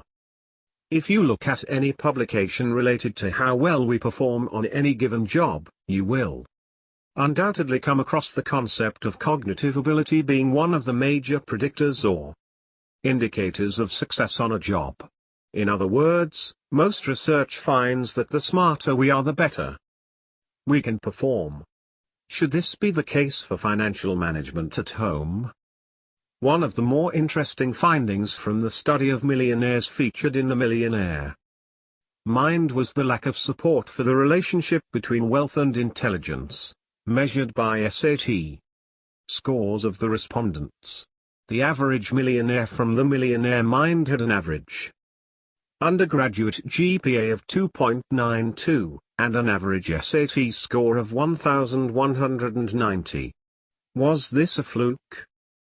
Some researchers set out to examine the relationship between intelligence and wealth using samples that were broader in terms of their demographic characteristics than those studied in their Millionaire Mind. A study by Dr. J. Zagorski received quite a bit of press at the time of its publication. 13 Dr. Zagorski examined the National Study of Youth 1979, trying to answer the question: was IQ related to net worth? From his review of nearly 7,500 individuals, ranging in age from 33 to 41 years old, he did not find support for the hypothesis that intelligence and wealth were related. Instead of cognitive ability, perhaps we should consider financial literacy, or the knowledge of or ability to use personal financial management practices and methodologies. Approximately 57% of Americans are financially literate. 14, typically measured by answering simple financial literacy questions correctly. 15. The work of Anna Maria Luzardi and her colleagues has demonstrated their woeful state of financial knowledge and education in the United States and around the world. 16. Often, this group of researchers measures financial literacy with a few questions, even with what might be considered basics of personal finance. Just over half of Americans can answer them correctly. Financial literacy is related to a host of financial success outcomes, leading to better decision-making about a variety of investment, debt, and spending-related issues. But to build wealth, financial literacy is not enough. Think about the last time you worked with a brilliant colleague who couldn't or wouldn't show up on time, consistently pushed the boundaries of behavior that are appropriate at work, or missed deadlines. Something else is at play when it comes to success at work: conscientiousness. One of what's known as the Big Five personality characteristics. Conscientiousness includes aspects of industriousness, working hard, confidence, virtue, doing what's right morally or socially, self-control, being cautious, delaying gratification, order, the detail orientation component, responsibility, doing what's right for others, community, traditionalism, adhering to authority and rules, disliking change. It has been consistently tied to job performance and retention in a variety of jobs and organizations. If you're in the position to hire someone and you can only measure one aspect of personality, this is the one you want, with some key, artistic exceptions. So, too, it goes with financial management. Many of the behavioral components that impact net worth, regardless of how old we are or our income levels, including frugality, planning, and responsibility, tie into this personality characteristic, and help us understand why it is so critical in the creation and maintenance of wealth over time. In another study that examined the National Longitudinal Survey of Youth, researchers found that conscientiousness, specifically self-control, was related to illiquid and liquid asset holdings, as well as net worth. 17. Financial literacy had some effect on net worth, but only in relationship to self-control, a key component of conscientiousness. The study found that financial literacy by itself is not significant, but when paired with conscientiousness it seems to help those low in conscientiousness to increase net worth. The authors of this study called on early intervention as well as the financial services industry in general to focus efforts not only on education but also on self-control. Perhaps the concept of financial education should be interpreted more broadly. Interventions to increase conscientiousness and self-control could be more innovative approaches to education. 21. Integrity, the benefit of an open book policy. Another psychological characteristic tied intimately with conscientiousness is integrity. Being honest and truthful with others, doing what you say you're going to do, and generally acting in a manner that is beyond reproach. Integrity is often cited by millionaires as one of the main factors that led to their success, in our latest sample of millionaires as well as those profiled in the Millionaire Mind. My father highlighted the importance of integrity during the housing market crash a few years ago. Mrs. Lang, my first Sunday school teacher, often said, "You should always do your best. Everything you do in this life is recorded in a big book.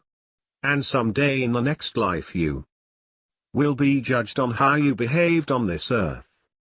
And success often goes to those whose business practices are an open book. I was reminded of this as I read an article in the New York Times about the current state of their residential real estate market here in Atlanta. 18. A dismal distinction in housing, with worst market in 2011. That distinction goes to Atlanta. Luxury homes that never sold. Inundated with foreclosed properties. Atlanta has the most government-owned foreclosed properties for sale. The journalist also highlighted foreclosures not only in the Atlanta area in general but more specifically in Cobb County, Marietta, Georgia. Marietta, that rings a bell with me as part of my research of high-income producing, extraordinary sales professionals. Some suggested that Mr. M, a home builder, be added to my must-interview list of economically successful people. Mr. M's profile is more important today during this down market than it was even when I first interviewed him. There is a special kind of builder who can succeed even in a depressed market. According to an article published in the Atlanta Journal-Constitution. 19. There were 53,410 new homes sold in 2005. In 2011, there were only 7,664 new homes sold. While I was digesting these facts, I thought of Mr. M. On my daily commute with my dog Lily, to our favorite park, I see signs and building permits at construction sites which read, "This home being constructed by Mr. M and Company." How can it be that Mr. M's business is flourishing? Even in a down market, some people have more than enough money to have homes built for them. Mr. M has a reputation for building homes of very high quality. One of Mr. M's competitive advantages is his open book policy. All his prospective home buyers receive more than a building proposal. They are given a complete list of their names, addresses, and phone numbers of every family for whom Mr. M has built a home. Yes, all 163 of his growing list of customers. A long track record for delivering a quality product, combined with his outstanding reputation with those in his open book, explains how Mr. M succeeds in a miserable market. Also, it has something to do with how Mr. M looks at a so-called down market. Call it adversity. View adversity as an opportunity to strengthen your resolve and enhance your reputation. The limits of metrics. In large organizations, schools, companies, government agencies, making hiring, placement, or admission decisions often requires some type of metric to make those decisions more convenient and cost-efficient. Who is succeeding? Who might be leaving next? Who is falling behind? For organizations making decisions about large numbers of people, standardized testing and other metrics, like GPA, are a legitimate business necessity. However, not everything that is critical to future success can be captured by standardized tests. And these tests are not often useful for the individuals who take them. They are used to help the organization, not to propel us to greatness. Often, though, we apply too much to those numerical values, insisting that a high GPA, for example, dictates the rest of one's life, or is an indicator of more than just succeeding in rote memorization and academic endeavors. My father wrote this piece in 2015, highlighting how more than GPA is required in leadership. The archetype millionaire next door is an economically successful self-employed business owner. In other words, he is an employer, not an employee. He is in essence a leader. This fact has much to do with understanding something important about millionaire business owners. There is little or no significant correlation between cognitive intelligence test scores and demonstrated leadership performance. I'm of the opinion that the SATs, ACTs, GMATs, GREs, and the like are essential measures of cognitive intelligence. Along these lines, I cited the related findings of two eminent scholars, Fiedler and Link, in The Millionaire Mind. Cognitive ability tests have been notoriously poor predictors of leadership performance, accounting for less than 10% of the variance. 20. As an example of this, consider Dave. Today he is a decamillionaire. He had already read The Millionaire Mind before he asked me the following question: of all the college graduates in my office building, who would you think had the lowest grade point in college? You guessed it. It's Dave, who had a low C average in college. Dave owns the building that houses his very successful investment management company. And unlike all of the college graduates he employs, Dave graduated from a college that ranks in the bottom quintile nationally in academic standings. Plus he never scored above the 900s on the combined SAT original version. Even today Dave continues to be amazed that each week he receives a stack of resumes from kids with Phi Beta Kappa keys. Summer come everything who want to work for me. Very intelligent young men and women from great schools. But what Dave lacks in academic credentials he makes up with demonstrated high scores on scales such as discipline, integrity, initiative, risk-taking, ability to judge others, vision, tenacity, empathy, perseverance, and social skills. In essence, he possesses excellent leadership skills. What do all Dave's Phi Beta Kappa employees think of his college grades? Surely they have some concerns about working for a C student. No employee ever asked to see Dave's academic transcript. It is irrelevant as long as Dave continues to pay them very well for their work and provide an exceptional work environment. The authors of this study suggested that financial professionals should focus efforts on helping to improve their clients' ability to be disciplined when it comes to spending. They stated, financial planners and educators can serve consumers by making them aware of their self-control shortcomings and providing tips and practices to help increase financial well-being. Suggesting practices such as cash-based spending, automatic savings plans, or automatic bill pay may help consumers rein in some of their negative spending patterns. 22. This counsel is critical to anyone building wealth, not just those providing advice to others. Strength beyond schooling. The national survey, which served as the basis for the Millionaire Mind, represented a fraction of their top 1% of the wealth holders in America. Some of the myths about these people are that they were all straight A students, scored at the top on the SAT, and attended elite private schools. The average SAT score for the sample was 1,190. Their most frequent grade in both high school and college was B. Their GPA in college was 2.9.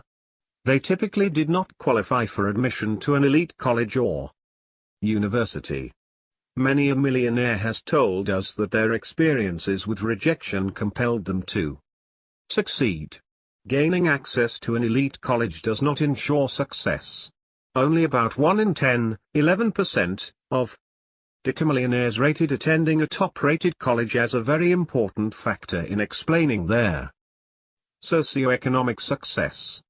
Overall, out of the 30 success factors, attending a top-rated college rated 29th or just above graduating near or at the top of my class. As one eminent scholar has said, your degree will get you your first job, but after 3 years nobody will care where you went to school. Even in America, not all opportunities are equally distributed. Recognize it, deal with it, and overcome it. Consider instead an anecdote of intelligence versus confidence in reaching career-related goals. Take 2 children from seemingly similar advantaged, affluent backgrounds. Perhaps they have parents with similarly prestigious jobs, the same type of family structure, high SAT scores, same GPAs, even the same interests and career plans. Why, in the future, would one end up with a significantly higher income than the other? Grades don't make the leader. Those numerical scores we receive growing up, and perhaps even today in well-meaning but often useless performance appraisals in organizations, can affect each of us differently. Some of us, regardless of the rating or score, will ignore it. Others will feel as if our future success has somehow been bolstered or hindered by the value. Still, others of us will use a negative rating as a means to push us forward, not necessarily ignoring the number but instead using it as a force to do our best work. Millionaires, particularly business owners, often had the latter reaction, as cataloged by my father in 2012. In The Millionaire Mind I wrote that millionaires are often labeled by some authority figure or some standardized test result as being average or inferior. But as the results of this research point out, such evaluations make some people all the more tenacious. Some millionaires thrive upon such judgments, as they have made very clear to me. Where did they get their resolve? It was a direct result of their earlier experiences in deflecting negative judgments. 23. Ralph de la Vega was the CEO of AT&T Mobility. This company had annual sales of $63 billion and employed nearly 50,000 workers. According to an article in the Atlanta Journal-Constitution on March 18, 2012, Mr. de la Vega immigrated from Cuba to the United States. When he was 10, the Castro regime would not allow his family to accompany him. He lived here for 5 years until his family was finally allowed to join him. 24. While in high school and struggling with English, he told a counselor that he wanted to be an engineer someday. The counselor discouraged him from this goal because of his grades and his family's lack of finances. Mr. de la Vega states, "He killed my dreams right there." He dropped out of an academic high school and started mechanics school. But Mr. de la Vega had his dream rekindled when his grandmother arrived in the US and told him, "Ralph, don't let anybody put limitations on what you can achieve. If you want to be an engineer, you can be an engineer." And so, he did. And he continues to offer his grandmother's advice to young people who wish to achieve. It may be self-concept, or more specifically, core self-evaluations, CSEs, a set of psychological characteristics that include a belief in one's worth and one's overall efficacy for being effective in new situations, a belief in having control in the decisions and outcomes of decisions, and lower levels of stress and anxiety. Examining sets of data from the National Longitudinal Survey of Youth, Drs. Timothy Judge and Charles Hurst demonstrated that the advantaged childhood-to-income relationship is not simple. 25 As expected, children from more advantageous backgrounds had higher income levels. But, they found that children with a high self-concept with advantageous backgrounds had very different income levels, that is, much higher than did their low self-concept, but equally advantaged peers. Judge and Hurst state, these resources, family advantages, high SAT, GPA, barely seemed to make a difference to individuals with low CSE and, in some cases, that is, SAT scores, actually seemed to have a slight negative impact. They conclude, it seems that resources, such as family advantages, and positive CSE together are necessary to the attainment of above-average levels of income.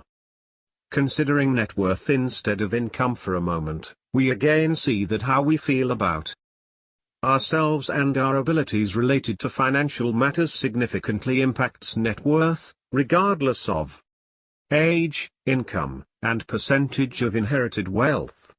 While self-concept is generally a stable or unchanging trait, understanding self-concept and changing financial-related behaviors may have benefits to income and net worth in the long run. The case for thoughtful higher education. A reporter contacted us wanting to know how educational costs are impacting the ability for young Americans to become wealthy on their own. Can anyone become the millionaire next door today with the high costs of education? Education costs have risen since 1996 by almost 400%. High education debt puts adult children behind the starting line financially. Even well-meaning, planning-focused parents can't often fully fund college. One study indicated that while 43% of parents want to pay for all of college for their children, only 29% will have done so by the time their children are freshmen in college. 26. The value of education still holds. In most cases, higher education still has benefits in building wealth, even if those benefits have more to do with the level of income you can achieve by having certain degrees. The median net worth of a college graduate, approximately $292,100, is more than 4 times that of high school graduates, $54,000. 27. In our current study, those with college or graduate degrees have higher income levels and net worth than those with some college or high school diplomas, although the difference in net worth was not significant. Of course, that income level matters little without frugality, but the relationship between level of education and income persists. More than 75% of millionaires in 1996 and 2016 both had college and/or graduate degrees. In a way, education could be considered a minimum qualification for building wealth, a qualification. Yes, but not a guarantee. It is a factor, even if only to ensure a high-paying job at first. And only 20% of millionaires said attending a top-rated school was important to their success. Alternative approaches to designer education. In 2016, nearly 78% of undergraduate students attended a public institution, while 22% attended private colleges and universities. 28 How does our millionaire population compare? In our latest study, approximately 55% of millionaires attended public colleges and universities, 15% of millionaires attended both public and private institutions, and 30% attended private institutions. Their costs for all institutions are on the rise, as is student debt to cover those costs. Some well-meaning but uninformed parents have decided that debt is an expected and acceptable part of higher education.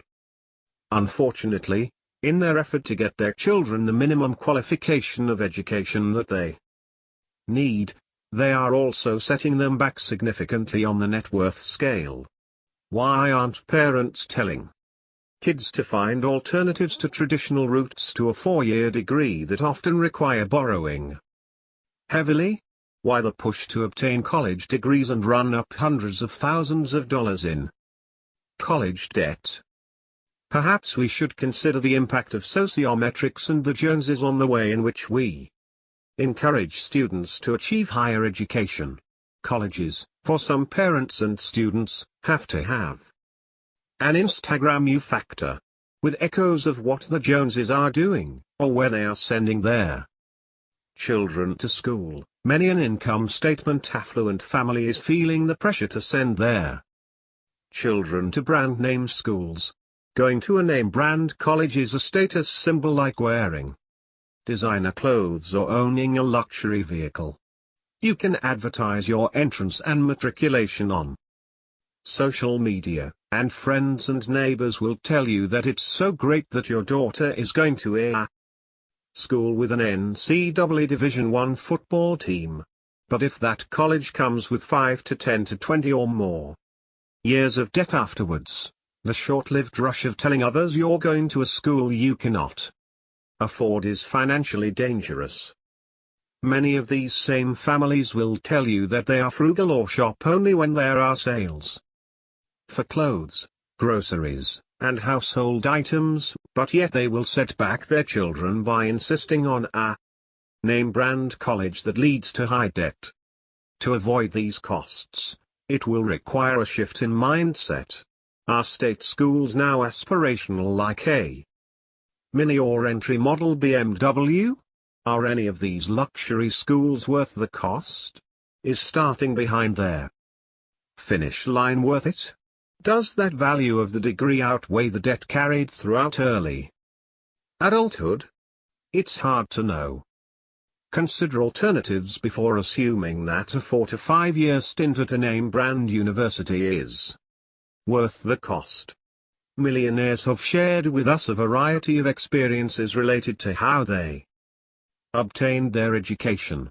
Doing so without debt will require going against the tide, like so many other financial choices economically successful Americans make. Owing it all to community college. One alternative to at least the first 2 or so years of a traditional 4-year stay at a traditional university is community college. My father wrote this commentary in 2015, highlighting how one famous American obtained his education. Tom Hanks's movies have grossed over $8 billion worldwide. If you read his op-ed I Owe It All to Community College in the New York Times 29, you might understand why he should be nominated for an honorary membership in the Millionaire Next Door Club. So, what if he graduated from a public high school? He describes himself as an underachieving student with lousy SAT scores. I couldn't afford tuition for college anyway. So it was off to Chabot, a community college, which because it accepted everyone and was free, would be my alma mater. According to Hanks, he received an excellent education. All free but for the effort and the cost of used textbooks. That place made me what I am today. Hanks may not have asked the SAT, but he was extremely creative and insightful about gathering resources at Chabot which were used in perfecting his chosen occupation. I stated in The Millionaire Next Door, economically successful people demonstrate an uncanny ability to select the right occupation, that is, one that they love and that is financially rewarding as well. Hanks obviously had a great deal of discipline in terms of selecting specific courses and professors on the basis of his chosen vocation. As evidence of his discipline, he invites the reader to examine Chabot's library takeout slip on the celebrated actor Jason Robards's monologues of Eugene O'Neill's The Iceman Cometh.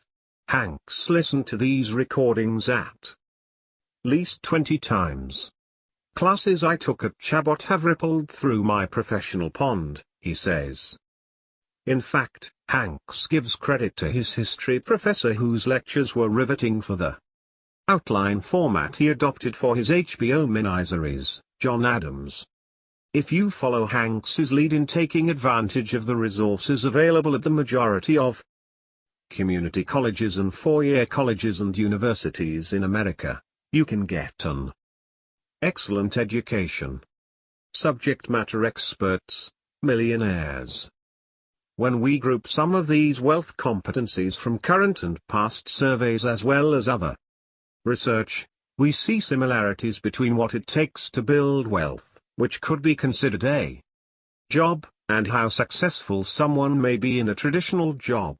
Being aware of our own competencies not only allows us to pursue the right type of occupation, which we'll discuss in Chapter 6, but also allows us to capitalize on those strengths when it comes to managing our own household affairs, or, if we have the means to do so, to hire those who can be trusted advisors.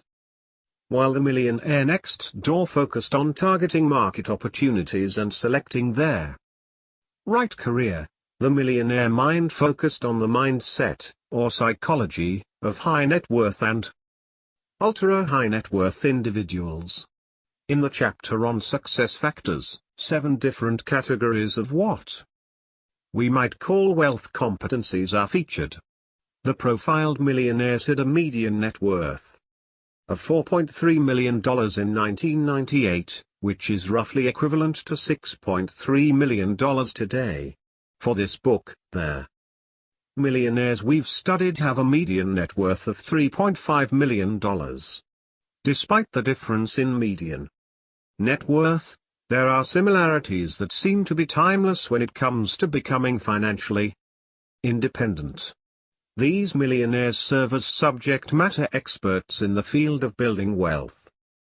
Today, as in 1998, we find that millionaires continue to rate discipline, getting along with others, integrity, and hard work as critical to their success. We see the factor of resiliency and perseverance as well, most likely because of what these individuals experienced as they climbed the corporate ladder, built a business, or navigated managing their household affairs through different seasons of their lives. Discipline and wealth. Success in life and work has been consistently tied to conscientiousness, whether it's being disciplined, having and meeting plans, or focusing on details. As we discussed earlier, research in their field of psychology shows a relationship between this personality characteristic and how well someone will perform on the job. 30. The research conducted on those with high net worth the past several decades also provides insight into why they are balance sheet affluent. They have a long-term, disciplined approach to saving, spending, and investing. These individuals are not distracted by what the Joneses are doing.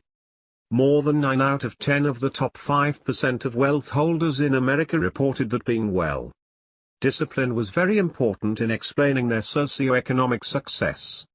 This finding is consistent over time. From the Millionaire Mind, we are reminded that a disciplined person sets his or her sights on a lofty target, then figures out productive ways to reach the target. Disciplined people are not easily sidetracked. They could live in a French bakery and not gain weight, or they could encounter hundreds of economic opportunities and then select 1 or 2 that are best suited to their strengths and the market's needs. 31. It's no wonder discipline is rated among the most important factors in becoming financially successful. Managing one's financial life to ensure money-related goals are met requires high levels of discipline, routine, and conscientiousness. Discipline in building wealth also means setting our own goals. Take for example graduate education, a gauntlet that requires self-directed study and large-scale, independent project management. Sadly, Half of all graduate students drop out before completing their PhD. 32. How can this be possible? It's not about a lack of intellect. From my father's experience as a professor for more than 20 years, he had his own views about why students bailed out of PhD programs. There are several reasons, but he believed the most important was a lack of self-discipline. As undergraduates, these students were told specifically what to do, what to study, and what tests to take. It was all programmed on the syllabus. Later, in graduate school, these same students did well in terms of classroom assignments. But when it came to proposing and completing a dissertation, an activity that, by its nature, requires those who undertake it to create their own project plans and execute those plans with little external reinforcement, he found that many of these students were unable and possibly unwilling to do it on their own. Completing a dissertation is akin to being self-employed. In both instances, it is the individual who must allocate time and energy in the most productive way. There is no job description or curriculum given by the employer. Most of the millionaire next-door types we've interviewed would not qualify for entrance into the typical PhD program. They did not have A averages as undergraduates, nor did they score high on standardized tests. Yet they had a great deal of self-discipline, which along with integrity is one of their most important ingredients in becoming economically successful. Resiliency and perseverance. Another component consistently cited by financially successful individuals is resiliency. To build wealth, to build one's own business, to ignore critics and media and neighbors, you must have their resolve to keep pursuing your goals past rejection and pain. Millionaires and other economically successful Americans who pursue self-employment, decide to climb the corporate ladder, or strive to create a financial independence lifestyle early do so by perpetually pushing on. It's not for the faint of heart. We see this resiliency illustrated in those who pursue the early retirement, financial independence path, FI/RE as we alluded to earlier. Those who pursue this path to economic freedom meet daily hurdles to becoming so thanks in part to their neighbors, community, both in person and virtual, and companies pursuing them for their financial and cognitive resources. Alan DeMarcus had the resiliency to build a successful refrigerant recovery business, sell that business, and then become a millionaire 8 times over. He is now worth between $8 and $10 million. Starting in his uncle's vac business when he was 14 years old, Alan learned the trade and what it meant to work hard. During college, he returned to his uncle's business, landed a sales role, and ultimately quit school after 2.5 years. From that point on, Alan's track to becoming successful took some unanticipated twists. After 2 years working in the sales role, my uncle sold the business to a publicly traded company, sold it under condition of an earn-out. I got a job offer but decided not to take it. In early 2000, that company went bankrupt, and my uncle lost everything. I decided to start my own business, pooling money together and partnering with my uncle. We started with $180,000 that we had to borrow from friends and family members. I made a promise to honor each loan. It was so scary. We grew really fast on paper, but were cash poor. It's an asset-rich business. We were living in a too expensive condo in San Francisco. My wife was making $26,000 a year, and I was making $0. We were starting with nothing. As the business grew fast, it would run out of money all the time. We had to have faith. I'm a believer, and that is interwoven in my business today. But starting out, I was too cocky. Had to rely on prayer to get through. I realized frequently that everything I own could be gone tomorrow. What do you do when you don't have cash and you own their business? You dump your own money in. We would use our personal emergency fund to fund the business and pay employees. While the world of business was crashing in 2008 to 2009, Alan's prudent business practices ensured his business was successful despite the industry trends. The entire industry, the HVAC industry, had a 65% decline in 2008. Our total gross revenue was down 18%.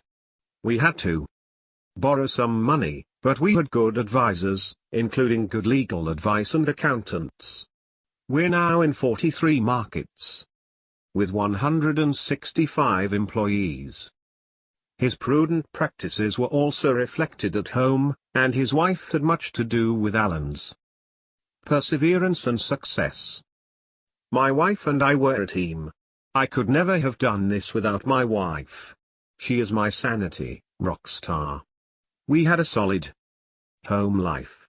I believe that chaos at home is reflected in chaos at work. We spend less than we make. Consistent. But cash flow doesn't always match. So, we'd fund the business with our personal emergency cash. Started once with $150,000. The business cash flow problems became our problems. We never had to sell assets or anything but had to deplete our savings regularly. Having left college after 2.5 years, Alan's perspective on education and feedback from a wise CEO give us an interesting perspective on the importance of building wealth and leadership. Our society places a lot of emphasis on education. But people are still so rudderless when they come out of school, just like when they went into school, but now they have tons of debt, too. This is fine if you want a corporate America job. It's a prerequisite. But learning more knowledge is needed for a business. Trying more things helps you find a sweet spot in the market. You don't have to have a degree. There's too much emphasis on the degree. You just need to try more things. People who have money don't care about your degree. Investors don't care, they care if you can do it.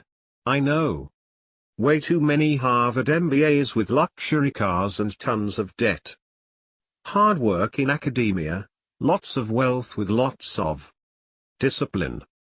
Teaching at a research-focused, higher-level institution requires consistent production of peer-reviewed journal articles, which is the reason for the common phrase publish or perish. My father spent the first half of his professional career in this environment and knew well the personalities and pressure of this type of culture. He wrote about this in 2013. After a former professor wrote him to share his experiences.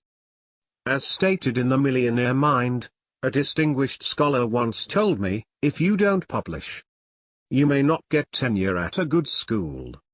But you will have a lot of friends. Publish a lot and you will not be really popular among your colleagues. I received an email from a former college professor we'll call Dr. F. Oh, in it, he told me. Just a few years after I resigned a full professor position at the university to begin my own business. I was 51 years old and virtually all of my colleagues thought I had lost my mind to give up the security of tenured university life, but it turned out to be the best thing I have ever done. 9 years after he started his own business he reached near-decade millionaire status. He is now retired and has had the time to reread The Millionaire Mind and shared some of his experiences related to discipline in the pursuit of financial freedom. Many things in the book. He said, describe my experiences from the living beneath our means. I was worth more than $1 million before the business, to taking risks, the frustrations of working for others, in this case, university administrators and tenured colleagues, to a supportive wife of 42 years, to my religious beliefs, to believing in myself, to finding a business niche. Some of his friends told Dr. F. O that he was just lucky, and he pointed out that he was very insulted by their comments. In the survey of 733 multimillionaires that was the base for The Millionaire Mind, luck was rated among the least important success factors, while being well-disciplined was at the very top along with integrity. Discipline and integrity continue to top the list of critical success factors in our latest survey. Dr. F. O explained his path to success in this manner. I come from very humble beginnings, and from educational institutions at the bottom of their university food chain. Like the findings in the book, The Millionaire Mind, I was rejected by top-tier institutions, but outpublished all of my colleagues. The idea of luck denigrates the hard work and preparation I put into everything I have ever done. Even though many of them, his colleagues, come from elite educational institutions, none of them ever worked as hard or as smart as I did for many years, and they would never have jumped at the opportunity like I did if it came their way. In fact, they never even looked for any such opportunities. I have been blessed in many ways, but luck had very little to do with my success. I want you to know just how true I think your research findings are. I made this money in my 50s. It can still be done in America with the right attitudes, beliefs, and hard work. Unfortunately, this is not their message society is sending to our young people. After 9 years in business on my own, I have more money than I ever dreamed of and loved the experience of running my own business. I love a comfortable retirement even more. Since retiring a few years ago, I have had time to reflect on my university and business experiences, and this reflection included rereading The Millionaire Mind over the last few days. It resonates with me now more than ever. I have not had 1 cent of debt for 15 years and I now have a net worth of $89 million. I have never revealed this amount to anyone before this moment. I don't think any of our friends have any idea we have this much money. Other than considerable overseas travel the last few years, we don't live appreciably different than we did previously. Costco and Walmart are our favorite stores. Dr. F. O used his prolific publishing in academia to create his own business. Like building wealth, publishing in academia or creating a business has metrics by which you can judge success and work toward. Hard work pushed him over the finish line of economic success. Allen had created margin in his business by building up cash over time and not following each must-do idea.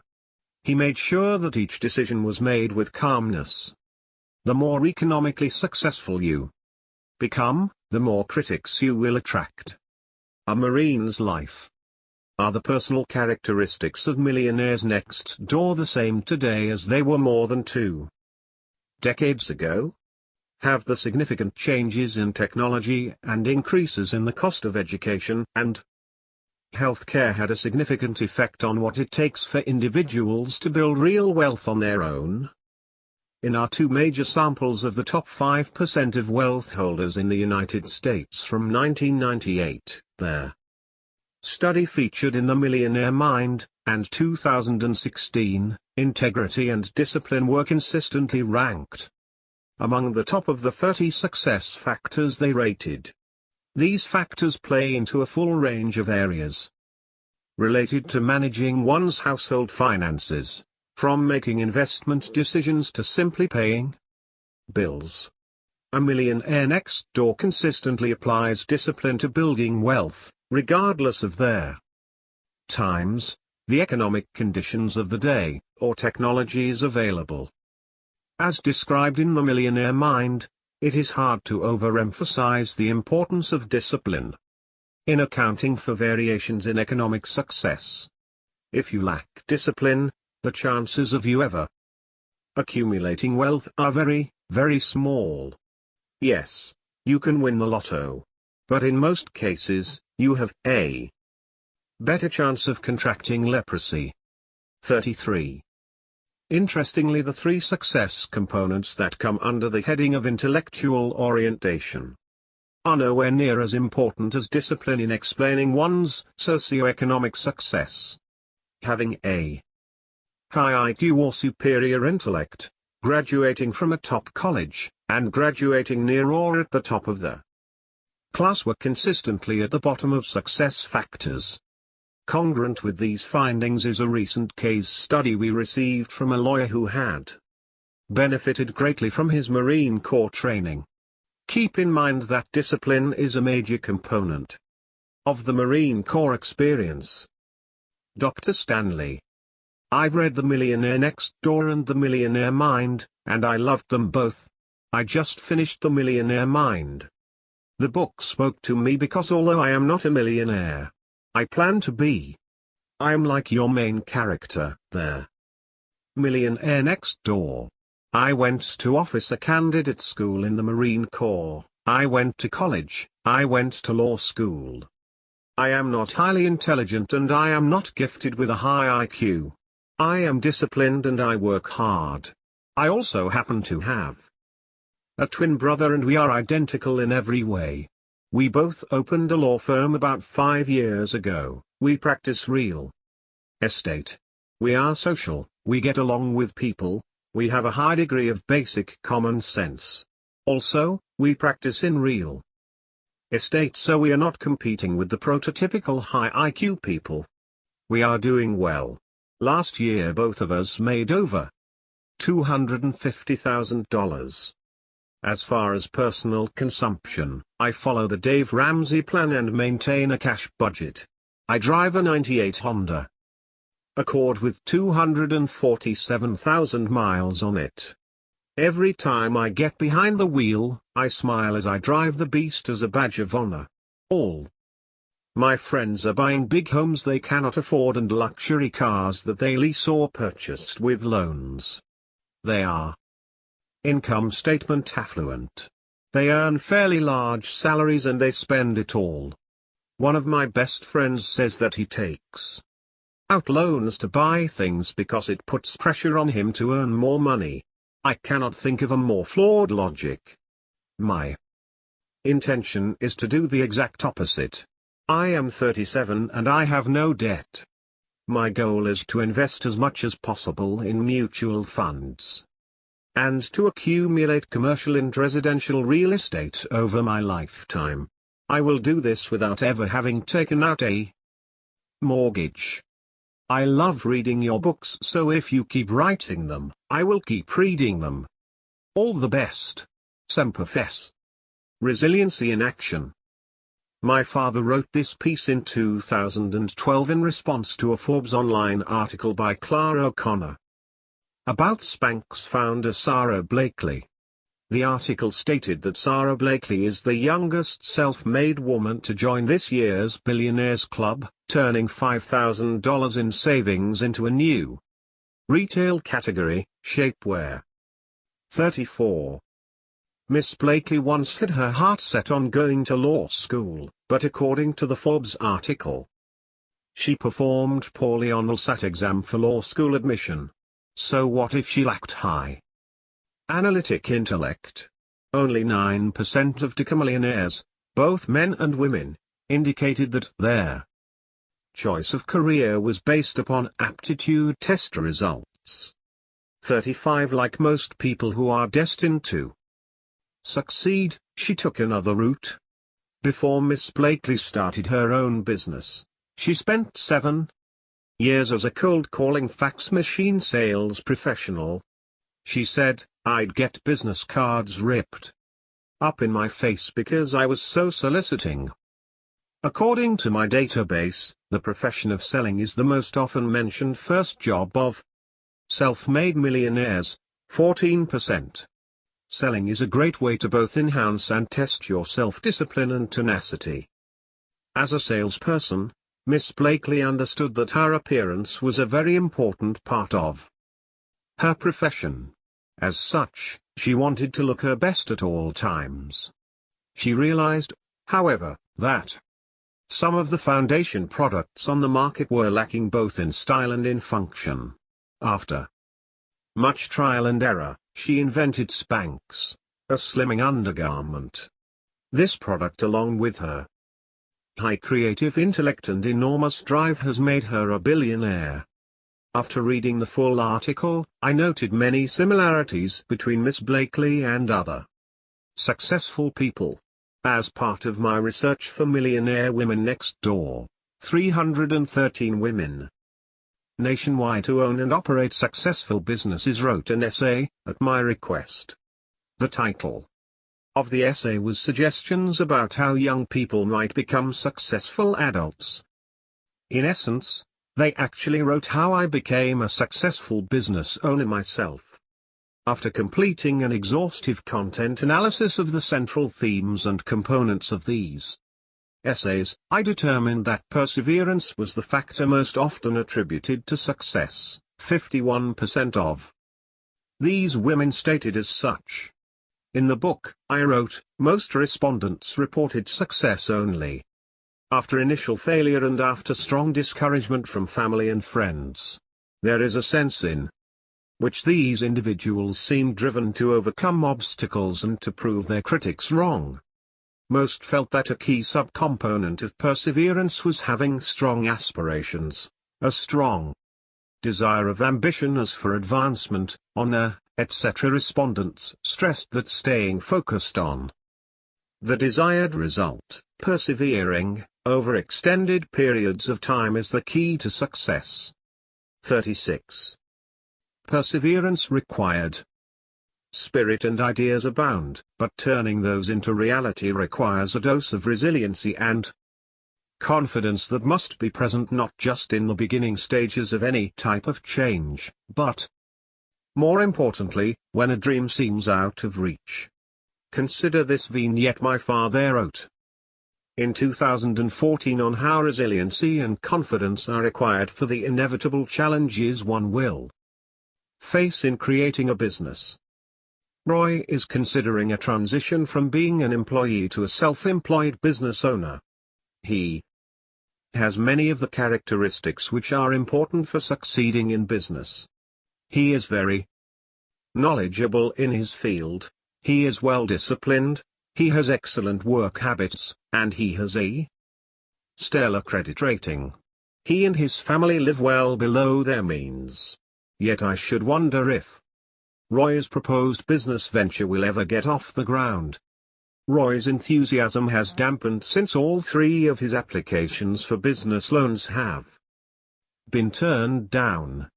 He has difficulty with those who criticize his business proposal. He found loan officers to be condescending, aloof, and even insulting. Even his in-laws have no desire to lend him money. They told him that it was much too risky and that he lacked business aptitude. I suggested that Roy reread the topic of dealing with critics in the Millionaire Mind. Here are just a few quotes that I hope Roy will find comforting. There are countless examples of critics who try to destroy the dreams of ambitious men and women. But critics are a necessary part of our social system in America. They screen out those who lack the courage and resolve to take criticisms and triumph despite them. Even steel cannot be hardened unless it's hammered, and it's no different with people. Self-made millionaires report that degrading evaluations and comments by certain authority figures played a role in their ultimate success in life. Hammering built the antibodies they needed to deflect criticisms and temper their resolve. Life is not one short race, it is a marathon of marathons. Labels come and go. If you believe that you can succeed in life despite degrading labels that predict your failure, you are likely to win most of the marathons. This is the common experience among millionaires. 37. and Roy needs to understand that the length of the line of his critics will get longer as he becomes progressively more successful. Occupying our minds and time. How we spend one of our most valuable non-renewable resources, time, can either support our financial goals or detract from them. What activities occupy the time of millionaires? How do these activities compare for prodigious accumulators and under-accumulators of wealth?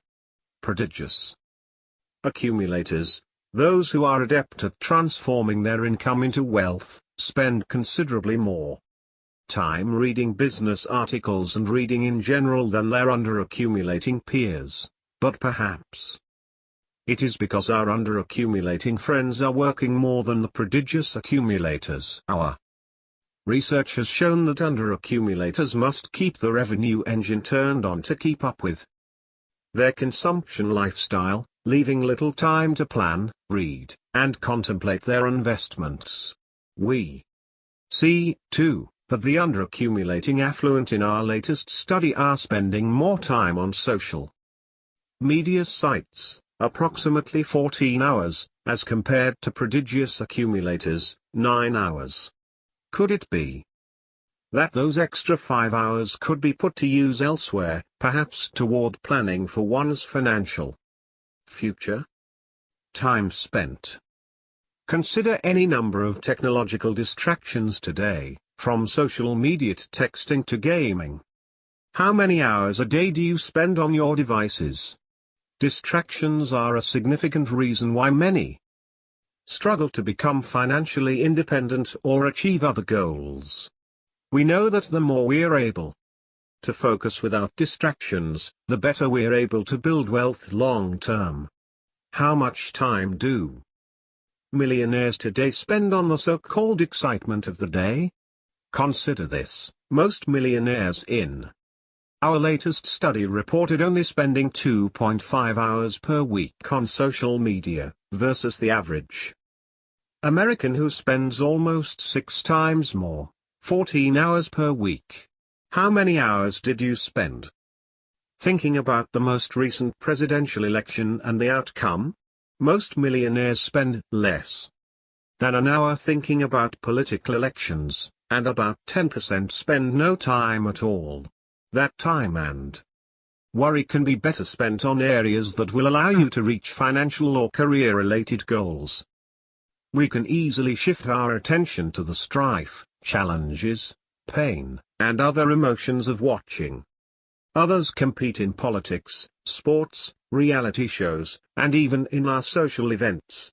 By becoming engrossed in ongoing competition, you're necessarily taking time and emotional energy from something else, your business or education or some other productive activity. If that competition lives out on TV, you may be spending more than the average 2 hours that Americans watch. Successful individuals are keenly aware of how they spend their resources, including their emotional and cognitive resources. The time between each every once in a while is getting smaller. And there more distractions we add to that list, the fewer meaningful things we're going to be able to accomplish. If the distraction is a habit, then we will be even more challenged to avoid it. Changing behaviors requires more than listing out resolutions. New habit formation can take approximately 66 days and also requires rewiring our brains. 40. Making resolutions work involves changing behaviors, and in order to change a behavior, you have to change your thinking, or rewire your brain. Trying to change that default thinking by not trying to do it, in effect just strengthens it. Change requires creating new neural pathways from new thinking. 41. Focusing on goals is related to building wealth, regardless of age and income. 42. But of course we all have worries that can occupy our time and cognitive resources. We see some differences in the worries of those who are prodigious accumulators of wealth versus those who are not. Specifically, The worries of the under-accumulators tend to include lackluster sales profits, job being eliminated, never achieving financial independence, having to retire, children with little initiative to become financial independent, not enough wealth to retire in comfort. The decisions we make, particularly related to the allocation of our time, energy, and money, impact our ability to become financially independent.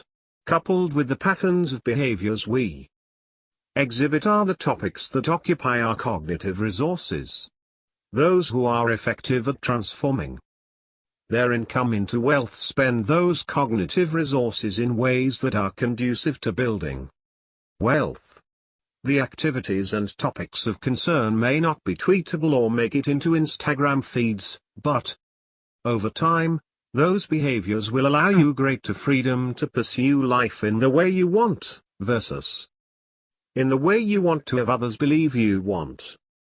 Chapter 6. Getting to Work. They chose the right occupation. From The Millionaire Next Door. The time we spend toiling at an occupation, whether we enjoyed that occupation or not, is a valuable resource. A resource that, unlike, to some extent, money, is non-renewable. Time spent generating revenue either working for someone else or ourselves cannot be retrieved and cannot be used for any other endeavor, which makes the discussion of work and careers critical for anyone who wants to be economically successful, even more so for those wanting to be financially independent. The world of work, like technologies that enable us to manage investments on our own, has changed in the past 20+ years since The Millionaire Next Door was published. Consider again. Our friends in the F/RE community, we may have marginalized them in the 1990s as being eccentric. But we now celebrate their independence. And that independence makes more sense today as working for large organizations is no longer a guarantee of pensions and long-term financial support. Still, most of us want to skip past vacations and go directly to the exciting world of investing, addressed in the next chapter.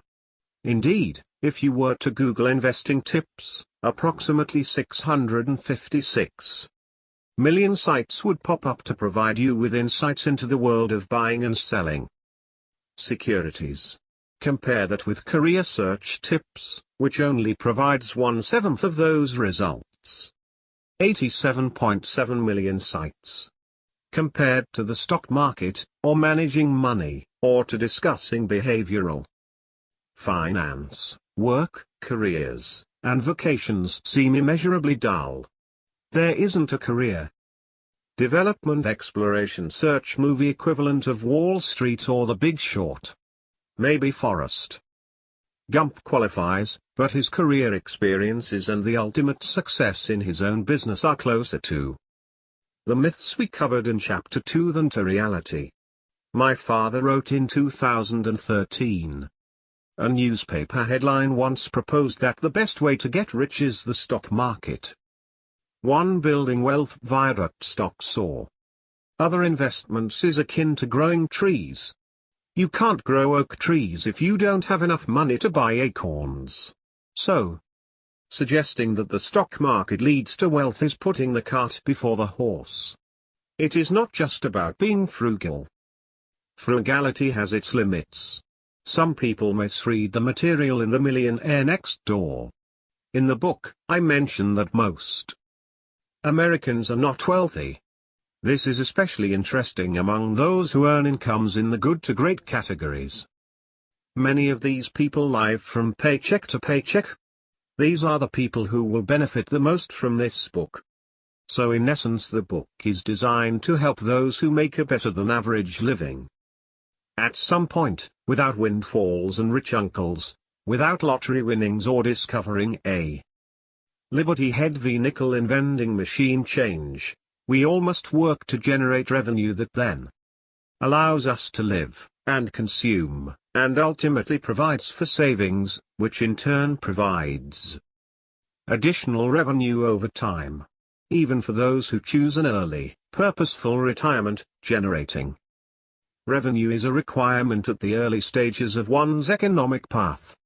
Fortunately, we have great freedoms and opportunities in the United States and other parts of the free world to pick and choose our careers or jobs. In that effort, good defense, how we refer to managing spending and consumption, stable surroundings, and a loving childhood can only go so far. Recognizing our strengths and creating goals can only serve as a starting point. We must use these strengths in ways that allow us to generate income in order to have the seeds of wealth that can then be planted. How do economically successful individuals do this? When we hear from readers and critics of The Millionaire Next Door, The Millionaire Mind, and other works, frequently we see some confusion over the possible paths to wealth and/or financial independence. Many assume that only three paths exist: 1. The frugal, steady-as-she-goes journey; 2. The high-income producing, high-level leadership path; or 3. The self-employed, risk-taking, investing in my business approach. The truth is, no path is that simple. They are all unique and they all require discipline. As stated in The Millionaire Next Door, economically successful individuals tend to choose, or create, or eventually find, a career that is right in that it provides ample income while also providing satisfaction. Today, though, we expand this to include those who retire from the world of work relatively quickly by amassing savings early in their careers. The right career may be one that only lasts 10 to 15 years, while a frugal lifestyle ensures a high savings rate that can then generate revenue through investments. It is a contrarian idea, but it is possible, as illustrated in the F/Re community. Economic success doesn't require that you have extraordinarily high intellect in America, as we discussed in Chapter 5. If you have great discipline and leverage your creative intellect, you will likely become an achiever. Under the heading of creative intellect are two factors that underlie the Millionaire Next Door profile. These include two main factors related to vocation from there. Millionaire Next Door, Factor 6, they are proficient in targeting market opportunities, and Factor 7, they chose the right occupation. Economically successful Americans choose the right approach to earning revenue and working. They experience work and thereby find and choose a career or business that is conducive to building wealth. They determine, early on, if they can amass wealth over a lifetime, starting early, and find ways to grow that wealth over time without being beholden to a traditional career. They start businesses that make the best use of their talents. The millionaires profiled in The Millionaire Next Door seemed out of the ordinary because often they were either small business owners in mundane businesses, for example, heavy equipment leasing companies, or they had amassed wealth slowly in careers like teaching or accounting. The word also doctors, lawyers, and other professionals. The typical millionaire next door is given this label because he doesn't appear to be wealthy but is, notwithstanding his vocation. His simple lifestyle allows him to transform household income, an income which is usually above the national average, into wealth. The simple truth is, job titles are better indicators of income than wealth. In a most recent study, we found that millionaires spanned various industries and job types, just as 20 years ago. See Table 6.1. Millionaires, with on average $3.5 million in net worth, included a higher concentration of professional occupations than the millionaire next door population from 20 years ago, but also included job titles outside of what might be expected. The job titles of their Millionaires in our sample included government employees and small business owners, managers and vice presidents, accountants and IT directors. Some millionaires reported owning multiple businesses at once, while others were consultants. The studies of the affluent over the past 2 decades are perhaps most useful to those who make a better than average living.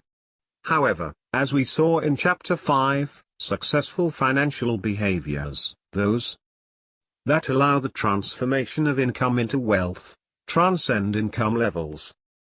Without a consistent source of revenue, there is little to invest.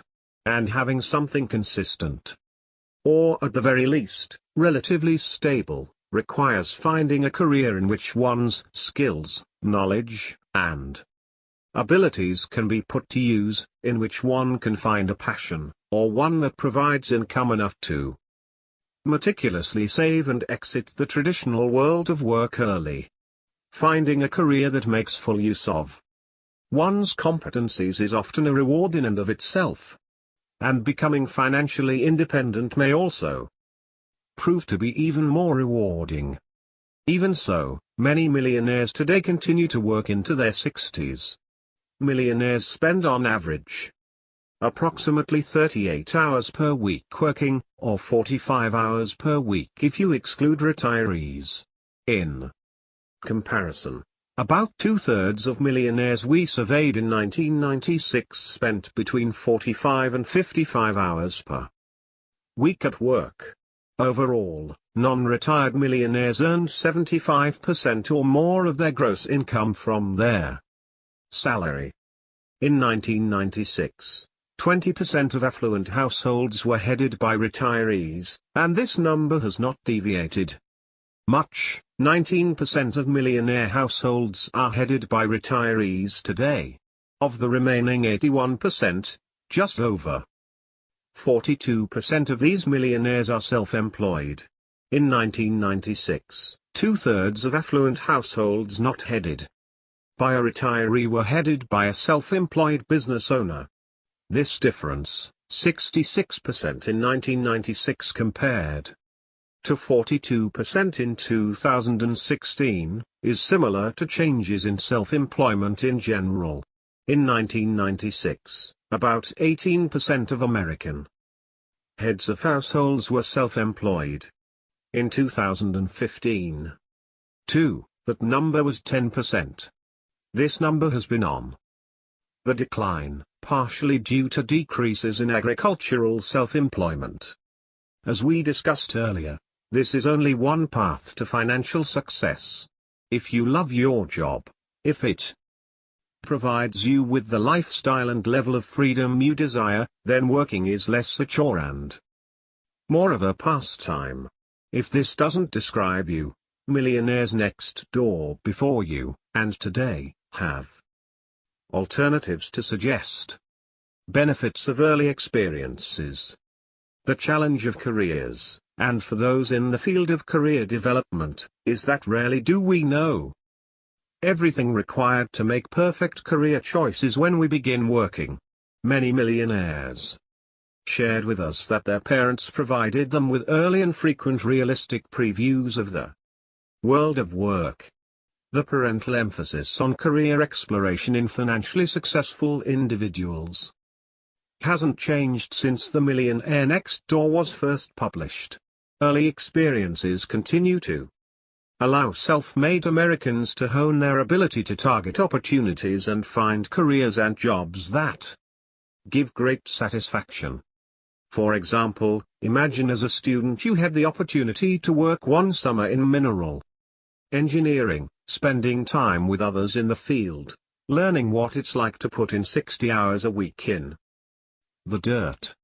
At the end of that experience, you would be able to determine, A, if the field was of interest to you, B, if you could survive in the type of environments that mineral engineers often find themselves, and C, if you, in general, liked the work you were doing. These early experiences would allow you to make thoughtful decisions about the way in which you were going to generate revenue in the future. We see these early experiences and their impact on millionaires, particularly with early sales experiences, which we'll discuss later. Some of us were lucky to have had early experiences that helped us decide what we liked and didn't like about working, as well as what we were interested in and able to do. When we asked one of our samples of mass affluent Americans about their career experiences, and what they had hoped for in their career experiences, that is, what would have allowed them to be more successful, here's what they shared with us. I was taught to work hard, and that no job is beneath me. It has become very beneficial to me, especially in my current situation, where I had to take a step back in my career path while I start a business, while working in a menial labor position to help pay the bills. I was responsible for helping to replace and repair fire hydrants. This job was essential to teaching me a solid work ethic, teamwork, and doing a good job. It was also more enjoyable than a grind-type job like office, retail work. Having a set allowance, and then working. My parents only supported me financially in terms of what I needed, and not what I wanted. I had to plan to get what I want. One specific experience was figuring out how to save enough to go on a ski trip with friends. I had multiple jobs and was required to save and invest my money. I learned in high school about mutual funds, etc., and was made to choose ones to put my money into. My father forbade me from working. That put me behind my peers in many ways, including work experience and financial matters. I wish I had a job like my peers. The part-time jobs I had in high school did not pay very much, and my parents required me to be responsible for a lot of my own expenses. I had to learn to save and budget my money in order to get by. Having part-time jobs taught me how hard it was to earn money. I believed in working as a teenager toward a goal. I wanted a car, and as soon as I turned 16, I got a job and worked for 6 months to save $1,000 for a piece of junk. It did not matter it was junk, because it was mine. I earned it. Early career experiences, early failures, and early tightrope walking without safety nets provide necessary fuel for long-term career success. The upside of less than ideal careers. There are still some parents out there who are doing a poor job preparing their children for the world of work, not only through a lifestyle of consumption, which requires constant, high levels of income to sustain, but also through sugarcoating the typical problems that go along with working for a living, or perhaps worse, insulating their children from early career experiences altogether. How do you know if you will love a big national sales manager job that requires 50% travel time? What about teaching?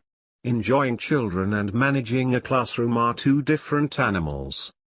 Maybe a career in technology is for you. But the reality is these jobs require sitting and staring at a device, or 2, or 3 all day, which may not suit your interests or disposition. The benefit of having multiple career experiences is that someone is able to discern the market opportunities that are best. For some, a single career experience can dramatically alter the degree of someone's socioeconomic achievement. And here is just one example. I had dropped out of college and was working as a cocktail server at a casino. The sections that we served rotated daily. So I would work with different girls every day. I walked into my designated service bar one night and saw that I would be working with all older servers. As I looked around the bar at the women in their 60s wearing miniskirts and carrying heavy trays of drinks, I decided that wasn't going to be me. I got back in school the next semester, graduated, and I am now employed as a tax accountant with a local accounting firm. I'll finish up the CPA exam this fall. I look back at that moment in the service bar as the turning point in my professional life. For this young woman, even the rigorous requirements of studying accounting somehow seemed less demanding when compared to a job that didn't match her interests or desires for long-term employment. Influenced out of real work. Consistent over time, millionaires tend to be a satisfied group, a full 90% of millionaires an hour. Sample reported being extremely satisfied with life, which typically correlates at some level with job satisfaction. How many Americans are satisfied with their jobs? The Conference Board 3 suggests that less than 50% of Americans are very satisfied with their jobs, and the Pew Research Center 4 says it's about 52%. The Society for Human Resources Management suggests the number is higher, reporting that 86% of workers are satisfied, although this number includes those who indicate they are somewhat satisfied. 5. We would argue the practical difference of someone being very satisfied and somewhat satisfied with their job is fairly significant. A 2017 Gallup poll on the state of the U.S. workforce included this finding, while 37% of engaged employees are looking for jobs or watching for opportunities.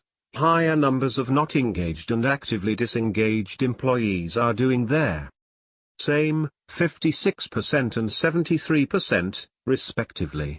Actively disengaged employees are almost twice as likely as engaged employees to seek new jobs. 6. Maybe our expectations about work are too high, especially for those of us who have never experienced real work, or hardship, or been required to be disciplined to reach a goal. As with spending, we are guided by what those around us are doing. Many Americans are indoctrinated into a casual, or carefree, version of the world of work, courtesy of the media. As an example, my father once asked readers to consider how sitcoms often portray the world of work. From 2003 to 2015, their television series 2.5 Men had its share of controversies, primarily due to its original star, and its share of awards and accolades for its cast and production team. Required for career success, sell something. The early part of my father's career studying the affluent involved helping financial institutions and other related companies target wealthy Americans for their services and products. Part of this research focused on extraordinary sales professionals, individuals with seemingly endless resilient passion and assertiveness, coupled with respect for those to whom they were soliciting, particularly the affluent. The excerpt below combines material from 2 essays, one written in 2010, one in 2013, he wrote on the benefits of sales experience. I recently asked nearly 1,000 millionaires nationwide what was your first full-time job. Out of those 1,000 respondents, 137 answered, sales, marketing professional. In fact, this proportion places the sales, marketing vocation as the #1 first full-time job. Does this mean that people in this profession have a significantly higher probability than those in other jobs of becoming wealthy? No. There is a smaller proportion of millionaires who are sales professionals than would be expected given the large size of the sales professionals category in general employed in America. Only about 1/2 of those millionaires who started with a career in sales remain in that profession today. Those who moved on are highly concentrated in 2 areas. They are either owners, managers of successful businesses, or they are senior executives of public corporations. This in no way should discourage people from entering the sales profession. For this vocation is often the incubator for future corporate leaders and entrepreneurs. Given the right Sales position, you may be given the opportunity to interact with possibly thousands of key people in other corporations and businesses. This often stimulates one's creative side in finding opportunities that have not been exploited. One of those opportunities is to be hired by one of the organizations that are among your customer base. If you are successful in selling for others, you may be able to sell your own product via your own company someday. Most millionaires are leaders. And most leaders must sell their ideas to their troops. When considering career paths, one should look at the trade-offs between income and other factors such as responsibilities and growth opportunities. But understand that building wealth is highly correlated with the size of one's income. Ideally, you will find a job that pays well and has great opportunities. I mentioned that the profession of selling was the most frequently cited first job after college by millionaires. And today many are either senior corporate executives or successful self-employed business owners. In fact, according to my calculations, there are more sales professionals with annual incomes of $200,000 or more than there are physicians and surgeons who generate this high level of income. Too many people shy away from the opportunities that are provided by selling. Some fear they will not be able to produce at a level that is required in the job description. No sales, no pay. However, if you can succeed in sales, you are likely to be able to succeed among the ranks of the self-employed. Look at the profession of selling in another way.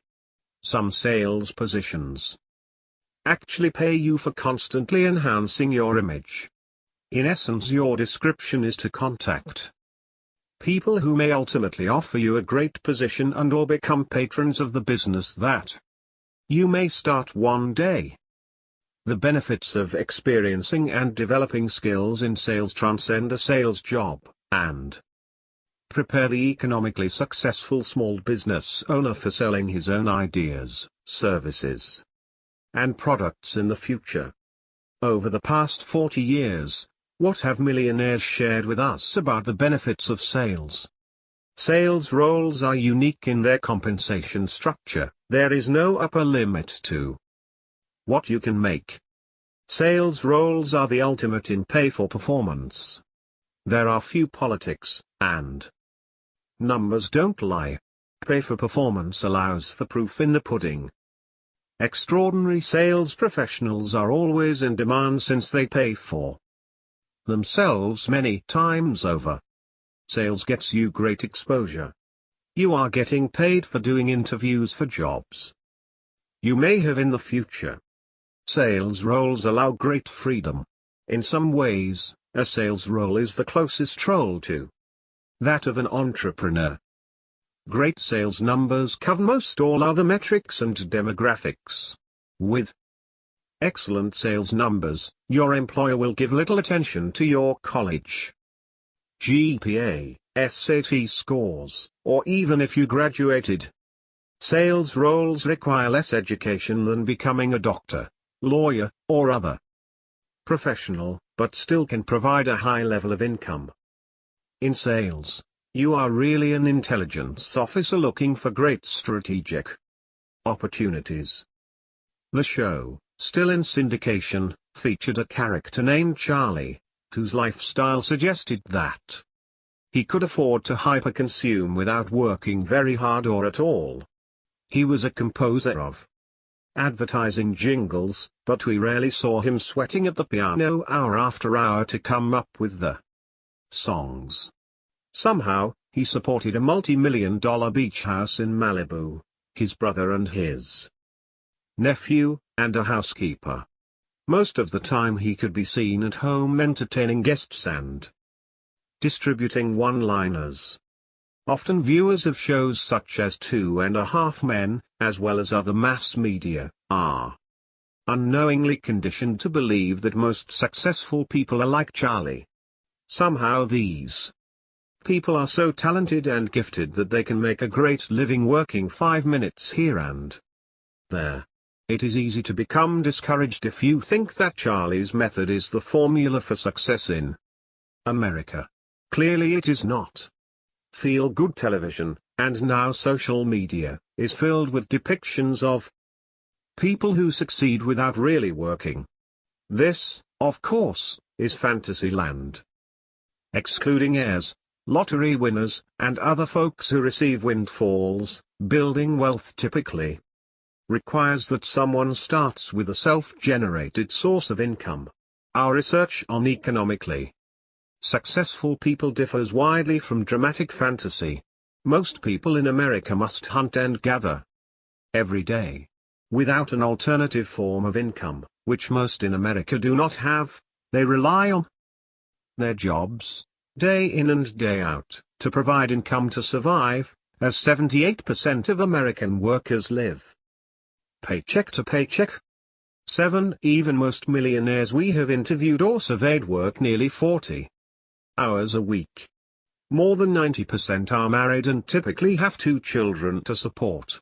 Most did not become wealthy until their late 40s or early 50s.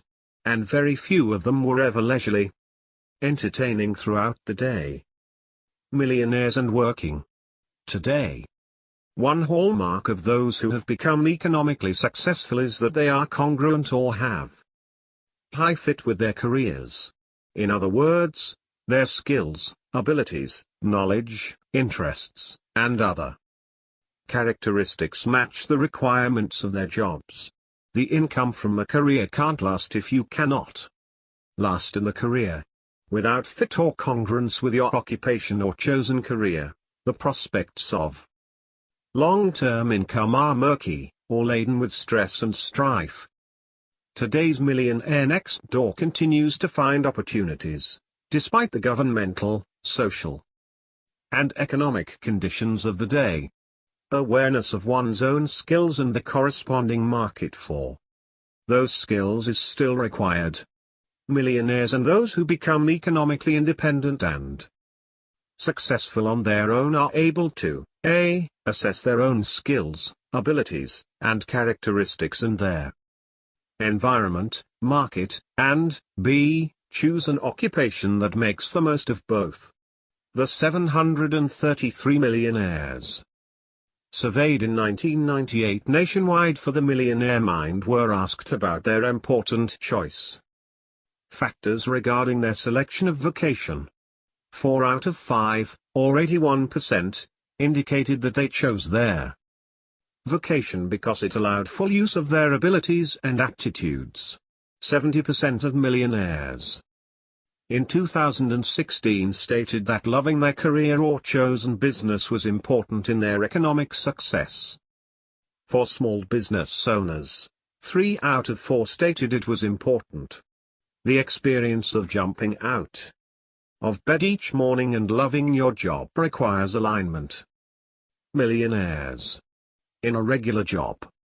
Just as in 1996, it is possible today, with an average to higher than average income, to become a millionaire through steady, prudent, disciplined financial management and regular income. Regular meaning not extraordinary commissions from sales roles or extremely high salaries like those of attorneys, doctors, and CEOs.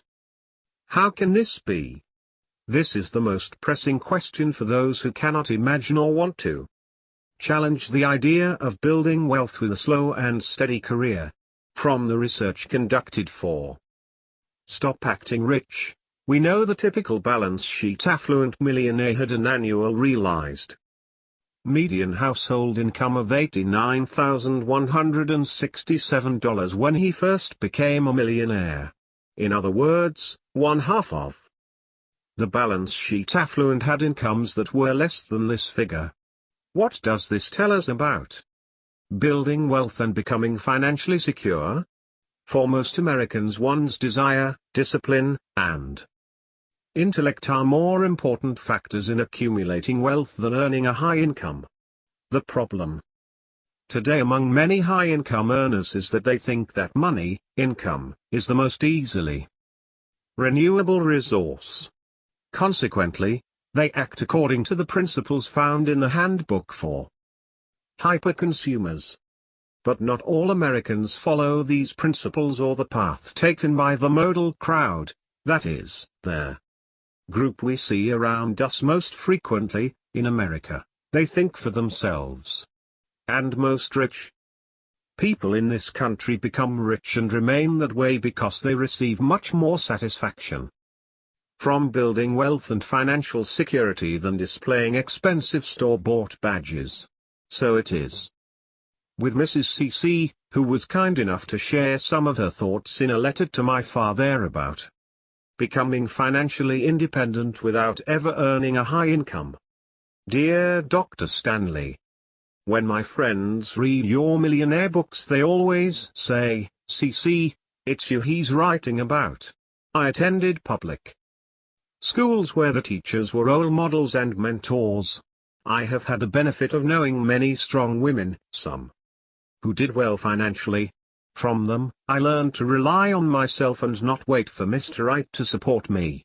I was a scholarship student at a small liberal arts college. I had many mentors whose examples shaped my life. While my net worth can be attributed to frugality and canny investing, my lifestyle is shaped by an excellent education. I have always tended to wander away from the herd in my thinking, but my education taught me self-discipline, independence of thought, and strong ethics. I am the child of a single, working mother, and my early years were fraught with financial uncertainty. I learned by watching my mother that women have to work harder and longer to achieve financial success.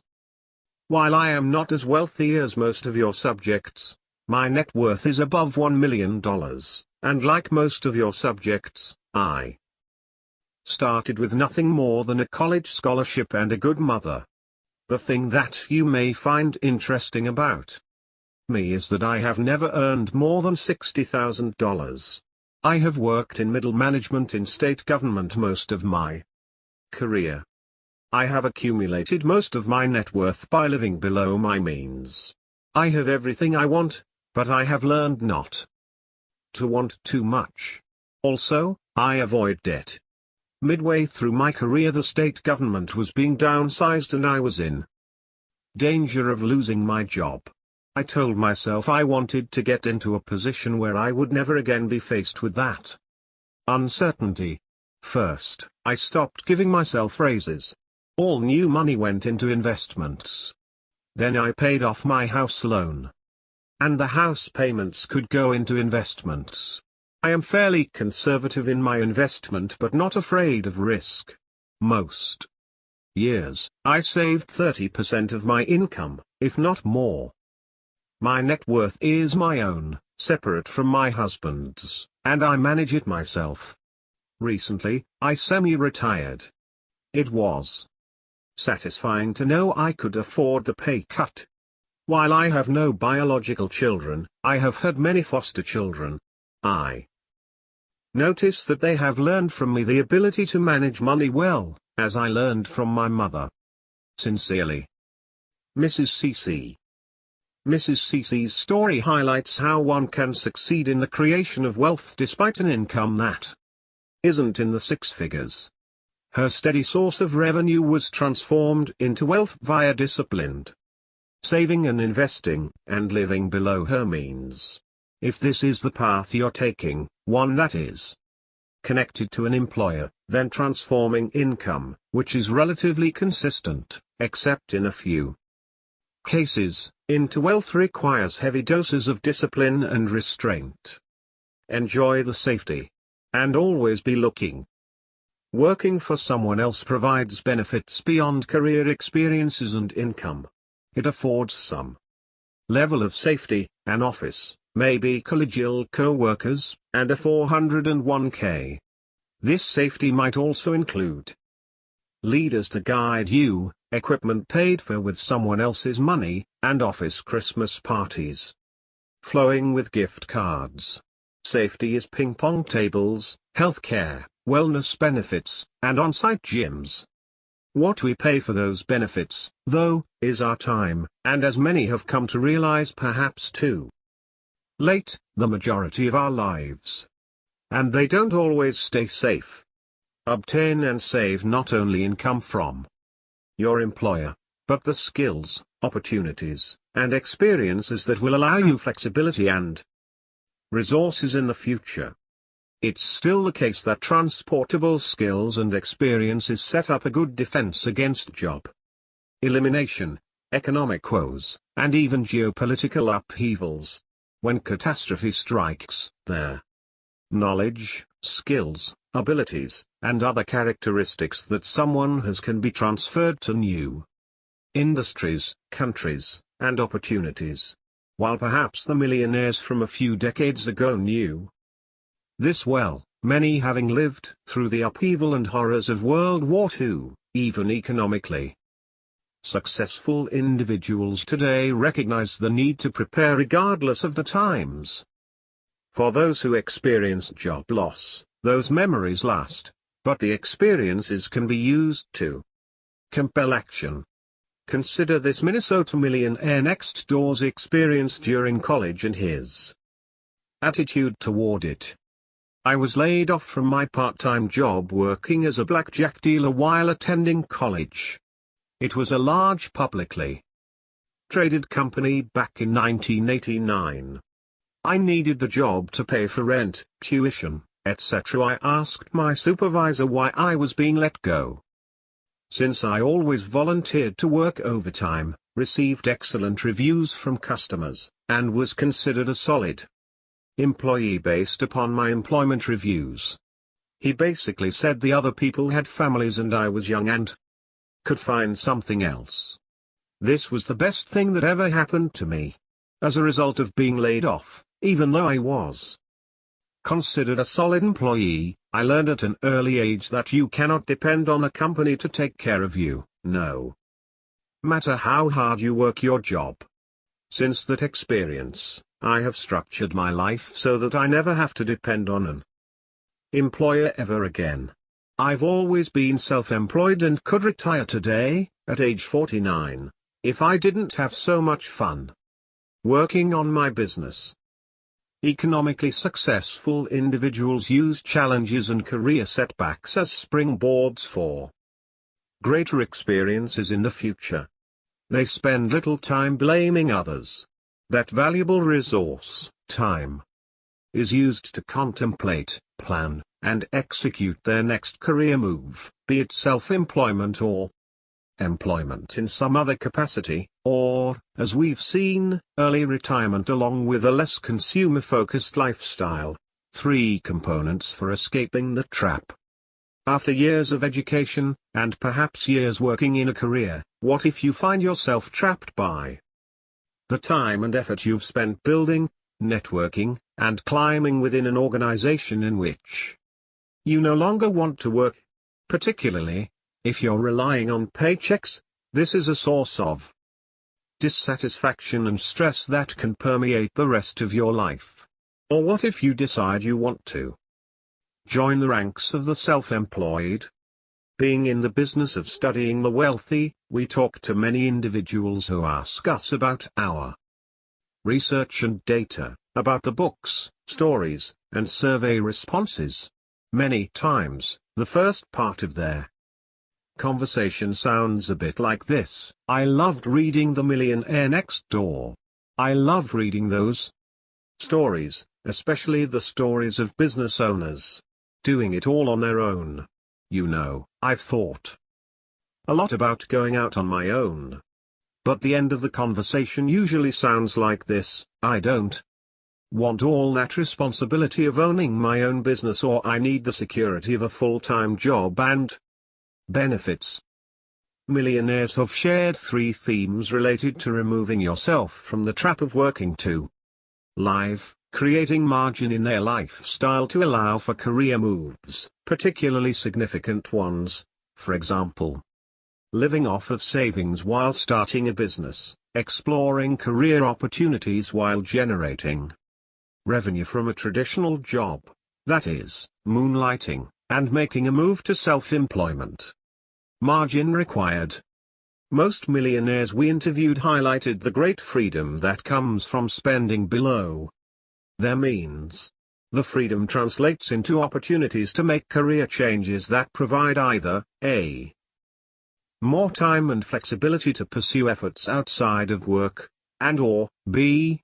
the potential for increase in revenue. Of course, it's hard to see the future, particularly when you're starting out and your lifestyle and choices about spending have been affected by a high income. A millionaire biology instructor from California told us, "When I got my first teaching job at the community college, I was hired on a part-time basis. One older and seasoned instructor said I needed to learn to save and invest my money. Because one day you may decide you don't want to teach anymore.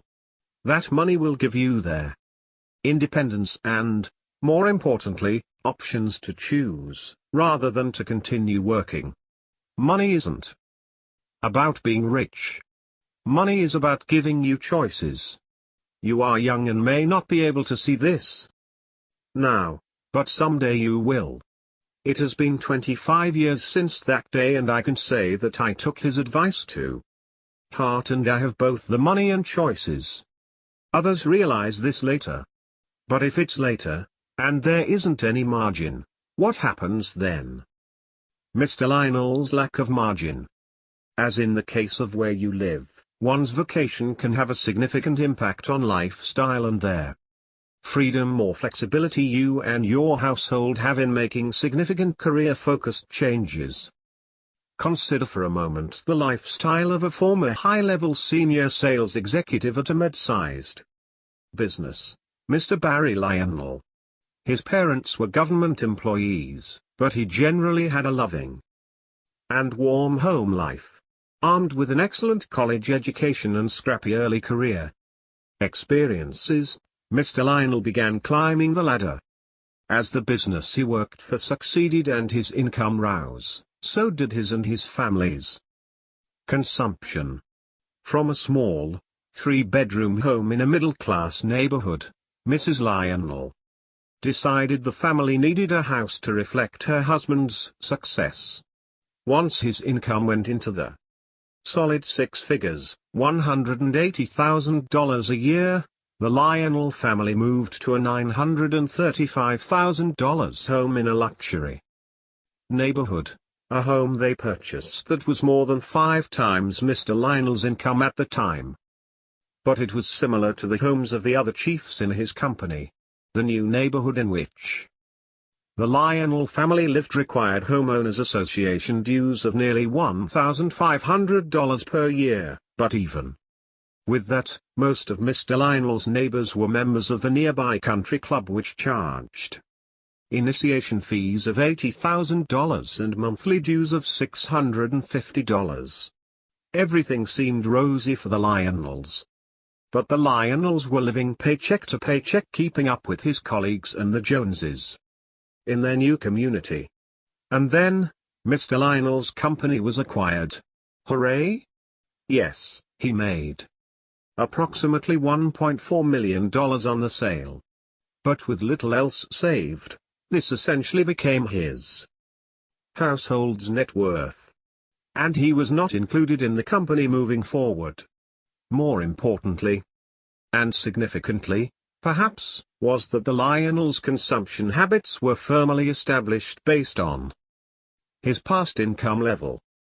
Now, the dust has settled, and after a few failed attempts at going out on his own, Mr. Lionel's skills have atrophied, while his family's consumption habits, including those of his adult children, who are starting high-consumption households of their own, have only increased. Despite the incredible amount of hard work during those early years at the company, he cannot enjoy the fruits of his labor because they were eaten away as soon as they were produced. He is firmly in the income statement affluent camp, and he is setting his children up to be the same. What type of career path is this? It is truly a lifestyle-driven path. Consider how Mr. Lionel's Lifestyle necessarily changed at each level: the car he drove, where he dined, the friends he kept, and the vacations he took were in some ways dictated by the combination of his income and his career. Community. So if you do not like to deprive yourself of whatever consumer good is available, that is your choice, but simple and immutable math dictates the result. Spending above your means, spending. Instead of saving for retirement, spending in anticipation of becoming wealthy makes you a slave to the paycheck, even with a stellar level of income and a once-in-a-lifetime opportunity like the sale of a company. The hyper-consumption lifestyle of this once young executive wasn't detected until his options ran out, as did time. Ratcheting up spending along the way isn't noticed or as easily dismissed because of the time saved or the necessity of having it. Can you last in this role? What else will you need to survive? Do you want this path for yourself? Are you strong enough to create a path where there is none today? Or can you continue working for someone else and maintain your own sense of self and goals? Learning the answers to these questions early in one's career can help to ensure satisfaction later in life. Some of this goes back to an understanding of our own strengths and weaknesses. But most of it relies on being disciplined throughout our lives, regardless of our income level or success in careers, or what our neighbors, family, and co-workers are doing. Indeed, financial margin is required for freedom in career choice. Changing your work-family balance. Having margin, or creating it through prudent saving, is often required when our work life begins to interfere with more critical aspects of our lives, including our families. Consider the following example from this North Carolina millionaire next door with a net worth of between $1 million and $1.5 million, who shared her experience of breaking free of a trap of a high income and requisite lifestyle. I was working for a very large global company, managing a large group of people across 7 countries and 3 continents. My children and husband were top priority, but I kept hearing myself say, I have to work on their weekends, in the early morning, in the late evening. I realized one day that the company was becoming too demanding. When I was on a 7 a.m. conference call, one organized by my executive team, one that I had to take, my 3-year-old was crying on my lap, my 5-year-old was knocking on the door, and my husband was running out of the house to work for a meeting of his own. I realized that morning that there is more to life than work.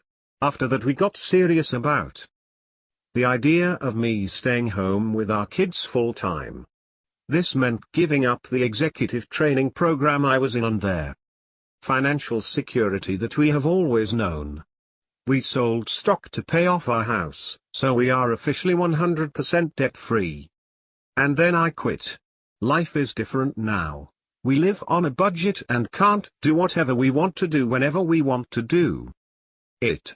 But our priorities for saving haven't changed. Our kids are happier, we are happier and much less stressed. Life is only lived once, and I wasn't going to let my job tell me how to live it. Moonlighting and millionaires next door. There is one way to explore options while remaining employed full-time: moonlighting. Nearly a third of all employed Americans moonlight in some way, some because they must supplement their incomes, but others because they are continually looking for opportunities to expand revenue generation and a setup for a future career move.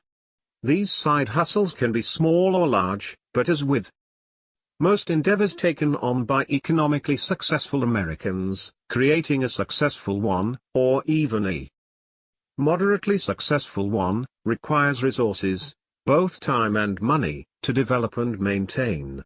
Their hours spent per week you might spend looking at Instagram feeds or gaming could allow you to pursue other interests that could ultimately lead to a new career or your own business. Generating multiple sources of revenue has been part of the strategy for many millionaires next door throughout the years. Those who are able to create multiple opportunities to generate revenue, who can translate hobbies into income-producing activities, will be successful at becoming millionaires next door in the future. Technology enables more of this, but it requires more of their factors of wealth, such as discipline, perseverance, and resiliency, than many are willing to give. It requires more discipline than simply holding one job and living below your means.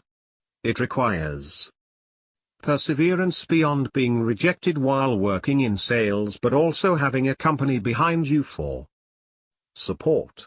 For those who can make it work, it provides an opportunity to experience a job and all that comes with it prior to quitting a current one, with the added benefit of an additional source of revenue.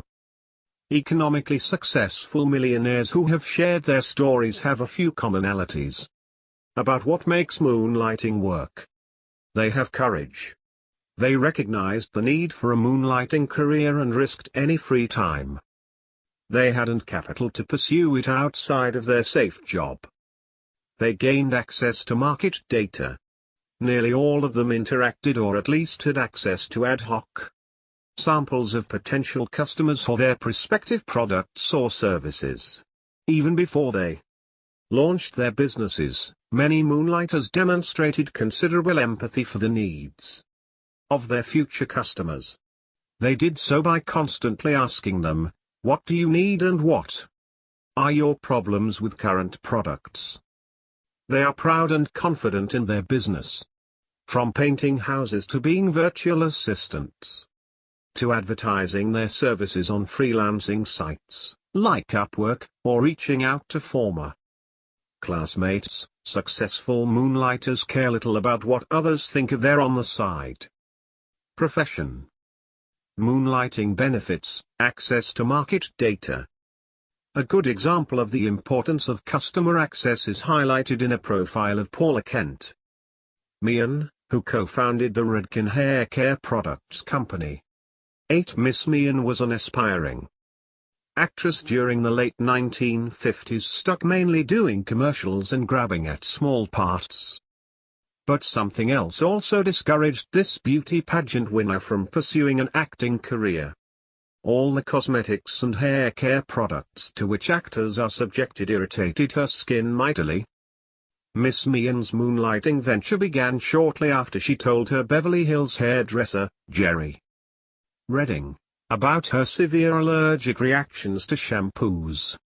Many of Mr. Redding's customers, his market research sample, reported having the same problems. It just so happened that he was also a moonlighting chemist on the side. Mr. Redding and Ms. Meehan became partners in what is known today as Redken Laboratories. Mr. Redding eventually sold his equity in Redken to Miss Meehan. From the start, Miss Meehan and Mr. Redding were well aware of the allergic reactions many women encountered with traditional shampoos and related beauty products. Many other people realized this too, yet only Miss Meehan and Mr. Redding saw this as a significant market opportunity. Both obviously had entrepreneurial vision or, alternatively, what some call creative intelligence. Plus, they had the courage to launch a line of products that addressed allergy-related problems of women in 35 countries. Distributing Redken products exclusively through salons was a brilliant and novel strategy at their time. In essence, Miss Meehan had a sales force of tens of thousands of high-end hairdressers, promoting Redken products to clients who were a captive audience while sitting in the chair. Miss Meehan was the marketing force behind Redken. She had the enormous energy that was required to aggressively build a business, sell products, and work as an actress. And she took night classes in management, accounting, and law to learn to build and operate an entrepreneurial enterprise. Her boundless energy came from her conviction that the Redken product had enormous potential. She absolutely believed that there were significant benefits afforded by her pH-balanced beauty product line. Miss Meehan predicted that millions and millions of other women had the same sensitivity she had. Like most successful entrepreneurs, Miss Meehan had great affection for her product as well as for her job description. As stated in the Millionaire Mind, select a vocation that is not only unique and profitable, but one you love. 9. Confidence required to moonlight. A high school teacher named Murray is an example of having confidence in choosing how to generate revenue. Murray taught for several years in a school district that did not have a true commitment to academic achievement. So when he was given the opportunity to teach in a district where students ranked in the top tier in regard to SAT scores, college-bound graduates, etc., he jumped at the chance. By making this change, Murray also encountered a significant increase in salary, taken away by the euphoria of teaching in such a prestigious school and the upswing of his cash flow. Murray made a mistake. He bought a house in the lovely village where his school was located, but it was a house in a neighborhood he could barely afford. Typically, educators are a frugal bunch. In many ways, Murray and his family were frugal. But when you live in an affluent village, everything costs more. It did not matter that Murray ate peanut butter sandwiches out of a brown bag every day or that he did all of his own home maintenance and repairs. Great defense was not enough. And when Murray's third child was born, his wife stopped working to be a full-time homemaker. Given these circumstances, the family was not able to contribute to a college fund for their children or to save meaningful amounts of money. These are some of the same problems that millions of people are facing today. One summer day while Murray was painting his house, his next-door neighbor stopped by to chat. "I wish I could paint my own house like you are doing, but I just don't have the time. I travel so much with my job. The estimates I just got from 3 house painters took my breath away." When Murray heard how much these painters were charging, he nearly fell off his ladder. The next morning, Murray had a revelation.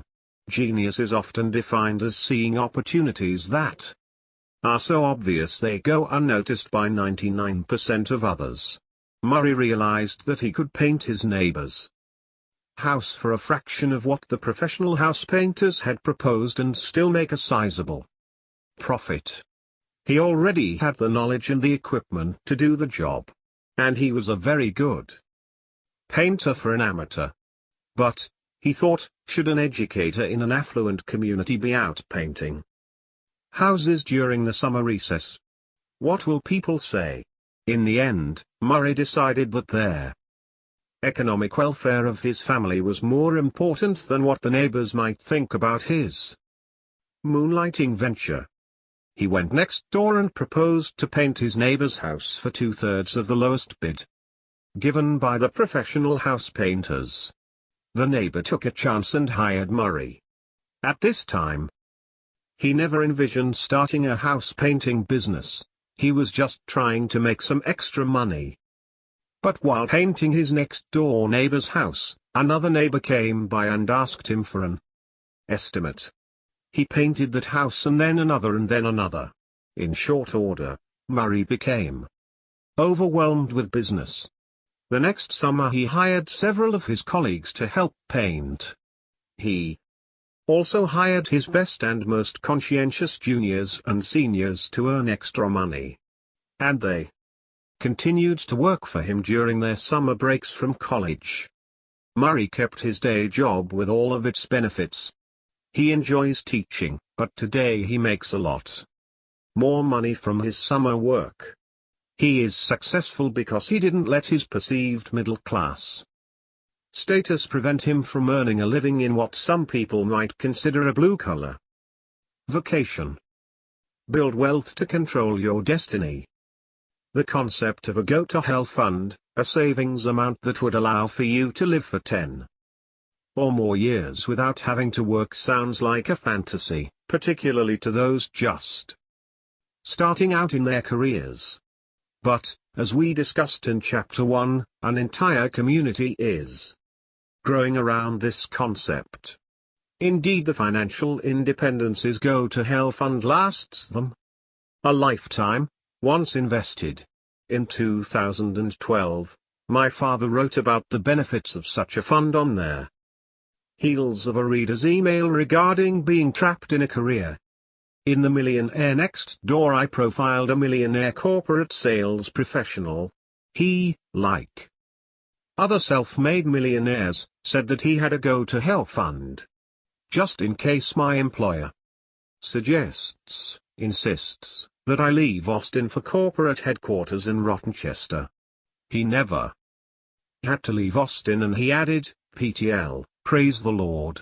In other words, the millionaires next door have accumulated enough wealth to live without working for 10 or more years.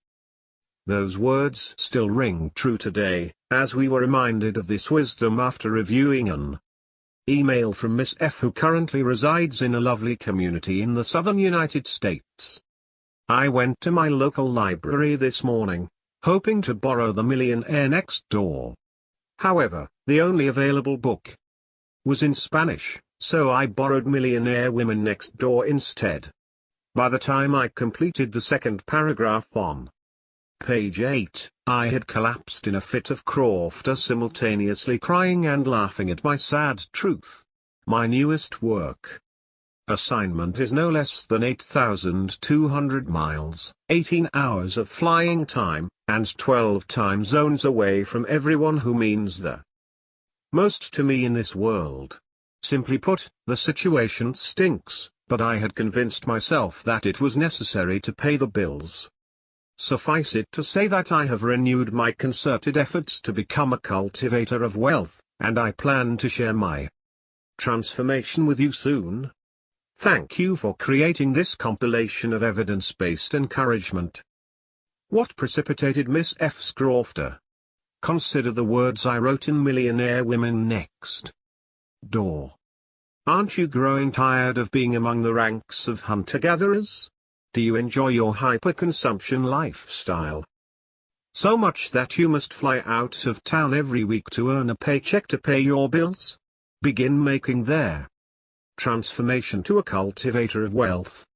Think about that the next time you are 10,000 miles from home, surrounded by strangers, and flying in dreadful weather. It is up to you. Those financially independent folks make their own decisions about their next destination. Right now, you and your career are essentially corporate property. Neither one of you has the luxury of self-determination. I also wrote, the millionaire business women profiled herein will not tolerate such an existence. They are free. They are cultivators of wealth and satisfied with life. They are in control of their own destiny. 10. Case studies and moonlighting. The benefits of moonlighting include the ability to transfer one set of experiences and knowledge gained in a regular, full-time job to a new way in which to approach problems within your same field or industry. Appendix C includes some of the job titles of moonlighters from our research with the mass affluent, high net worth samples. While being paid in your current role, you can catalog the knowledge of your industry and field, using it to apply to a new and potentially more profitable endeavor.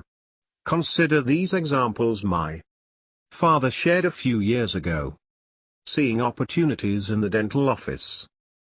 The Atlanta Journal-Constitution once profiled a woman named Tonya Lanthea who was trained as a dental hygienist, one of 192,330 in this country, and built a multi-million-dollar business based upon what I believe is her extraordinary creative intellect. 11 dental hygienists make approximately $71,530 a year, median income, but she came into contact with hundreds of potential clients as well as job seekers. Dentists with jobs to fill constantly asked her to recommend good workers. They knew. The dental hygienist pulled shifts as a temp in lots of offices and had plenty of friends in their business.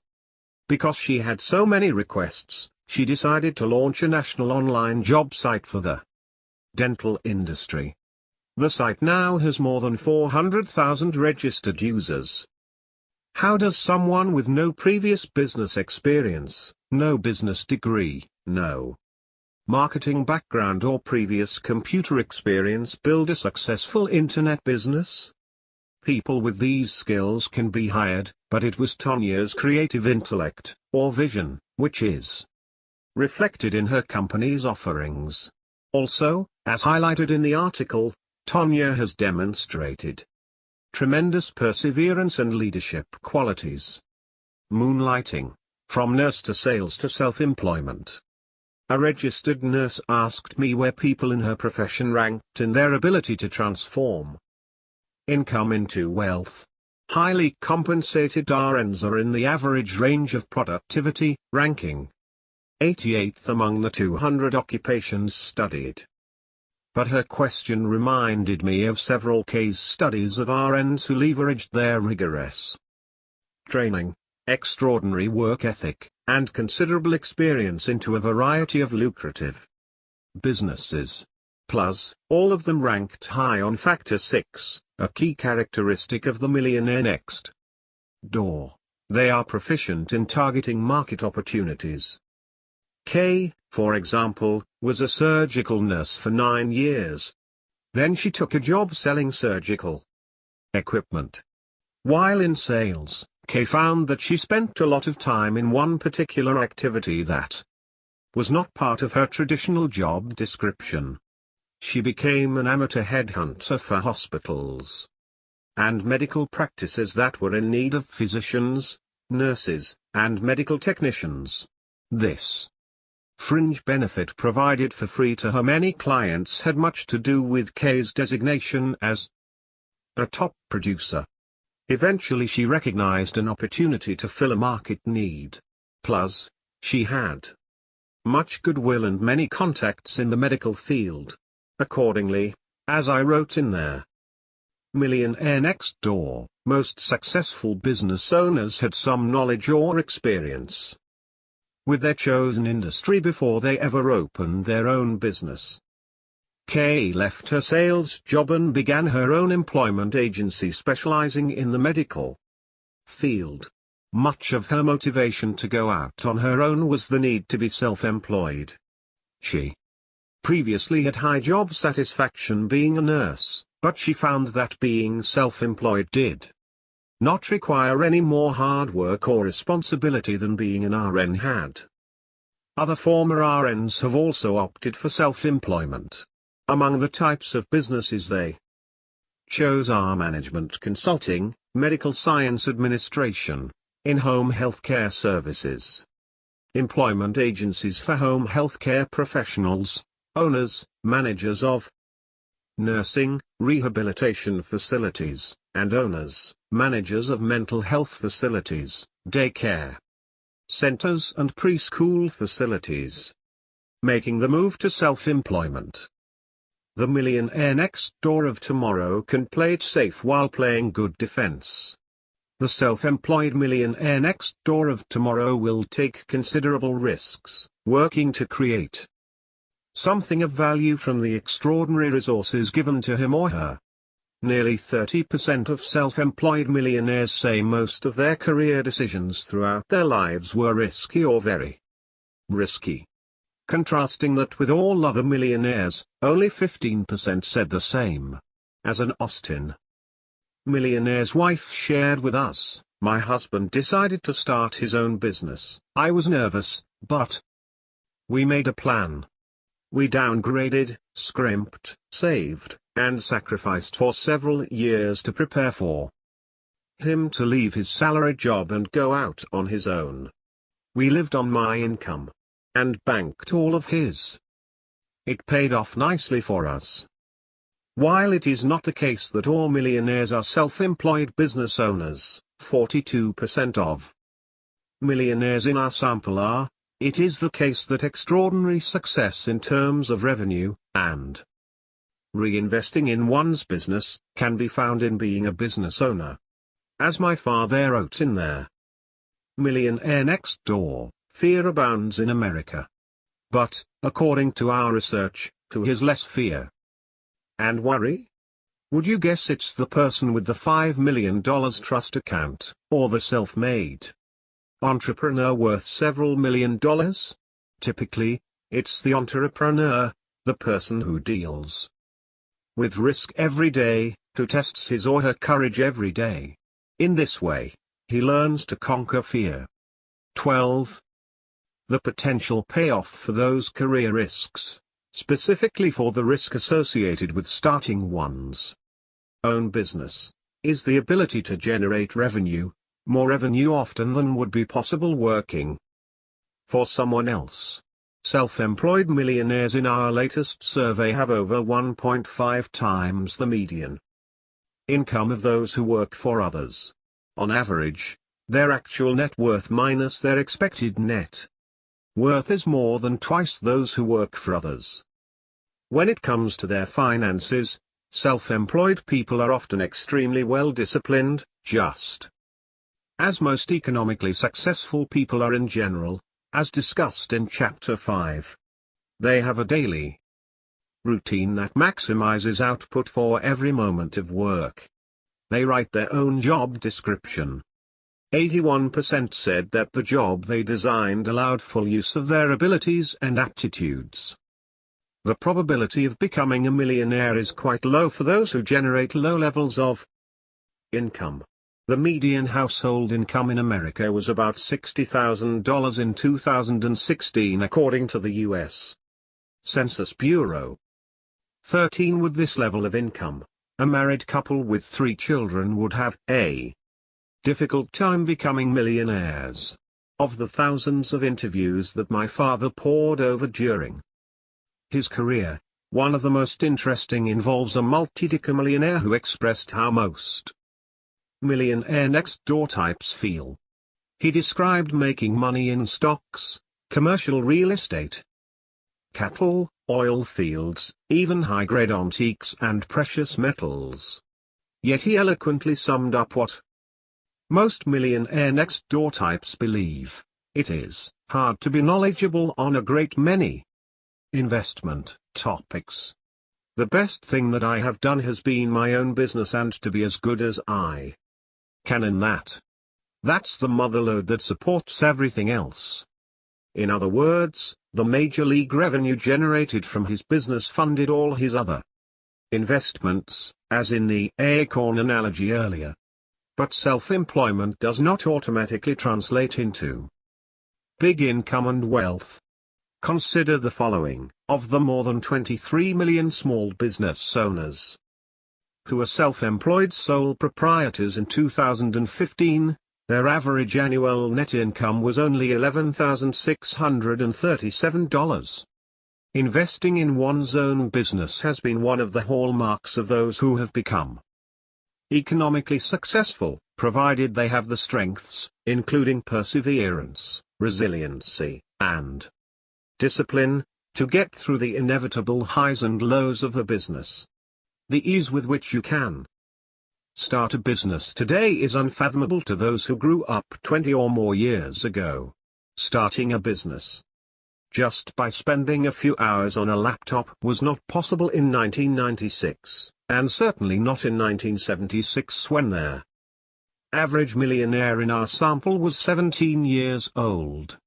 None of these individuals were being told by their parents, mentors, coaches, teachers, or guidance counselors that the way in which they could generate income and make a mark in this world was entirely up to them, and there were resources literally at their fingertips. But today, in just a few hours, or even minutes, you can create a business online and run it with little overhead. The internet and its related technologies for running a small business have leveled the playing field in many ways, allowing those who have challenges with steady employment to create their own opportunities, regardless of what might have held them back before. For example, among the self-employed there is a greater percentage of disabled Americans, 11%, than the regular population, 6%.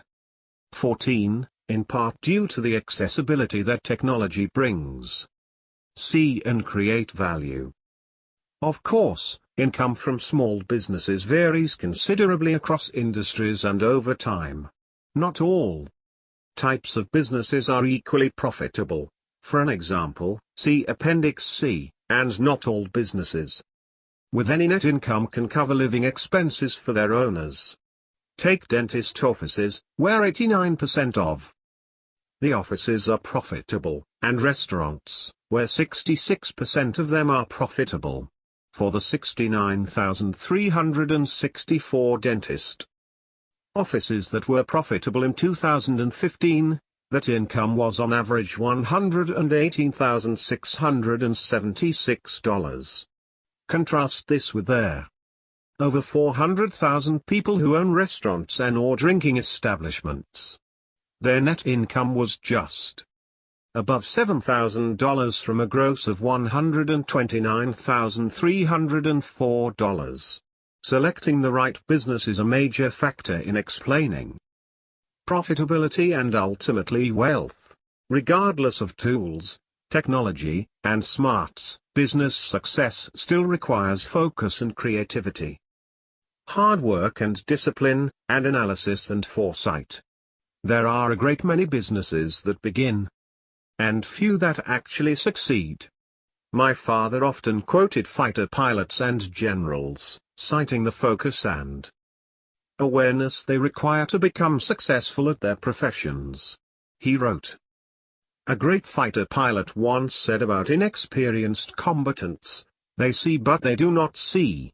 In other words, despite having better than 20/20 vision, like being born with high analytic intellect, it does a combat pilot little good if he never looks in the right direction." The same is true in targeting market opportunities and selecting the right occupation. Those who are self-employed tend to be contrarians, as they think differently about business, generating revenue, and using creative intelligence to solve a market need. This helps to explain why many of them are in niche, backwater, low-status type businesses where competition is light or non-existent, offering them better chances of succeeding. In addition, as we saw in The Millionaire Mind, 4 out of 5, or 79%, of millionaire business owners indicated that they chose their specific business type because it gave them a high probability of becoming financially independent. 15. In both The Millionaire Next Door and The Millionaire Mind, my father listed the types of businesses owned by the millionaires surveyed. These businesses ran from the dull normal to the unique. For example, in The Millionaire Next Door under businesses of self-employed millionaires, you will find bovine semen distributor. 16. Interestingly, a 2013 Wall Street Journal article mentioned, Julio Moreno, of Oakdale, California, has a freezer full of the bull's semen that sells for at least $3,000 per unit. 17. If asked how he became wealthy, would Mr. Moreno say stocks or bull semen?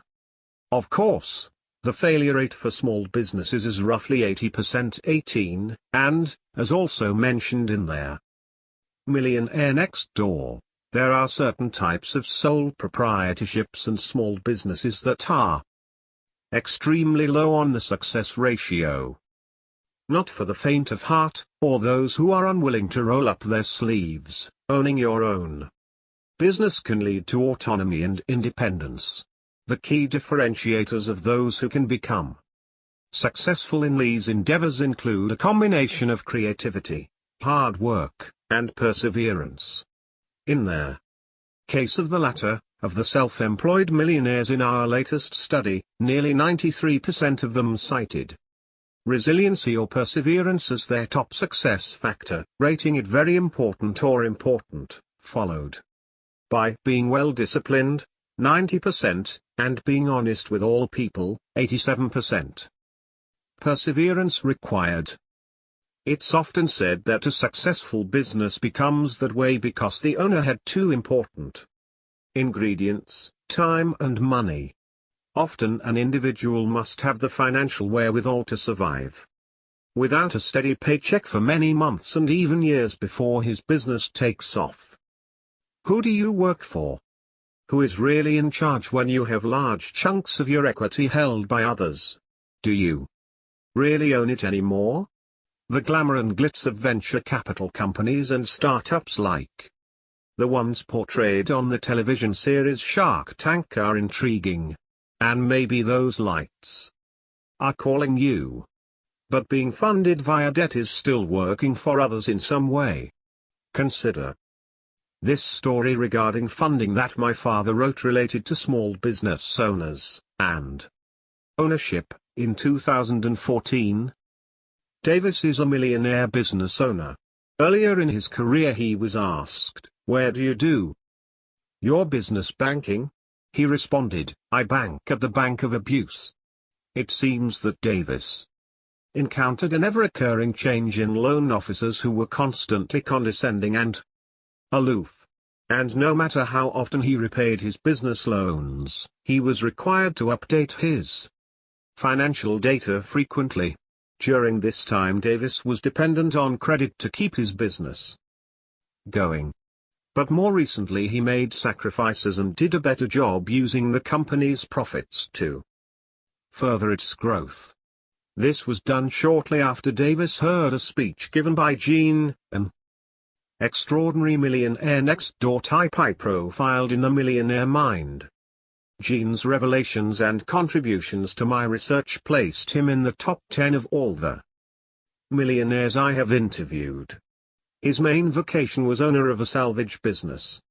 He became extremely wealthy by purchasing or salvaging distressed real estate from a variety of financial institutions. But Gene was also a mentor to aspiring entrepreneurs. His fire and brimstone sermon warned against the heavy use of credit. Part of his sermon, which I understand was highly persuasive, details an experience that Gene had while cutting a deal with a large commercial bank. Immediately after the deal was signed, the senior credit officer of the institution signaled to Gene and walked him over to the large window in the officer's top floor office. They could see for miles, thousands of commercial buildings all around. The officer pointed to all the buildings and said the words that made a lasting impression on Gene: "We, their lenders, own it all of it. The business out there? You, borrowers, just run these businesses for us. You guys run them for us, the financial institutions." Gene told me how angry he was and couldn't see straight after hearing those words. He used this scenario in his sermon to emphasize that if one is addicted to credit he has little or no control over his own business. Bankers don't respect you. Why should they? They've got you trained like a seal act in a circus. One of the main reasons that people become self-employed or entrepreneurs is that they want to become independent, to run their own ship. Going solo takes a lot of courage and initiative. Yet according to the senior bank executive above, business owners don't really own their own businesses. They are controlled by lenders. Certainly, credit has a place in the world of business ownership. But over time business owners should strive to be less and less dependent on financial institutions for their existence. We suggest, as research has shown and the millionaire business owners in our studies have suggested, that perseverance is the third necessary ingredient. Success in any meaningful endeavor, but particularly in creating a business, is more akin to a long-term journey than a leisurely night out. That long journey requires time, resources, and the ability to manage the inevitable pits of despair and highs of running a business and presenting one's ideas to the marketplace. In fact, for many, success only emerged after they were able to negotiate their way through a series of gauntlets of adversity. A 2014 article in the Wall Street Journal outlined how adversity can be overcome to create a successful business. 19. The article profiled the trials and tribulations of Kevin Hartford. After his once successful consulting business went belly up, Mr. Hartford began searching for a white-collar corporate job. During years of searching he never found one. He maintained that prospective employers were turned off because of his stuttering problem. The article reported, for several years he did odd jobs, delivering packages, gluing together medical supplies, sorting mail, and mowing lawns. He and a partner took over a struggling small business that made metal parts. Today the business is thriving. Sales in 2013 were $6 million. Mr. Hartford overcame adversity including an early business failure and a speech disability. And according to the article, it cites Labor Department data. Workers with a disability are nearly twice as likely to be self-employed than those without disabilities. Many self-made millionaires who own businesses report that they selected self-employment because it allowed them to capitalize fully on the abilities and aptitudes that they possessed, that is, 83% of millionaires in the Millionaire Mind. Mr. Warren, a self-made millionaire profiled in the Millionaire Mind, eloquently stated, "Frankly, had I been able to get a decent job, I would have never gone into business for myself. I was forced into self-employment. I didn't opt for self-employment. If I had the credentials to be an executive employee, I would have accepted mediocrity." Making your own destiny? Consider this case study, first presented in the Millionaire Mind. Given his less than stellar academic background, WK's job prospects were limited. Consequently, he realized that he would have to become his own employer. In that way, he would be evaluating his own job application. Today he is quite successful as a self-employed mortgage broker. According to WK, age 43, not one of his $1.7 million net worth clients ever asked him about his SAT scores or class. In other words, his reputation for his work was the reason he was sought out, rather than a score or grade or fact about his family. People who seek mortgages want mortgages. They are not interested in the fact that he was raised by a single mom who immigrated to America at age 16 carrying a plastic bag. She worked 80 hours a week while raising 5 children. As he puts it, she did a great job in raising her kids. The greatest lessons I have learned from her: hard work, live within your means, and treat people right. With my SAT scores in the 800s, combined, I'm telling you that anyone can make it. My theory is most people don't get it. They live for the wrong reasons: the big house, their fanciest cars, and consume as much as possible. My number one goal is to be the best dad. WK is yet another member of what my father called the 900 Club, as described in their Millionaire Mind. 20. Only those millionaires who scored below 1,000 on their SATs are admitted. Life is a marathon. How well you do in this race involves much more than grade point averages. Standardized testing cannot be substituted for actually running the race. People like WK never allowed academic odds makers to dictate their performance in life. They recognize that creativity, hard work, discipline and certain social skills including leadership were more significant than grades and aptitude test results. These are the people who confound their teachers and other fans of aptitude and intelligence testing. So what if your resume, academic credentials, or what's on your job application are not outstanding? Be determined to move to the other side of the negotiating table. Change roles. Become the actor in the human resource drama that evaluates the applicant's credentials. Still required, sacrifice and hard work. Research from Tufts and Stanford's Young Entrepreneurs Study found 4 common traits in founders: innovative thinking, drive and control, business focus, and having business-focused mentors in their lives. 21. The study's authors stress that entrepreneurs are made, not born, and that parents, mentors, and teachers can support these traits, but that as a country we are often missing the opportunity to do so. Every time we as parents complete the long-term project, fulfill orders for cookie or popcorn sales, or bring forgotten items to school, we're demonstrating that our children have security, yes, but that also something or someone will be there to catch them when they fall to prevent failure. This denies them the chance for learning self-reliance and perseverance in the face of adversity. Entrepreneurial lessons from the Rolling Stones. Coming of age in the 1960s, my father was a huge fan of the rock that came out of that era.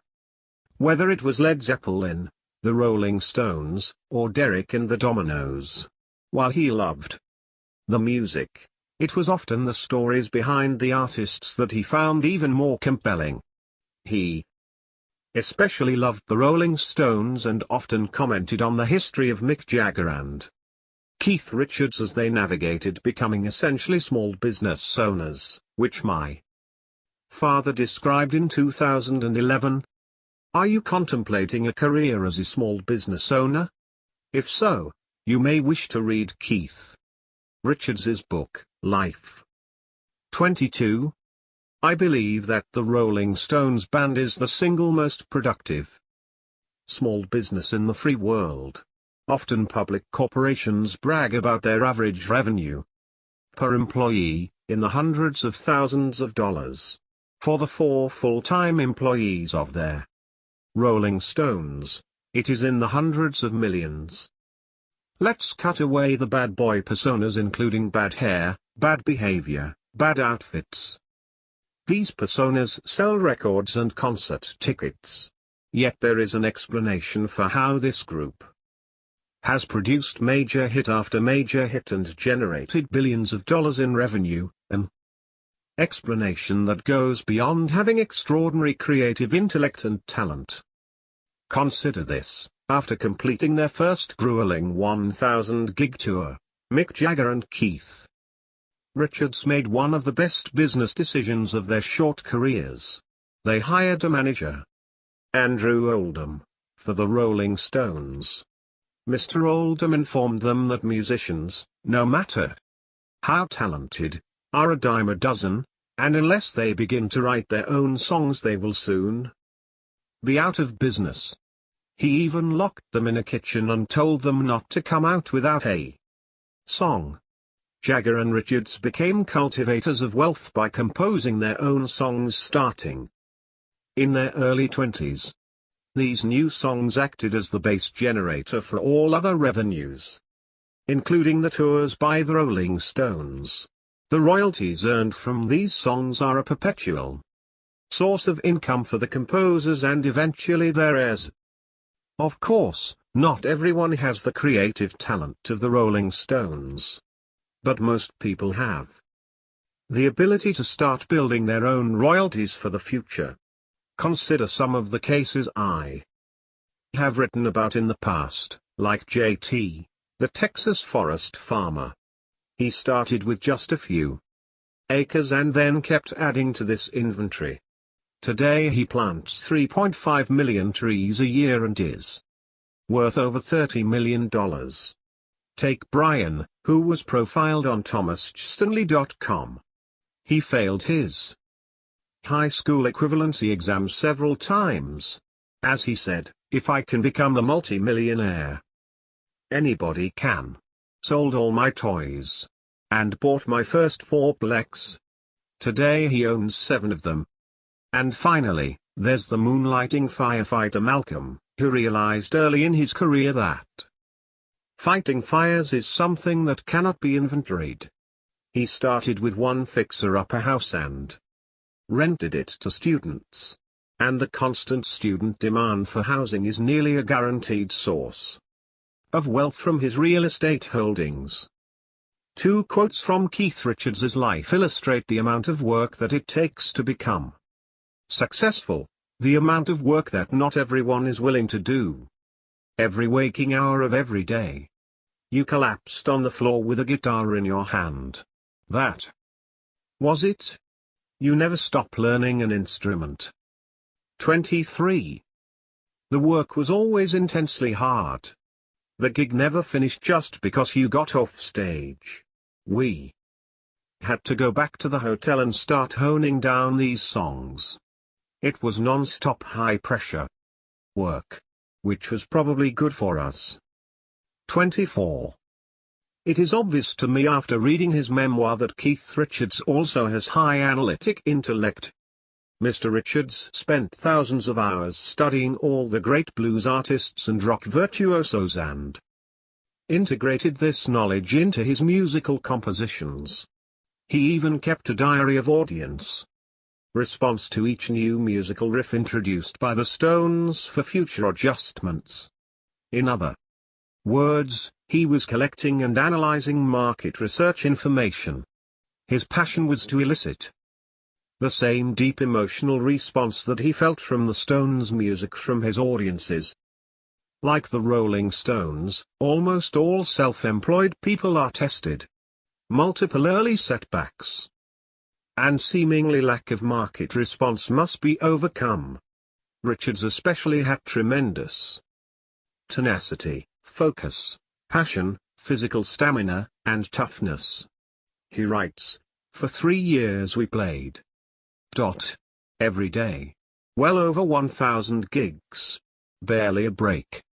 10 days off in that whole period.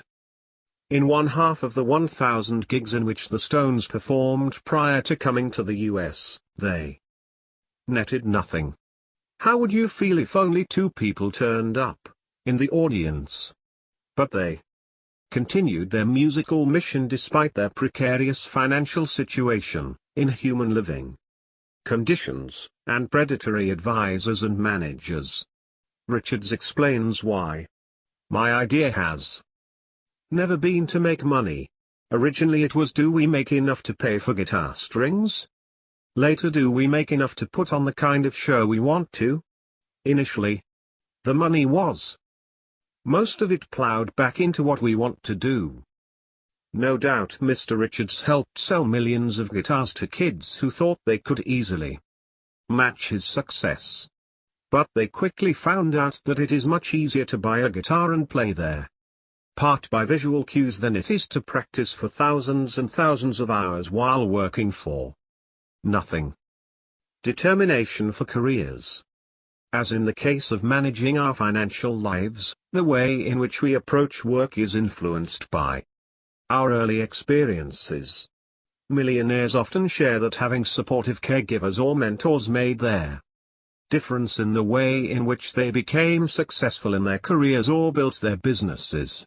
And early experiences, particularly challenging ones or failures, can sharpen the way in which we approach the next opportunity and the next. And what if you find yourself trapped today? What does it take to begin again, to be able to leave a job for another, or to create one's own business? How have many made the transition from one career to the next, or from employment to self-employment? In the same way we approach managing our personal finances, building work-related resources in the forms of experience and reputation are critical. Continuing to seek out opportunities regardless of employment status, including moonlighting, builds knowledge and experience capital that can then be used to make a move or create your own opportunities. But perhaps more important is ensuring continued financial margin to make career changes when needed or wanted. In the past 20+ years, the world of work has changed, more so than my father suspected when we began work on this book several years ago. True, the concept of lifetime employment and pensions to take care of us in retirement had long disappeared. And the types of industries in which millionaires find themselves is expanding, continuing to view employers as a guarantee of safety and security is naive and can dampen your ability to build wealth on your own. The traditional notions of work are slowly disappearing, and the millionaires next door of tomorrow are embracing new concepts of generating revenue, both in terms of how they approach employment and how they generate experience and knowledge to make the next move. Chapter 7. Investing Resources. Risk comes from not knowing what you are doing. Warren Buffett. Economic success is dependent upon effectively managing resources. Those who can transform their income into wealth allocate their time, energy, and money in ways that are conducive to long-term financial success. This finding hasn't changed in 20 years, and we suspect it won't change anytime soon. Economically successful Americans do not do this by following the crowd, and by this we mean the crowds that shop on Black Friday in person, the crowds that spend any and all free time ingesting and fuming over politics, or the crowds that spend more than 2 hours a day on social media. As we've seen throughout the years, and continuing today, most millionaire next-door types are contrarians.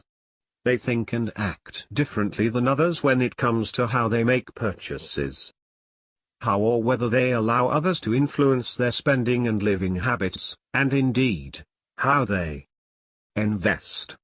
They are savers and investors in a population of hyper-consumers.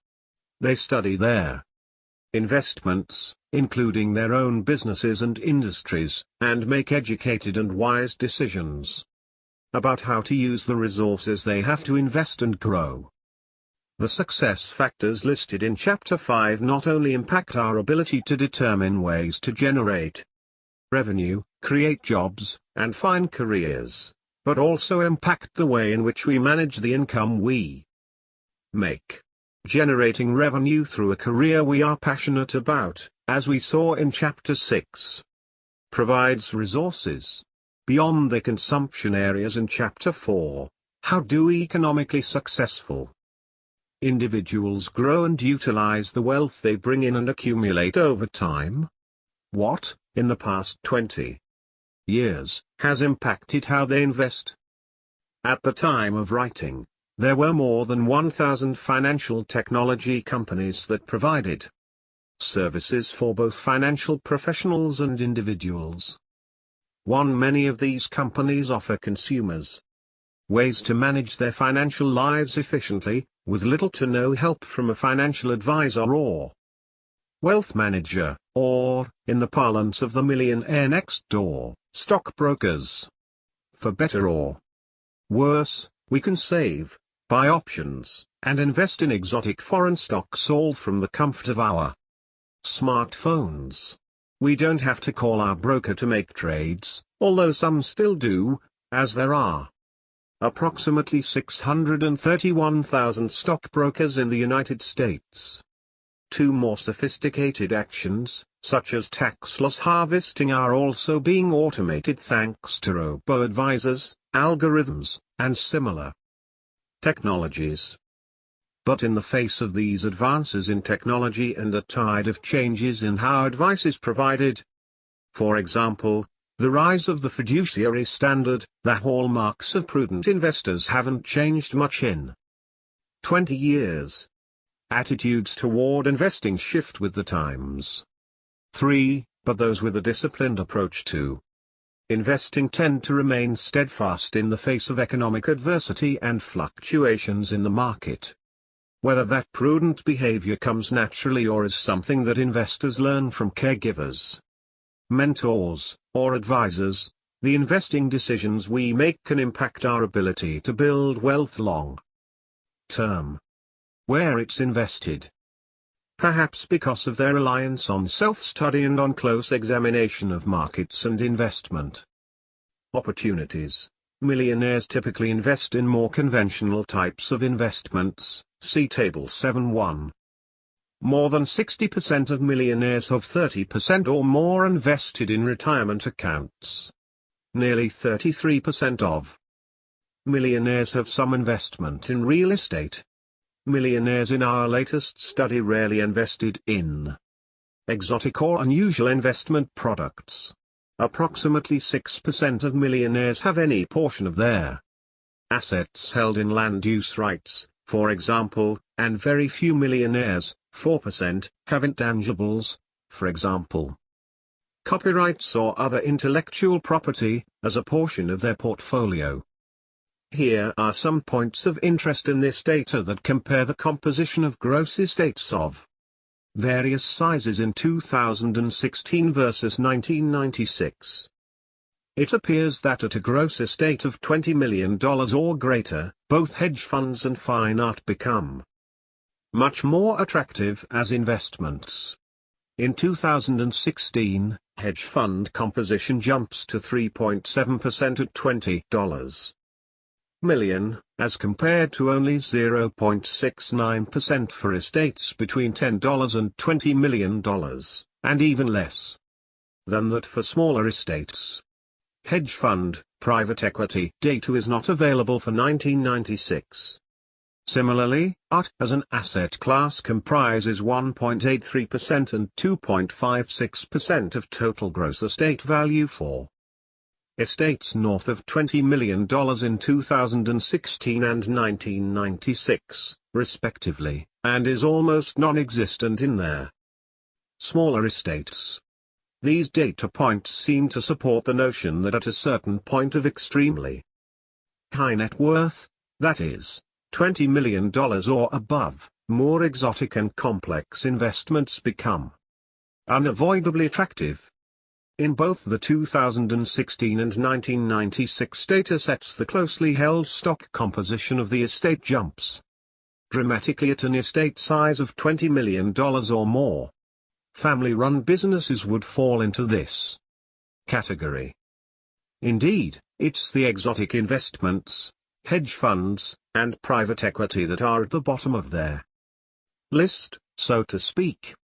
One of the myths of the wealthy, a myth perpetuated by the media and lack of awareness, is that those with any wealth have exotic investments. Based on the IRS estate tax data highlighted above, it appears that this exotic investment phenomenon sets in at around a net worth of $20 million or more. That is, after you have made your fortune and can afford to pay more in fees for less return. Most individuals who are the millionaire next door types do not put money into these types of exotic investments. In his 2016 letter to Berkshire Hathaway shareholders, Warren Buffett explained this behavioral phenomenon to perfection. 4. Over the years, I've often been asked for investment advice, and in the process of answering I've learned a good deal about human behavior. My regular recommendation has been a low-cost S&P 500 index fund. To their credit, my friends who possess only modest means have usually followed my suggestion. I believe, however, that none of the mega-rich individuals, institutions or pension funds has followed that same advice when I've given it to them. Instead, these investors politely thank me for my thoughts and depart to listen to the siren song of a high-fee manager or, in the case of many institutions, to seek out another breed of hyper-helper called a consultant. That professional, however, faces a problem. Can you imagine an investment consultant telling clients, year after year, To keep adding to an index fund replicating the S&P 500? That would be career suicide. Large fees flow to these hyper-helpers, however, if they recommend small managerial shifts every year or so. That advice is delivered in esoteric gibberish that explains why fashionable investment styles or current economic trends make the shift appropriate. The wealthy are accustomed to feeling that it is their lot in life to get the best food, schooling, entertainment, housing, plastic surgery, sports ticket, you name it. Their money, they feel, should buy them something superior compared to what the masses receive. In many aspects of life, indeed, wealth does command top-grade products or services.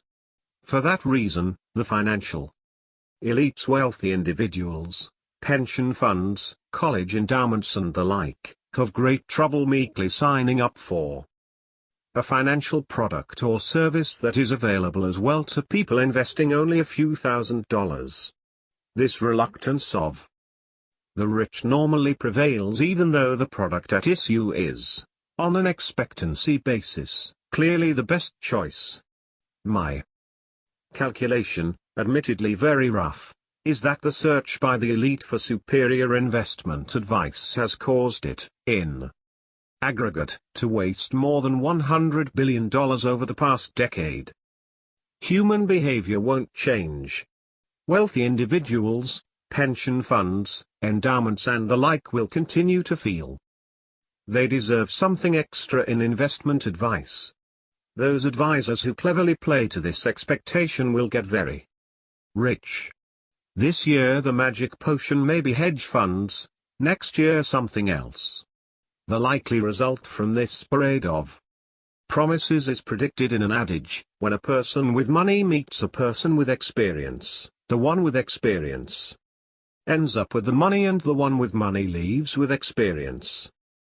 Compare this exotic investment mindset that Buffett describes to the approach employed by the famed Fidelity stock picker, Peter Lynch.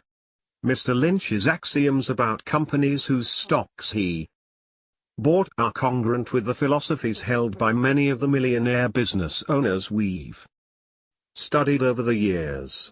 Much of Mr. Lynch's success in selecting stocks was predicated on their enormous number of personal interviews he conducted with key players and the visits he made to corporate headquarters. Some of his most colorful conclusions or Lynchisms included: 5. One way to judge a company's commitment to frugality is by visiting the headquarters. The extravagance of any corporate office is directly proportional to management's reluctance to reward the shareholders. If you could tell the future performance of a stock from a balance sheet, then mathematicians and accountants would be the richest people in the world. The amateur investor can beat the market by ignoring the herd. All else being equal, invest in the company with the fewest color photographs in the annual report. Especially noteworthy are some of Mr. Lynch's observations about several companies that he correctly predicted would become winners. At corporate headquarters, no executive dining room, no limos in the parking lot, no corporate jet at the airport. Avoid spending money on a Greek temple for the main office, Queen Anne furniture for the lobby, blimps, billboards, celebrity sponsors, and original artwork for the walls. Travel posters suffice. Executives get no bonuses unless the company does well in a particular year.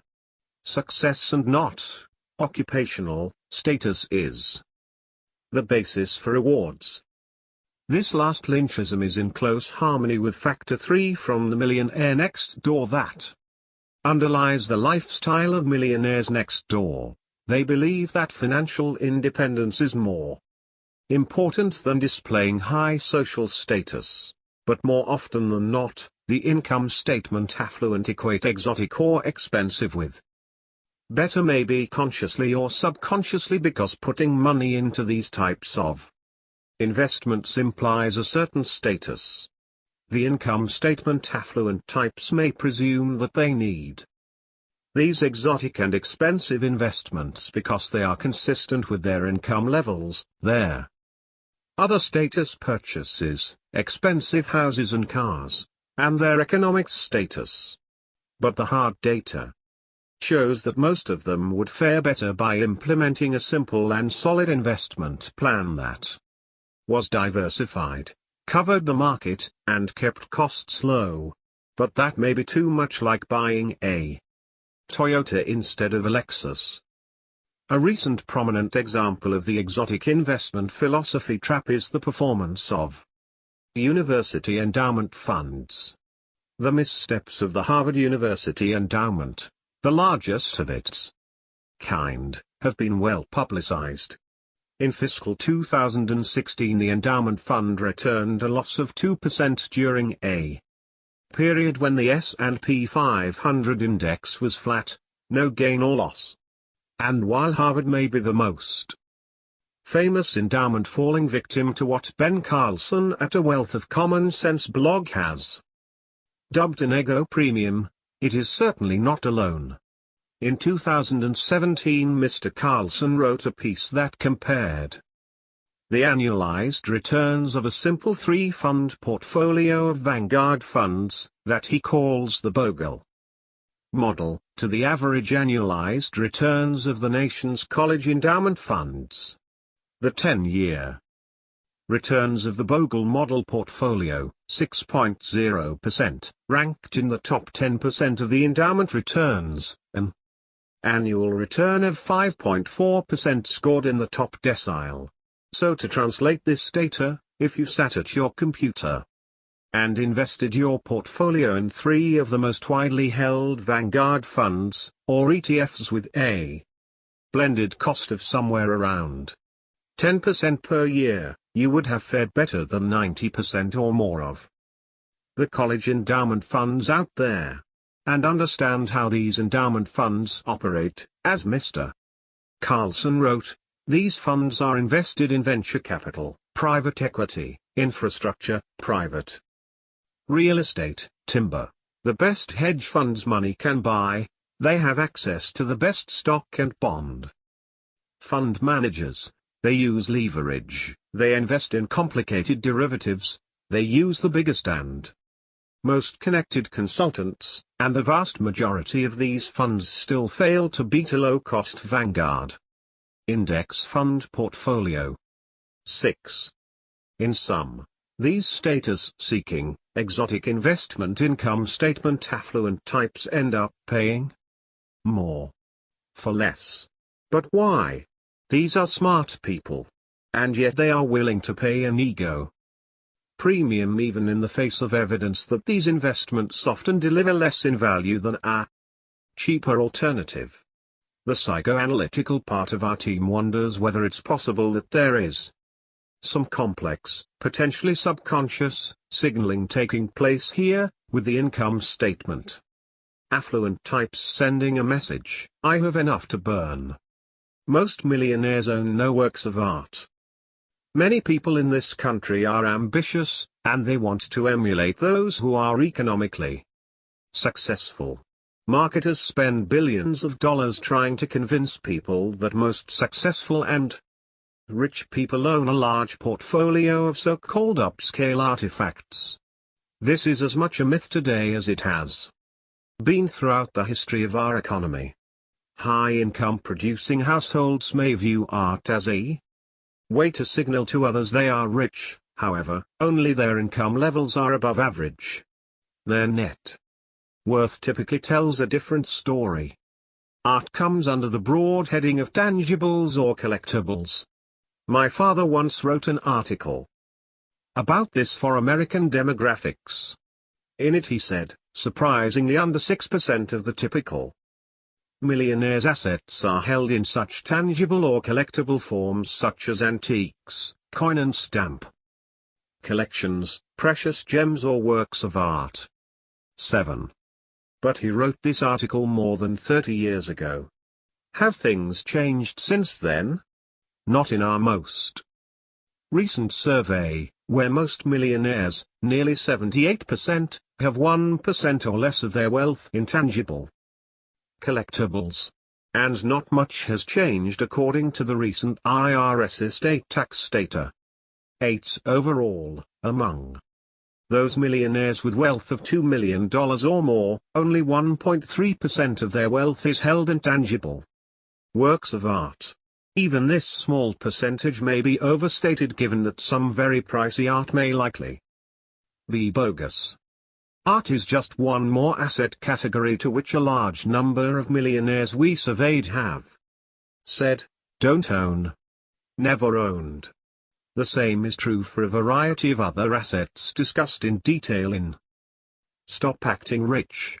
Only a minority of millionaires has ever owned a vacation home, boat, plane, wine collection, prestigious make of motor vehicle, or expensive suit.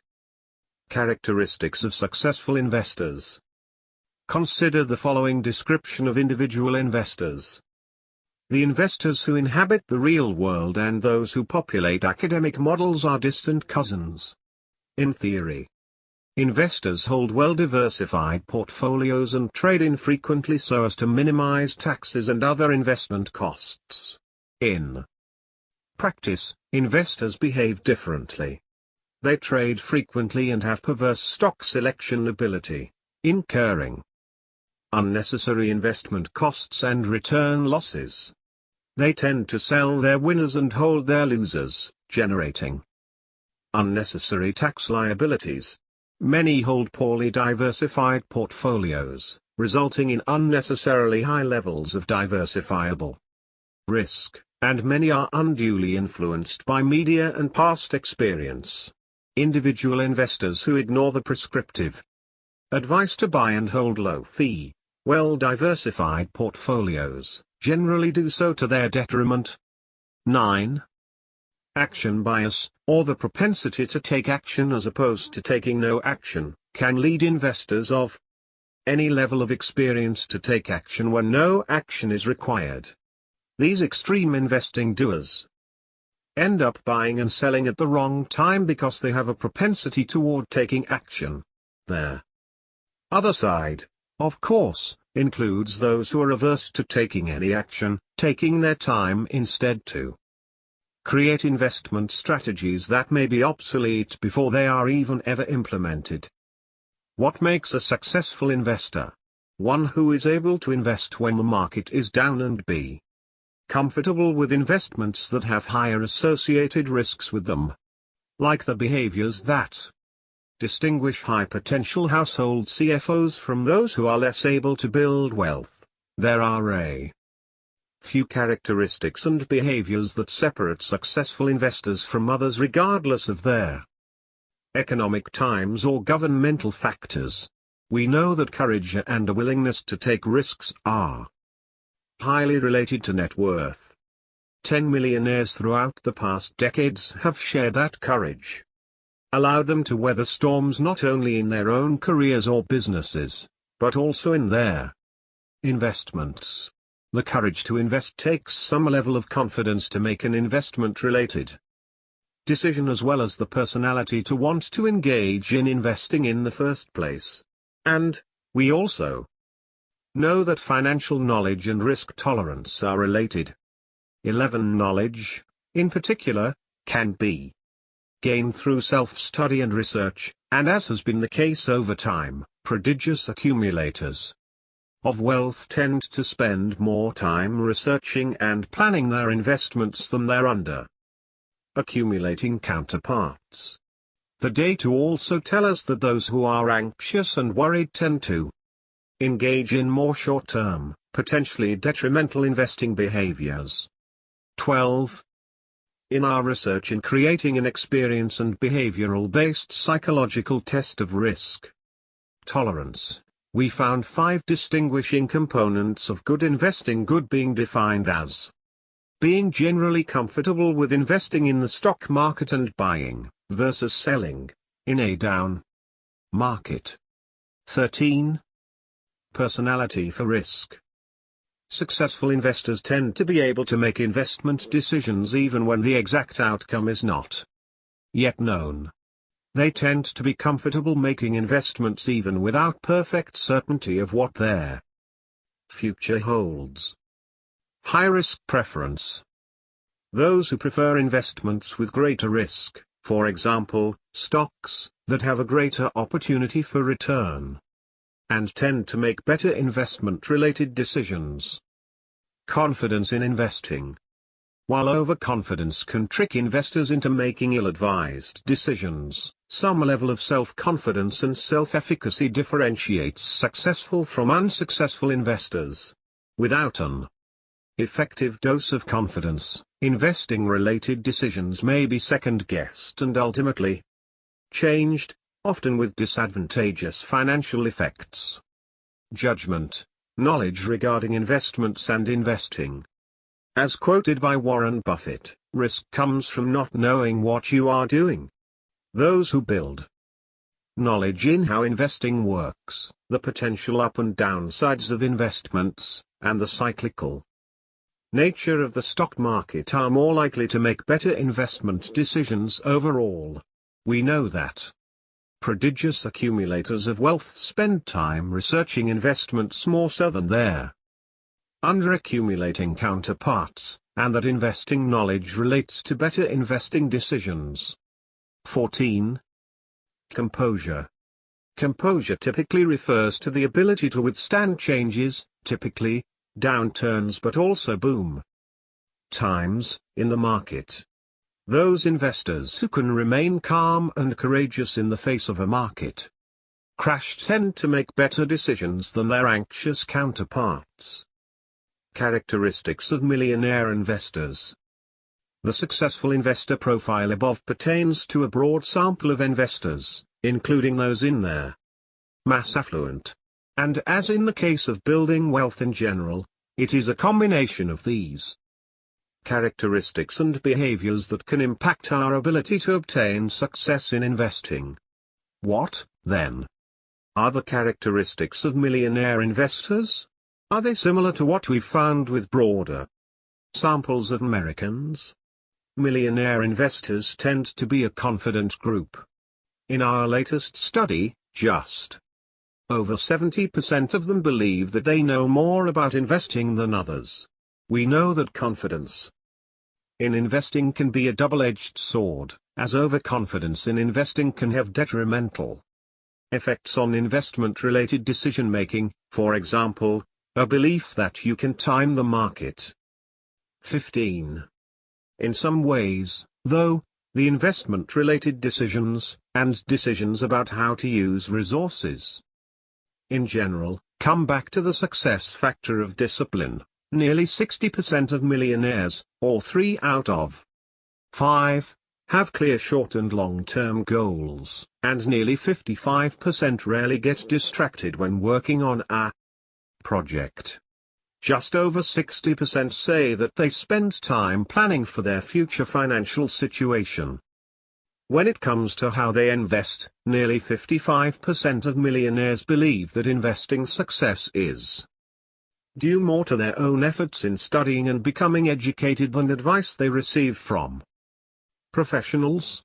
Similarly, just under 1/3 of millionaires reports relying on a financial professional to make investment-related decisions.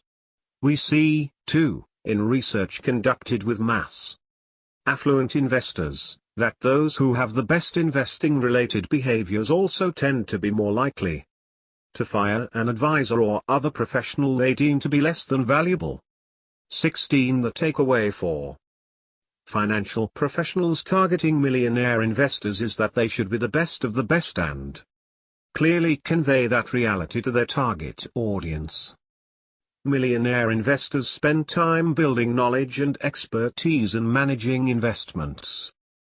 They spend on average 10.5 hours per month studying and planning for future investments, and we see differences in prodigious accumulators of wealth versus under-accumulators of wealth in those hours. Specifically, 11.3 hours per month for prodigious accumulators compared to 8.7 hours per month for under-accumulators. They spend time researching investments and where to place their money, even if that means investing their money in their own businesses. We know that their literacy in financial matters means that they are more tolerant of taking investment-related risks. 17. Future outlook and financial knowledge typically relate to taking greater financial risk. 18. So the time they spend in managing and researching investments helps in decision-making. Investors who have a bias toward taking action, any action, in the face of new, seemingly relevant information, tend to perform worse over the long haul. Millionaire investors do take some action in managing their investments. On average, in 2016, millionaires made 17 investment-related transactions throughout the year. About 1 in 5 millionaires holds his investments for less than 3 years. The importance here is in whether the decision to take action was prudent and well thought out, or if it was rash, and the result of action bias.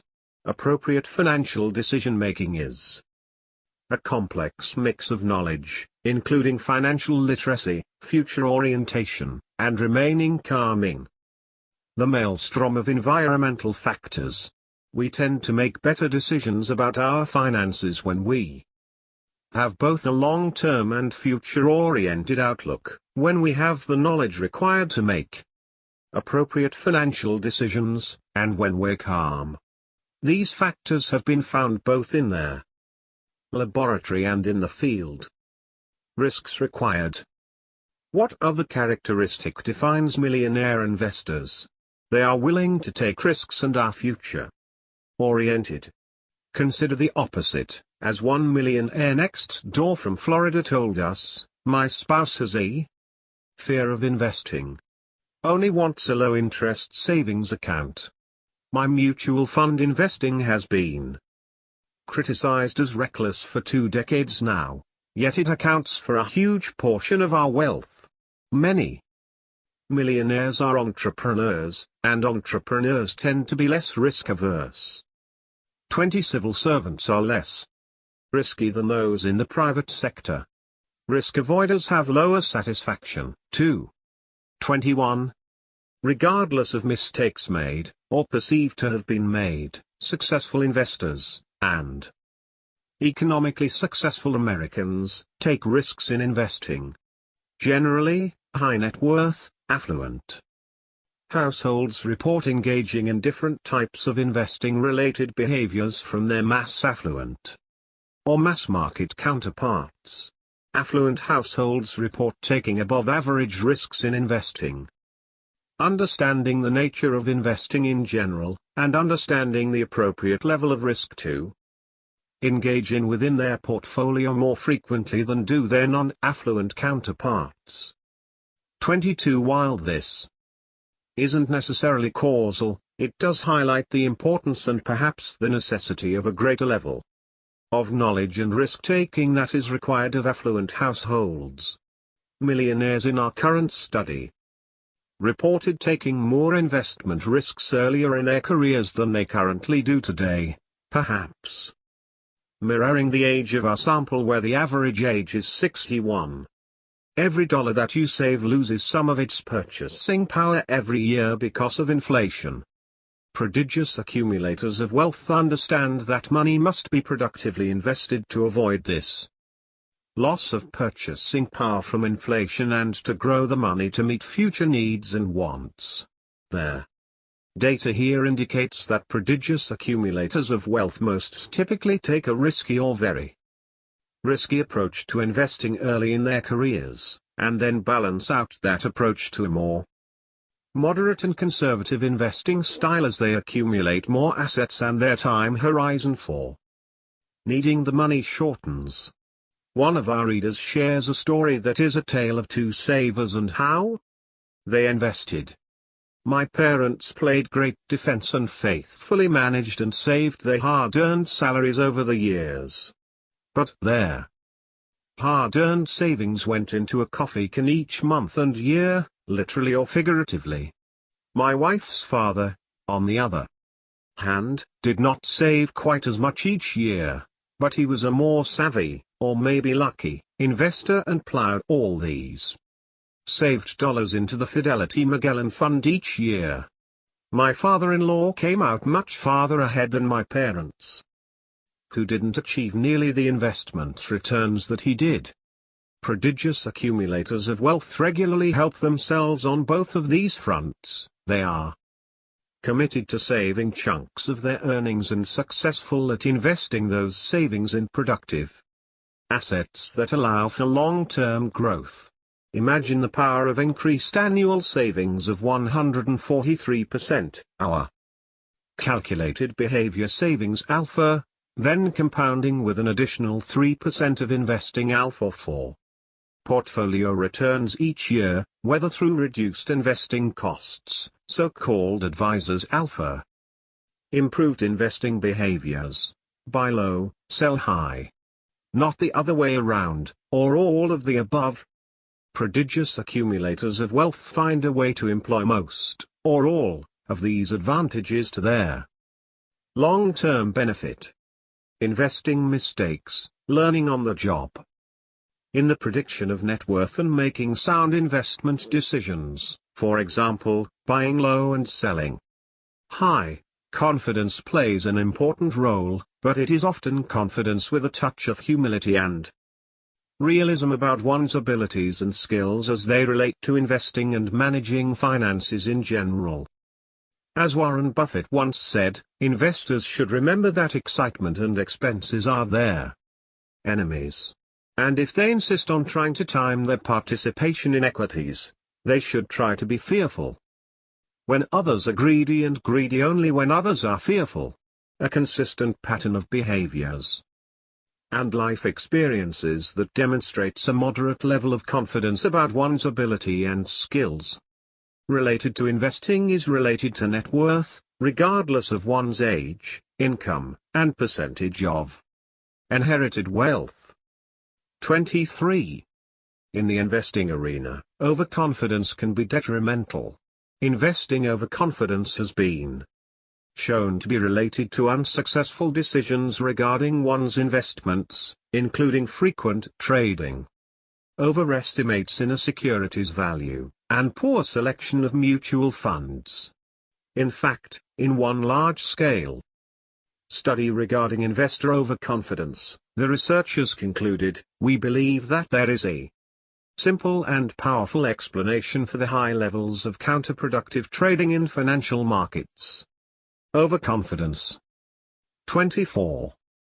Since 1996, one of the trends in investing psychology is the emphasis in academia and elsewhere, including the halls of the major brokerages, on behavioral finance, a term describing the underlying psychological and cognitive biases that can impact the way in which individual investors make decisions about buying and selling securities, among other things. Richard Thaler, who won the 2017 Nobel Prize for his work in behavioral economics, demonstrated empirically what savvy investors knew, that biases in investing, and relying on emotions, can negatively impact one's ability to make sound financially related decisions. The practical application of behavioral finance is that if investors are aware of these biases, or if their advisor is aware, then they can prevent the individual from making disadvantageous investment-related decisions based on irrational beliefs or biases about their market.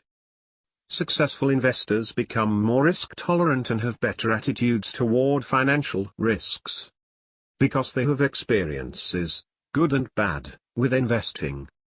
25. And they undoubtedly have made some mistakes along the way.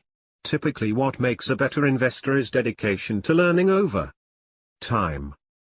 The typical mistakes of millionaire investors, reported by more than one-half of our millionaire sample, included market timing mistakes, specifically selling too late or too early, or waiting on highs and lows of the market to sell or buy. Those mistakes, of course, are easy to see in hindsight.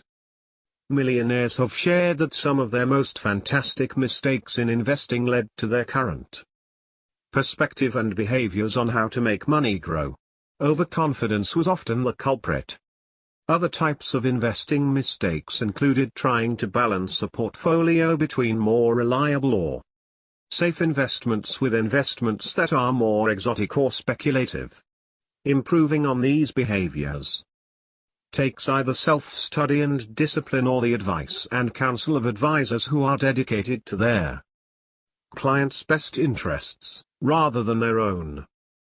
Mistakes with specific investment types or in certain companies is typically in the eye of the beholder. There isn't a secret stock or set of investments that millionaires listed as the best or worst. As we've been asked multiple times over the years for a best and worst list of stocks as rated or ranked by millionaire investors, we decided to ask this question in our latest survey, as most wise investors and millionaires have shared with us. Indeed, those best and worst stocks are in the eye of the stockholder. A discussion of individual stocks, while perhaps headline-worthy, is not worthwhile, with the exception of some themes garnered from the lists. Hot internet stocks were often listed as the worst stock ever invested in. Headline-worthy stocks that collapsed were also listed as the worst stock ever invested in, for example, WorldCom, Enron. Solid blue-chip stocks were often cited as the best, for example, 3M, IBM. Employer-related stocks were a mixed bag. Some of the best investments included, some tongue-in-cheek, my wife, my business, and my education. Paying for advice. Millionaires select their advisors and technologies wisely. While many rely on their own skills, a significant portion of millionaires continue to work with financial advisors. In 1996, there were 246,000 investment managers and stockbrokers in the United States. 27. In 2014, that number was 341,500. 28. More than 70% of millionaires in our sample reported having accounts with full-service investment companies, and just 15% reported having accounts with a trust department. But they pay little, relatively, for the service they're receiving. 1/3 of millionaires allocated 0% of their income to investment advice-related fees. 56% of millionaires allocated 1%. But regardless of how many millionaires use financial institutions or advisors in some capacity, the majority does not rely on their advice. As we mentioned before, less than 1/3 of millionaire investors rely heavily on an investment advisor, and 70% say they know more about investing than most advisors. More than half of millionaires reported saying that appreciation in their investment portfolios is due more to self-study than to professional advice. This sentiment is consistent with research demonstrating that even experts don't often outperform non-experts when it comes to portfolio creation and returns. 29. At the very least, financial professionals working with millionaires should be focused on preventing the top investment-related mistakes. The Vanguard Advisors Alpha Studies demonstrating the value of working with a financial professional attribute half of the gains of working with an advisor, that is, half of the 3% increase in portfolio performance from working with an advisor, to altering or improving investor-related behaviors. 30. Financial advisory services and fiduciaries. Mr. Jack, a full-service, commission-based wealth manager, told me recently that he is becoming frustrated with his job. He increasingly hears that the world as he knows it, which includes commission-based selling of financial services to affluent populations, is moving toward video rental next door status with the proliferation of do-it-yourself investment technology and a new emphasis on fiduciary advisors that are precluded from accepting commissions for the investment products they recommend to their clients. He's searching for ways to make money, through whatever means possible, in a new world of robo-advisors and reduced fees for his investment expertise. So, he figures he will reduce his minimums to include emerging millionaire next-door types, hoping they will stick with him as they build wealth over time. Mr. Jack wants a map that will take him directly to these individuals. In this conversation, he has asked me, specifically, how I can help him find them. Surely, he thinks, because of my father's research and now mine, I can give him such a map. Yes, that map is available. Examining their behavioral patterns and financial experiences of prospective clients will help him understand if he's dealing with a potential millionaire next door. What Mr. Jack fails to understand, though, is that even if he can find them, emerging millionaires will most likely not be interested in what he's selling. Technology has allowed them to become savvy consumers of financial services and typically demand high quality at low cost, whether they are a DIY type or looking for professional assistance. And those who desire to work with a financial professional now have a myriad of options, including a new generation of fee-only financial planners who operate under a fiduciary oath that previously had only been found in trust departments. In this environment, Mr. Jack will have to put on quite a show to demonstrate his value to individuals who are self-made, emerging millionaires next door. The trouble for Mr. Jack's business is it does not include the key value of working directly with a financial professional, guidance on behaviors related to all things financial. Mr. Jack is uninterested in any type of deep commitment to help his clients become more confident in their financial or investment-related decisions. But the real value to be provided by financial advisors today is in helping their clients evolve from under-accumulator to prodigious accumulator status. That comes from changing financial behaviors more so than altering portfolio compositions. So, unfortunately for Mr. Jack, whether he knows it or not, what he's really looking for is a client who believes he's the millionaire next door, but behaves as most pseudo-affluent do by overpaying for nearly every consumer good, equating income with wealth, and spending in anticipation of being rich.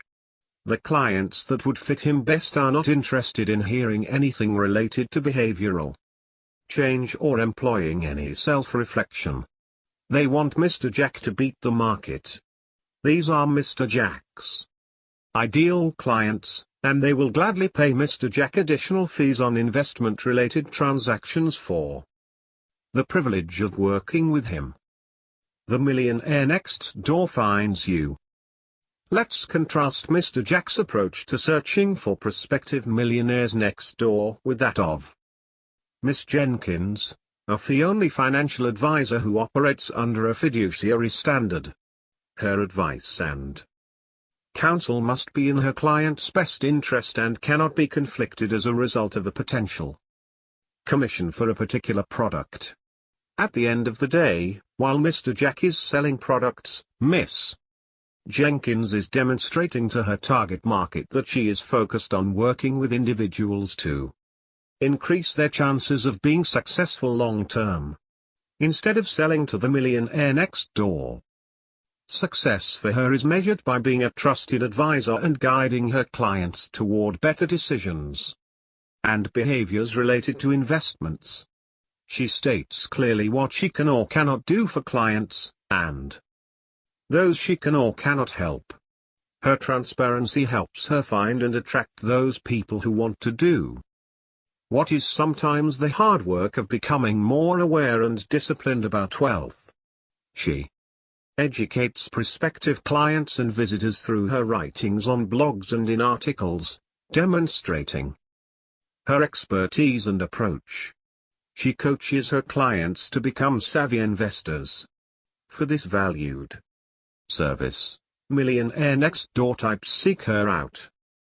Everything from her branding, "I can't help you if you want to beat the market," to the way she charges clients for her advice highlights the behaviors she wants her clients to adopt.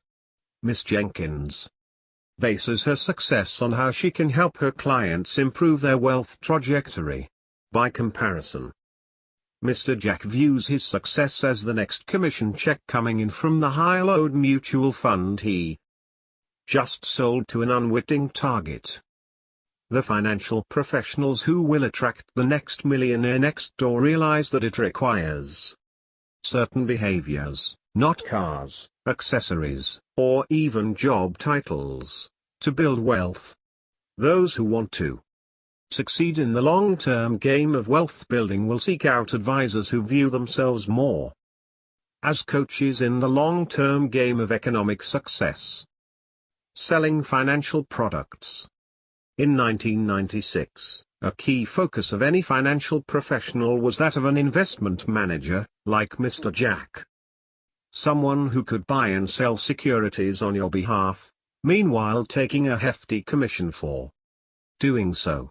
Presumably the investment manager would also be suggesting rebalancing, taking advantage of tax loss harvesting, and making other strategic decisions that benefited the client or investor.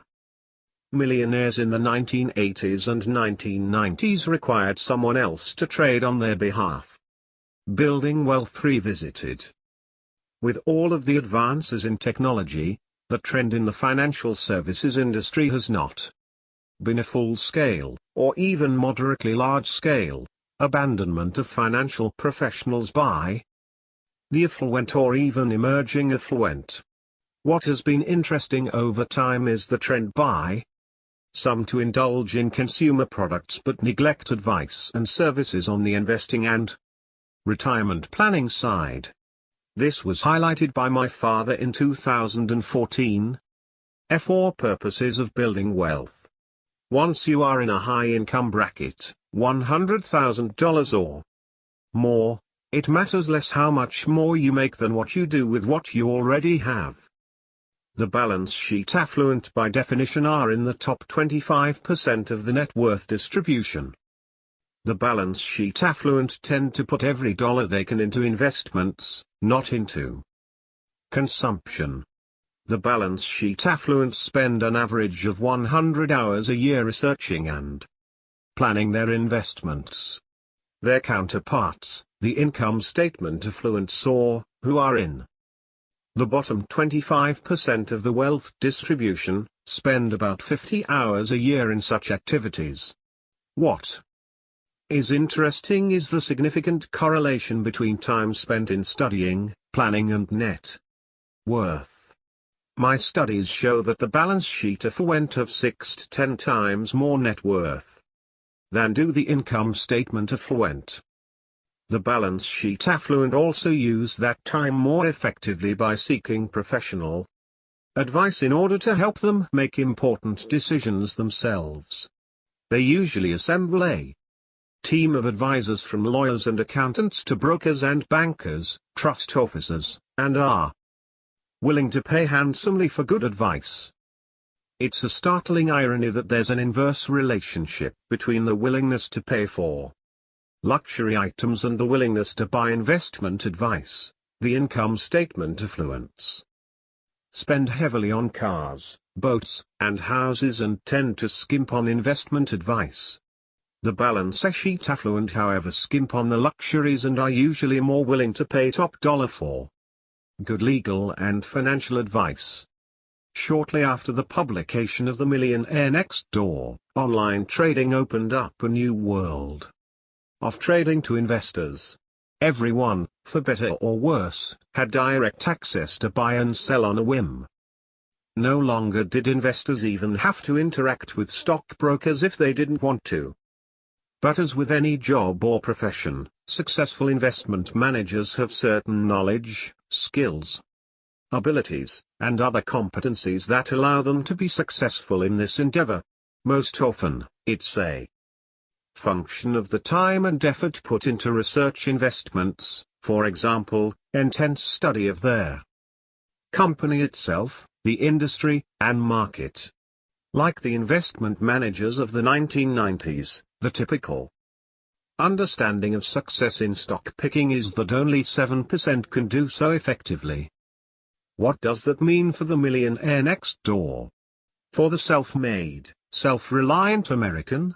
In 1996, the advice was to go to a trust department to help manage wealth. At the time, it was the source for individuals who would operate under a fiduciary standard, as opposed to a suitability standard, connected primarily to those who make commissions off of sales. Today, there is an entire sub-industry that adheres to a fiduciary standard of counsel in the world of financial services that is more accessible at a broader range of income and wealth levels than before. These are the individuals who will act in your best interest. Awareness of the financial services space. In 2002, researchers from American University and Washington State University concluded their research article with recommendations for individuals hoping to invest in a way that would avoid typical investing mistakes. 31 these included behaviors that were already apparent to those seeking economic independence. Understand biases in investing. Many of the biases and behaviors reported by millionaires fall into common investing bias categories. Identify investment objectives and constraints in investing. What are the goals, and how can they be reached given the risks? Develop quantitative decision-making guidelines. Guidelines that avoid emotion. Diversify investments. Review investments and reallocate as needed.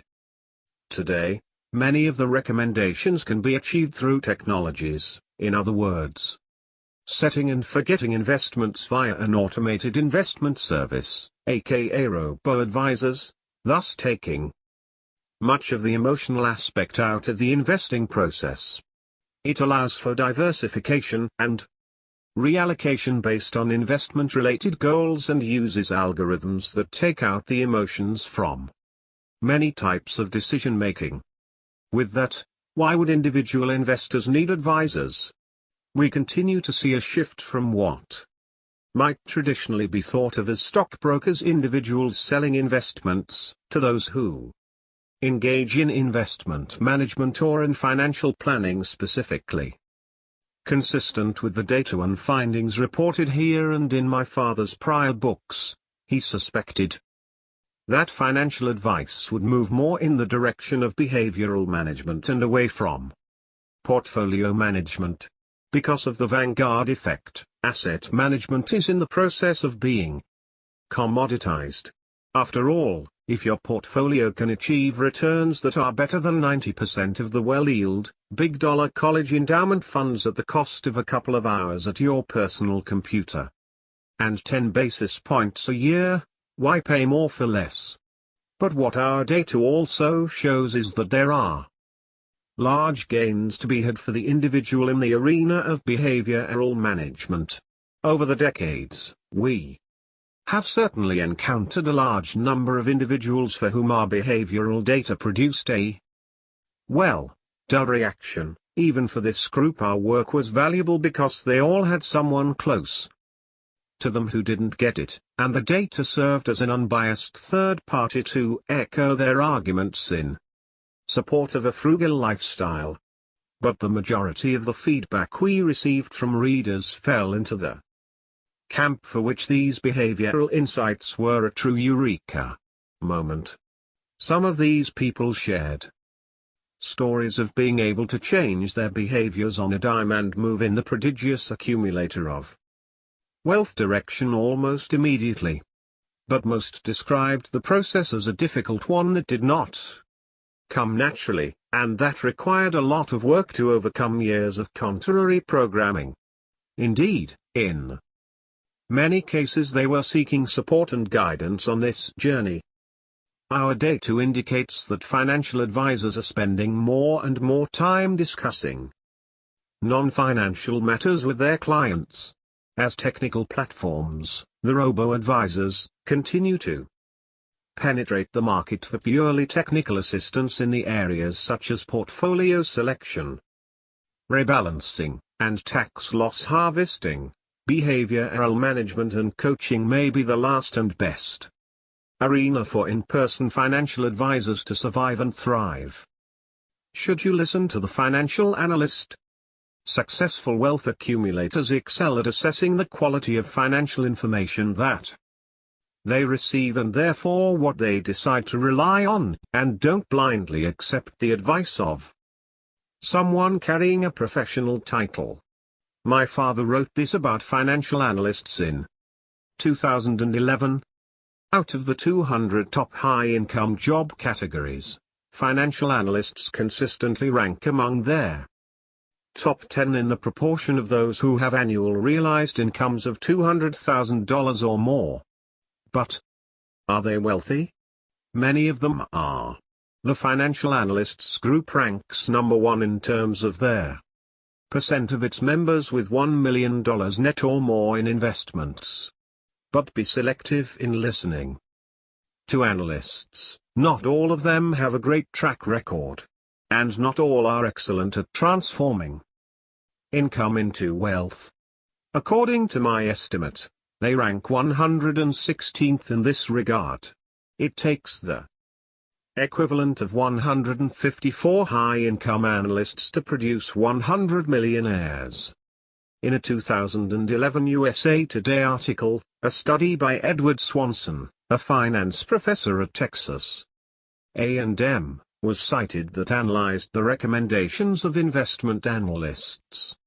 The study was first published in the Accounting Review.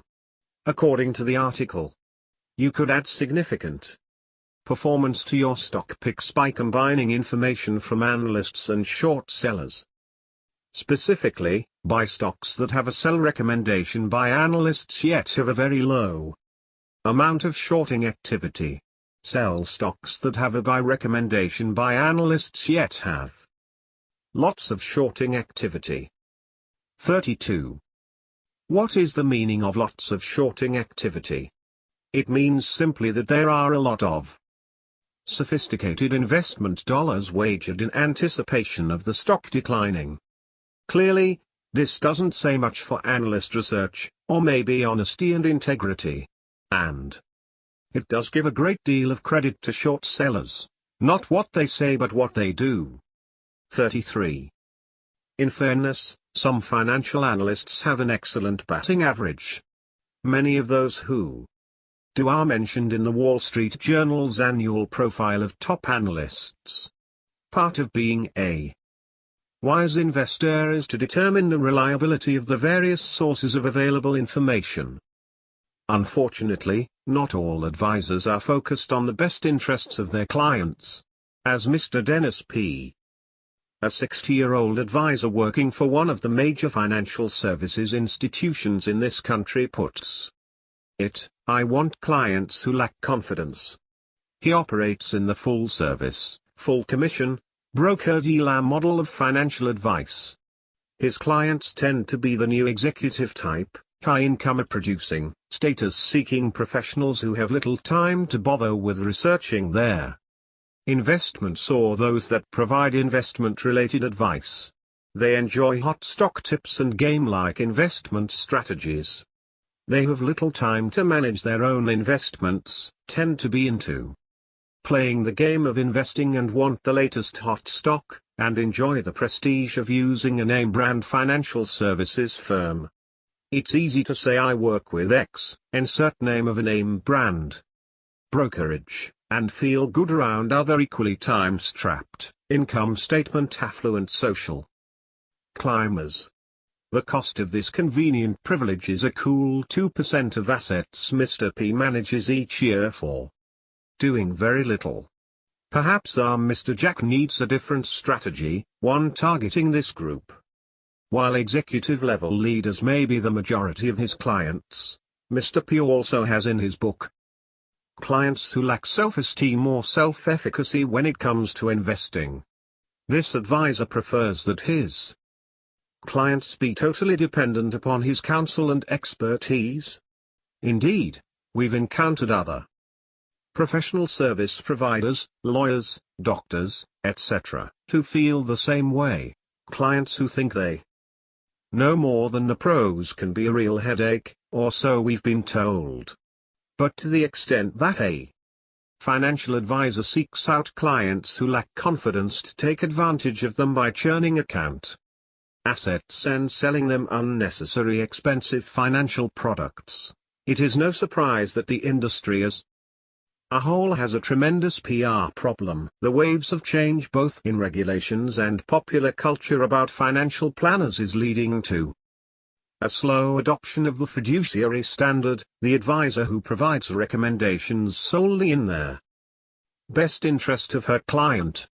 As discussed in the Millionaire Next Door related to teaching thrift, it is now somewhat common knowledge that if an advisor is unwilling to make that commitment, to sign a fiduciary oath, then millionaire beware. We believe and have seen in past research that being economically successful also requires picking the right team of trusted advisors. Many millionaires have shared with us that they want to be able to focus on their expertise, for example, running their business, while letting other experts, CPAs, financial planners, focus on theirs. With that in mind, what should an aspiring millionaire next door be looking for as he evaluates hiring professional expertise to manage finances? Here are the most fundamental questions to ask. 1. What specifically am I going to pay you? The days of paying a stockbroker a hefty commission for the privilege of buying a financial product that you may not have really needed, or if you did, could have been bought independently much cheaper, are over. The financial services industry and the general public at large just don't know it yet. It will take years or maybe decades for this big money industry to die a slow death, but it is underway. So-called fee-only financial advisors that don't take commissions, or any other form of kickback from large financial products companies, for the financial products they invest your money in, who've been a small but steadily growing segment of the industry for years now, and prodigious accumulators of wealth understand that this is the only way to pay for financial advisory services. Their fee can be a percentage of assets under management, or AUM in the lingo, or a more predictable and straightforward retainer or subscription fee per month or year. 2. What value am I getting from you? The value delivered by a financial advisor should be readily ascertainable, even if not obviously visible. For many years now, Vanguard has conducted a research study titled Advisors Alpha that catalogs and quantifies the additional value provided by professional financial advisors. Their Vanguard study calculates an incremental benefit of on average approximately 3% of additional portfolio return based on benefits from items such as portfolio rebalancing, portfolio construction, and improved investing behaviors, for example, not buying high and selling at the bottom. But this analysis quantifies only the benefit received from professional financial advisors in relation to the money already saved and invested. What about additional monies that are saved, and ultimately invested because of professional financial advisory services? Our market research conducted through data points indicates that individuals who are able to improve their wealth-building behaviors stand to benefit from an increased annual savings rate that is 143% more than their low-performing peers. 17% versus 7%. And note, these benefits can be achieved through improved financial behaviors. implemented either on a do-it-yourself basis or through the assistance of a professional financial advisor, in other words, individuals who consistently exhibit successful wealth-building behaviors in areas including frugality, social indifference, responsibility, and others, save on average 143% more each year than their low-scoring peers. If a financial advisor can help you boost your annual savings rate by even half this much, she will be worth her weight in gold. What still makes them different? When the good times roll on Wall Street, so, too, do they roll for the luxury retailers nearby. As you can see in this piece my father shared on his blog a few years ago. In a 2012 broadcast of Mad Money, Jim Cramer did an analysis of several retailers who cater to the affluent. One of these was Tiffany's. Jim indicated that the company's stock price, of course, was highly correlated with its sales and ultimately its profits. Further, he proposed that the performance of this upscale retailer is highly correlated with the performance of financial products and services and the organizations that sell them. In English, this means that when Wall Street types get big bonuses, they spend heavily on the products offered by Tiffany's. My own data suggest that marketers of investment products and services are more likely to be of the income statement affluent variety than of the balance sheet type. When incomes are high among this population of consumers, you are likely to find a series of newspaper articles which detail their prolific consumption habits. Conversely, when payouts are reduced, conspicuous consumption is reduced and upscale retailers worry about their future. In a New York Times article, Kevin Roose stated, securities firms in New York made $13.50 billion in 2011, down sharply from $27.6 billion in 2010. Feeling the pinch of lower Wall Street pay, luxury goods stores in New York stand to suffer. 34. What impact will this have on Tiffany's sales? You know the answer. The income statement affluent. When they encounter a significant upswing in income, they are inclined to go into hyperconsumption mode. Contrast the Wall Street affluent with a different segment. Recently, farmers in this country encountered a major upswing in their incomes. Net income for U.S. farmers was a record $98.1 billion in 2011, up 24% over their prior year. Most farmers are balance sheet affluent types. They tend to allocate windfall profits to capital improvements and quality stocks and bonds rather than to trophies of diamonds and silver. New silos and tractors are the status symbols in farm country. As reported in the Wall Street Journal, there is a tight relationship between John Deere's stock and corn's price per bushel. When farm income is high, farmers are motivated to invest in Deere's big green and yellow machines, tractors, etc. 35. In Stop Acting Rich, I profiled farmers in terms of their productivity in transforming income into wealth. They rank 8th along this dimension among the top 200 high-income occupational groups in America. What about the other group, marketers of investment services? My acid test in this context is the proportion of millionaires produced as a function of high income generators within this segment. They rank well below farmers, in between high income physicians and lawyers. But in terms of the proportion generating high incomes, $200,000 or more, they rank in the top 10. 3. Are you acting in my best interest? That is, can I trust you? This should really be the first question in any professional services relationship, and financial advisors are no different. We are always looking to assess this issue in the people we do business with and seek counsel from, and in the arena of managing our money it is critically important. For decades now, financial advisors operating under the stockbroker model of selling products for commission have made this question a difficult one to answer.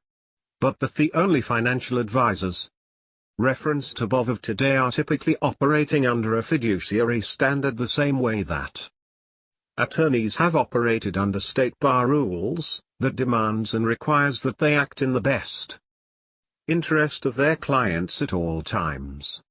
This is one of those areas where a new rule is unveiled and it's hard to imagine that it hasn't always been the rule. Advising on more than finances. Our financial responsibilities and behaviors are intertwined with the rest of our lives. That's partially why those in the financial service industry who are focusing on a holistic approach to working with individuals are finding success.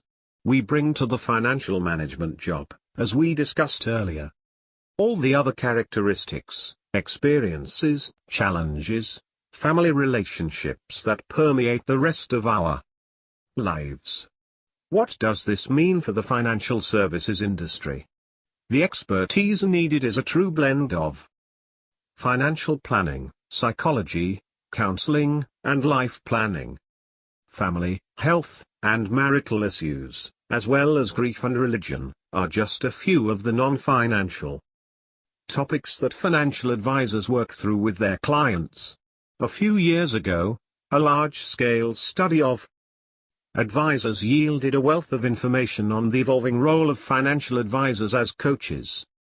36. The research, which included approximately 1,400 advisors associated with either the Financial Planning Association or the Certified Financial Planner Board of Standards, highlighted the topics, challenges, and critical incidents faced by advisors related to non-financial issues. Nearly 90% of advisors reported engaging in non-financial coaching or counseling, and 25% of the advisors' contact with clients consisted of non-financial issues. 3/4 of those surveyed estimated that time has increased in the past 5 years. Some of the non-financial issues discussed included personal life goals, 64%. Physical health, 52%. Career-related issues, 50%. Death of family members or friends, conflicts or disagreements with children, and marital problems were also listed as top areas discussed. In terms of amount of time spent, advisors reported that personal life goals, a client's career or job, and physical health took up the most time. The evolution of financial advisory services, from transaction-focused to relationship-focused. 37. From sales-based advisement to holistic practice, is also challenging the distinctions between financial coaches, counselors, and advisors often used by academics and practitioners today. These blurred lines give advisors who are focused on the well-being of their clients the opportunity to build expertise in this area, and also communicate that offering to potential clients. The study's authors concluded divorce, family strife, suicide, drugs, mental health, religion and spirituality, illness, and death. This reads like a list of issues that would and should be managed by a member of the clergy, social worker, psychologist, or physician. Our research reveals that financial planners often face these issues. Knowledge about investments and insurance will not solve these problems. Possessing advanced degrees in accounting, taxation, finance, or investments will serve planners well, but will not be sufficient. To the extent that financial planning is designed to help a client meet personal life goals, coaching and life planning skills will become requisite skills for financial planners. 38. These kinds of topics are almost too much for Mr. Jack or Mr. P, but as we're now seeing more and more, ignoring the interwoven nature of financial management and life management is going out of style. Miss Jenkins's approach may prove to win out in the long term. Investing in knowledge. Less than 1/3 of millionaires in our latest sample rely heavily on an investment advisor. How? Then, are these economically successful individuals able to manage their investments? Part of building wealth is the allocation of time, a non-renewable resource, to manage what money comes in efficiently. This time is also spent building knowledge. Investing abilities are more reliant on nurture versus nature. The complexities and knowledge required take instruction, lessons that most of us don't receive from home. For example, in one of our studies with mass affluent investors, less than 1/5 of them reported that their parents taught them how to invest, whereas more than 55% of them said their parents taught them the importance of saving for the future. 39 as one millionaire from Alaska, a drill site petroleum engineer, explained to us, "I wish I had learned to invest when I was young. My parents didn't really understand, and I think their long-term plan was a pension and a hobby farm small business." In the early 90s, when oil prices crashed along with Alaska real estate values, we lost all of our net worth. It was a tough time for us. But that experience is a huge influence on our investing and financial management today. All that we have today has been grown since then. Whereas most millionaire investors in our most recent sample agreed that they spent a considerable amount of time on their investments, we also see a consistent pattern among our accumulator of wealth groups. Specifically, PAWs consistently spend more time studying investments and planning for future investment decisions than UOs, although the differences between these two groups have decreased since 1996. In the 1996 survey data, UOs reported spending 55% of the time that PAWs spent each month studying and planning for future investment decisions. In the 2016 data, UOs reported spending nearly 77% of the time that PAWs put in. The reason for this change is not clear, but we suspect that it is at least partially due to the increased availability of quality investment-related news and commentary online. In 1996, to access this type of objective information, an investor would have needed to subscribe to, often expensive, publications like private newsletters or periodicals such as Barron's.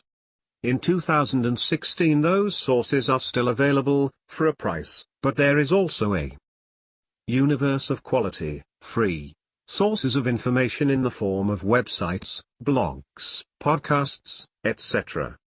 Investing has thus been democratized not only through the proliferation of index funds and their dramatic reduction of fees, but also through the spread of free content and information. Time spent managing investments and planning for future investment-related decisions is positively related to net worth, regardless of, or, in statistical speak, controlling for, age and income. Is it any wonder, then, that those who are economically successful, that is, successful at transforming income into wealth, spend more time than their under-accumulating peers on investing research? Conclusion. Believe in yourself. Have faith in your abilities.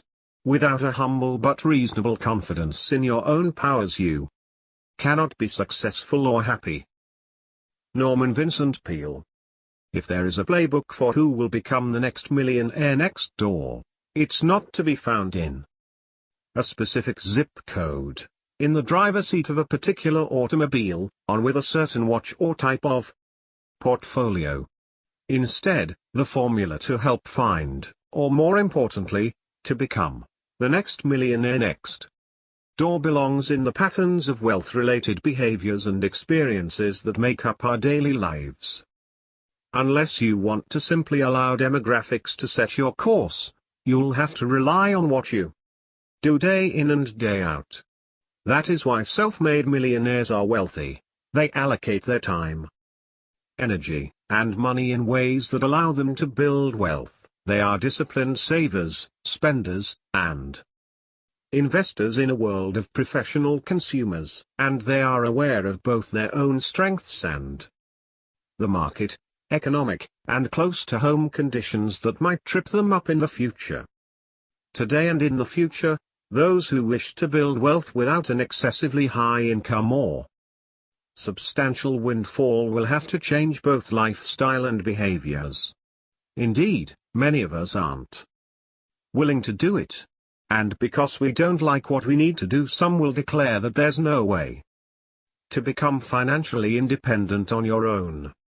Whether we're looking at consumer purchases or investing, home purchases or other financial worries, we have seen throughout the years that those who are adept at transforming income into wealth continue to be contrarians. They think and behave differently than what you might expect, and certainly differently than the norm. Those who want to excel at building wealth and becoming economically successful may have to give up on traditional versions of education, careers, and investing. Indeed, our lives and lifestyle may look very different from our parents', especially if our upbringing included heavy consumption. Anecdotes and findings regarding prices of jeans or investing mistakes to avoid are interesting and potentially moderately helpful, but they are not enough to create a pattern of behaviors conducive to building wealth long term. As we discussed in Chapter 5, the job of managing one's financial affairs requires certain competencies, certain sets of behavioral patterns that are consistent and effective in transforming income into wealth. It's not enough, or even barely sufficient, to be frugal one day of the year or make one wise car purchase. Instead, building wealth requires a combination of our ability and willingness to live below our means, to be confident in our financial decisions, and to ultimately take responsibility for the economic outcomes of our households. It requires us to ignore the incessant barrage of what others are doing, driving, and wearing, and be focused enough to monitor what's going on in our own financial lives. And it takes being intentional about our financial path, creating goals and plans based on how we want our lives to look and then setting a course to meet those goals. We find it interesting that a recent economic forecast report from Vanguard, a report designed, presumably, to help traders make short or even medium-term trading decisions, ultimately concluded by informing their reader that the greatest impact on one's ability to build wealth over time is saving. Even if we are not naturally confident in our money-related decisions, or if we prefer shopping as one of our pastimes, the good news for all of us is that each of these behavioral traits, to a varying extent, is a result of a combination of nature and nurture. To put it another way, no matter where you are right now, you can change your financial behaviors and your lifestyle. To put it one more way, high potential wealth accumulators are largely made, not born. This is the good news. Our financial behaviors can transcend any groups we may belong to, gender or otherwise. What happened in the past, although perhaps predictive to some extent of our future, isn't necessarily our future, especially if we focus and train for a better financial path. The good news is that there are resources, many of which are free and accessible, much more so than in 1996, to those who wish to grow, learn, and obtain the knowledge needed to manage their financial affairs. Used in a beneficial manner, technologies can spur us on to change for the better. How we behave with respect to our finances can change at any time, regardless of who is president of their United States or where our family came from. Satisfaction, enjoying the journey to wealth. What about those who don't have to change anything about their lifestyle because they have a substantial safety net? Those who receive ample doses of economic outpatient care, my father wrote in 2010, do not have the privilege of experiencing the pursuit of wealth, and therefore, perhaps take it all for granted. Yes, it is challenging today to build wealth on your own. It was also challenging in 1996. But, it is possible, and it is necessary if one wants to live in Independenceville. What about those who inherit their wealth? Perhaps they live on Easy Street. Even for those who inherit their wealth, there are considerable individual differences in what they ultimately do or make of that wealth. These inheritor achievers versus inheritor underachievers may be in your own family or neighborhood. How do I categorize millionaires who inherited all or most of their wealth? I do not consider them to be fortunate. Actually, I think of them as being deprived. They were deprived of the great pride and satisfaction derived from building one's own fortune. Countless millionaires have told me that it is the journey to wealth which is much more satisfying than their destination. When they look back over their history of building wealth, they recall constantly setting economic goals and the great satisfaction gained from achieving them. Yes, in the context of economic achievement, it is the trip, the journey to Independenceville about which they most often boast. One should never envy those who inherited their destination. Most trips to financial independence begin with the first dollar saved.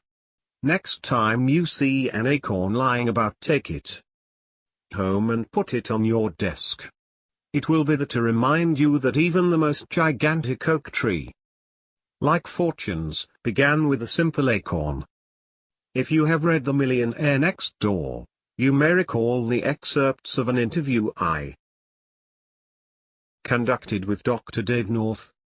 One Dave was just elected to the Millionaire Next Door Hall of Fame on his first nomination.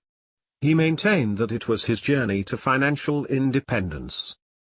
His net worth was more than $7 million. That was much more satisfying and gave him much more pride than the condition of his current balance sheet. During my interview with Dave, he explained how he enhanced his self-esteem and satisfaction during his early years of building wealth. Even when I was 11 years old, I saved my first $50 from working in a grocery store. It's just like today. Only today the number of zeros change. More zeros, but it's the same rule. Same discipline. When I was going to school, my wife taught. We had a small income. Even then we always had a rule. To save, even then we saved. You can't invest without something. The first thing is to save. You must take advantage of investment opportunities. You should have something to take advantage of excellent opportunities.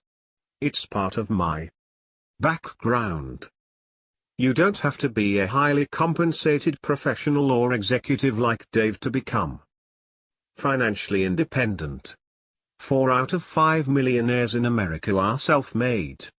Fully 42% of the 944 millionaires profiled in Stop Acting Rich had a net worth of 0 or less when they first began working full-time. Learn to derive happiness from the journey to wealth, not their appearance of wealth. Experience the constant joy of being in control of your life and not allowing consumption to control you. So where is the millionaire next door today? In all his various forms, the millionaire next door will continue to exist and thrive as long as this country continues to afford its unique freedoms and rewards for enterprise, discipline, and hard work. Below is a summary of what will continue to be required by those who seek financial success. Ignoring the myths of wealth, including the confusion between income and net worth, and their barriers for creating self-made wealth. Recognizing the influences others may have on financial attitudes and behaviors, and learning from those who are equally committed to financial success over and above appearing to be rich. Making consistently good consumer decisions, starting with neighborhood, understanding its potential effect on reaching financial goals. Assessing strengths and weaknesses related to finances to improve where possible in areas such as frugality, owning responsibility for financial outcomes, and confidence to make decisions based on knowledge. Deciding early on a philosophy for work and careers and not assuming that the traditional view of work, one that seems to dictate an 8 a.m. to 6 p.m. existence from ages 25 to 67, is the only path.